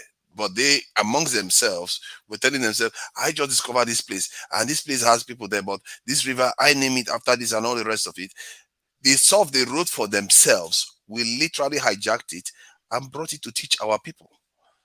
So it's like this, and this is what we do. And this is why our leaders always end up there. Something that belongs to them, that is for them. We somehow inserted ourselves into their culture and make it like try to make it as if we are them, but we are not. We are supposed to tell the story from our own point of view. We're supposed to be saying, "Oh yeah, River Niger was here, then the white man came." But this time we went to the white man book and say, "Yeah, because the Oyibo man has." What do you think the Oyibo man will go there and say? "Oh, I didn't discover River Niger." He did, from their point of view. That's what he's going to say. He also said people were there. So it tells you that it's not a contradiction when you look at it from their point of view. Our problem is that we try to hijack their own way they look at the world and make it our own way, which is completely wrong. We should have seen it that is their textbook. This is ours. We know we have been here. This is what our forefathers did. This is where our land. This is what it is called, and all the rest. And that will take care of it. But even common sense eludes us. See, one of the things I have to highlight that maybe sometimes we judge these our ancestors a little bit too harshly, but I think maybe they also deserve some of them. See, like if a European comes here and with a gun and cannon, and you hear the sound, it sounds like the heavens, those type of stuff. It does do something to you. It does do something to you, and if people can fear that these people are like godlike and all the rest of it. One of the things these European leaders did, especially in Congo, they took a gun, shot somebody with it, the person died, and then the gun is empty now. Those days it's one shot. The gun is empty. They say he gave it to the locals, shoot me with it. And the local tried to shoot him with it. It didn't work clearly because there's no bullet in it. He said, "See, I can die. He can't kill me. I'm immortal." And the people fell for it. So it tells you technology has a lot of power. And all that I explained here has to do with technology. And yet these people were seen as divine because the technology seems like something that is out of the norm. The sound of a gun is some of the loudest things maybe our forefathers ever heard, not to mention cannon. So you can see why they completely lost it and started this thing becoming almost subservient to the Europeans, and started thinking that some of their stuff wasn't as good. But you can do that for 1 year, you can do that for 2 years, you can do that for 10 years, but for 300 years, come on. You've seen them die. You've seen them kill each other. You've seen all those things. You didn't hire a squad of young Agberos to say, let's go and waylay their ship and learn how this ship is used. Let each other, you know what? Let's go and visit their country at night and see how they behave. So that you know. But we never bothered to learn till today, have we? We are still very much behind. Like Africa is literally, that sub-Saharan Africa is literally outside the world geopolitics. We are not participants in it. And I really think that it is doing us a lot of damage when we are completely outside it. Yes, there's a lot of risk by joining the world geopolitics, but that is the only path to survival. Anything else, you are just waiting for extermination, really, because the others will come for you eventually. Thank you. Can I come in I now? agree with you. Yeah, go I ahead. agree with you. Can I come? Okay. Go ahead. All right. Since Fafada now I'm going to introduce me, no problem. Come on, man. I introduced you the first time he came. He's already a troublemaker. You see what he does? No way, no way. He's That not was putting not introduction. Our correspondent, You are our mocking London me. correspondent. Yeah. Exactly. Oh, show us in the background. It appears. No, wala. But the chop. Okay, even myself, what the same thing what I did, what I just said, I just finished mine. Okay, for me, man, because I've been watching, listening to you guys, I would just be laughing, even when Ngozika was here and forefathers were having back and forth, I was just laughing, show coming, I'm like, okay, man, for me, I have lots of things to say here, Sha. And I would just love, please, just give me the time to contribute in what I've been said in the past and also, but very brief, please. I think what the Equator case, right? Yeah, he might deserve what he's got, but for me, the punishment was harsh. First, secondly, the wife didn't do anything. The wife is not guilty. The daughter is thrice or 4 times as guilty as the wife, but she was set free. You understand? Like I said the other time, the only thing that connected the wife was the conversation between Ekoromadu and Obeta that Ekoromadu was forwarding to the wife just for confirmation to put him in the picture. That was what just connected her, nothing else. So, why I think the British did this was to use Ekoromadu as a statement from Nigeria politics to like, hey, come, no matter how hard, how big you think you guys come, we are always the dominating factor. Man, come on, like, always they want to use him. For me, from my understanding in the court proceedings, they want to use him as a scapegoat to subdue the Nigerian that is increasing, that is coming of age, the black race that is coming to like, hey, okay, I think one day we'll get there. You understand? So I think systematically they did that just to mess him up and put us in our place, so to speak, psychologically anyway. And that's for that. Then another thing I want to talk about is that what's it called? The lady, that US lady that we're talking about extradition when you arrest somebody and do you have literal understanding to exchange prisoners or whatever, that Nigeria do not have anything to offer. Yes, that might be true, but for the lady that did that in the US, the US did not send for her. She ran because she, except you, somebody else. If you're talking about the lady that killed a child who was riding the bicycle on the express, she ran because her husband was a diplomat, and she was parading herself as a diplomat too with her husband's passport. But ideally, she's not supposed to be a diplomat. But she ran, you understand? And the UK was calling for her. The UK government was trying to like ask the US to send her back to come and face her job or whatever. But the US, being who they are, I think the husband is working as a spy or secret service from US, but with the UK, something like that. So the US refused to bring the woman back, but the UK was trying to bring her, make sure to come out, save her punishment, whatever. But I think at the long run, they did their policies, whatever. The parents came out and started crying that the woman should have come or this or that. But what I'm trying to say is the US did not send for her; she ran away before the UK government did know what was happening. That's for that. Then you guys talked about CAC in Nigeria. For CAC, yes, what Ekene said is true. It's very easy. The problem is Nigerians are they are not dumb, right? They are sharp. The over smartness, they worry Nigeria, you understand? You see, in doing it, you can, at the comfort of your place where you are right now, if you want to open a company in Nigeria, you go to their website, check for name match, if there's an existing name there. If you have a name or there's a place you go to on the CAC website, you can check if there's a name match. If there is, change. If there's not, the system will tell you. Then you might just pay a token fee or whatever. But Nigeria, they have this, it's only lawyer that can open the company for you.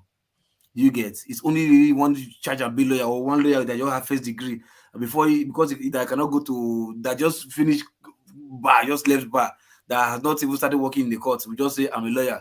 The only thing they succeeded in doing is to write agreements for people who want to buy land or sell land and open company for you, and they tell you, yes, they are lawyers, this and that. So Nigerians now, being who they are, they don't want to do the work. They just believe, oh, because Show did it through a lawyer and it worked for him, everybody wants to go there and believe that is the only way. You must get a lawyer, it takes 6 weeks or 5 years, whatever. Those times that you are thinking that it takes is the lawyer who is the agent that is using his own time, that is not ready. You see, he's taking to Abuja, he comes back here, it takes time to that. They are just working with their own time, not the time with the CSC. But Nigerians, being who they are, they don't want to do the work. They just want to believe it will pay the money, so that guy will do it for us. That is what is taking the time. You understand? So yeah, in the UK, very easy. You understand? Because they need companies, because they believe in SMEs. So they need companies to be open. They don't want to stress them. They will need the money. But another thing is most Nigerians who wants to open company, they are not taxpayers, because in opening a company they'll ask you for your tax TIN number or TIN number, whatever. You understand? Most of them are not taxpayers. You understand? So because of that, they don't have their companies open. And the lawyer now, who don't want to tell you that, they will look for a way how to like meander around it and try to get something to just help. So those things longer term. But to the person who's the potential MD, you understand, or employer or company owner, would think is long. So that's the brief thing about that. Then this last one, you're talking about religion and the way the Igbos used to serve or used to congregate, whatever.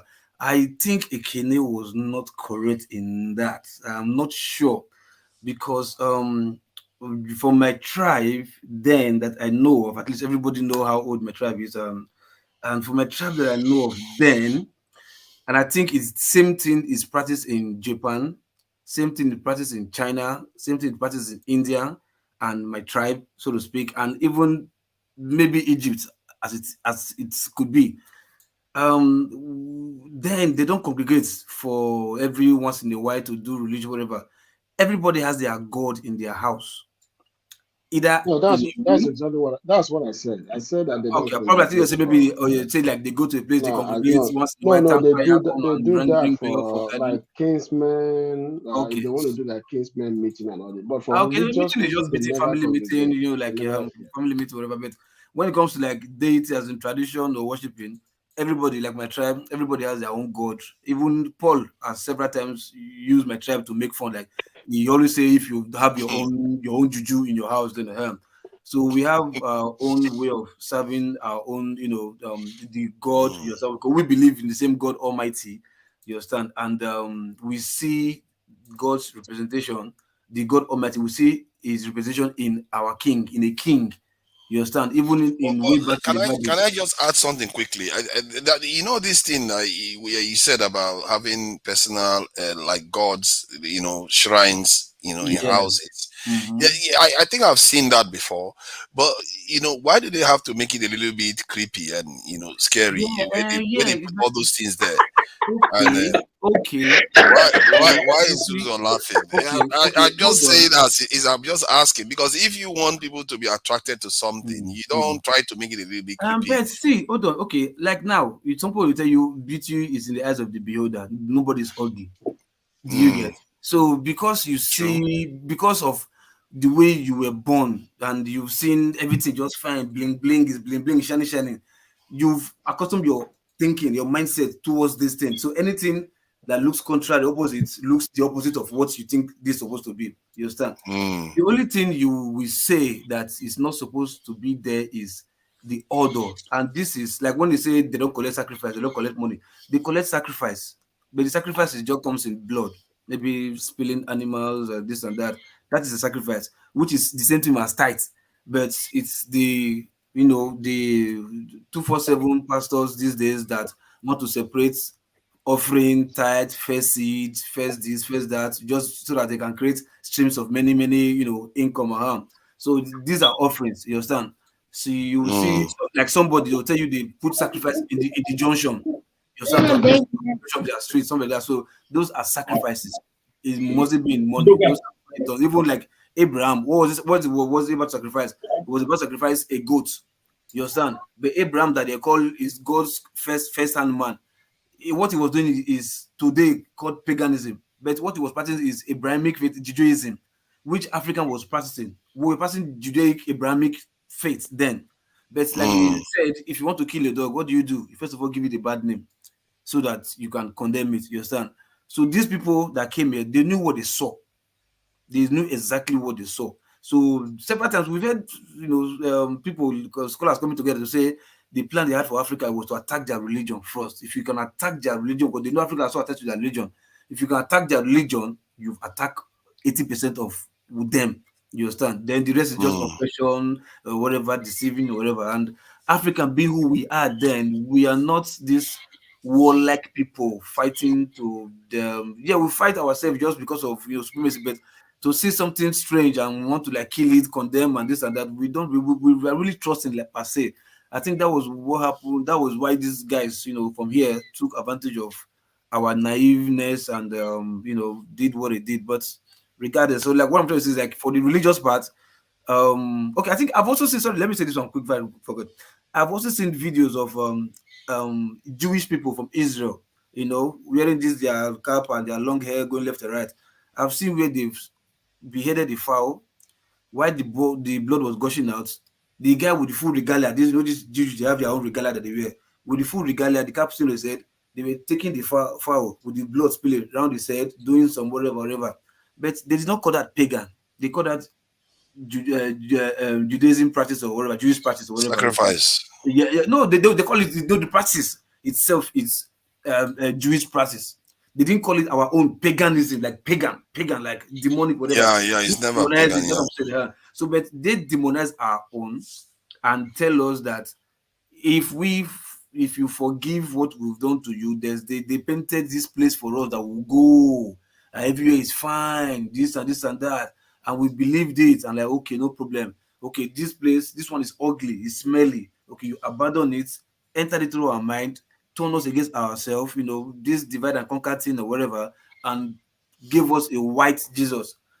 And if you go to Israel today or whatever, there's a place where they will tell you they gave birth to Jesus Christ. And they have this sculpture paint they did there. The whole place there, that manger or whatever, they painted everybody there black. Yeah, but why was it so successful? Let me say this. Like religions, the way they spread is that, like in Europe, they were also able to supplant the European traditions and instituted Christianity there. But what the Europeans did was to Europeanize the Christianity that they had. As a matter of fact, they used it against the people that were supposed to be where the Christ came from, which was the Jews. They were attacking the Jews because of Christianity. So they didn't use it to brainwash themselves. They used it to empower themselves and use it to conquer most parts of the world. Then you look at South America, the same thing. Christianity went there. They used it to conquer them. And basically, to be fair, the South Americans were somewhat like Nigeria, this is Africa too, where they bought into the religion. However, the Chinese, the Japanese, the Indians, they didn't fall for it. And some part of India fell for it, which became Pakistan. They did. Something happened. They abandoned there because there was what's it called? There was nothing there they didn't need, actually the slave thing, right? Before it started, before Africa was like a market for them, they went as far as India and China to do that, but they were not producing the how do you call it, the labor effect, so to speak. Probably I'm missing the word anyway, but I think credit was something I'm saying, like the effect of that labor, that beast of body that they wanted them to do. They weren't doing that. But I think with somebody from Spain that went to Africa and got somebody, not even as a slave then, but as master, just boy to serve, you understand, got there and he performed. They saw that what he did was like, wow, this guy is so powerful. That was even prompted them to like, oh, I think there's market in this thing. Then the invasion started. You understand? So now one strong man go cause wahala for us like this, just go to show muscle. You understand? So these guys, the Indians and Asians, they were not producing much work for them. Like if you looking at them face to face, so we be like say India, they do like say one day already. We even say you see, look who has come with his theories. He's come with his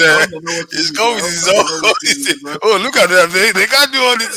They are the ones that have built a space station and this thing, they have nuclear weapons and all the rest. They can't do anything. No, this time they are asleep. They won't say they are asleep. There have many of them as my clients. So this time they know they are asleep. So but what I'm trying to say is, they were not producing much, labor yield compared to what the Spanish guy took one of us to his beat. But they tried though. There was a Chinese guy that was like fighting like a crusade for Christianity. That even the Christians rejected him, but he went to China and he was in China. I mean, he started a civil war, if I'm not mistaken, but he failed. He failed, and the Chinese will still got themselves back and maintained their traditions until obviously the revolution, where they even turned against all their traditions. Like I said, because after they were no longer the targets. But when it goes to Africa, Africa was now the targets, and coming down here that not only the humans were producing yields, even the soil, there was even enough in the soil. So what do we now do? So like both human and natural resources, we're now the target of these people. So that's why they will continue tomorrow. They will continue to always want to like do what they know how to do best. You get me? So that's why look at it this way, local. Yeah. I gotta tell you something. If you want to capture a man, destroy a man, take over his resource, right? Attack his gods. If you can change a man's fate, you can take possession of that man because of the loyalty. That's what I said 80%. If you hear me, I said 80%. 80%. what they did, this is how Christianity came to foster in Nigeria. When they first came into this country, right, they discovered that the men were very powerful, which is patriarchy, right? Then they discover polygamy, that we have polygamy. Especially in the eastern Nigeria was the killing of twins. And then they also find out about the outcast. But the man was staunch in his belief of those things because of his belief to the gods. Even though some of them were not good, like killing of twins was just men being jealous of other men having twins that they couldn't have, you see. Then they instituted a way to stop, to just be stupid and wicked. Then an outcast was as a result of men trying to take over another man's land, which means his brother's land, or take over his brother's wife and children in order to absorb everything that his brother has into himself, right? And the woman stops. Cain and Abel. Yeah, Cain and Abel. And the woman tries to stop him, and what does he do? He then goes after her, accuses the men around her for sleeping with her, or that they're trying to help her out because they go to her house at night and have sexual relationships. So all those things, the woman will be like, okay, you know what, forget it. She will then go run into the God's chamber, right? Then she becomes an outcast.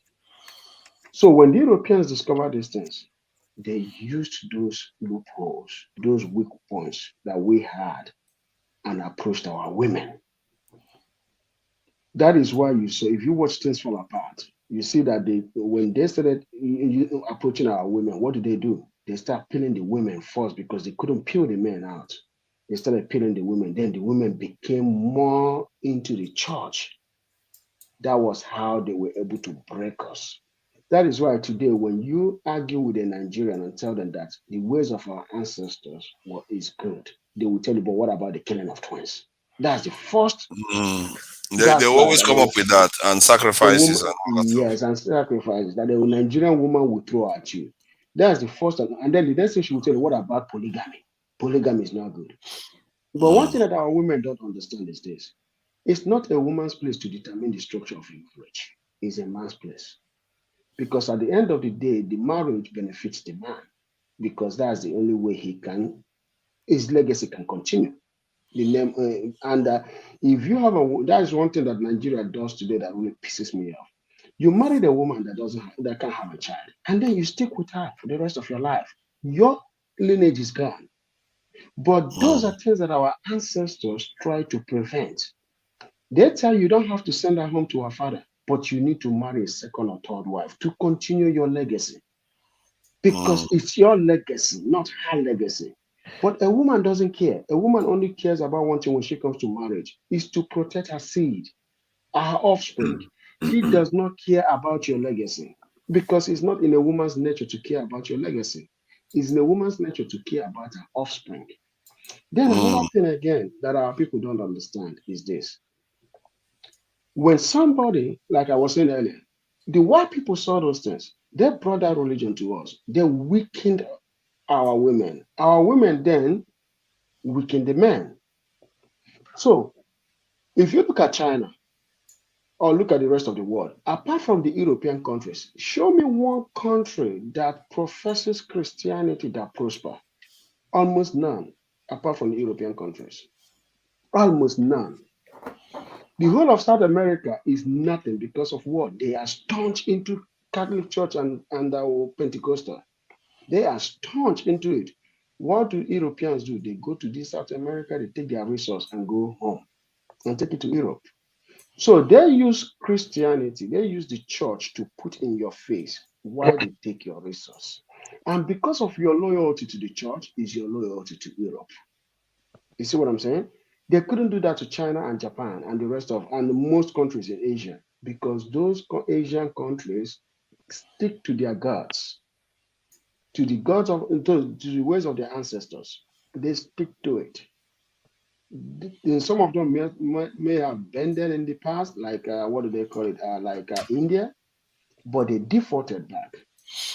And since India But don't you deported think back, that our isolation from global geopolitics is also affecting the way we think about these things? Because it almost appears as if Africans were naive. And if you look at South America too, they too were kind of not part of the main center of the world geopolitics, as we would like to describe it. But the Chinese were, the Indians were, the Arab world was, the Anatolia, which is the Turkish, the Greek, and the Scandinavian, it is in the Mediterranean ones. They are. I think this thing is on. We have to look at this on a macro levels, because sometimes when we look at these things on a on what is happening on the continent and individual countries and even kingdoms, we will lose track of what the bigger effect, what is going on. Because if you look at Northern Europe right now, they are some of the most docile people in the world. Because part of it is because they are completely cut off from this in the world geopolitics. And even if earlier on the Vikings came from there, because then they had their own world. They had their own world where the Vikings were raiding and killing everybody.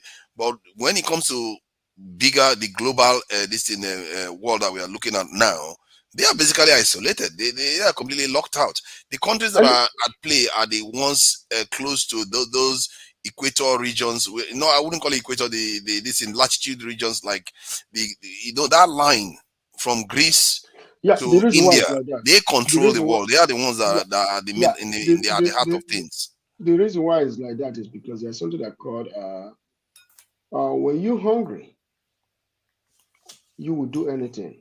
Hunger is the mother of necessity. Yeah. You see what I'm saying? So if you look at the Northern Europe, right, or the Northern Europeans and Africa, they have one thing in common. They have what you call, let me put it this way, they have what they need to survive. The Northern Europeans have the fishery. They have the Northern Hemisphere. They have fishery. They have food in abundance. Africa had food, crops, any kind of fruit you can think of, anything that you needed to survive. So there was no necessity for invention. You see what I'm saying? There was no necessity because they lived a life where they had everything. But you see that middle, right? There is one thing, there are things that those middle have in common.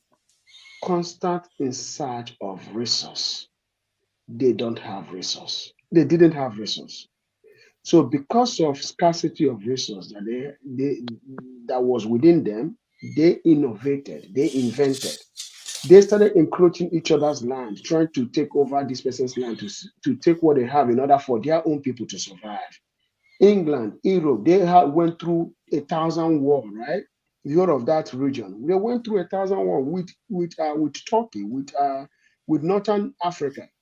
They went through 1,000-year war because of the trying to take what each other had in order to satisfy their own people until they discovered Africa. Discovering of Africa was ultimately their discovery, not discovery of Africa, their discovery of sub-Saharan Africa, I'm sorry. Their discovery of sub-Saharan Africa was actually what led to peace in Europe for a long time. What did they do? All these enemies came together and divided sub-Saharan Africa into colonies, right? Because what did they find? They found what they needed: spice, fruits, minerals. To be fair, the people that invited them to Africa were the Moors, because the Moors from Africa left Africa and went and conquered Europe. And when they occupied Europe, and they were Islamic, from Spain to, I think they even almost Italy and all those areas. But the Christian faith was also taking root in. Sure, to be fair, it has already taken root in Europe, and they wanted to fight back. So they used Christianity as a uniting factor to fight against the Muslim, the Moors. And after they defeated the Muslim Moors, if you look at it, it just correlates. Like as they are kicking the Muslim Moors out of Europe, and they followed them all down to Africa, and and then they ended up with us. They followed them, And the Moors, from what I gather, they improved their lifestyle. They also, improved sanitation in Europe and all the rest of it. So that also meant the Europeans were experiencing a growth. And then put on top of that, Mansa Musa's actions, which after they converted to Islam, look at how much money that king spent from Senegal. Mali kingdom, Mali, Oh, sorry. you are then 100% correct. all the way That was the to beginning of yeah, To Africa, Mecca. Gulf all of the way to Africa. Mecca, and it gave them the impression that they He thought exposed Africa Africa, had a mountain of essentially. gold. What that guy did, Mm-hmm. and at the moment he came back, it didn't last 100 years. All hell broke loose on the All continent. hell broke loose. In fact, I've spoken That about. money that You man are had, he could 100% have right. used it to take over the entire North African region. He could Mm-hmm. have raised a massive army, but instead he squandered it. And the reason why I raised Sure. this point is because it tells you something about us that we haven't woken up to till today. We have We took resources, we have complacent. We opportunities, and took we keep complacent. squandering it. We took They will complacent. never have squandered that kind of resources the way that man did, that king did. And And even before he became leader, they also squandered a whole heap because they said the person that was supposed to take over from him went on a trip. They just wasted a lot of not opportunities. that the person was supposed to take over. Mansa Musa's senior brother was actually the king of Mali. That country is an adventurous. That family is an adventurous family. So they built the biggest library in the whole world and the biggest university, the University of Timbuktu. So what happened is that his brother, due to his exploration, before you had Columbus, that was him. He was the big. In fact, Columbus installed his idea from Mansa Musa's elder brother. When Mansa Musa's elder brother found out that this water, remember River Niger, right? Yeah. He then said that this water must reach somewhere. Because then River Niger was wider. He believed that this water has a place that it goes to.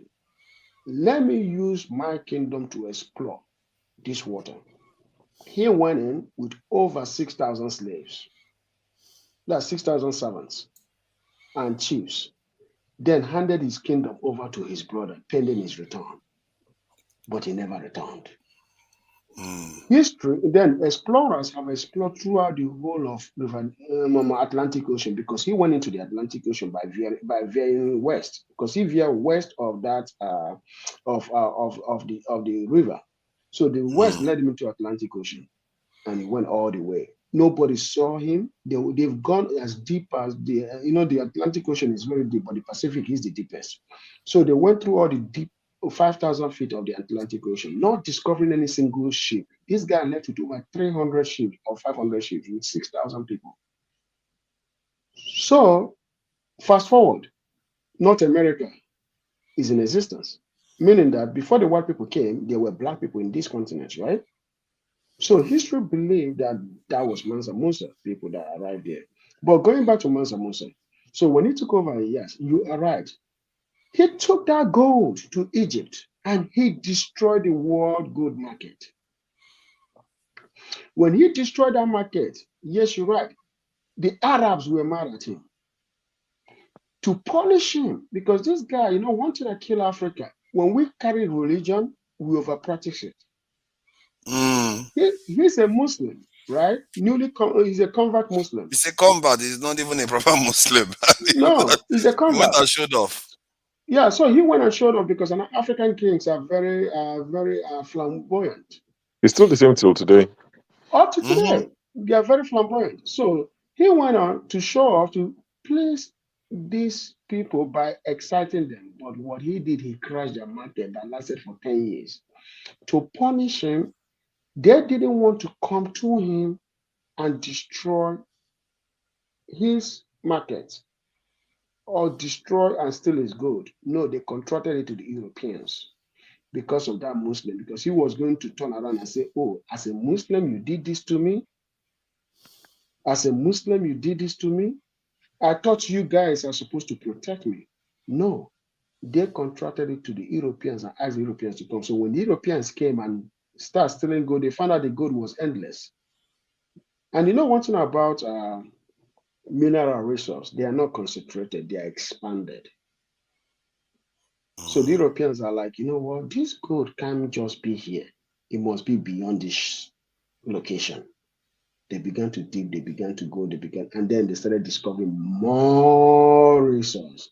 And they discovered that the whole continent, the whole sub-Sahara is all full of resources. I fear that because before then, the sub-Saharan region, they knew we were always there. They knew we were always there. It's just that the northern, the countries that were like the Sahel nations, Sudan, all that, they were tough nations. The Queen Armerinus of Sudan fought the Romans to a standstill. She took the head of the sculpture of their empire, of their emperor, and put it under her stool. And then, and then when they wanted to sign a peace deal, that you went to sign a peace deal with the Romans. The Romans granted them everything they wanted. That gave the queen everything she wanted, and she just went home, and that was the end of it. At that same time, Rome was conquering the UK, the England, and enslaving them. At that same time, when that woman was doing that, that was a one-eyed queen that did that in Kush. So it told you that they knew Sub-Sahara was always there, but there was a formidable force in between. The force that broke Africa completely, because after the Mali Kingdom, remember the people that destroyed the Mali Kingdom wasn't the Europeans. It was fellow Africans that did it. The Songhai Empire that rose, that was I think just about the first time the Europeans started, there's foreigners that you would not regard as conventional Africans, sub-Saharan Africans, started destroying African kingdom. The Moroccans, and they are an Islamic nation too. They came from where they were in Morocco with the cannons and all the rest, went to the Songhai kingdom and just started a war basically. And the Songhai kingdom, instead of them to have known about the cannons, because cannons had been around for a while, guns had been around for a while. No, instead the strategies that they used to go and fight, they didn't learn anything. They were using cows to go and, a lot of cows to go and, stampede the soldiers from the Moroccan this thing, because there were not that many, just about 2,000, to come and knock down the whole empire. And when they send these animals over, but the animals hear the sound of cannons, they scattered in the opposite direction to go and decimate the people that send them out. And it was a massacre. They completely defeated them. And since then, the continent has never been the same again. And yeah, the invention of gunpowder changed everything.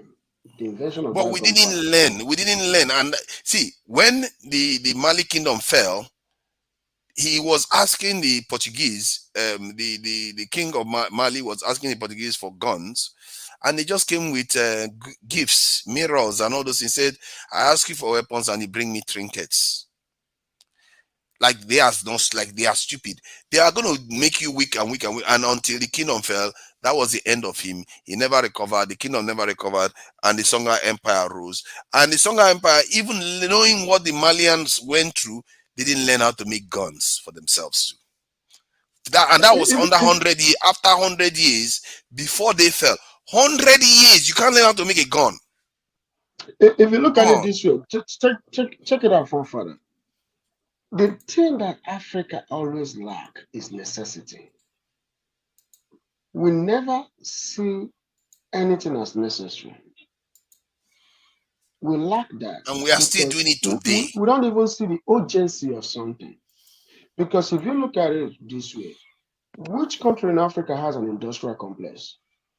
None. No. And we still don't learn anything. The other people are going to space, doing everything. And we're just sitting here like, our hospital is not working. Bad leaders.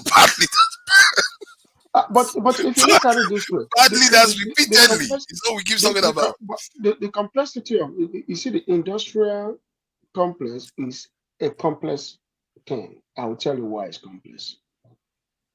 Number one, the government cannot just invest money in the military industrial, and the government will not make purchases. The reason why we don't have military industrial, if I just want to put this out there, is because we don't even have guys that are going home trying to open company that will become a military industrial company. It's not a small thing to have a military industrial company. You have to have outlets which means you have to have subsidiaries or you have to have people that you got to outsource to. Nigeria, there's Proforce though. You know about Proforce now. I know Proforce, but guess what? That's Proforce. For Proforce to make anything that will meet order, supply, and requirements, right? It has to outsource almost 80% of what he needs to companies. So what I'm trying to tell you is this, right? They have to be about 20 to 30 companies that will have to do those 80%. The ecosystem, isn't it? The ecosystem that's the way I describe it. But look at this now. Let me add this. Look at what you just said just now. That should tell you what I mentioned before about the strategy of what is happening to us right now. Proforce needs the ecosystem to develop this industrial complex you're talking about. Guess what? The brains that are supposed to work in that ecosystem are being pulled out of the country as we speak. So that ecosystem is being destroyed. That is what is happening to us, and we don't know it. As like we are at war and nobody invited us, nobody gave us invite, and our people don't know it. We don't see it happening. That's 100% correct. But what do we do now? We can discuss the problem, but one thing we have to find a solution. The solution is this. There are a lot of Nigerians that are overseas that have been there for 20 years. To me, you've overstayed your welcome. Those that have been there for a very long time are supposed to now. That's interesting. You say you've overstayed your welcome. Sure, be sure. What have we overstayed our welcome? Me too. We should clear out. Me too. We have overstayed our welcome. That's why I'm packing my bag. Let's start making arrangements to clear out then. Since we've overstayed. We've overstayed our welcome because what we're supposed to do is this. Look at what the Chinese did in the 70s when they came to this country in the 50s. By the 70s, 80s, what did they do? They started going back home, right? Because they knew at that moment they overstayed their welcome. They started building things. Was their government really investing in them? No. But as they were coming online, the government started taking notice. And the massive investment began. I got to tell you one thing. The problem with Nigerian government and Nigerian citizens have love and hate relationship. Love relationship, they have to provide. Hate relationship, Nigerians don't fulfill contracts. Nigerian citizens don't fulfill contracts. You award a Nigerian indigenous company contract, we know a lot of them. Some of them are our family members. They will take that money and run overseas. We know that. We have seen a lot of that happen. So let's be honest. But if Nigerian citizens can fulfill contract, I will be honest with you, Nigeria would have gone very far today. Nigerian government would have invested. When you see Chinese companies, you're talking about solutions now. What would you say? So the solution becomes when we go back. That was some of the ones that are going to go back. Build a company. If your company is doing, if you know you can do design or interpret design or do fabrication on low scale, which is specific fabrication, which is specialized, not specific, specialized fabrication, you do that. You do that for a company. You do that, and another person again will do his. Now you can supply to the main company like that. What's the name of that company? You say something for Proforce, yeah. Then you supply to Proforce, but before that, you have to go to Proforce and let Proforce know that, hey, we can do this. This is our company. This is where we located. This is what we're fabricating. What do you need us to fabricate for you? Or maybe if you know what you can fabricate for them, approach them with that. Tell them, hey, this is what I can fabricate. I would like to have contract from you. Then they will investigate your company, find out that yes, you're legit, right? Then they will give you test contract, which means you have to produce something that then they will test and find out if it meets their specification, right? And the thing is this: if you come to the West, like in the US, right? You might that simple fabricating thing that you're trying to do. There are thousands of companies that do it all over the entire country. Yeah. And they've been doing this for 70 years, right? 70, 80 years since World War II. So this is what we need in Nigeria. People have to start going back, starting something. You don't have to have a contract to start, because most Nigerians want to have a contract to do anything. No, you don't. That tells you you're not legitimate if you're waiting for contract first. You have to bring the logistics. You have to have the logistics. You have to have everything that is needed. Then you go bid for contract from companies that will bid, that will award So, you. how about having a strategy whereby you have a business in Nigeria? Like you said, you don't have to wait for a contract. Do something that you can also market overseas, because you leverage the cheaper workforce and cheaper, everything really in Nigeria. So when you make anything, you don't have to necessarily rely on any Nigerian business to give you a contract organization. You can. What I mean by that is it's like a stopgap while you are, because just as you created your own this thing, you are part of the ecosystem now. So for the others to catch up, and more of them to appear, you need something to sustain the company while that is happening. The reason why I say this is because when I went to Nigeria the first time, you find that the ecosystem, it wasn't as developed. You don't see a lot of people into that industry. So while you are working, you have to find a way to survive. And the formula I came up with was that you have to have a way of marketing the stuff overseas to, and not that I've said I've succeeded, but you have to find a way to do that, so that if you can succeed in that, you don't necessarily need Nigeria to survive, but you are in Nigeria in case Nigeria catches up. And I saw Nigeria catch up, actually. And from the point of view that you can see that in the military and all the rest of it, you can see that they are doing a lot of different things, that you can see that the ecosystem is beginning to expand, but not fast enough, but it's beginning to expand. So the strategy of, a kind of linking the company to the West so that you can be able to sustain the business, is that not something that is worth considering? It's not. You shouldn't consider that at all. You shouldn't consider that, because one thing is this: if you're a company in Nigeria and you want to provide services to the West, it's going to take a whole lot of logistic to do that. And then number two is that depend on the sensitivity of what you're doing. Certain most companies will not want to do that with a Nigerian company, because Nigeria doesn't have the history of military defense production. So it's going to take you much more longer. You have to do it first domestically before you can be able to get an international contract. Then secondly is this. I will tell you this about Nigeria. The reason why you don't have a lot of companies in Nigeria that you're going to supply that into is because those companies, they want to function in Nigeria, but supply is their problem. Meaning that the kind of company that you're trying to build in Nigeria is not in Nigeria. So there are companies that can come online because supply. Nigeria has innocent as a company, right? Okay, let me tell you this. If you go to Nigeria and open a company that produces, let's say, fender,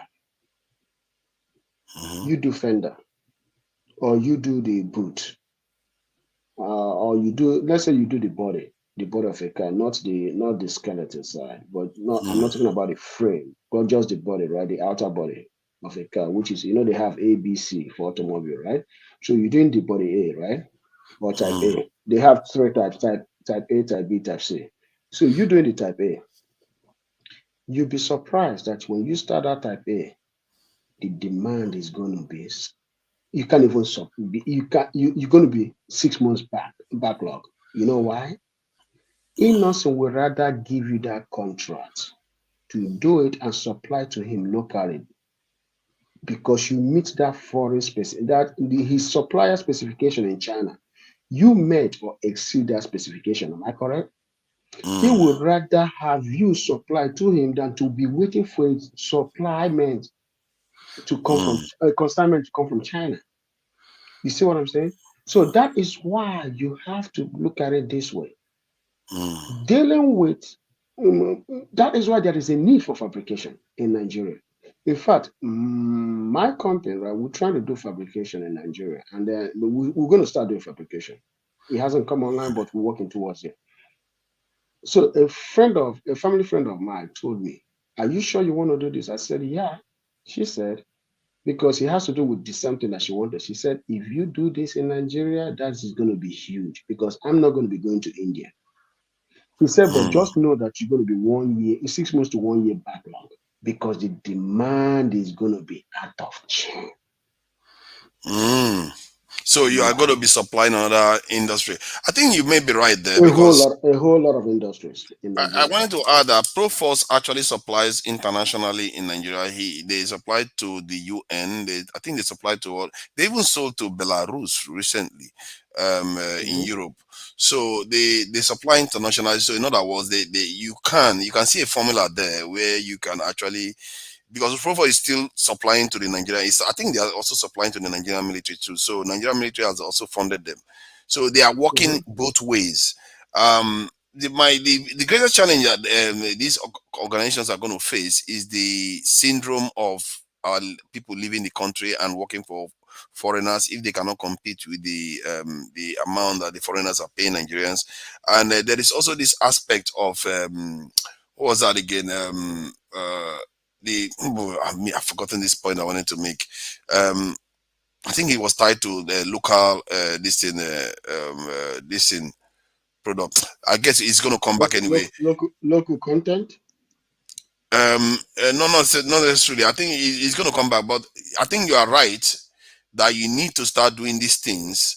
And but you already, I think from what you said, it appears that there's already a market for it. From that point of view, there's no downside. There is okay. Look at Proforce. Look at Proforce, for example. Where is Proforce getting all the equipment that he needs? Or where is he getting all the parts that he needs to supply to all those countries from outside country? Yeah, he's not even getting it in Nigeria. But just imagine him getting the supply now in Nigeria from Nigerian indigenous companies. That's going to be huge because you know what Proforce is going to save? Foreign exchange. Yeah. Foreign exchange.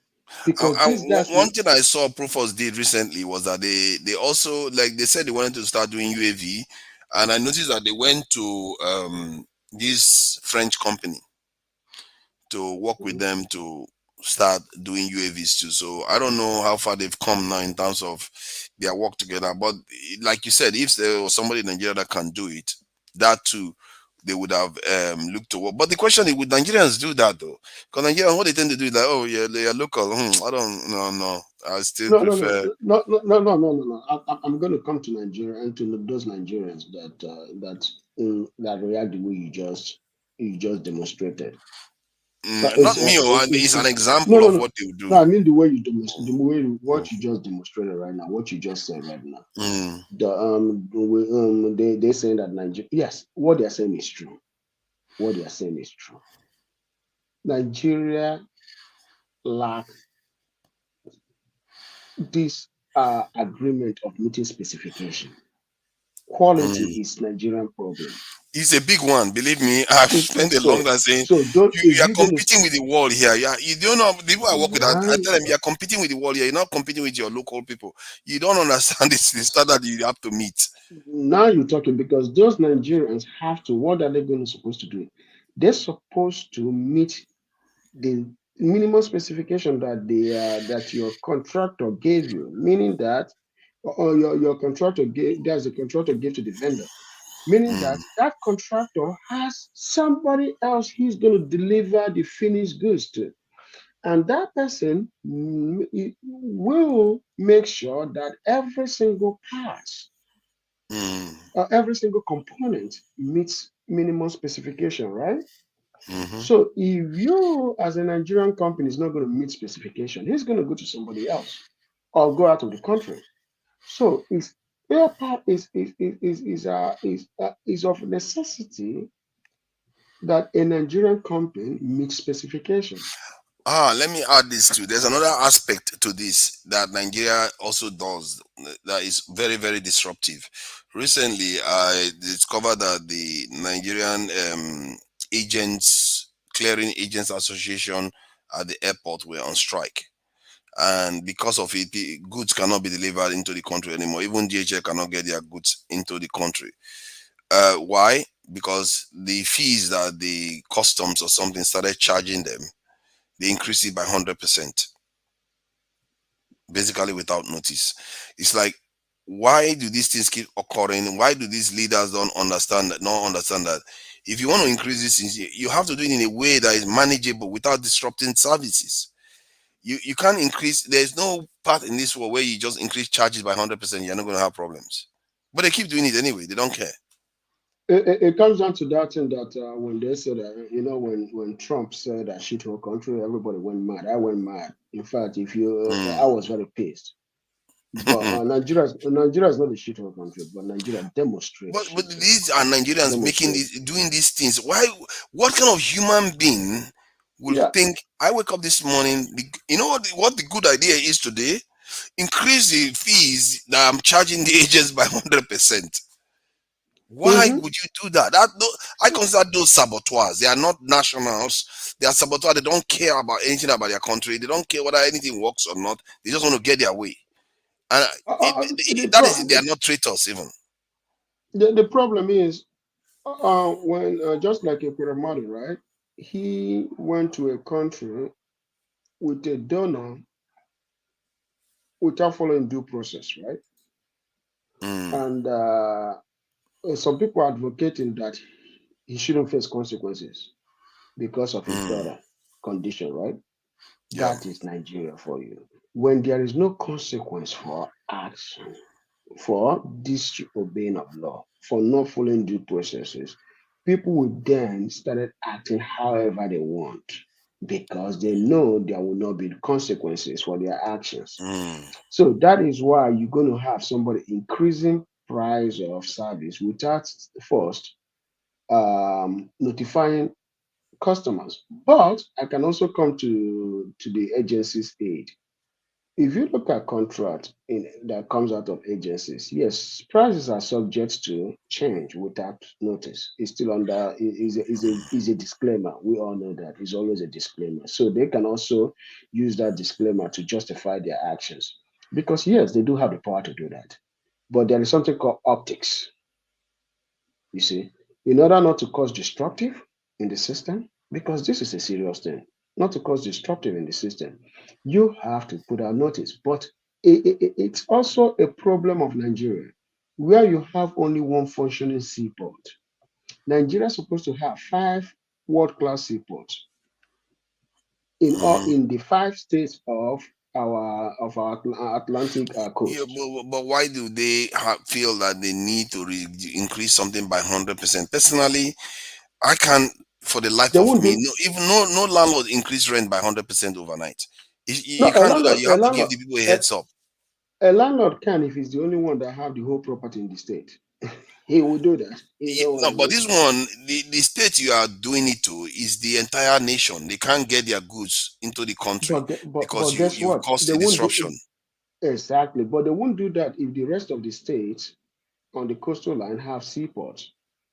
Because they will be like, oh shit, if we increase Lagos, these people might go to Ondo State but this one is the national is a national body that increases price. They increase the price by 100%. Like in the UK here, when they want to increase price of anything, they will give you a heads up what they are going to do beforehand. Then they will increase it by 10%, 5%, 20%. Nothing like 100%, because the shock to those business owners, those agents that have to earn a living from it. What is the profit? Sorry, what is the profit margin these people have? But that you are increasing their charges by 100%. Look at it this way, Fofana. That is why I told you that there has to be other seaports in Nigeria. Because guess what will happen if there are other seaports? The people in Lagos are the ones making this decision, right? Because that's the national seaport. No, this one is airports, by the way. This one is airports, airport clearing agents. No, because I don't think it affects seaport. No, it's airports. No, okay. No, if it's airport clearing agent, that's a problem. You see what I'm saying? It's a problem. But yeah, exactly. They stopped working for 2 weeks now, going to 2 weeks now, and you can't get your goods into the country because of it. And because somebody decided that, I'm going to increase the price by 100%.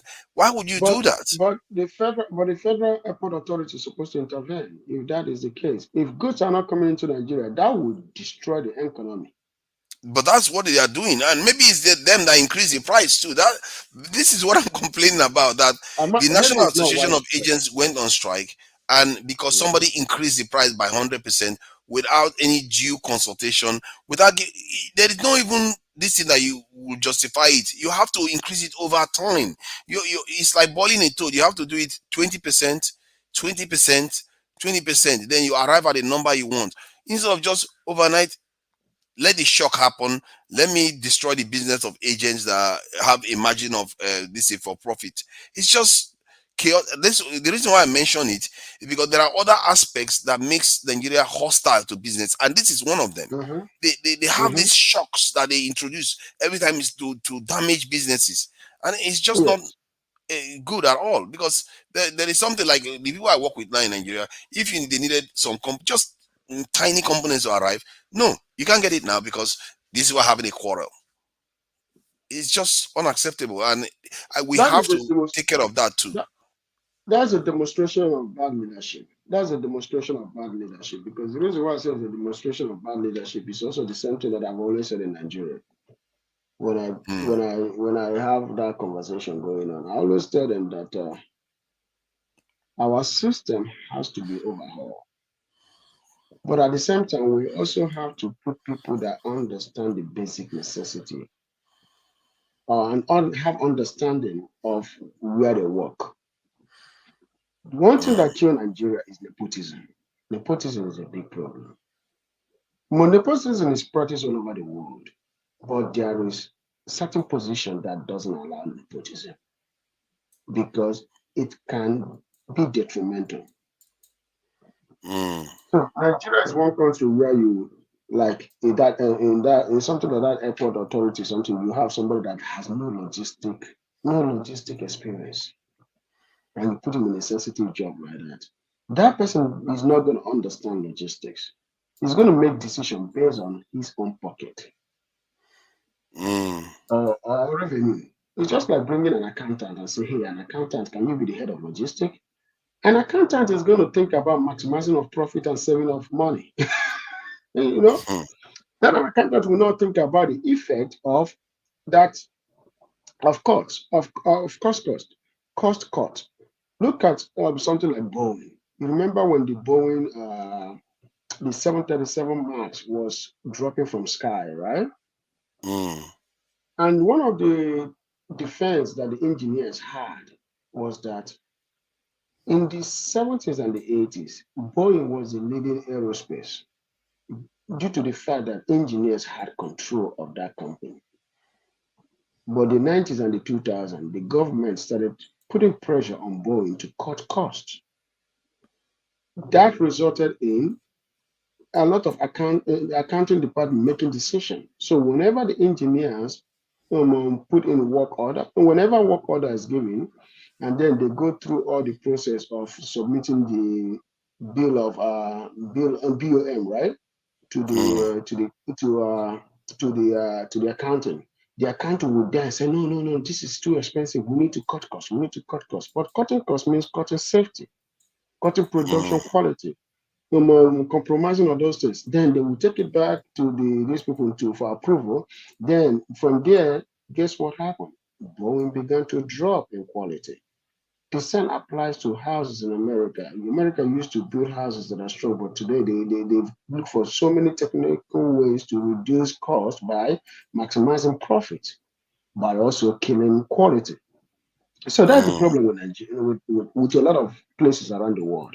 Nigeria is, our own is not cutting costs to save money or this. It's just pure embezzlement. Okay, let's round up with because we are going to close out soon. Regarding the main topic anyway, because nobody bothered to mention that anymore. Has anything changed in the White House's view of Africa as a collective of all countries?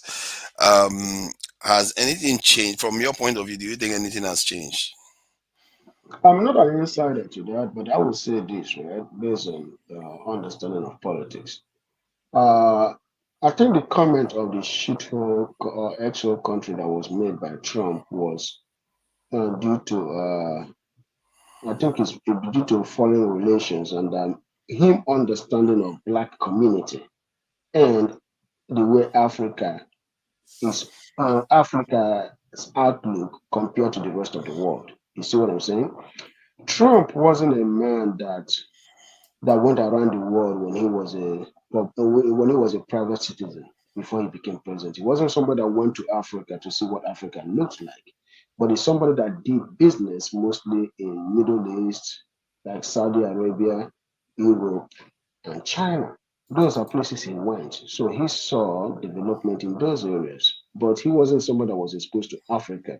So that's why when he made that comment, he made it for a reason. But fast forward to today, the current White House, I don't think has that much of a relationship with Africa either.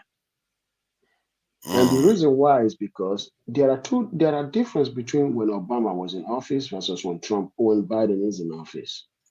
Obama's foreign policy in Africa would have been better if he didn't divulge into the gays, the spread of homosexual rights in African countries, right?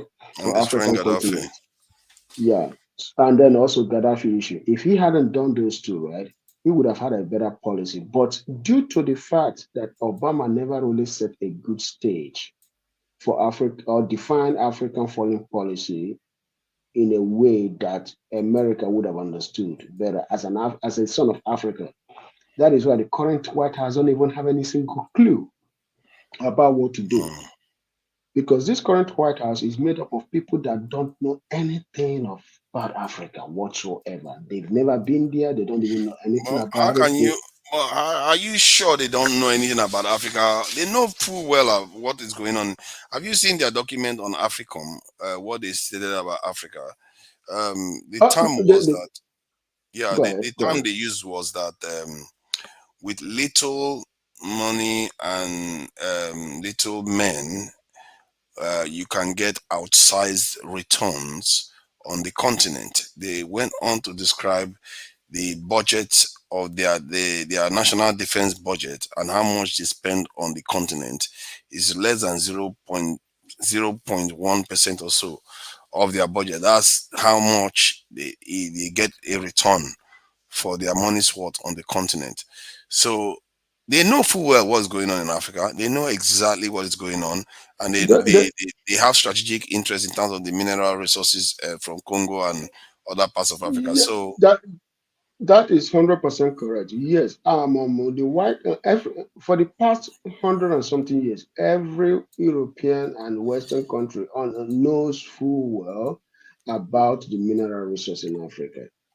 But in terms of development, they are not really interested in it. Well, that's why they I was don't care. speaking to. They not because Obama didn't take that step in the development of collaboration in the development of market in Africa. He didn't take that initiative at all. Because he But doesn't want to. Why do you think they he didn't doesn't? He even didn't do that?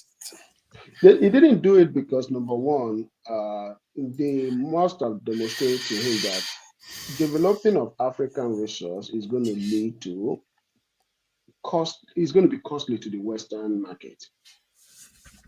Because number one, we have to all be honest in this, because when we don't discuss in honesty, our people don't understand, and then the global market think we are blind to reality. If the Africa develops, there will be a huge cost to West, which means price of natural resource will be very expensive, because Africa is now tapping those resources to develop in Africa. So the West will not be able to take those resources outside Africa anymore, which means that the companies now have to be built in Africa, and that will create jobs in Africa. And then the Western people are going to be going crazy, like, oh, we don't have jobs here. And that will result in, guess what, reverse migration, right? Yeah, and because it's going to reduce their influence over the continent, they know that full well.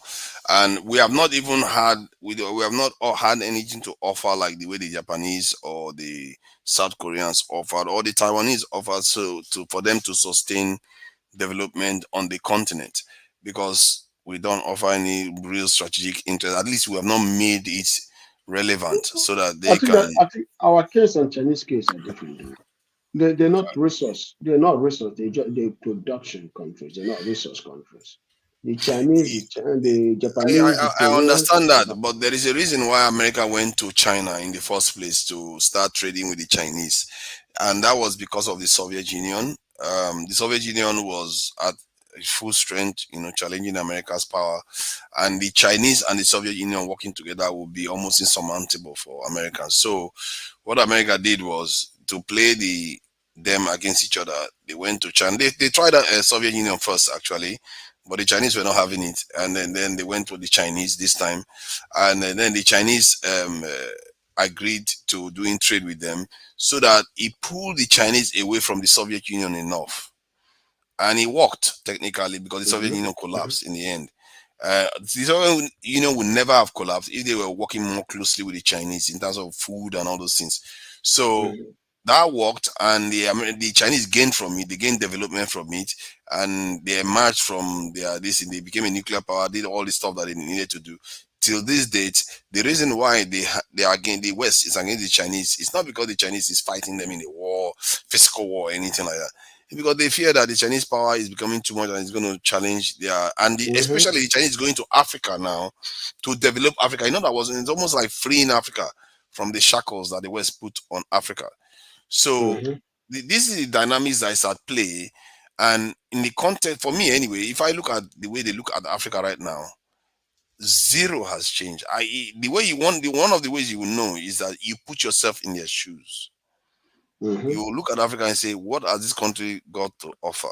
Because if you look at China, if you look at Japan today, you look at Taiwan, you look at South Korea, the reason why they are doing well today in terms of technological development, they may not, I'm sure that any smart person in those countries will know that is because of China's presence there. Without China there, America will leave them decimated too, just like they decimated this in Africa. Because China is a problem for the West, so they need allies there that are going to be strong to be able to balk the Chinese. That's why they maintain them there, and the same thing they did with India. So, but in the context of Africa, we don't have anything that we offer them strategic interest for. At least we've not made ourselves worthy, or we don't have any technological base or anything that will say, okay, if they work with us closely, we could help them make sure that the Chinese doesn't do it. No, nothing like that. If anything, it's in their interest for them to keep us the way we are, so they can be taking our natural resources to manufacture stuff and sell back to us. Exactly. But the thing is this, things will change, and they will change faster than you think. I'll tell you why. The Chinese being there is not, Americans are going, you see America plays what you call the waiting game, right? They're going to be looking at what Chinese are doing. Okay, they're going to, once he hits that threshold, they will come to Africa and start giving concessions. You're going to see concessions throughout the whole countries on how to slow the Chinese. Americans are good at that, but guess what? History has proven that it's always at their detriment. It's always at their detriment. America's detriment or the country's detriment? At Americans' detriment. If you look at the way you said about the China and the Moscow, there's the Beijing and Moscow's relationship in the past, before Moscow fell and came back, right? And now Moscow then recalibrated its own way of doing business with China to be a more better ally with China than US today. Why I said it's in Americans' detriment is because America always come to stuff late. So when they come to Africa, they're going to come to Africa and say, hey, the Chinese are bad. They're already doing it psychological now, telling us that the Chinese are giving us an unfair contract. And Africans are pushing back, saying, no, they're actually building stuff. You didn't build it, right? And America has not, the thing that America has not been able to get the answer to that question or respond to that criticism. So what the Americans are trying to do now is to find, because when you respond to a criticism like that, you have to respond in kind, not in words. You have to respond in kind. So how do they respond in kind? That's what America hasn't figured. and I'm not going to discuss it online because it's good for them to go figure it out themselves. Yeah. let them tweet it on their top while we. You see, this is why I think this is an opportunity for Africa. That's right. And it's an opportunity for us to be more assertive and liberate ourselves, because in the 60s, when Nigeria was busy, getting itself thinking that the prosperity would never end, the Chinese were working with the Soviet Union to develop their nuclear technology. And halfway through the process, the Soviet Union was like, our friends in Washington, they are calling us, don't you think you should slow down your nuclear weapon? We already have it. We, the Soviet Union, we already have nuclear weapon. We'll cover you, China, under our umbrella. So you don't have to, don't worry. Let me just go and do a little bit of kumbaya with these Americans. The Chinese was like, up yours. I'm going to carry on with my nuclear technology. Go and do your kumbaya. Right. They didn't care. They carried on with their nuclear technology, and they broke off relationship with the Soviet Union, and they carried on developing their nuclear technology. By the 60s, they're already testing it. And guess what? Late 60s and early 70s, America ran to them when they are rapprochement with the Russians. The Soviet Union didn't work out. 70-something. That was the fall of Nixon, because Nixon was during the fall of Nixon that Nixon went over there.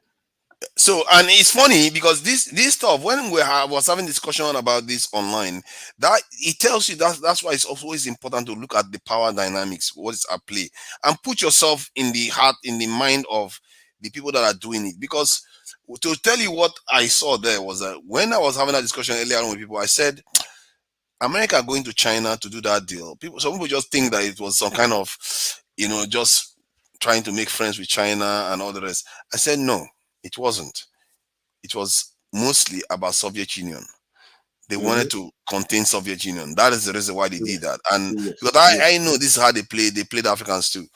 And it turns out that when I asked ChatGPT about this the other day, ChatGPT, they even had a name for it. Something about triangulation, this thing. He explained it. He talked about the Vietnam War. That's one of the reasons, but the overarching one is to play China against the Russians. And it was just a perfect move. And if you think about it, yes, Americans may be regretting, maybe I don't think they will be regretting, they will be thinking, oh my God, now China is built all these things and we have to contain China. China is a bad guy now. But compared to the Soviet Union was a bigger threat to America, because the Soviet Union wasn't just only a military threat to America, it was a systemic threat. So some people were buying into socialism as a system. And in the West, they had to increase tax to 80%. Yeah. Can you imagine tax was as high as 80% in the West? There was 90%. Can you imagine that? That was because of the effect of the Soviet Union. That's what was happening then. So they felt the Soviet Union was at their throat. So they had to give all kinds of concessions. Actually, what happened is that both America and the Soviet Union both suffered brutally in that Cold War, because America lost its economy. Forget about what people think now. Just like the way Soviet Union went down, America went down. But what saved America is that America is a capitalist nation that has a tax system. And they can print currency. The tax. They all can print currency. But how much are you getting the world back? trades with the dollars. That's the problem. Russia can print on its own. Yeah, that's true. But no matter how much you print and put into the system, how do you get some of that money back? It's tax. If you print 100 naira and put 100 naira into the system, the 100 naira can circulate. But you as government, how do you pay your bill? You're supposed to tax that 100 naira, right? See, America doesn't pay a price when they print money. That's the problem. No, they call it a loan. They call it a loan, and they are able to do whatever they like with it. You know what opened my eyes to this problem? It was this COVID-19 stuff. They printed, $6 trillion. But you saw that video of the guy talking about how the G20 printed $18 trillion in less than 2 years and gave themselves in loans. Personally, I consider that at a very low rate. I consider that a war on poor countries, because how can you give yourself $18 trillion of loans when poorer nations like Africa didn't get anything? It's a war. They just defeated us in a war and we didn't even feel the punch. And their currency doesn't depreciate when they do these things. I will tell you, economy is a very stubborn thing. I won't say that is a war to Africa, but it's an advantage. It was an unfortunate event that Africa didn't take advantage of. You know why I'm Okay, saying that? how is that? Okay, when that happened, Africa should have increased price of minerals. Like, it's not going to affect them. Oh, they will pay it. They can print. They already created 18 trillion. It's not going to affect them. No, they will not. Yeah, that's what I'm saying. I'm agreeing with you. It will not affect them. They will pay it. But guess what Africa will have? Africa will then have reserves. We have more cash from the West. That's what Africa would have had by having that cash from the West and stockpile that cash for raining day. Okay, but look at Africa it from this point of view. Let me be the devil's advocate now. Let me be the devil's advocate. That African leader wants to increase price of raw materials. Now I just have about $18 trillion at my disposal. I can literally buy the country if I wanted to, not to mention their leaders. If they want to move, the leader that doesn't want to toe the line, boom, down. I get my way even more. That is why I consider it an extremely dangerous thing that our currency is tied to the Western distinct currencies, because they can print you can never beat them in that game. You can never win. You can't beat them in the game, but you have to do what you call proportional increase, which means they print money, you increase not to destroy the world economy. You increase because you want some of that money to yourself. You don't do business as usual, right? It happens in the West. You have to manufacture if you don't manufacture, your raw materials will not save you. No. They go to different collaboration. The reason why they go to different collaboration is that you need raw material to do production. You can't do production without raw material. So the West was in bind. If we want them to be in bind, if we want to destroy the world market, we can do that with a snap. What? How? Yes. Okay, I'll tell you why. Because we can refuse to supply, but the only way we can do that is that we have to have the military to respond. We don't. Which we don't. But and that's what they don't buy our military as a pet. They will buy our generals. That's why we cannot do such a thing. But we do have that capital. But you have to back it up, back that capital up. We have the capital, but we can't back it up. So we are always a threat to the whole world because of our geopolitical location. But the only way we can boost our threat and make our threat credible is that we have to back it up. And the only way you can back it up is military capability. Isn't that why I keep talking about our military all the time? When I keep saying it to people, they don't understand. It's a solution to all our problems. Is strong military. There is no doubt. In fact, without military, we can't have an economy. Remember I said a few days ago, right? Without military industrial capability, we cannot do manufacturing. Because in this world, you can't defend anything. It's like, it's so sad, because in this world, what I've come to find out is that even loans that you take, you can't even defend it without a strong defense. You can't do anything. You can't, all your inventions, you can't protect without a strong defense. There is nothing that works if you don't have a strong defense. And we're talking about the security force from the top to down, from secret, military, defense, police, all of them. You have to, they are always, especially in Nigeria, we that have been enslaved and colonized, and we are still asleep. We should be more paranoid, like, hey, everybody's about to kill us, so let's get ready. We should be more paranoid. Just check this out. The reason why, local, you're mute. The reason why Nigeria is the way it is, right? Local, you're mute. The reason why Nigeria is the way it is, forefather, is not because Nigeria. I don't know they come that the let off. Oh, sorry. You were saying? Sorry, look, what did he say? Huh? Oh, did I say something? Okay. Yeah, you were saying something. Okay. Okay. See, wait first. Never don't take light too. How are you still online? Never don't take light too. Okay, your phone. Joke apart. In the UK. Joke up. pass. No, first time for years. I don't do your family. First time, take a pass. Patriotic light. In That's London. the real Nigerian leper for UK. So this is what that we was can do. when the thing went off. When I went off just now, that was what happened. Because like she just trip off. I like what happened? So I just check. I checked all my electrical appliances, everything there intact. I can't get to go outside. Now she say one part of my seat don't get light. Maybe there's a transformer don't blow. So check this out for man. I check this thing out. The reason why it's hard for Nigeria to develop its military is the civil war. You see what I'm saying?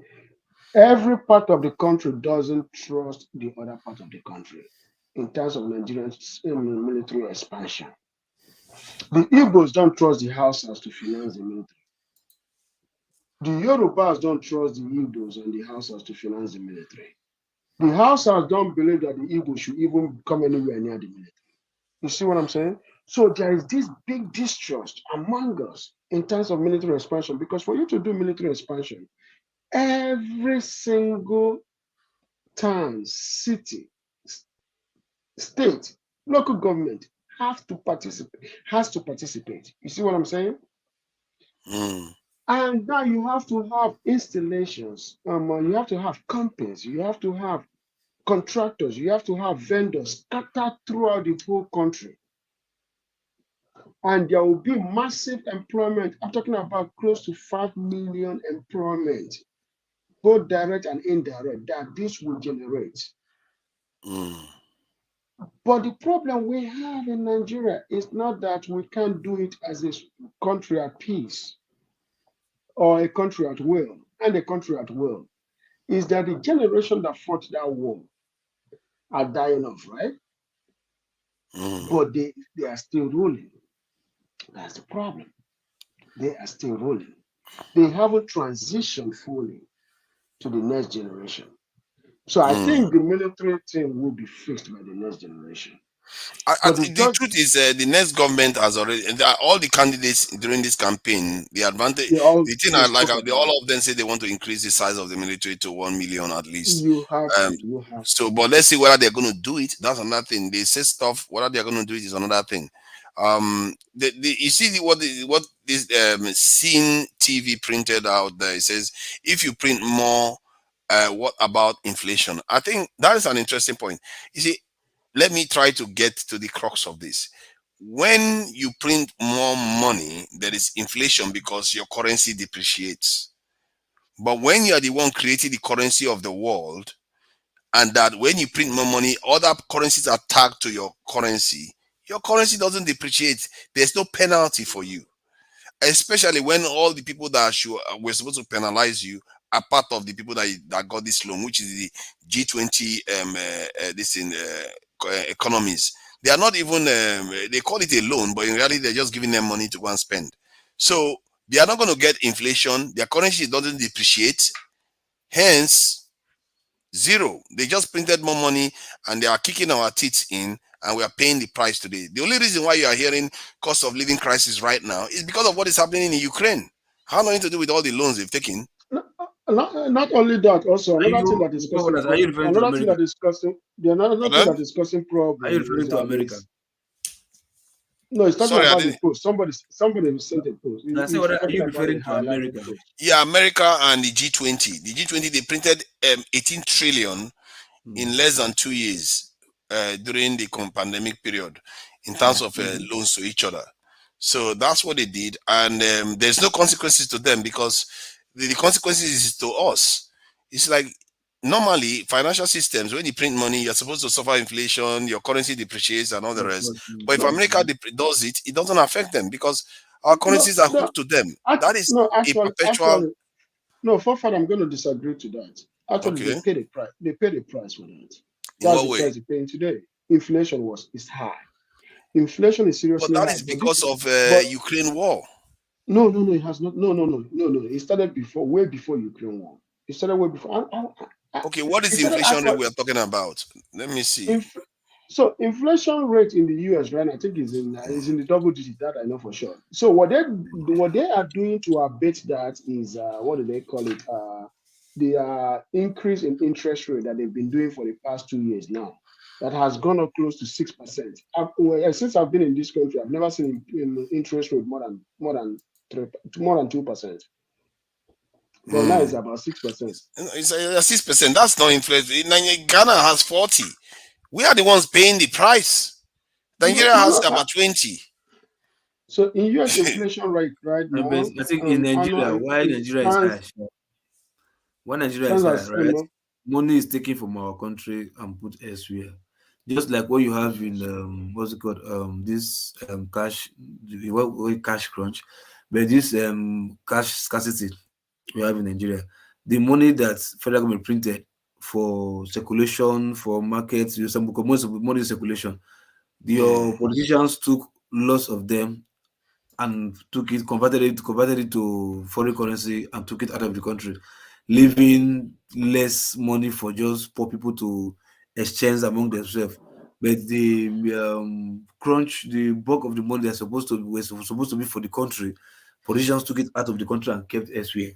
So that's why the scarcity was really there. So if you now print more money to what's it called, to maybe adjust that shortage, the money in those foreign countries will not be like, cause high inflation. So that's why you will have got that money they printed that maybe repeated recently. He wasn't supposed to print more. He wasn't supposed to print at all. Yeah. But the thing is, this hooking of our currency to the dollar is a bad idea. If you look at many countries are beginning to pull out of it already, because they don't pay a price. They can print and print because it's a fiat currency. You can just print forever.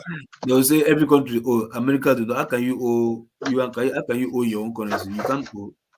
Exactly, you can't. That is the thing. People, I don't know how people bought into this.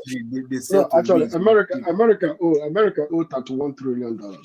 Yeah, go and take it from them now. They will give you bonds. They will give you bonds. America can print that money and go and withdraw it now. Go and cash it. They will give you your money in bonds. Like I owe you. You know what? I owe you. But I literally have the money, but I owe you. You are the one that have the trouble, man. You don't have money. It's con. It's a total con. No, what America? Oh, go ahead, local. Finish it, please. Yeah, no, I say you can't owe debt in your own currency. No, that is not possible. We just see the Rothschild, what they are doing. They succeeded in, hijacking this whole central bank of many countries. You understand? Hostage. So before you do anything with your own central bank, you must contact the Rothschild family for approval. So when they tell you, but China broke that. China don't do that with them. That's what China and Russia are trying to break that. The problem is there. No, there's not the whole world anyway. It's not the whole world. The country that they are having with, they must have crisis in that country. They must have issues with those countries. You understand? Because they know those ones are financial. And they can print their own currency. See, local. If I look at so many of the things that they are using to deprive us of wealth, I'm surprised we have anything left. It's too many. Like they said, even our visa transactions, they get a cut from it. Our broadband, they get a cut from it. Everything we are sacrificing, we are bleeding from every angle. It's just, man, our leaders, man, we seriously, that's like a bullet in the head. We need, no bullet anywhere. Or let's not make a mistake. Point is, we need nationalism on as an emergency right now. This is crazy. We are hemorrhaging too much.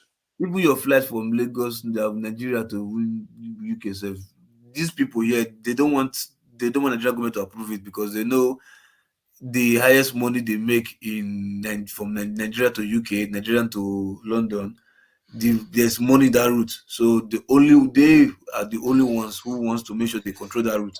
They want to come carry their plane there, so will pay enough money. Oyema said, if you have just ordinary how much flights, small money, it can take you to US, take you to America for cheap, half of what these people are charging us. You stand there. Mhm. These people Because if you decide. look at the breakdown, You don't want to give him the when they opportunity issue to your ticket, you have to see that half of your ticket are all in taxes. Half of the entire ticket you pay is like if you pay the normal rate, which means 1,200 to come to maybe Dallas round trip, right? Let's say 1,200 or 1,000. Almost 600 of that is taxes. Cuts for other people. Yeah. No, Taxes. they might tell you. No, it's not up to tax anyway. But you see, those prices are controlled by the people who benefit from it, not really the airline per se. The government benefit a lot from those. So if you put tax, if you say 600 tax, that means it's almost 50% tax. Because if you check your tickets, you will see the It breakdown. is. Tax is still there. If you look at your ticket, you see all the breakdown, you see all the not Yeah, a that's single what I'm tax. saying. So tax is not up to like 600 anyway. It's multiple taxation. But if you look, there is okay. If you look when Enyema was trying to buy Boeing and the Chinese plane, right?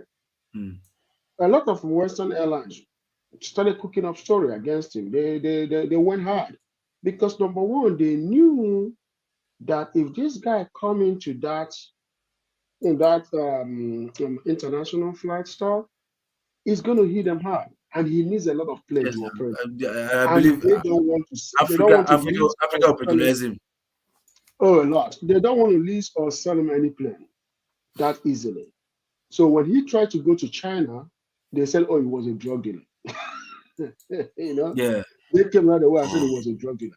But at the same time, see, this is what we have to see that the West is doing against us.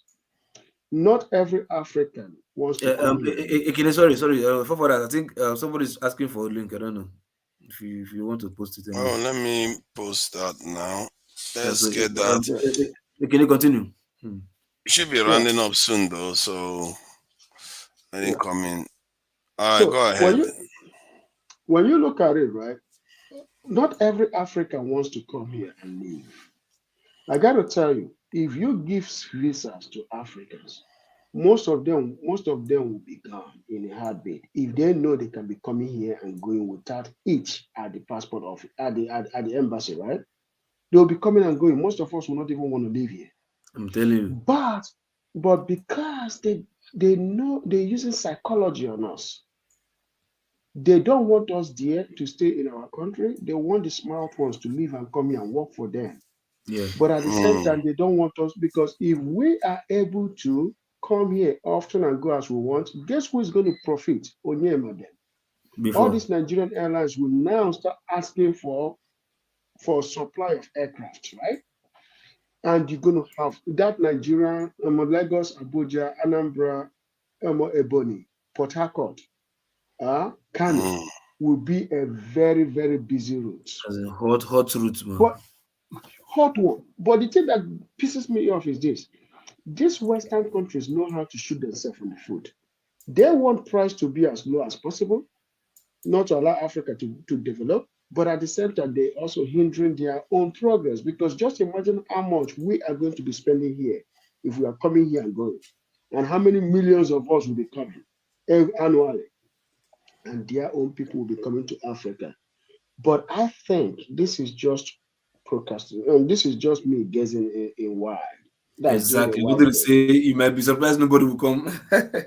Yeah, not only that nobody will come. I think they are more fearful of reverse migration. Remember what I said that earlier, forefather. These people are very concerned about reverse migration in the sense that they don't want their own people living their own continent. Because I got to tell you, a lot of people will leave this show for Africa if they get the slightest, if they have reason to, especially development. If we have steady electricity, steady all these things, right? A lot of people will be gone. That's what I'm trying to say.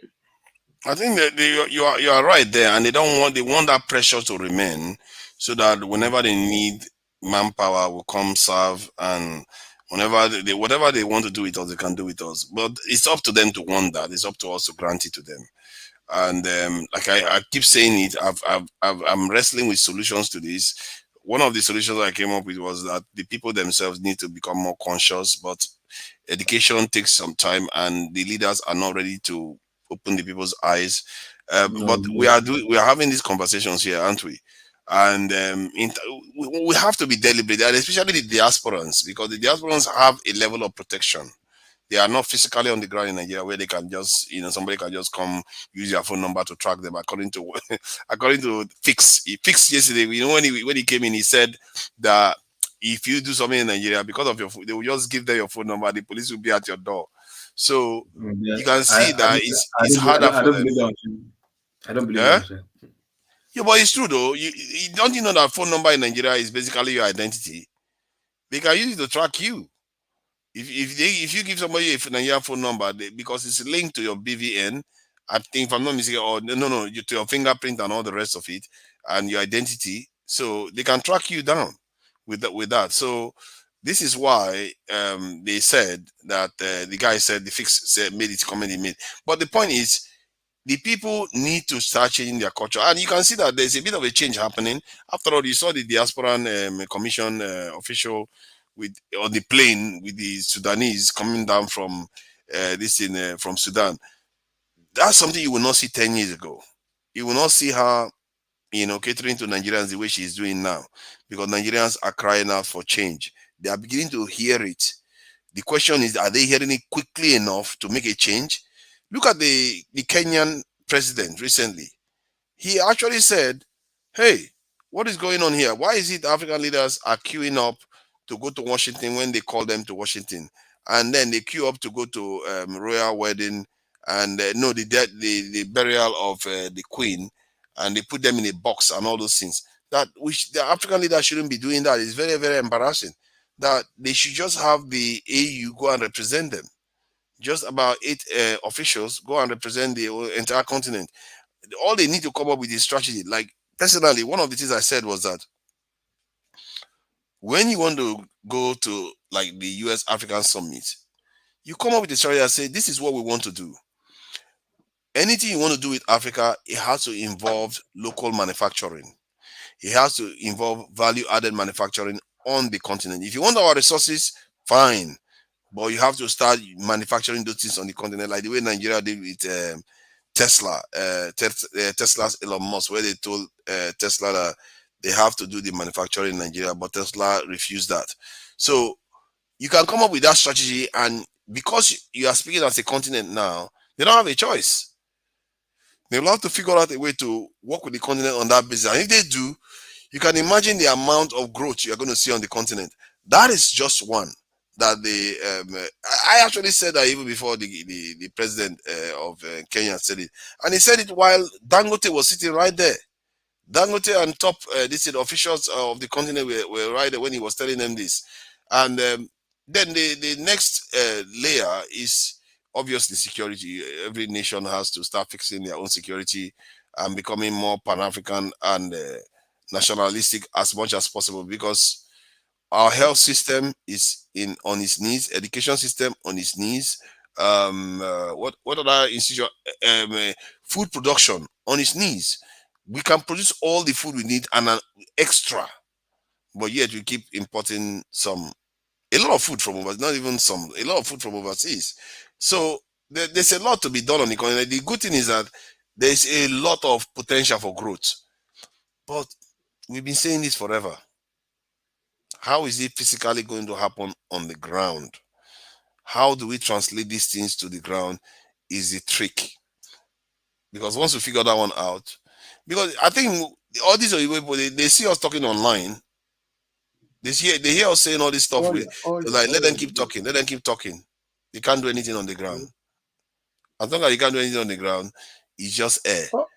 I got to tell you, I don't think we cannot do anything on the ground. It's just it's too complicated, but it's complicated, not too complicated. It's complicated because our government, I'll be honest with you, most of our government want us to do something. They rely on us. They hope for us to come and do something.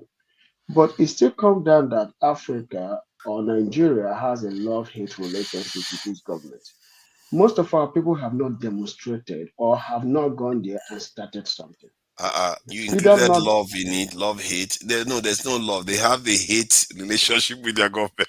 That's what Nigerians have. A No, hate yeah, yeah, relationship. yeah. You can call it a hate relationship, but I do know that the fact that when you give contract to somebody, they run away with the money. It's not something that any government will like. When you give contract to somebody, they spend half of that country, or they spend almost 10% of that contract of the money that you gave them, mobilizing lawyers against you. Yes. Which country have you seen on this continent that a government will pay money to, and that lawyer will not build it, but then turn around and use court to go after the government that he embezzled? That is some balls, you know. That is pretty.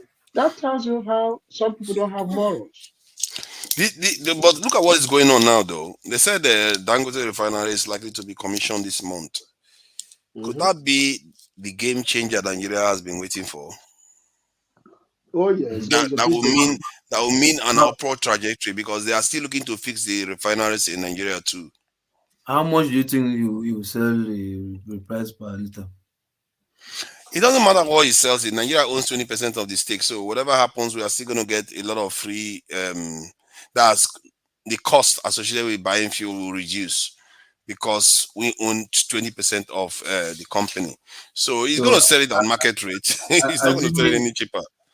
no, exactly that's what I'm saying. So because it's there doesn't mean it's going to be cheaper than how much is it right now?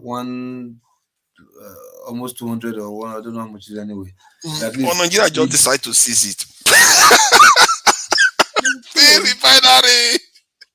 Refinery, see, because the thing is, see that refinery, and there's a game plan behind that. No, they're not going to do that. I think the thing refinery will not solve Nigeria's problem. Trust me, it won't solve Nigeria's problem. It's far from it. What will solve Nigeria's Yeah, problem but we is have extra change in our pocket now. what change that will go to somewhere else. Change that will go to increase power, increase agricultural products. You have See, government they schools. are also Hold removing on, fuel subsidies. you have leave that part. Hold on, see. Let me tell you something. Nigeria is just. In fact, most of us we the citizens that they tell nonsense. We say we do not have sense. Somebody tells you, okay, they take your crude oil, take it abroad, right, and they refine, and you use your own money to export it to them. Then you use your own money to import only one product of the crude oil, which is fuel. Where is the kerosene in that crude oil? Where is the diesel in that crude oil? Where is other byproducts of hydrocarbons in that crude oil? Where are they? There is only fuel, PMS, that we import with our money and you come and sell expensive for us. And because of that, because we pay those money to export and import, you tell us they pay subsidy. You understand? Who be fool? You get? But because most of don't even see it that way, that refinery.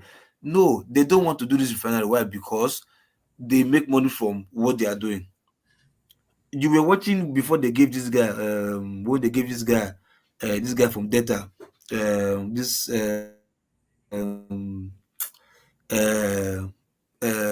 Emiakbo Topolo, when they gave him chief security to secure pipeline whatever, you saw some. Am I the one freezing or he is frozen? It should be the No, one. he's Yeah, frozen. they took light in his own area. they did, Well, you know, his laptop London died. NEPA is beginning to show him, you know. So, Augustine, I'm sure you came to add something to what you've heard. Yeah, when you mentioned the Dangote refinery, I just Yeah, it's supposed to be coming on stream this month, from what I gathered. So, May 22nd, he will come. Buhari will come and commission it. wow. If you remember how much cement was being sold before Dangote took the producer. So it's once you have mono producer, it's gonna Monopoly. be monopoly. It's gonna kill the whole thing. And Okay, sorry. Does anyone know how much it's supposed to cost to fix the 4 Nigerian refineries, the amount they've had. How much did you hear? Anybody? Do you know? I don't think that the first I question have will be, no what idea. is wrong with the refinery? Exactly. What is wrong? So if you know what is wrong with the refinery, you can, because those things are out of the iron. 3 refineries, you want to tell me that they can't fix 2. The reason why I asked that question is that let me add this. The reason why I asked that question is because if they are going to be removing fuel subsidies, one of the things they could have as a condition is the money that you get from that first subsidy in the first quarter, which should be in the billions, should be used specifically to fix the refineries. And if you have, let's say, 2-3 billion at your disposal, you could do a lot of fixes in the Nigerian refineries, and I'm sure there are companies out there that will be willing to do that for a lot less. So I think Nigeria needs this very, very urgently to fix the refinery, because it could be a revolution. It could be foreseen. I just feel it's really odd for the president that is coming in now, because there's so much scope. Because now the Nigerians have they've somehow accepted that there has to be, this subsidy has to go. That is a big one. So now you have extra change in your hand. Now, what would you do with it? One, if you decide that, okay, the amount is going to take to fix the this in the oil refineries is going to be like, let's say 2 billion. Set 3 billion aside or 4 billion aside from the fuel subsidy money that you are getting. Now send it in there. Within 4 years, they come in, fix these things. Nigeria will be on its feet, because can you imagine all these refineries firing? We will not only be generating enough petroleum for Nigeria and gas for Nigeria, we will be exporting it. The money we'll be making will be very significant, and I think we should be willing to invest the money in fixing the refineries. How much did it cost? How much did it cost Dangote to build the refinery? Let me even see how much it cost them. Let me see, because that's a very, very good question there that I didn't bother to ask. No, hold on. That Dangote refinery deal was not built by him alone. Nigeria's money, but the amount is still there. Nigeria's money was a lot in that, right? Where I was working before before I came in petrochemical, the 19 billion US dollars. That's a lot. That's a lot of money. How much? But the fuel subsidy. Let me see how much Nigeria spends on fuel subsidies. Nigeria fuel subsidy. 3 billion every 6 months. Subsidy total annual cost. For $9 billion. Yeah. $9 billion. That is a lot. So, and that is just for 1 year. See, forefathers. The problem with Nigeria is just we don't want to get things serious. Okay, let me tell you 2 things I observed. Do you know the whole southern part of Cameroon? They use Nigerian fuel. Yeah, it's official. At the boundary between Cameroon and Nigeria, they have a very large depot. And Cameroon sells double the price of our fuel. So like they get it like 300 naira in Nigeria, they sell it like 600 naira in Cameroon. In their country. Wow. And some Nigerians are there doing the business. They use the sea to carry you see, they're making money from it now. That's why now. I'm going to switch to phone, okay? I'm going to get the government is aware of this information. They know about this. Now look at another thing. I just want to tell you how corrupt we are. In some states, like something happened in my state, the government bought this solar light, and distributed it to the ministries. Do you know what they did? They collected it, signed that they've gotten it, and they started selling it from back door to individuals. Wow. So this is what government have invested in. You brought it. Why sharing it to civil servants?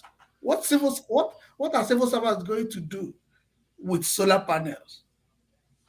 Yeah. So, I mean, from what I can see, the numbers, it says in August 2021, FEC approved 1.48 billion US dollars for rehabilitating the Warri and Kaduna Yeah. refineries. Yes. And that's 2 refineries for 1.8. That is about one, this in 20% of the subsidies that we spend annually. And $897 million will be spent to repair the Warri refineries, while Kaduna refineries, okay, they are just dividing them between those two. So you can see that if you want to really get a company to do this urgently, that is even this in just put 2 billion or 3 billion and say, you know what, the company that is going to come here and fix this thing very, very quickly for us, you get 3 billion because we need it. Now, see, the minister that managed that resources is not going to contest for governorship in Bayelsa State. So when would he account for it? I think they can if they. I think there has to be a level of what they call it, transparency, like this type of things. Personally, the way they announce it, if you look at that, the FEC approves this. They always do it in such a way that to make it look like it's far from the people somehow. I really advocate that they need to bring things closer to people. Are not stupid. People know how much things cost. If you tell the average Nigerian to go to market, they would not lose a penny there. They know how much things cost. So you just tell them this is how much you're going to take to fix refineries. Then they will get used to hearing the numbers, billions and millions, and then they will be aware of what is going on with their money. Like this subsidy now, when you are removing it, they are suffering. You tell them, you know what, we are going to use 3 billion out of this subsidy that we're going to get this year to ensure the refineries are fixed within a couple of years. So forefathers, check the people in charge of importing the petroleum, in bringing it in. So if they make that money sleeping, how do you think that they want the refinery to work? The reason why it has to work is because they are probably going to even make more money when the refinery is working. It's just that they don't know that yet. Saudi Arabia made 30-something billion in 3 months. The individual persons or the country you're talking about? Even if the individuals can still make money from it. You see, they have to change tack. You That have means to give them. They have to sit down and think. It depends on how you look at it. I think the government has already convinced them of that, if you ask me. And technically, what they are doing is almost like, how do I call it? It's theft. If they don't want to bow, then they are going to be arrested or prosecuted. The truth is, if you have your refinery, you can still do your shenanigans like every other country. There's always shenanigans somewhere.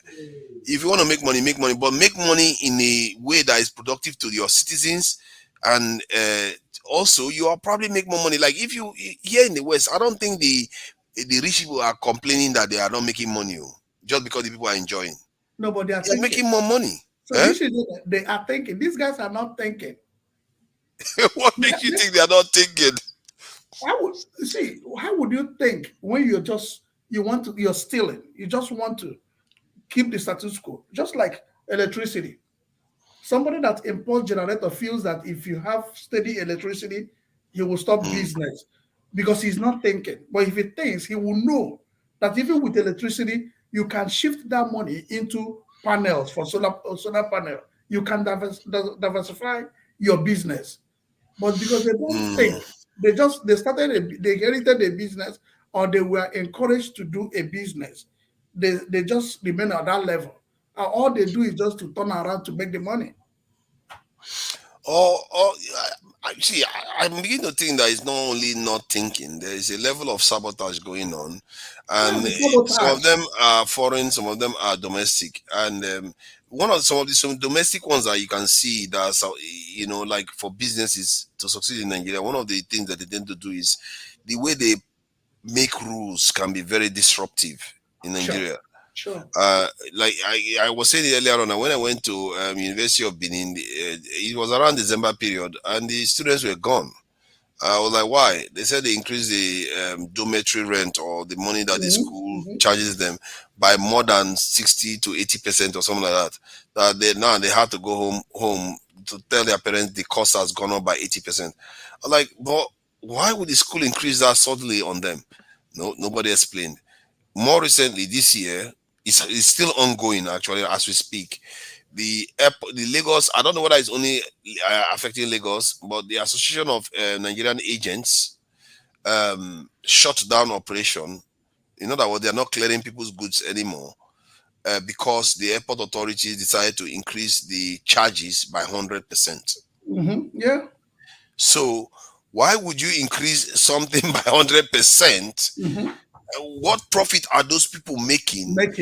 That what kind of profit margin are they making that you would think you will increase something by 100% and they will be fine? That is a senseless behavior that these our leaders do. You mentioned something that is important. Sorry, Dan, let me just put this in there. You mentioned something that is important about the way they make rules. When I was in Nigeria, I was managing a water factory. Do you know, just on that water factory, we were paying up to 25 different tax. 25. Imagine.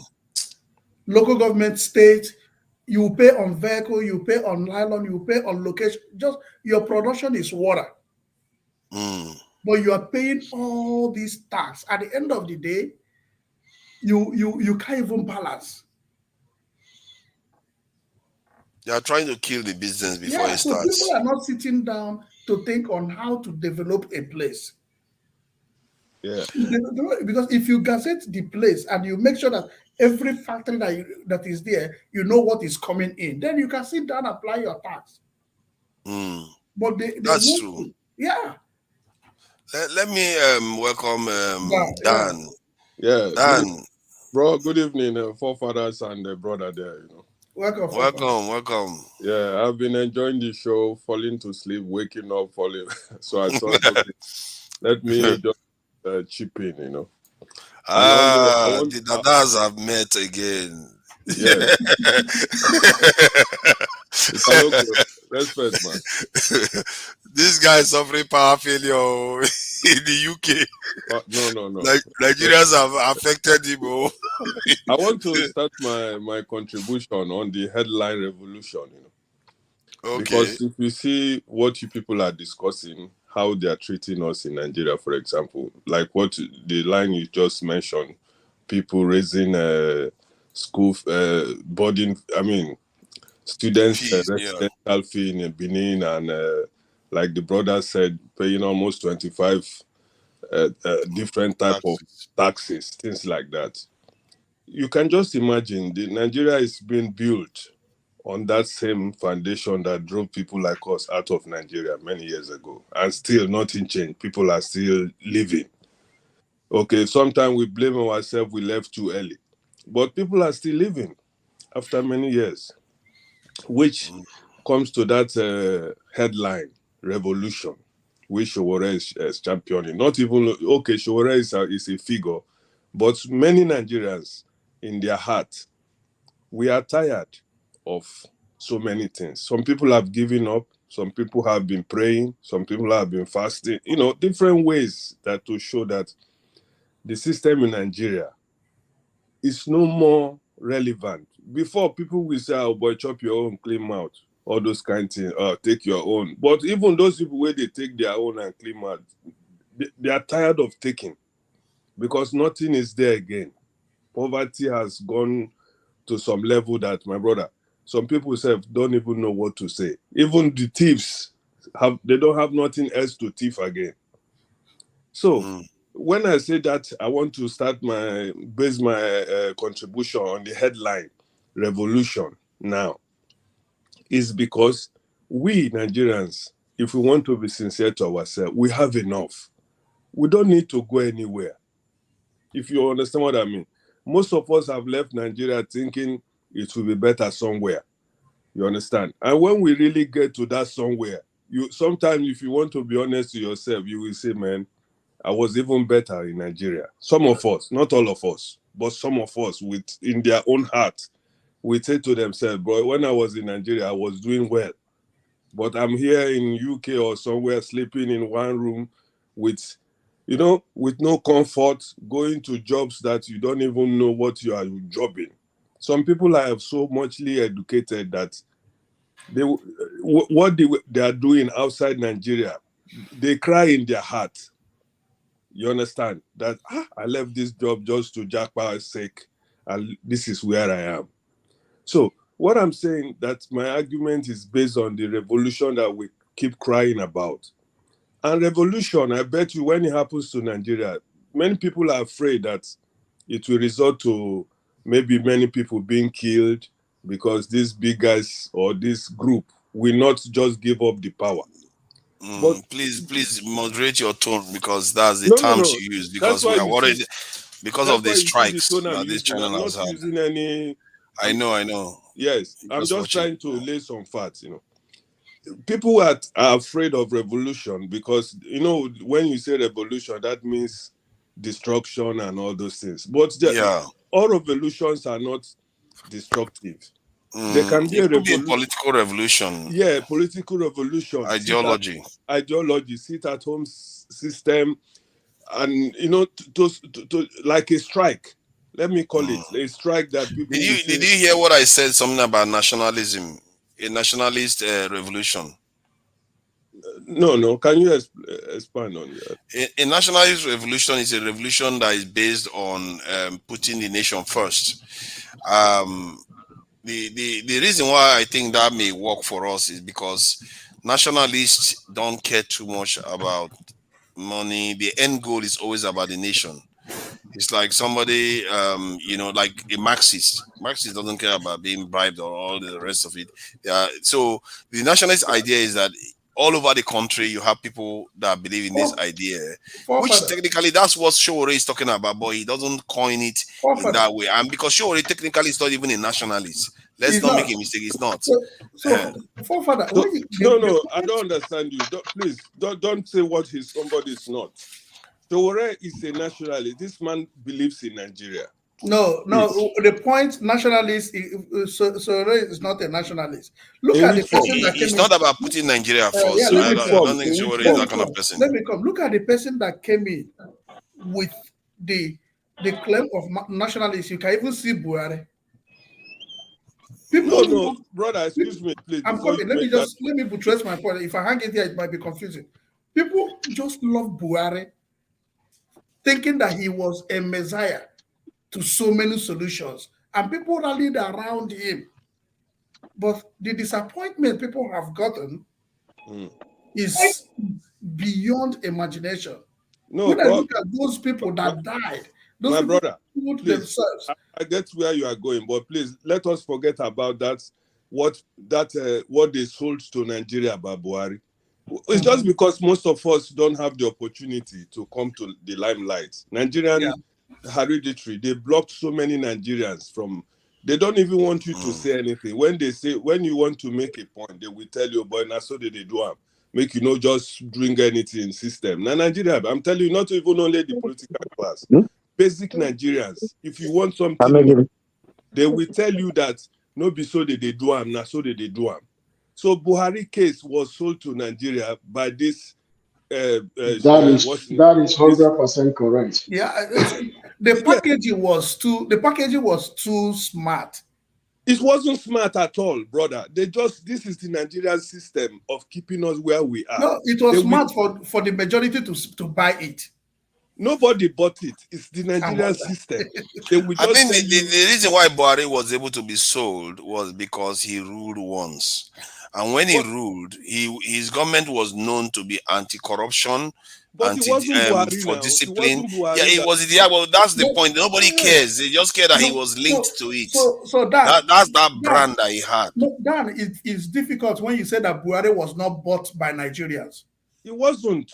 It was. It's the Nigerian system that is. Oh boy, now so they do. I don't know whether you get. No, that's not that. No, that Buhari in 2015 was sold to Nigerians. It was sold and it was bought.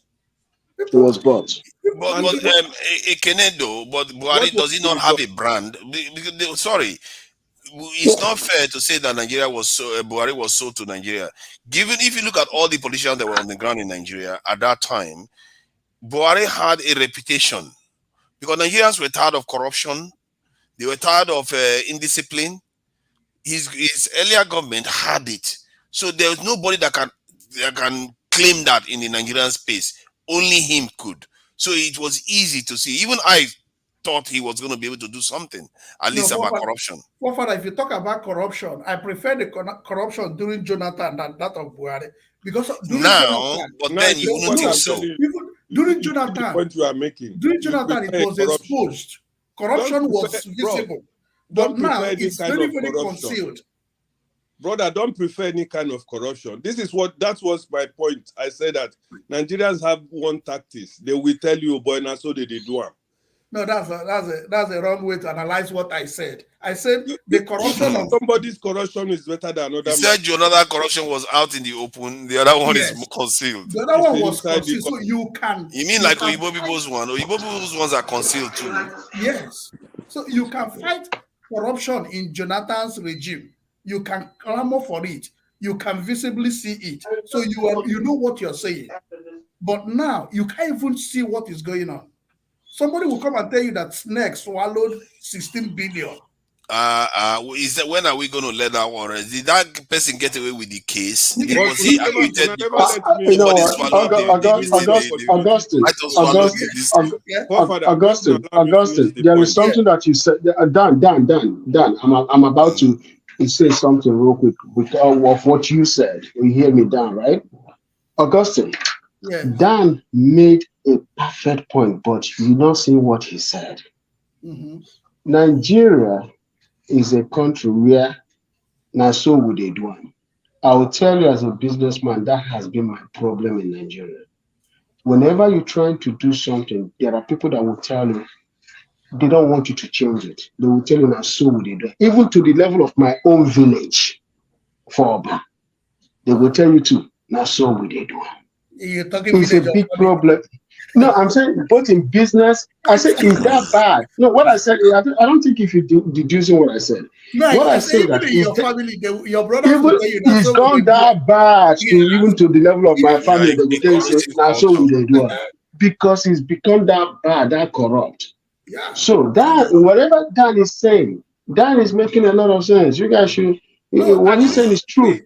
I didn't contradict what he said. But let's Ike add something to it, because he looks like he's in the disco fest right now, and he's like I'm wondering, are we in a movie here?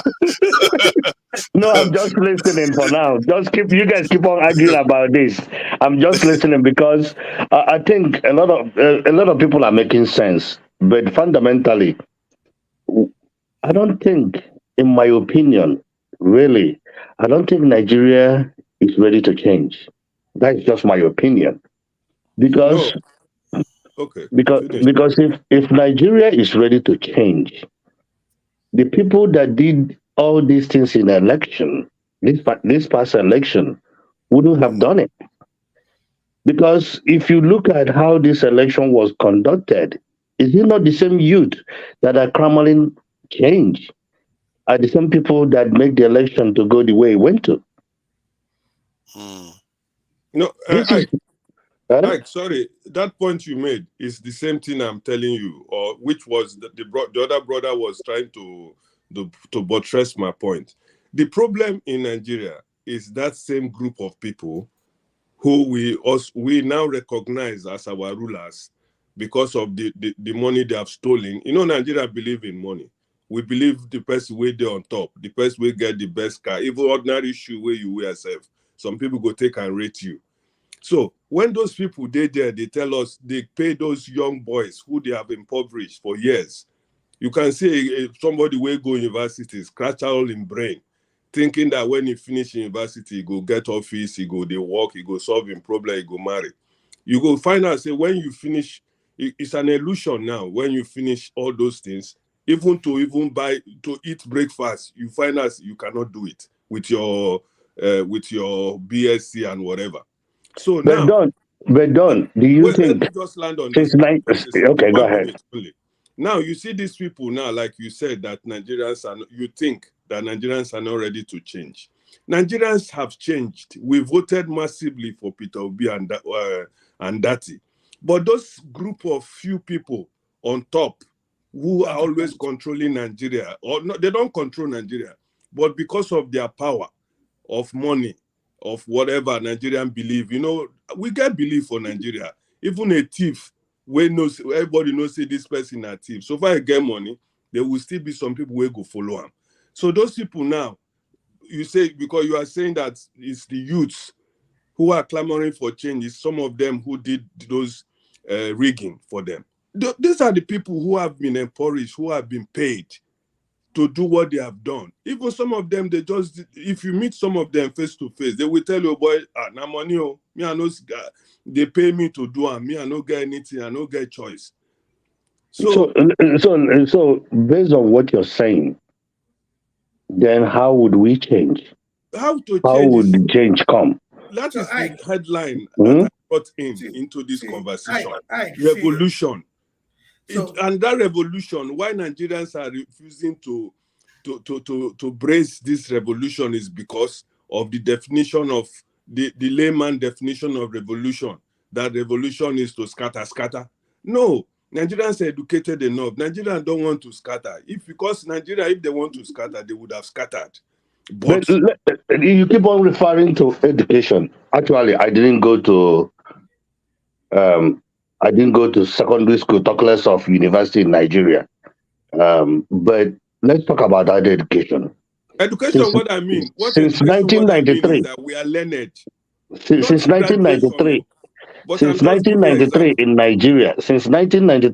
Nigeria to present time, I don't think there's education in Nigeria, because you know why? The educational levels in Nigeria, it's not working since 1993. Awareness is education. So see, Dan, when we remove the fact, the fact, you establish a fact here. When Ike said Nigerians don't want to change, I don't believe in that fact, because you can only be within your capacity. Most of these people that you see do these things in Nigeria, they don't have the capacity to do otherwise. Let me tell you what happened. If you know the story of Aba used to be one kind place that if you want riot, they will give it to you immediately. Now, when Ojo Zokali became the governor, what he did, all those kingpins, those guys that control all different groups, he came and showed them money. And once you touch money, once your lifestyle change, you start thinking the other way. So he came and showed them money, and they stopped all this thuggery, all this revolution, all this riot, all this strike. They stopped it because they now started seeing value in their life. So why am I making this point? Revolution coming outside election and leadership becomes difficult. That was one thing. That's why they are fighting. It's not just APC alone that is fighting P2B at this moment. All these business associates that have their structure in Nigeria are in line fighting P2B. Because if you have somebody like P2B, and if he doesn't change, if it is the P2B we know yesterday, if he goes in there with the same attitude, a lot of things will change. Now, where the problem is, if he goes there and will relax, and like that's exactly what we'll do. We've gotten a good man. He is taking care of us. Everybody will relax. We won't know when they will change him or when they will remove him, and the worst of what we have will come in. And everything we think that we've built will just be destroyed in moments. But bro, if Peter B step into that place, not Nigeria be in a road of success, because, like you say, Nigerians are yearning for change. Good. Who leader driving this change? Mm-hmm. People like Ashiwaju and Co. Their own type of change is the same Nigerian style, because they are part and parcel of the so-called cabal that they call about. Ashiwaju is number one. So, because for him to come out and confess to Nigeria how he brought Buhari to power and all those things, what else do you want? And Buhari also gave it back to him. So then it goes back to what I'm saying. You talk about revolution, but at the same time, you talk about money buying that revolution not to happen. Did you see? There's a can you call Marcelina to call Marcelina? Do you see where there's contradiction? You talk about revolution, but at the same time, you talk about somebody making that revolution not to work, not to happen. because they can use money to make that revolution work, not to work. Like you gave example at Aba, what was happening in Aba before when Ojo Kalu came, and he made sure that he suppressed that.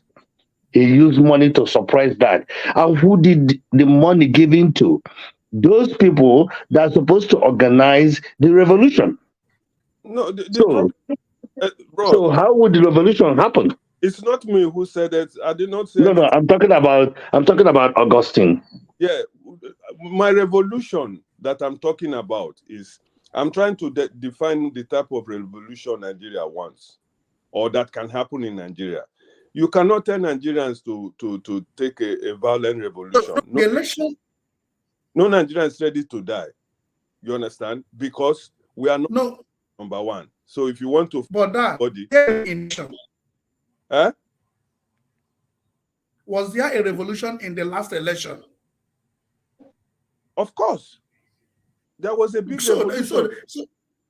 So that's the point we are making. So now the problem is, if this court at the end of the day, if Peter B. Hans takes that power, nobody should relax. No, people will continue. We are working. To be honest, yes. The problem we have is that they are still they suppress us. Because they know that the suffering in Nigeria today, my brother, has gone beyond. There's no even middle class. Even these thieves themselves, there's nothing more to thief. Nothing left. These big guys have grabbed everything, and there's nothing more in the middle anymore. Sure. So when anything comes to happen now, that, for example, by God's power, I'm praying. I fast. To be honest, I'm not this type of person who do fasting. But to be honest with you, from my heart, sometimes I just say, boy, for fast too, because of this court case. So that, maybe if people like us, we don't believe all those things, if we begin to do fasting now, maybe God go touch one of those judges who will decide. Oga, sorry, I'm a Christian too, but sorry to tell you. Christianity in Africa, if Christianity will redeem Africa, it would have happened because of the way church is in Africa. But let's analyze what is happening. I'm sorry to tell you, because me and you talking business in Nigeria, I would tell you, I'm one of those people that go to Nigeria all the time. I go to Nigeria 4 times in a year, except last year and this year, because of insecurity in the southeast.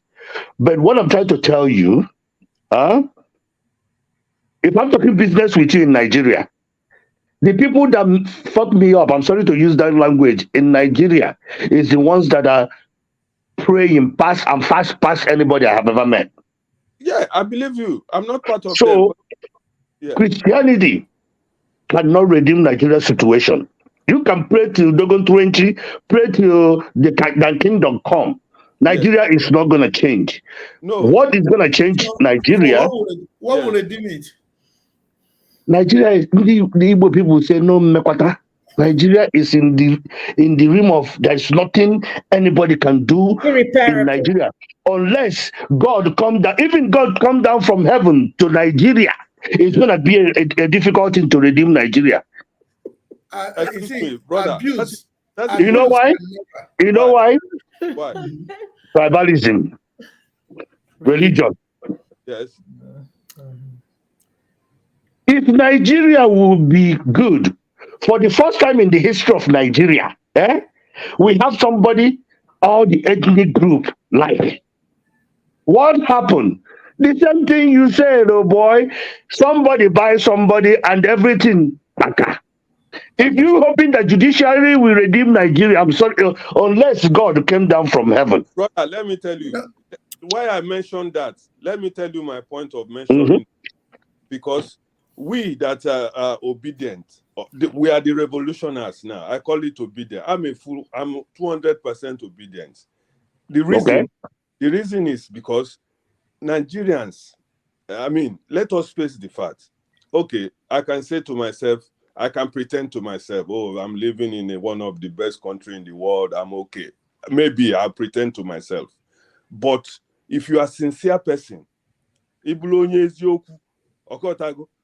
will find out that there are people who depending on you, that sometimes when they tell you that this $200 or $300 you send to them, that probably you would think is a big money to them. That money, when they change them, that is not the thing where they owe, now then go pay. Then you start to ask yourself, so this whole money why I send, now the one where una owe, una pay, come be say una open new paper. So why I tell you that I'm still hopeful, I'm not a religious person. I'm a Christian, but I'm not religious. But in these circumstances now that they say go to court, and we've been to court, you see the panic. They are still afraid though. They never get judgment, but that we agreed to go. It's just like when you do shakara to somebody. The person it's like you gave a bait, and the person did not buy the bait. Because maybe the thing say, go to court, you go panic, say, this one they say make I go court. Now be say nothing go come, I no go. But you can't go the court. Now the court where you go now, they are scared. That's why I tell you, say, even me, I can't think of these religious people. So make a cuckoo fast. Maybe one of the judges or two of the judges can be on our side to change this revolution, to change what they have done to us. Because things are... Yeah, my brother. Oga, my brother. Sorry to... Let's allow you. No, let me put something on Ogadan's head. Sorry to tell you. Anybody that live in Western world that think the nation of Nigeria, where you come from, that doesn't affect you. It doesn't matter how heartless you are. My brother, if I tell you how many people I feed, well, I tell my friends in America, look, if it was only me, I'm a rich man in America, guarantee. If it's only me and my family, I'm a rich man. Peter B said it. I saw Peter B in Houston when he came to Houston. Peter B said it correctly. He said the word, I want to stop everybody that live in Western world. So not all the money they send in Nigeria is for funeral and food. Do you understand? Because all of us, if somebody die now, we go. Even they don't design a good one now. We don't do waykeeping again. They just dump everybody's name in WhatsApp and we start contributing. Even we don't know if the person is, because people they do 419 all over the world. If we don't even know the person where say in mama die, some people their mama don't die 3 times. So now, listen. In 2020, we started the revolution. People went to the toll gate. People got killed. They say, go and start political revolution. They promise, say, if you get, do you know how many videos I made to my people? Even to the level that I say, if you vote, show me evidence, say you vote. In my own family, I go pay you 10,000 naira just to go that day, carry water, carry food, carry chair, sit over there, make sure that you vote. Because I believe in the lie. I will tell you, this is the biggest con, the biggest 419 that have ever happened. The biggest con. You cannot tell me that this is not the biggest con. Guess what? The Western world are looking at us. You know the word 419, these people are con artists. Now they have seen why Nigeria is a con artist country. So I'm sorry to tell you, if you ever watch Blood Diamond, I don't know if you have ever watched the movie Blood Diamond. At the last scene, the guy that acted on Titanic, he grabbed a sand, and the sand was red. He says, "God have left this forsaken continent a long time ago. We are just." Come on, man. And praying and doing all that. No, brother, describe your own continent. Thank you. Come on. If please, Paul, welcome. Let's allow if to say something. To make you talk, the lady in the house. If Paul saw you and came up. Oh no, bye. Paul is here. Bye. Good night, guys. Una don't start to. If he, I'm not saying you don't already take him. I know they come for you. I don't understand. I only tell you so the old one your child cannot go if you away don't from come out us. because of We Paul, don't if we don't I go to take visa, take travel, go southeast, go find one your child, one Paul, became. Paul, you Mr. see what Paul, you've caused. Mr. Paul, You see what you've caused. waiting you do if in a way we say as you come, the only lady in the program just go like that. My brother, I don't understand the fight where if they fight me. Oh. Even me myself too, I am taking. You don't understand. You don't know the place where I come from. If you see that well, they call her with the name of my town. You say Oyibo Laja. Now say they call her. They say Oyibo Laja. That is they call you with the name of my town because you hear. And they just everybody seem to get that they say they won't go their own. So we do this. I go buy one. Get from southeast. We don't go even travel 2 hours. We don't take their village. Now, Paul, My network they bad. Now you've pursued Ify. Go ahead. No, my brother, I don't mind Ify. I don't understand. All I'm saying is that okay, now let me take the joke out of it. What I'm saying with Ify, I feel Ify pain when she's talking about let's just go our separate ways. It may be one way to solve the problem, but it can still lead to a bigger problem. It's just like the way we go to towns meeting, family meeting, village meeting. Now, siblings, WhatsApp group. You understand? Some of us, if we have our way, we just want to leave our family WhatsApp group because now these days every family have WhatsApp group. What am I saying? The same bad politician in the Southeast, that is the same bad politician we have in the South. That is the same bad politician we have in Southwest, North Central, Northeast, Northwest. Paul, now you've made this point. So they want to say when they give all Joseph Carlo Senate president, they've compensated the East. When Ojus Okano will simply live like a Kwerimadu for himself and his children alone. It's simple, it's clear. It's clear.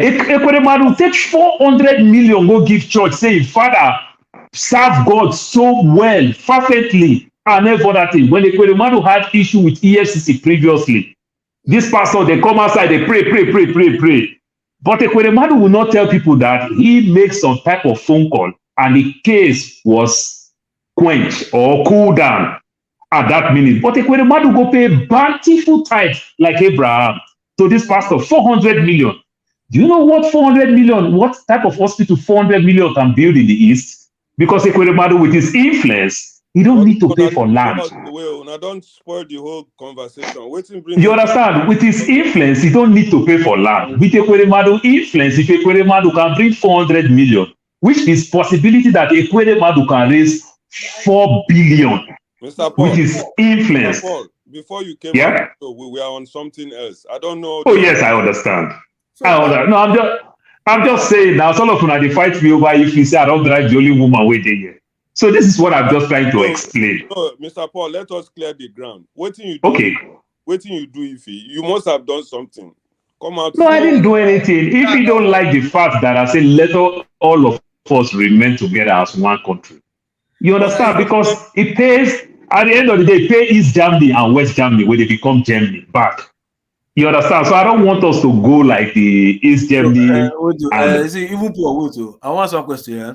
When they say go somewhere, where you go? Where you want to go first? We understand. If you when you claim you go, if my brother, if you ask me according to Oma Wumi, now who I go answer? Now if you go ask this question, I say we make no go anywhere. But finish now. If you say you go. The transport where they pay from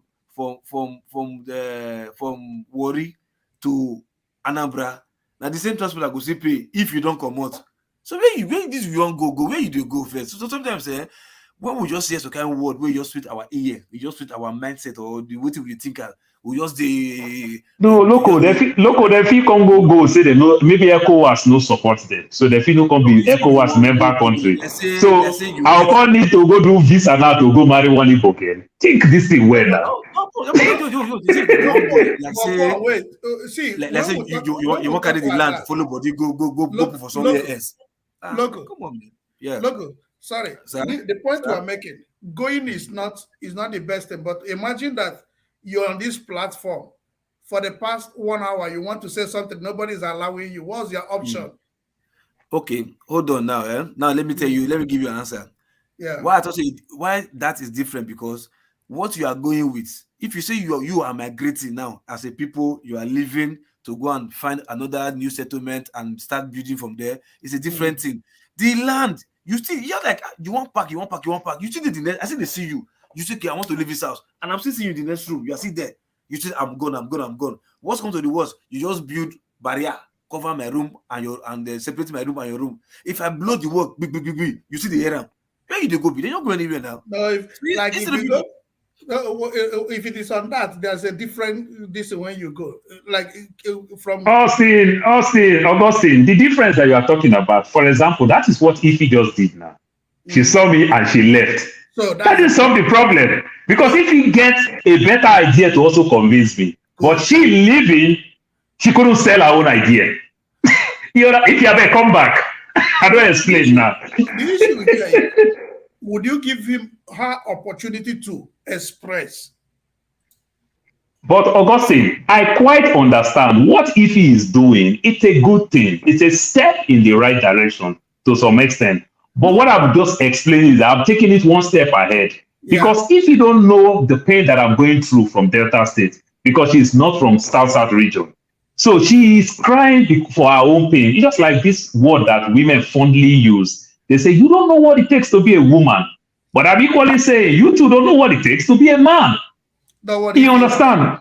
So what I'm saying is that Ify will cry because of all the pain that she's going through. But I'm trying to make Ify understand that Ify, for example, the North that punish us, or this so-called the reigning one now, as we will say now, the Fulani that punish us. Economic-wise, we live better than them. Health-wise, we live better than them. In terms of education, we live better than them. So it's a general problem. It's not an individual or a regional problem. So Paul, that's what I'm saying. I have written to if he is coming back. My brother, God will bless you. Okay, guys. I think forefathers on what's his name? Sorry, Paul, on the argument of whether we should stay together has a more coherent case. I don't think it's because you are saying we should stay together. That's why if he's leaving, I think I've disagreed with her on it before. Maybe because I don't know what Paul is. Paul is a troublemaker. He knows what he can be. I only tell you if he say I cannot do visa to go marry an Igbo girl. I can't apply visa. Oh, that's what you said. Okay, Paul is about somebody. Paul is about somebody where don't worry, I know what him Paul talk. If they come, you go yard him now. If he is say you don't go do visa to go. I go do visa. You don't want I never pay for Ugwanku finish. Now visa will go out to Ram. Think I'm now. I never pay the dowry complete. I'll go out visa process to it. What about if immigration go seize the nyam one won't go to pay dowry? You understand? Custom go seize the gari one won't come pay dowry. Think I'm now. Okay, I see why you got on her nerves, but it's okay. I think she's just taking it easy, really. But the original discussion, Dan, where were you on it? Anyway, I think you were saying something about fasting and stuff what that I you said. did. They didn't allow me to really drop my point. My point was, as a person, because of what is on the ground, many people believe that now there's no hope from the court. Many Nigerians. But what I'm saying, because of the love I have and the chance and how close we came, sometimes every day when I'm at work, I think about this court case, which is starting tomorrow or today. I say to myself, Abi, make I follow do this fasting. I know they fast though. I never did it. But because of what I'm expecting, I don't want to be hopeless on this case that nothing will come. So that flash just came over. Make you cool fast. Maybe one or two of the judges can just decide to give us back our mandate. That was what I was saying. So that it's not like being hope. It was kind of a speech, a kind of word. I don't know how they use it in the literature now. A figure of speech that maybe this fasting can change something. Or maybe you say, let me use another word for you. I will use, it's just basic psychology 101. It's called figment of imagination. my brother. You know, now that's what you call the figment. Okay, go ahead. It's just figment of imagination. You know, as kids, when your parents talk to you too much when you wet the bed and every other thing. So you're so concerned not to wet the bed. Then you are sleeping. Your body is telling you are in the restroom. You understand? Before you know it, you just jump up. You already wet the bed because your body is telling you are in the restroom. You already wet the bed before you get up from your conscious mind. So it is what you play with while you are awake. That's the same thing you dream. No. You understand? So it's you. I kind of understand, because if at this age you want to believe prayer must have solved so many problems in Nigeria.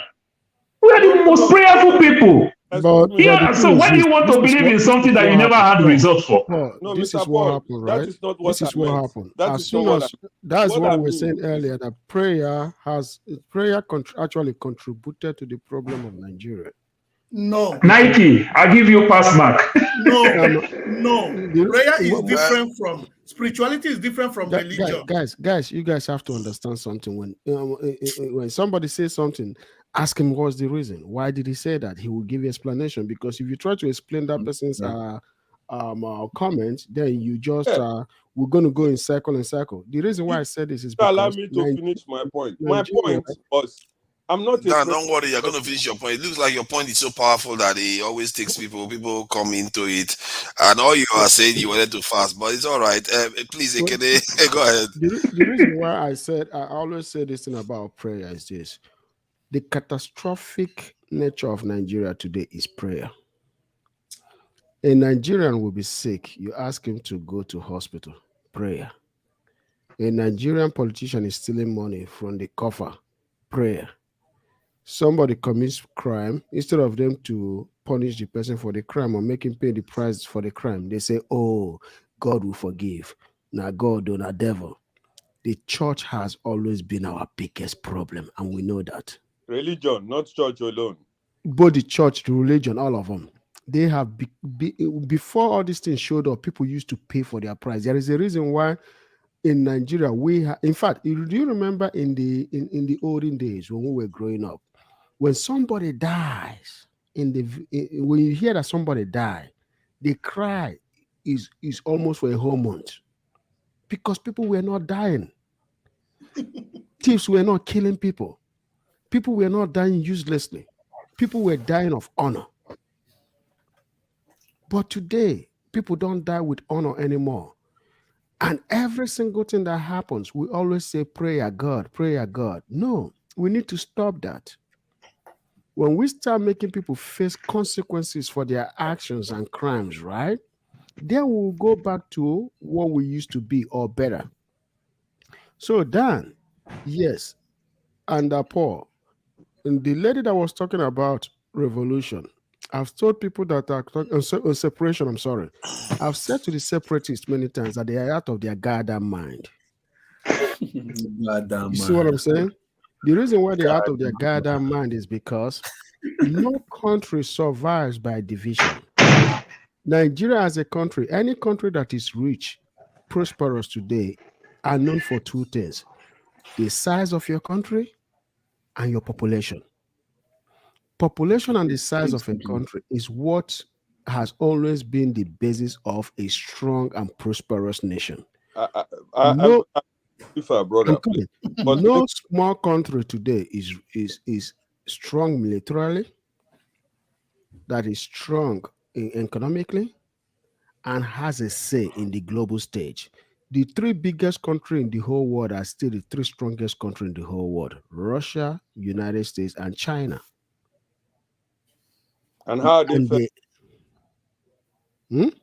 How are they faring? 8 people were killed in America. Would you be Nigeria, or would you be any of the three? You say what? Would you be Nigerian, or would you be any of those three? I don't want to be any of Chinese, because they are not free. Are they free? They are just. Who is not free? What kind of freedom are you talking about? We're talking of freedom of a country where everybody is equal and free. In America, people Who's are going to be equal. Are you wishing for communism? Are you talking about communism or socialism? Nobody's equal. Unfortunately, you can never have equal. 5 hands are not equal. You can never. Excuse me, can I make this point? You asked me a question.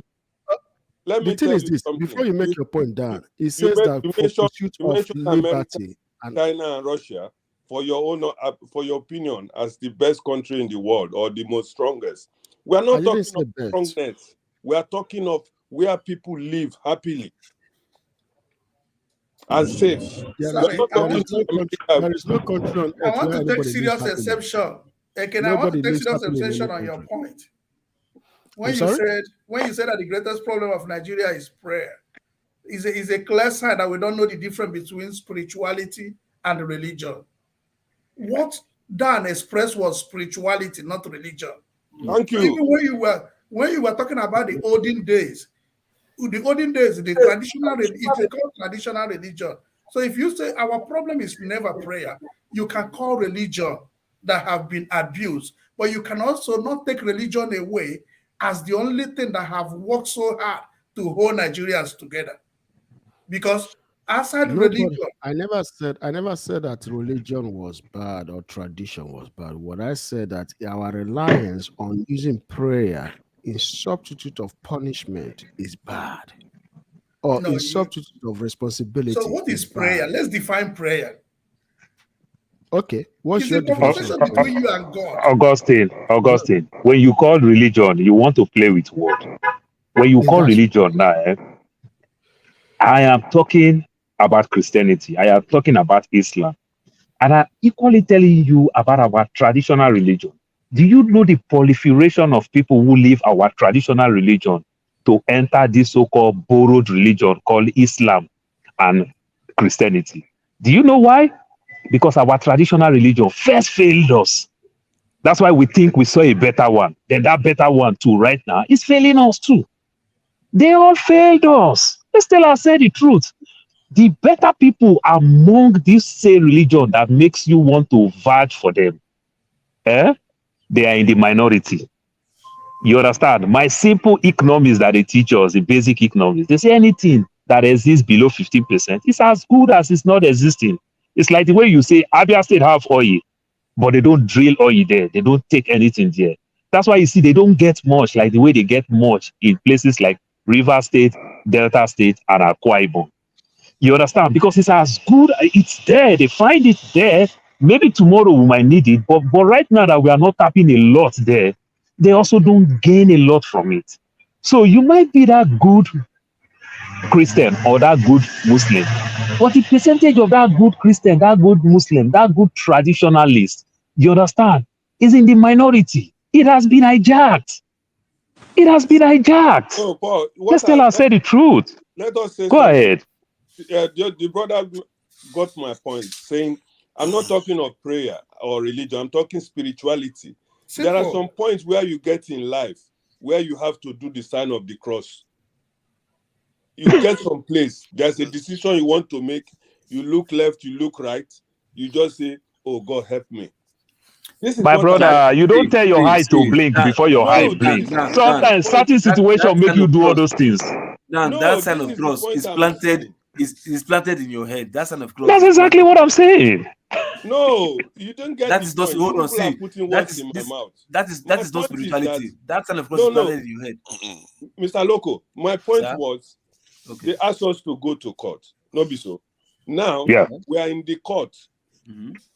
Most of us who are now in the court are the obedience, for example, or the revolutionaries in Nigeria trying to change the system that is keeping us down.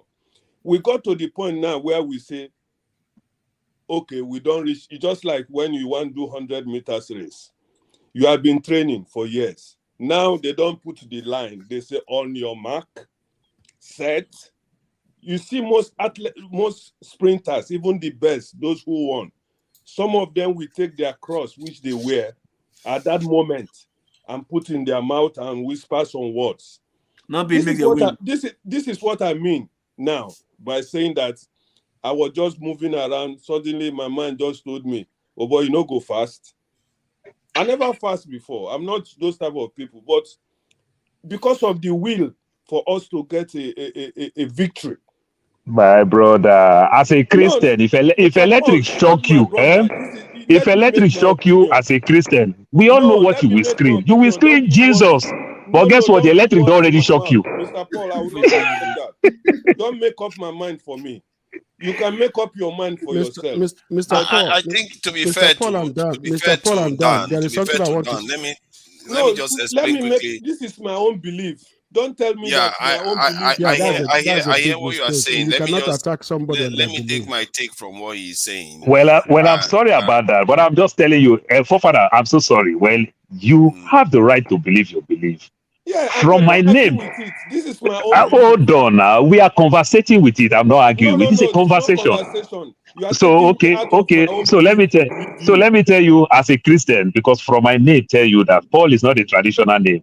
I hope you know it's not a white man name, it's a religious name. So that tell you too, I was born into religion too. No, But excuse me, Mr. hold Paul. on. This is what I'm No, saying. I This is cannot what I'm hold saying. on because you don't want me. You are taking me out of what I'm saying. Okay, good. Then go ahead. Go ahead. What I'm saying is my own personal belief. Look at me. I'm a dreadlock man, but I can tell you in my heart, I'm not wearing dreadlocks to please anybody. And if you remember the song that was saying, to be dread is not a rasta. They're one of these big bands who sang that song. It is not a dreadlocks things. It is a concession of the heart. So what I'm telling you now is my own concession, my own heart, that because of the victory that we are expecting, I don't know whether where you stand in this, what is happening in Nigeria right now. Where I stand in Nigeria, I've been waiting for the beginning of this so-called court case, because we want to take back our mandate they stole so that Nigeria can change for once. So this is why I told you, suddenly my heart now drove me back to say, oh boy, it is no be the time to fast, because I want victory. Nigeria is in pain. That's Well, my point. Dan, you have said a lot, but let me unpack some of the things you said. One of the richest people in the world, people that are financially sound, they don't believe in God. But that's your view. Who are they? That's your view, my brother. That's your own personal. Who are they? This is your view. Who are they? Yes, that are rich. They don't should believe be in left God. to the people. Elon Musk, Jeff Bezos, Jeff Bezos, Warren Buffett, all of them. Buffett. Because we in Nigeria, we have implied culture. We grow up and they tell us, we read Bible, we go to, if you're a Catholic, you go to this, and all this is embedded on your head. Then it becomes a behavior that you can voluntary or involuntary do it without thinking about it. Brother, I'm in healthcare. Let me give you an example. I'm in healthcare. In that healthcare, I go to Nigeria every year to do a mission. Nobody finances it. That is how I contribute, because when I finish my program, they say you put mankind first and you give back to your community. For me, I don't give back to my community here. I give back my community home. So last year, I did another one, and people came in. And this guy was explaining to the pastor, because I use a pastor to do it. This guy is having neuropathy. I know that this person is having neuropathy. But he's telling the pastor that he went home this last weekend, and when he opened his gate, and he feel all this tingling thing on his leg, that means somebody put something in front of the gate in the village, and he got it. I say, when he was sorry, Ike, let me just intervene on. Let me intervene regarding the priest of peace. The priest of peace. Hi, welcome. You appear to be a little bit tired and driving and online at the same time. Are you sure that is a very advisable I'm thing? just listening. I will get home. I will follow. I'm just listening to what you guys are saying. So once I get home, I will follow up and put my own opinion. Thank you. Go ahead. So let me continue the story. No, before you continue, Elon Musk was baptized as an Anglican. Thank you. But he was baptized. All of us are baptized. The atheists are baptized. The people that are atheists. But when they grow up, they walk away from that. Did he tell you that he doesn't believe in God? You don't just My come and say, brother, the atheists, the people that are atheists today, I have last weekend I was in a wedding. Governor of Nasarawa's son was having wedding in Austin, Texas. His son was born, the mother is a Christian, the father is a Muslim. You know what? He said, I don't want to be a Christian, I don't want to be a Muslim. This is his opinion now. No, but he was born. He was baptized in Christian, and when the dad comes, he takes him to Muslim, whatever. But at the end of the day, the boy says, I don't want to be any of them anymore. That doesn't mean that he wasn't baptized or being a Christian. You can be baptized and change your mind when your mind is open. I'm a Christian, born and raised. Let's not be myopic. You live in the Western world. All of us live in the Western world. So when you say that those that are rich, the richest people in the world, don't know God, that is a very I didn't say that. I said they don't make their money because of God. They don't put God. What killed us in everything we do? We put God. I believe in God. I'm a Christian, born and raised. But one of the things I noticed, the people I have done the business, that the people that have took my money and render me useless in Nigeria, they are all the people that sleep in the church. Brother, but there's a problem in this conversation here. So let's not put Christianity into this. What we hope is that when judiciary start tomorrow, Let me ask Dan some clarifying question just to be clear. What you are doing when you say fasting, is that related to Christianity or just spiritualism? It's a spiritual thought. So not Christianity. So that's why you need to clear that. Your religion. It's because of the expectation. I'm so hopeful, and I couldn't help myself than to say to myself, this expectation is very expensive. So I think what you are feeling. Is it because of your only fasting, you only fasting alone, that will now change whatever? No, that's going to happen there. Just because you so it can change it. Let me answer you. My own fasting could also affect one or two of those judges. This is just a personal. let me say this. Don't do that, Loco. Don't do that. I think we make the mistake of. Let me just say something about what he's saying. I think we make the mistake of thinking that. I think we've swung the other way around when we say we don't believe in any spiritual, experience or stuff like that. The truth is, we are physical and we are also doing spiritual things at the same time. All our actions have consequences somewhere else. What I think he may be experiencing is a realization, or I don't know whether it's a realization or an awareness of the magnitude of, or maybe the impending stuff that is going to happen. It's just, sometimes when stuff is happening, people manifest it in different ways. What he is manifesting, I need to fast because this stuff is coming down the line. To me, forefather, you misunderstanding that. You guys, forefather, you misunderstanding this. I'm telling you. What we're saying is not that.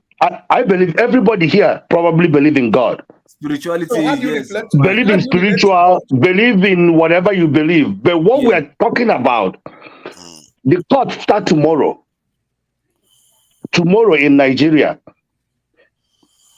If Nigeria is not a lawless country, why would we go and fast for the judge to make the right decision? No, you are mistaken. That's why I say you are mistaking the fasting for what it does represent. What it truly, you are not seeing what it represents. It's not the only one. Shift. That's why I'm saying it's an awareness shift that is manifested in different forms. I talked to my cousin today. Everything. I talked to two of my cousins today. All they're saying, we are praying hard. We are praying hard. We are praying hard for judiciary to give us the mandate. So my brother.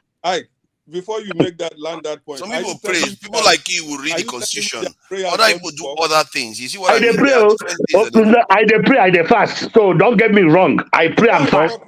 Don't get me wrong. But what I'm telling you in this situation, for your personal cause, for your exactly, not in this situation.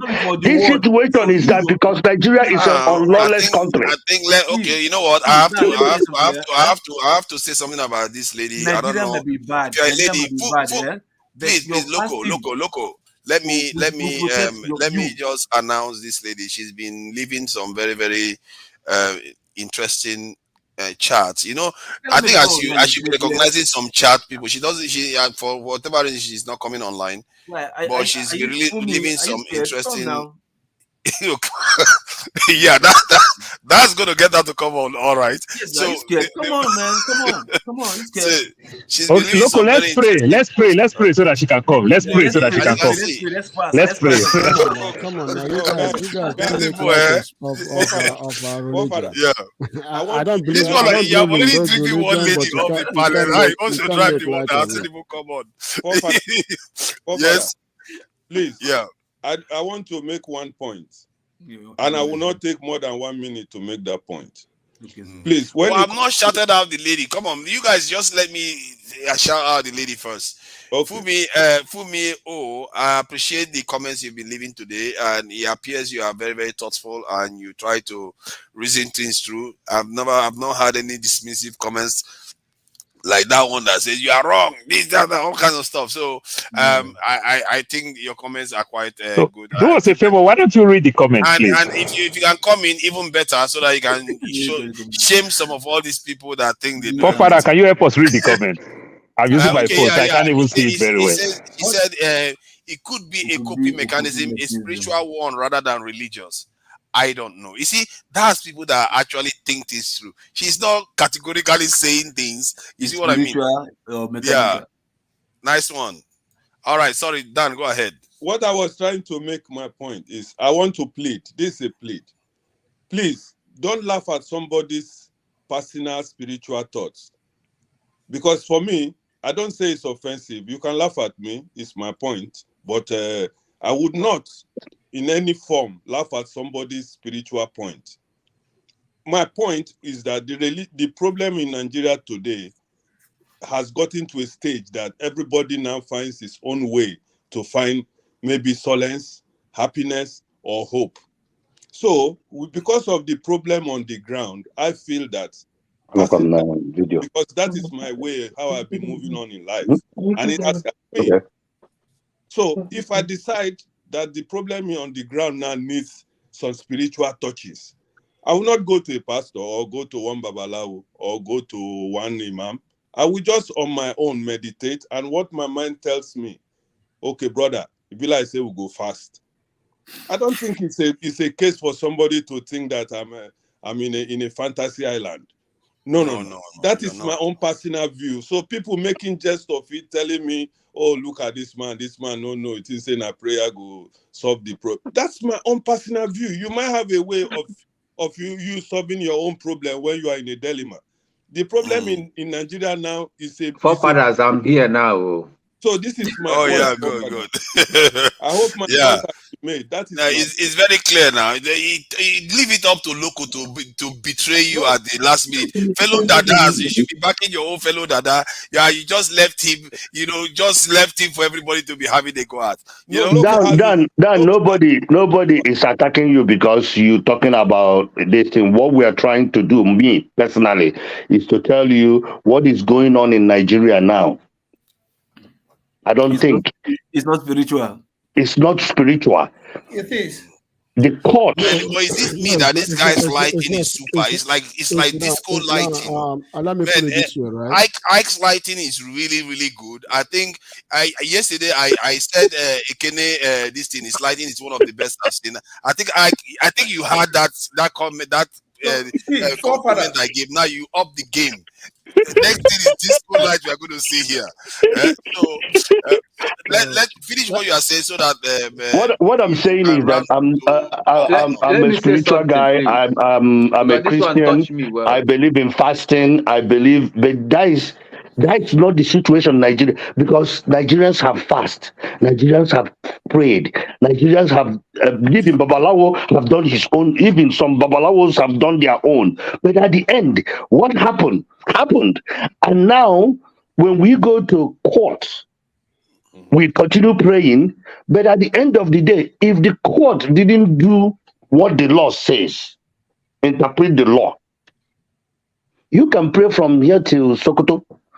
It's not gonna happen.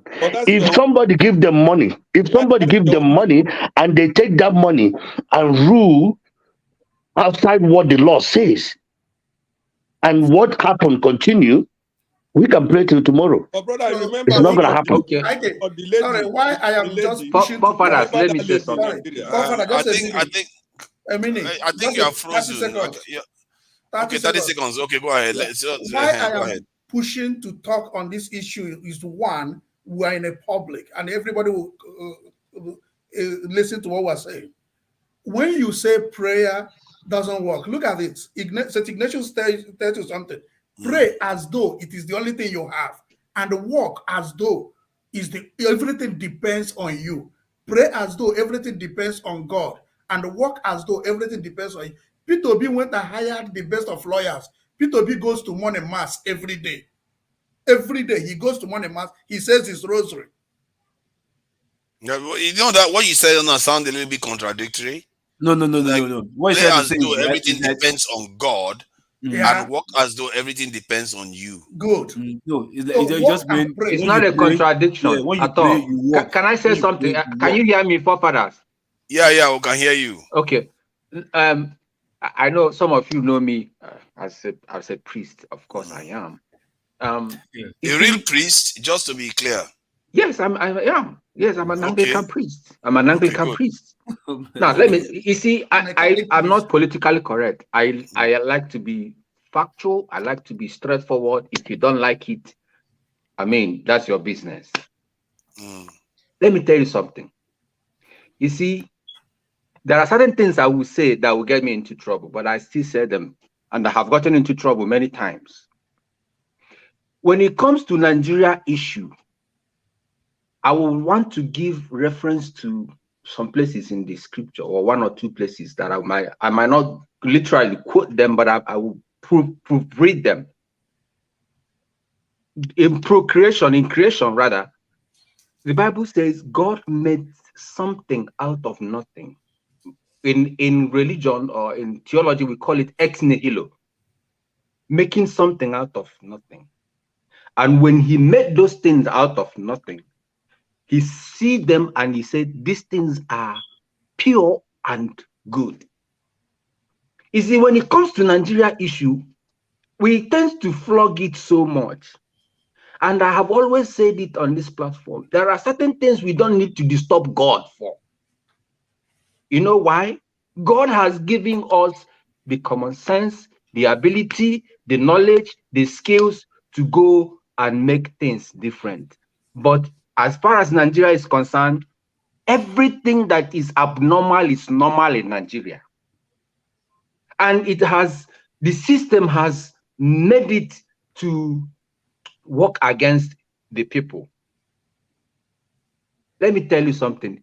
I believe in African traditional religion, and I will tell you why. As a priest. Yes, I will tell you why. When we understand that church, Christianity. Listen to him, please, because you know what? I said the same thing earlier. Christianity came into Africa, but there's something we fail to understand. Christianity, or whatever that is, the origin of Christianity is in Africa. It is our own. There is something, there was a lady that taught us in theological school. She was a missionary in Nigeria. She still lives in Nigeria. She has lived in Nigeria since 1960. She's about almost 80 years old, but she's still very strong. She's from Nashville. She says something about, there was a book we read. It talks about sacrifice. And what it meant was that when I read that book, it opened my eyes to many things.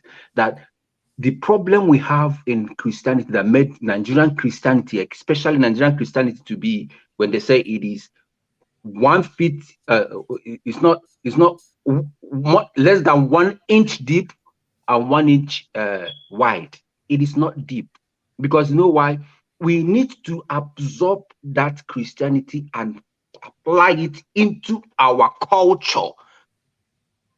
We have failed to do that. Now, let me tell you something that, again, you see, Igbo tradition is a civilization. You see, Igbo tradition is a civilization. It is embedded in spirituality.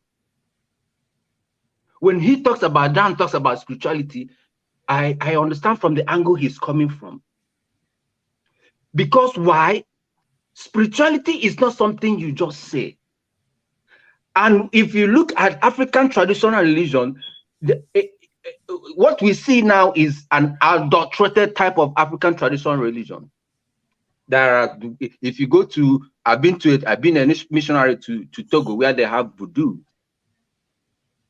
And it works for them. I have seen it.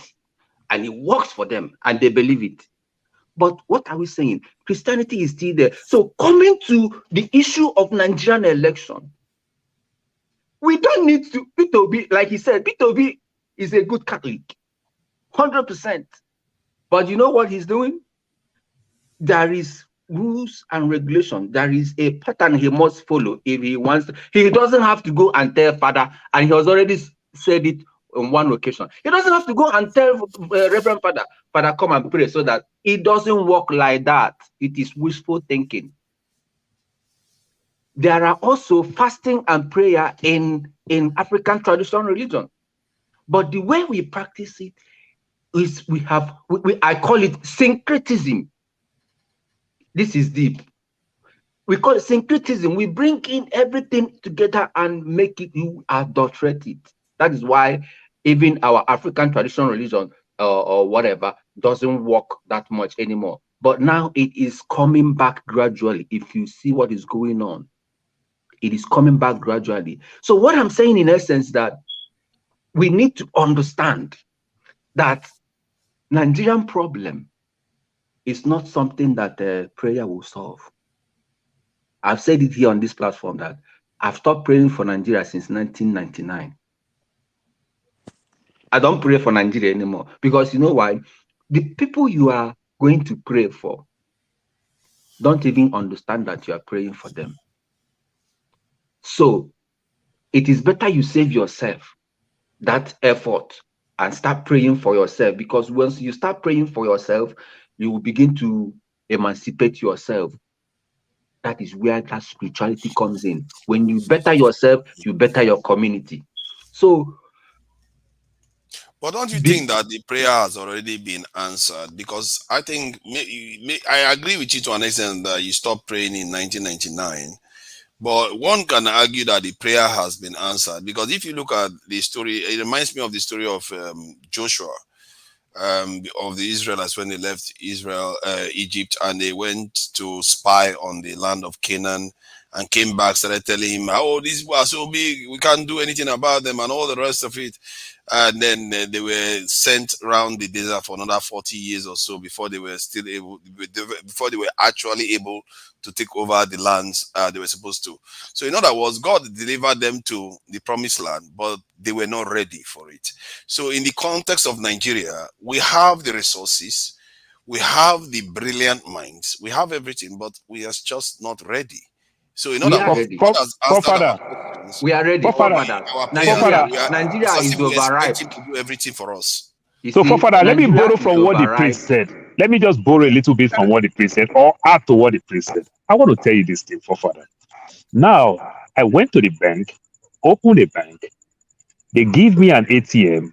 I activate the ATM card, and I know my PIN code. Now, knowing my PIN code, and I know that I have money in the account. But if I walk up to an ATM to go pull money, and I know I have money in the account, suddenly I forget my PIN code.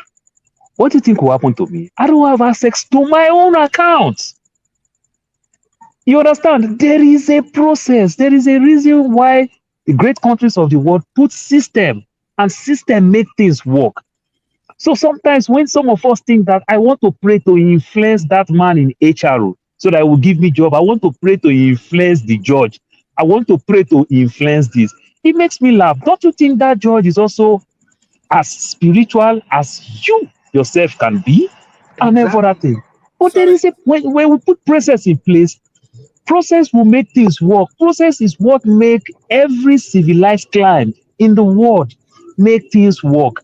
So with that process, Paul, it's we just do going to have be hard. processes now, just that we don't refuse to enforce the processes. Thank you. So when we bastardize our systems. Okay, go ahead. Let me put what Paul is saying in another context. The priest, let me ask you just one question. Okay. Do you say the prayer will not solve Nigerian problem, or prayer alone will not solve Nigerian problem? Action will solve Nigeria problem, not prayers. We have prayed enough. I said, listen, every organized system will one day. Listen to what I want to say. Sorry, before you say. Augustine, because your face is not showing. He's already answered nobody your question. notices when you are talking. It's a bit confusing. And nobody notices who is talking. Every organized. Hold on, please, Augustine. That's my namesake as well. But I prefer to answer my Igbo name because it's more than that. So, but that's by the way. Every organized system will disorganize if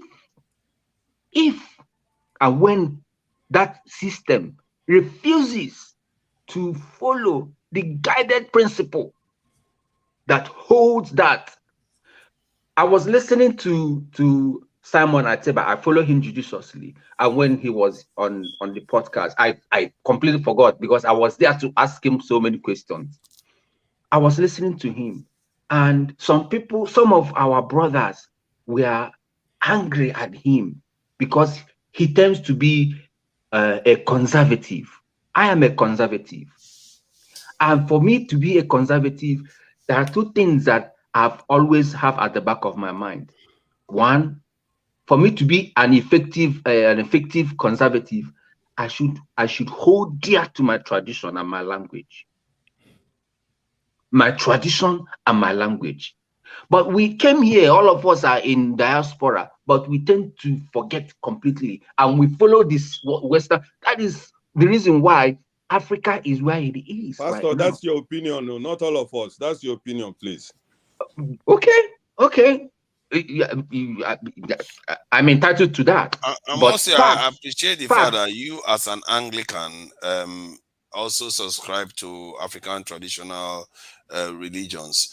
I've always said that we needed to Africanize most of these religions that we've gotten. Exactly. It is not syncretism.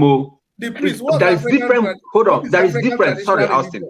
There is difference between syncretism and Africanizing whatever the Christianity in quote, because the Christianity, its origin is here in Africa.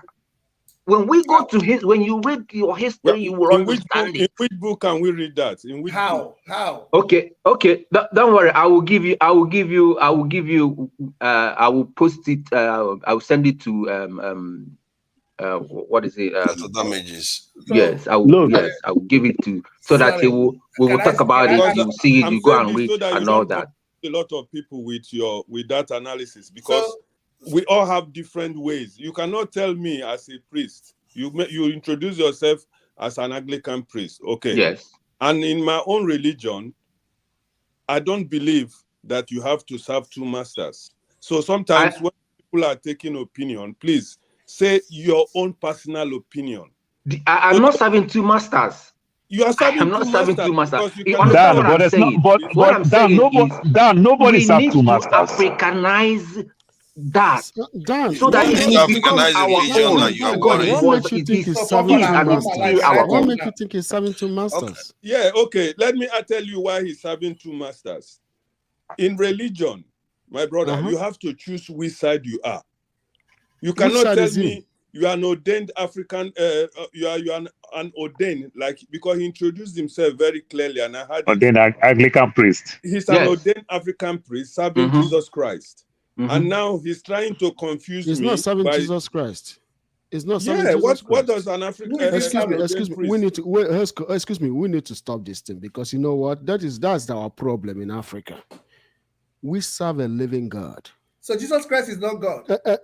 Jesus Christ is not God. That's the opinion, Mr. Man. That's the opinion. If Christ is a vehicle, Christ is a vehicle to God. Jesus Christ Brother, himself told you that God is God. He never told you he was God. Personal opinion should not be generalized. Pedestalizing Jesus Christ to be God. Jesus Christ never said he was God. It was after he died that people started calling him God his son. Sorry, sir.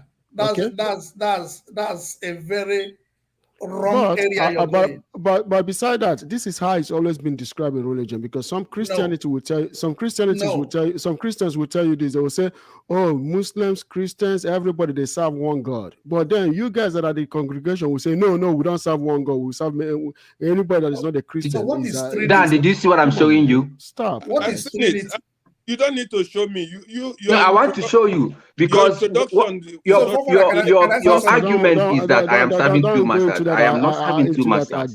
What I'm trying to see, Dan, you have said what you needed to say. Let me just Augustine allow was asking me Augustine to questions. say something. Yeah. So personally, when somebody tells you that he practices two religions, it becomes confusing, because in religion you have one religion. But the problem we have when we talk about Africa doesn't even have one religion. It doesn't even have one religion, one organized religion. We don't even have one organized religion. But as someone that believes in God, you can't tell me that no matter how you walk, that prayer is not necessary. Now, let me give you an example why prayer is necessary. You might get all your acts together, and I'm coming to see Ike. I'm asking God, help me to meet this guy on a good mood. He's a good man. I can meet him on a wrong mood. Whatever we're going to discuss that day will not work. But I have placed everything right, but he's on a good mood, or he felt sick. So if I say, God, I want to see Ike, and I'm sitting down in my room, that's stupidity, because I want to see Ike. But if I start moving to his place and I've said prayer, God might make him to be available to attend to me, to have the good mood, to listen to me, to be healthy, to listen to me. I don't want to argue about, I stay away from talking about religion, about Christianity, but when somebody comes to tell you something, I'm a Catholic priest. I did theology, I did philosophy. So when somebody begins to talk about religion openly and in a way I don't get it, I frown at that. So if you say Nigerian problem... You wanted to ask me a question, Augustine, right? No, yeah, the I question don't think I you wanted to ask you. Okay. The You question really I kept wanted the to ask you, question because long. you said, no, I asked him that question. Ekene said that he has answered it. The question was, do you say that Nigerian problem cannot be solved by prayer alone, or cannot be solved by prayer? My position is and that I still say that it is only going to be solved by action. We have prayed. Now, you are making you said something that I want to point out. You talk about you wanted to see somebody and you prayed that he will be in good mood. I want to give you a practical scenario. I was going for a job interview, and but I wasn't too sure about that. But I have done my homework. Before then, I have prayed.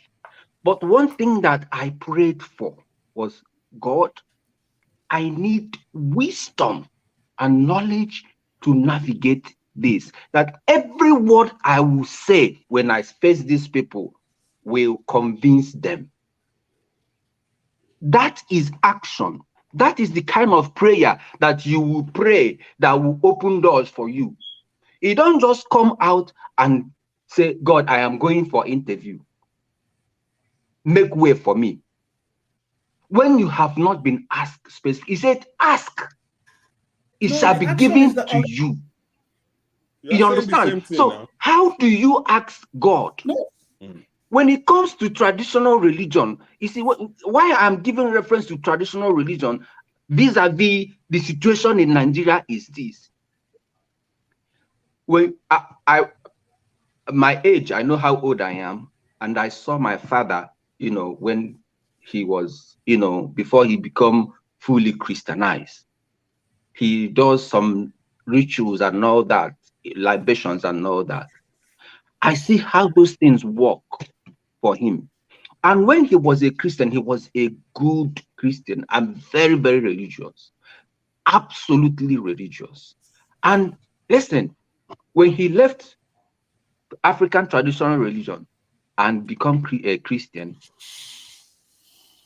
things were partially working for him. So there wasn't a perfect balance from where he was coming to where he was. Mr. Prince, don't confuse all people like us. I'm not confusing you. You're a spiritual. You say you're a spiritual man. There is something you believe in. Believe in it. I'm not convincing you to live what you are, what you believe in. Hold on now, hold on. See, so when it comes to Nigerian issue, please, hold on. Let me just say my own piece of this, because I think this has been going on. I've tried to bridge this, and everybody seems to be going on their own this thing. See, prayers is not totally ineffective. I'm not saying it is ineffective. That's one. Let me finish what I'm saying now. Then it's not totally ineffective, and action is also quite important. In this world, I actually call them rituals. In this world, whatever you do in this world, you can't pretend as if you pray for one thing. There are also things that needs to be done to achieve whatever you prayed for. And the reason why prayer works is because you are, in a way, programming your mindset to be in a certain state. When you say you want to, like the way Augustine said that he wants to go and meet his friend in a good mood, if he himself didn't have that prayer before he went there, when he meets his friend, maybe the friend is in a little bit of a foul mood, his mindset will tune to whatever the friend is doing. But now that he has prayed that he wants to see good mood, chances are that even if the friend was a little bit up and down, you hear that in testimonies all the time. They will have challenges, but it's like a miracle. Something just changes. Because his mindset is already programmed himself for somebody to be in a good mood. He is likely to read whatever the friend does. And because of his own countenance, he is more likely to achieve that. Point I'm making is that every decision we make in this life brings us closer to the direction we want to go. That doesn't mean some other person's reality cannot cancel yours out. This is now we are going to metaphysics area. That it's almost like, say, you get on a plane, and unfortunately something happens on the plane, and some funny terrorist was on the plane and completely messes your life up because of that. What just happened there? You had your own will, and some other person's will overrode yours. That is what the world is all about. There are realities on top of realities, and sometimes one reality can override the other person's reality. When you pray, you are altering yours. That is what you are doing. And you hope that you don't encounter anybody that will override yours. That is why in this life, you have to look at it. Our forefathers, see, where religion came from was a form of science of the ancients. Because they were trying to understand the world they were in. Not that they understood it perfectly, but they were trying to understand it. What has happened in time is that over time it has been corrupted to mean just a way of controlling people. In reality, we have to purify it again and try to understand the world for what it truly is. And this is why science works. This is why science works, because they went back. Not always. It's true, but this is why it works better, because they are closer to the real world. That's why our forefathers, when they were talking about it, they would say they understand the plants. How did you think they understand it? They were the first scientists to start testing plants and figuring out all those things, how all those things worked. And now, 100% a higher level. These people have gotten into a higher level where it's testable and repeatable, and they can even scale it up. And proven. To be able to sustain 8 billion in the world. So we need to take it to a higher level. If you want to, this world, you can't play the old game. It is past. We are in a world of quantum physics, in a world of where people want to go to Mars, in a world of AI. You need to raise it to a new level if you want to survive or compete in this world that we are in. And for take this out, Nigerians would rather pray to go to Mars than to build the technology that would take them there. So I agree with you. Forefathers, you live in Western world. In 2020, we have COVID. Why didn't we continue praying? so that God will hear all of us. Nigerians We prayed now. He walked. What did you Really? Really? He walked. Nigerians didn't die. My brother, do you know why? Do you know why Nigerians, Africans in general, do not get COVID? Because of the humidity in Africa. That is one reason why they didn't get COVID. Not only humidity, also we are also immune to it to some extent. You understand? Our body is also if it immune to wasn't humidity and some level of other things Africa have, man, Africa would have buried so many people because of COVID. So, Western world started doing research, figure it out, do the shots. Even though some people do not believe, but I have patients that didn't believe, but they check out. I have patients says, I don't want to get this government because they have government contract. I don't want to get this because government is forcing me. They fight. Guess what? They check out in war. They died. People got it. They didn't want to get the shot and they didn't want to do anything. At the end, they have long issues. So if we sit down and pray, why would you go to work? Why didn't you just pray for God to bring food, throw it from the heaven for you? That is why, thank you, Ike. That is why I said prayer and action. Somebody says something about pray. I'm going to interview. I'm going to interview, and I pray to go to interview. That's well and good. But when you finish praying and you didn't do your research in the company and you're not prepared, when you get over there, the prayer you pray is not going to work for you. So so what are we arguing for? Because all we have been saying here is the same thing. You can't No. The argument is that Nigerian issue cannot be solved with prayer. That is what he said. Prayer and walk and because Nigeria issue is beyond prayer. How many prayer? Man, I have been in market in Onitsha. I go to buy Romania gold. The guy is trying to sell GL to me, but he's the one that was calling God in heaven. He thinks that God have come down. What he was praying for Mugu to come. He was praying for a Mugu to come, and that was the Mugu. When I got there, I was the Mugu that he's going to take advantage of. That is the prayers we have in Nigeria. They are conmen. They are conmen. They are not really of any faith. They are conmen. Those who are actually conmen. Let's not contradict ourselves. Like when you said you're a Christian, that means you believe in God. And I do. It's only God that made it possible that I'm presently talking to you. So I believe in God. When you say that Nigerian problem is beyond prayer, that means Nigerian problem is beyond God. No, that's not that is not true. That is not true. No, Augustine, you are misquoting people. When people that's not true. Equate Christianity. Excuse me. No, Augustine, I'm saying something. You always misquoting people by using by. That's not what I said. I didn't say that. Augustine, not Ike, not you. I said Augustine. I said Augustine is always. When people talk about God, you equate to Christianity. We have other religion other than Christianity, okay? So just know that Christianity. I know he's a Christian. You don't say that. You told me he's a Christian. You said 100%. I am a Christian. So I'm addressing him. But Augustine is telling you the person that is trying to take advantage of him is also a Christian. No, what I'm saying. I still use the Christianity as a vehicle to also take advantage of him. That person all I'm saying is that when the judges start tomorrow, you can pray from Dogon 20. If somebody pay them money and they accept that money, that prayer will not change that. Thank you. 100%. Thank you, Ike. Who told you that? You see, really? Nigerians really? They're not practical in thinking. Okay, my brother, let's use America as an example. It just came up that Clarence Thomas was being, getting kickbacks from the donors and from stuff like that donor, to rule. Texas donor. Yeah, to rule in the Supreme Court. Yeah. Now, America just overturned Roe versus Wade. It took almost 50-something years to overturn it. When they overturn it, they still give states opportunity to do their own law. So you're telling me that it took God 53 years to overturn Roe versus Wade?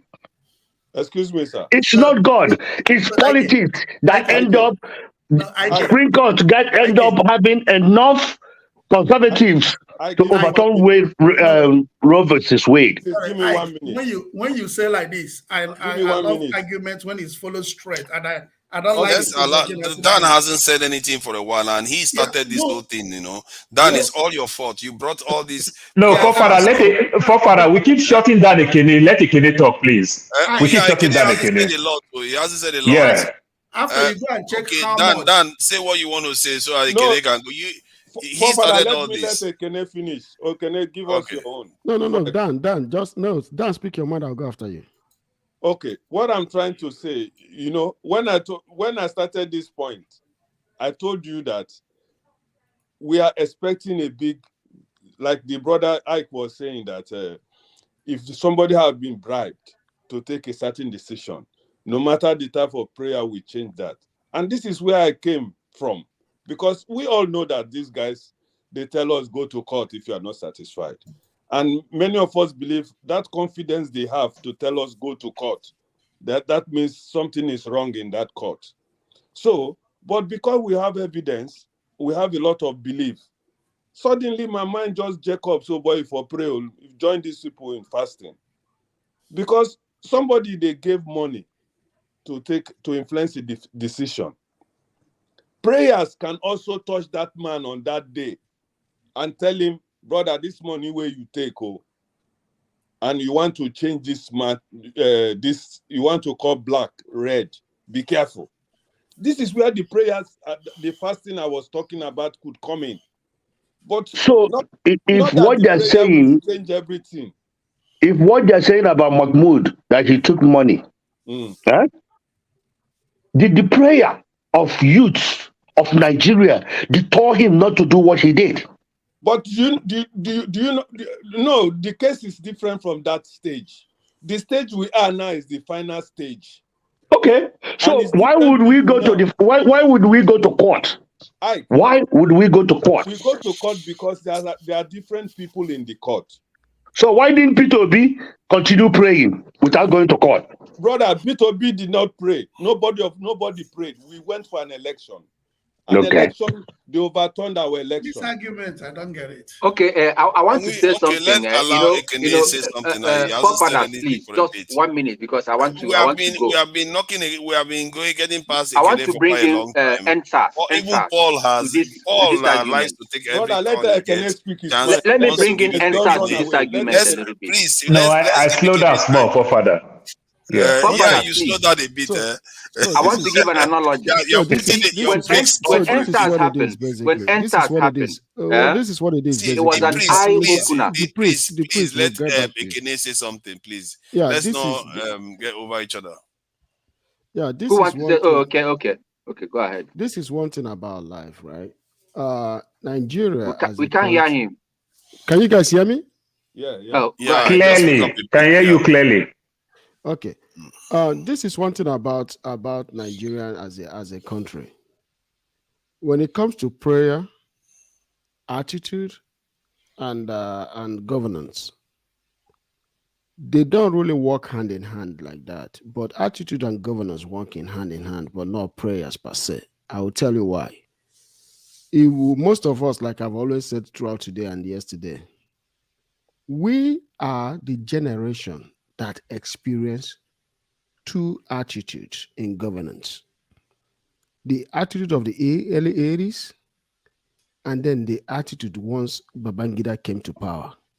We know the difference between all these things. The difference is Nigeria of those days was a Nigeria that believed in discipline, a Nigeria that rode the cultural waves, a Nigeria that believed that if you do something, that there are consequences for your action, because we took that from our forefathers. Those days were when our grandfathers were alive, and they taught us the consequences of life, which they experienced.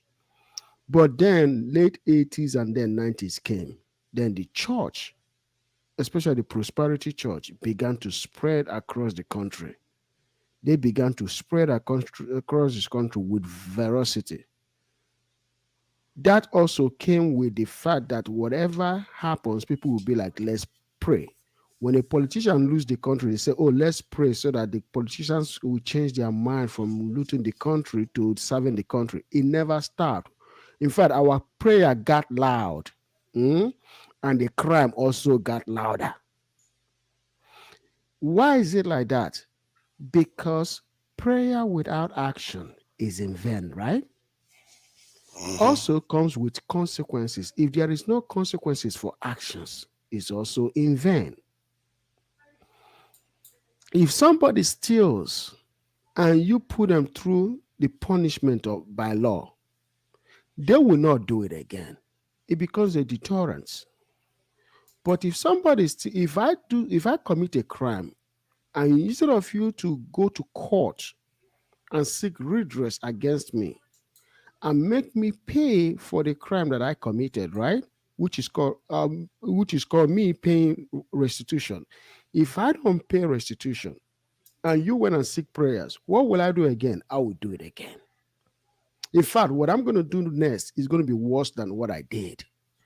And then it comes a time when I become immune because I have done too much. But if I pay that price that very first time, I'm not going to do it again. It deters me from the field because I know that if I do it again, the punishment will be worse than the previous punishment. So Nigeria has come to a place where we should stop praying. Stop the prayer. I don't have any problem with somebody praying.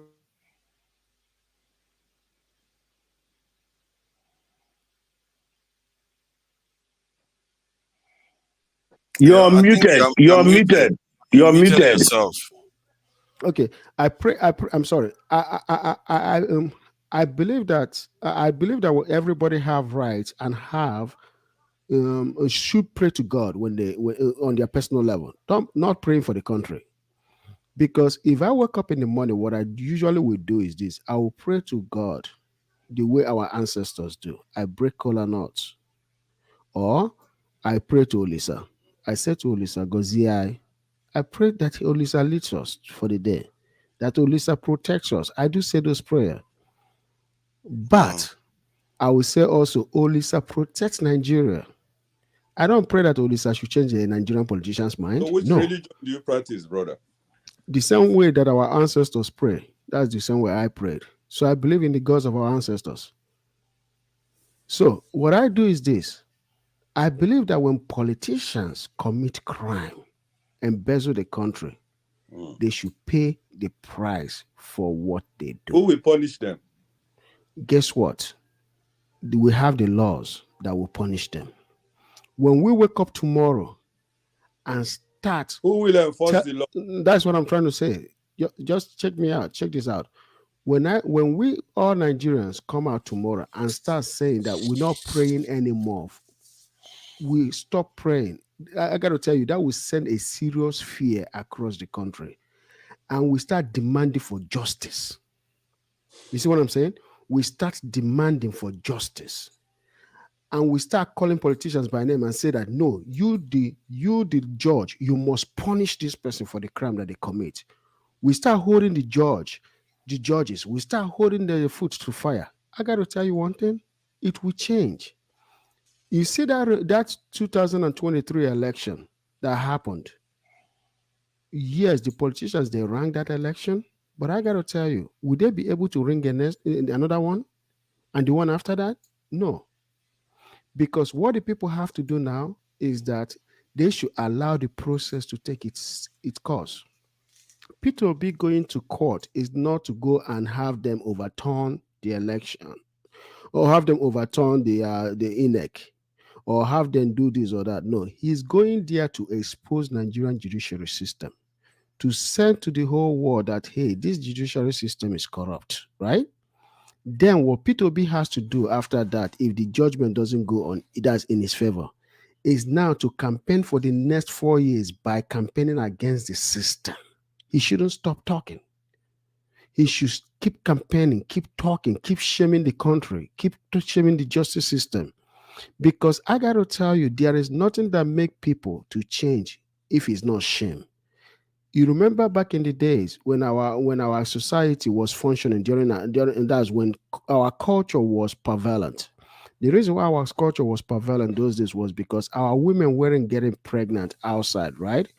And what caused our women not to get pregnant before marriage was because of shame. Am I correct? They were being shamed. If a woman gets pregnant outside, she will be shamed for it. And that shame will lead her family to make sure she is not pregnant. Most of our women married before they were 22 because they did not want to get pregnant outside. They were all shamed for not being promiscuous outside. So that actually saved our society for a very long time. But when these prosperity churches came,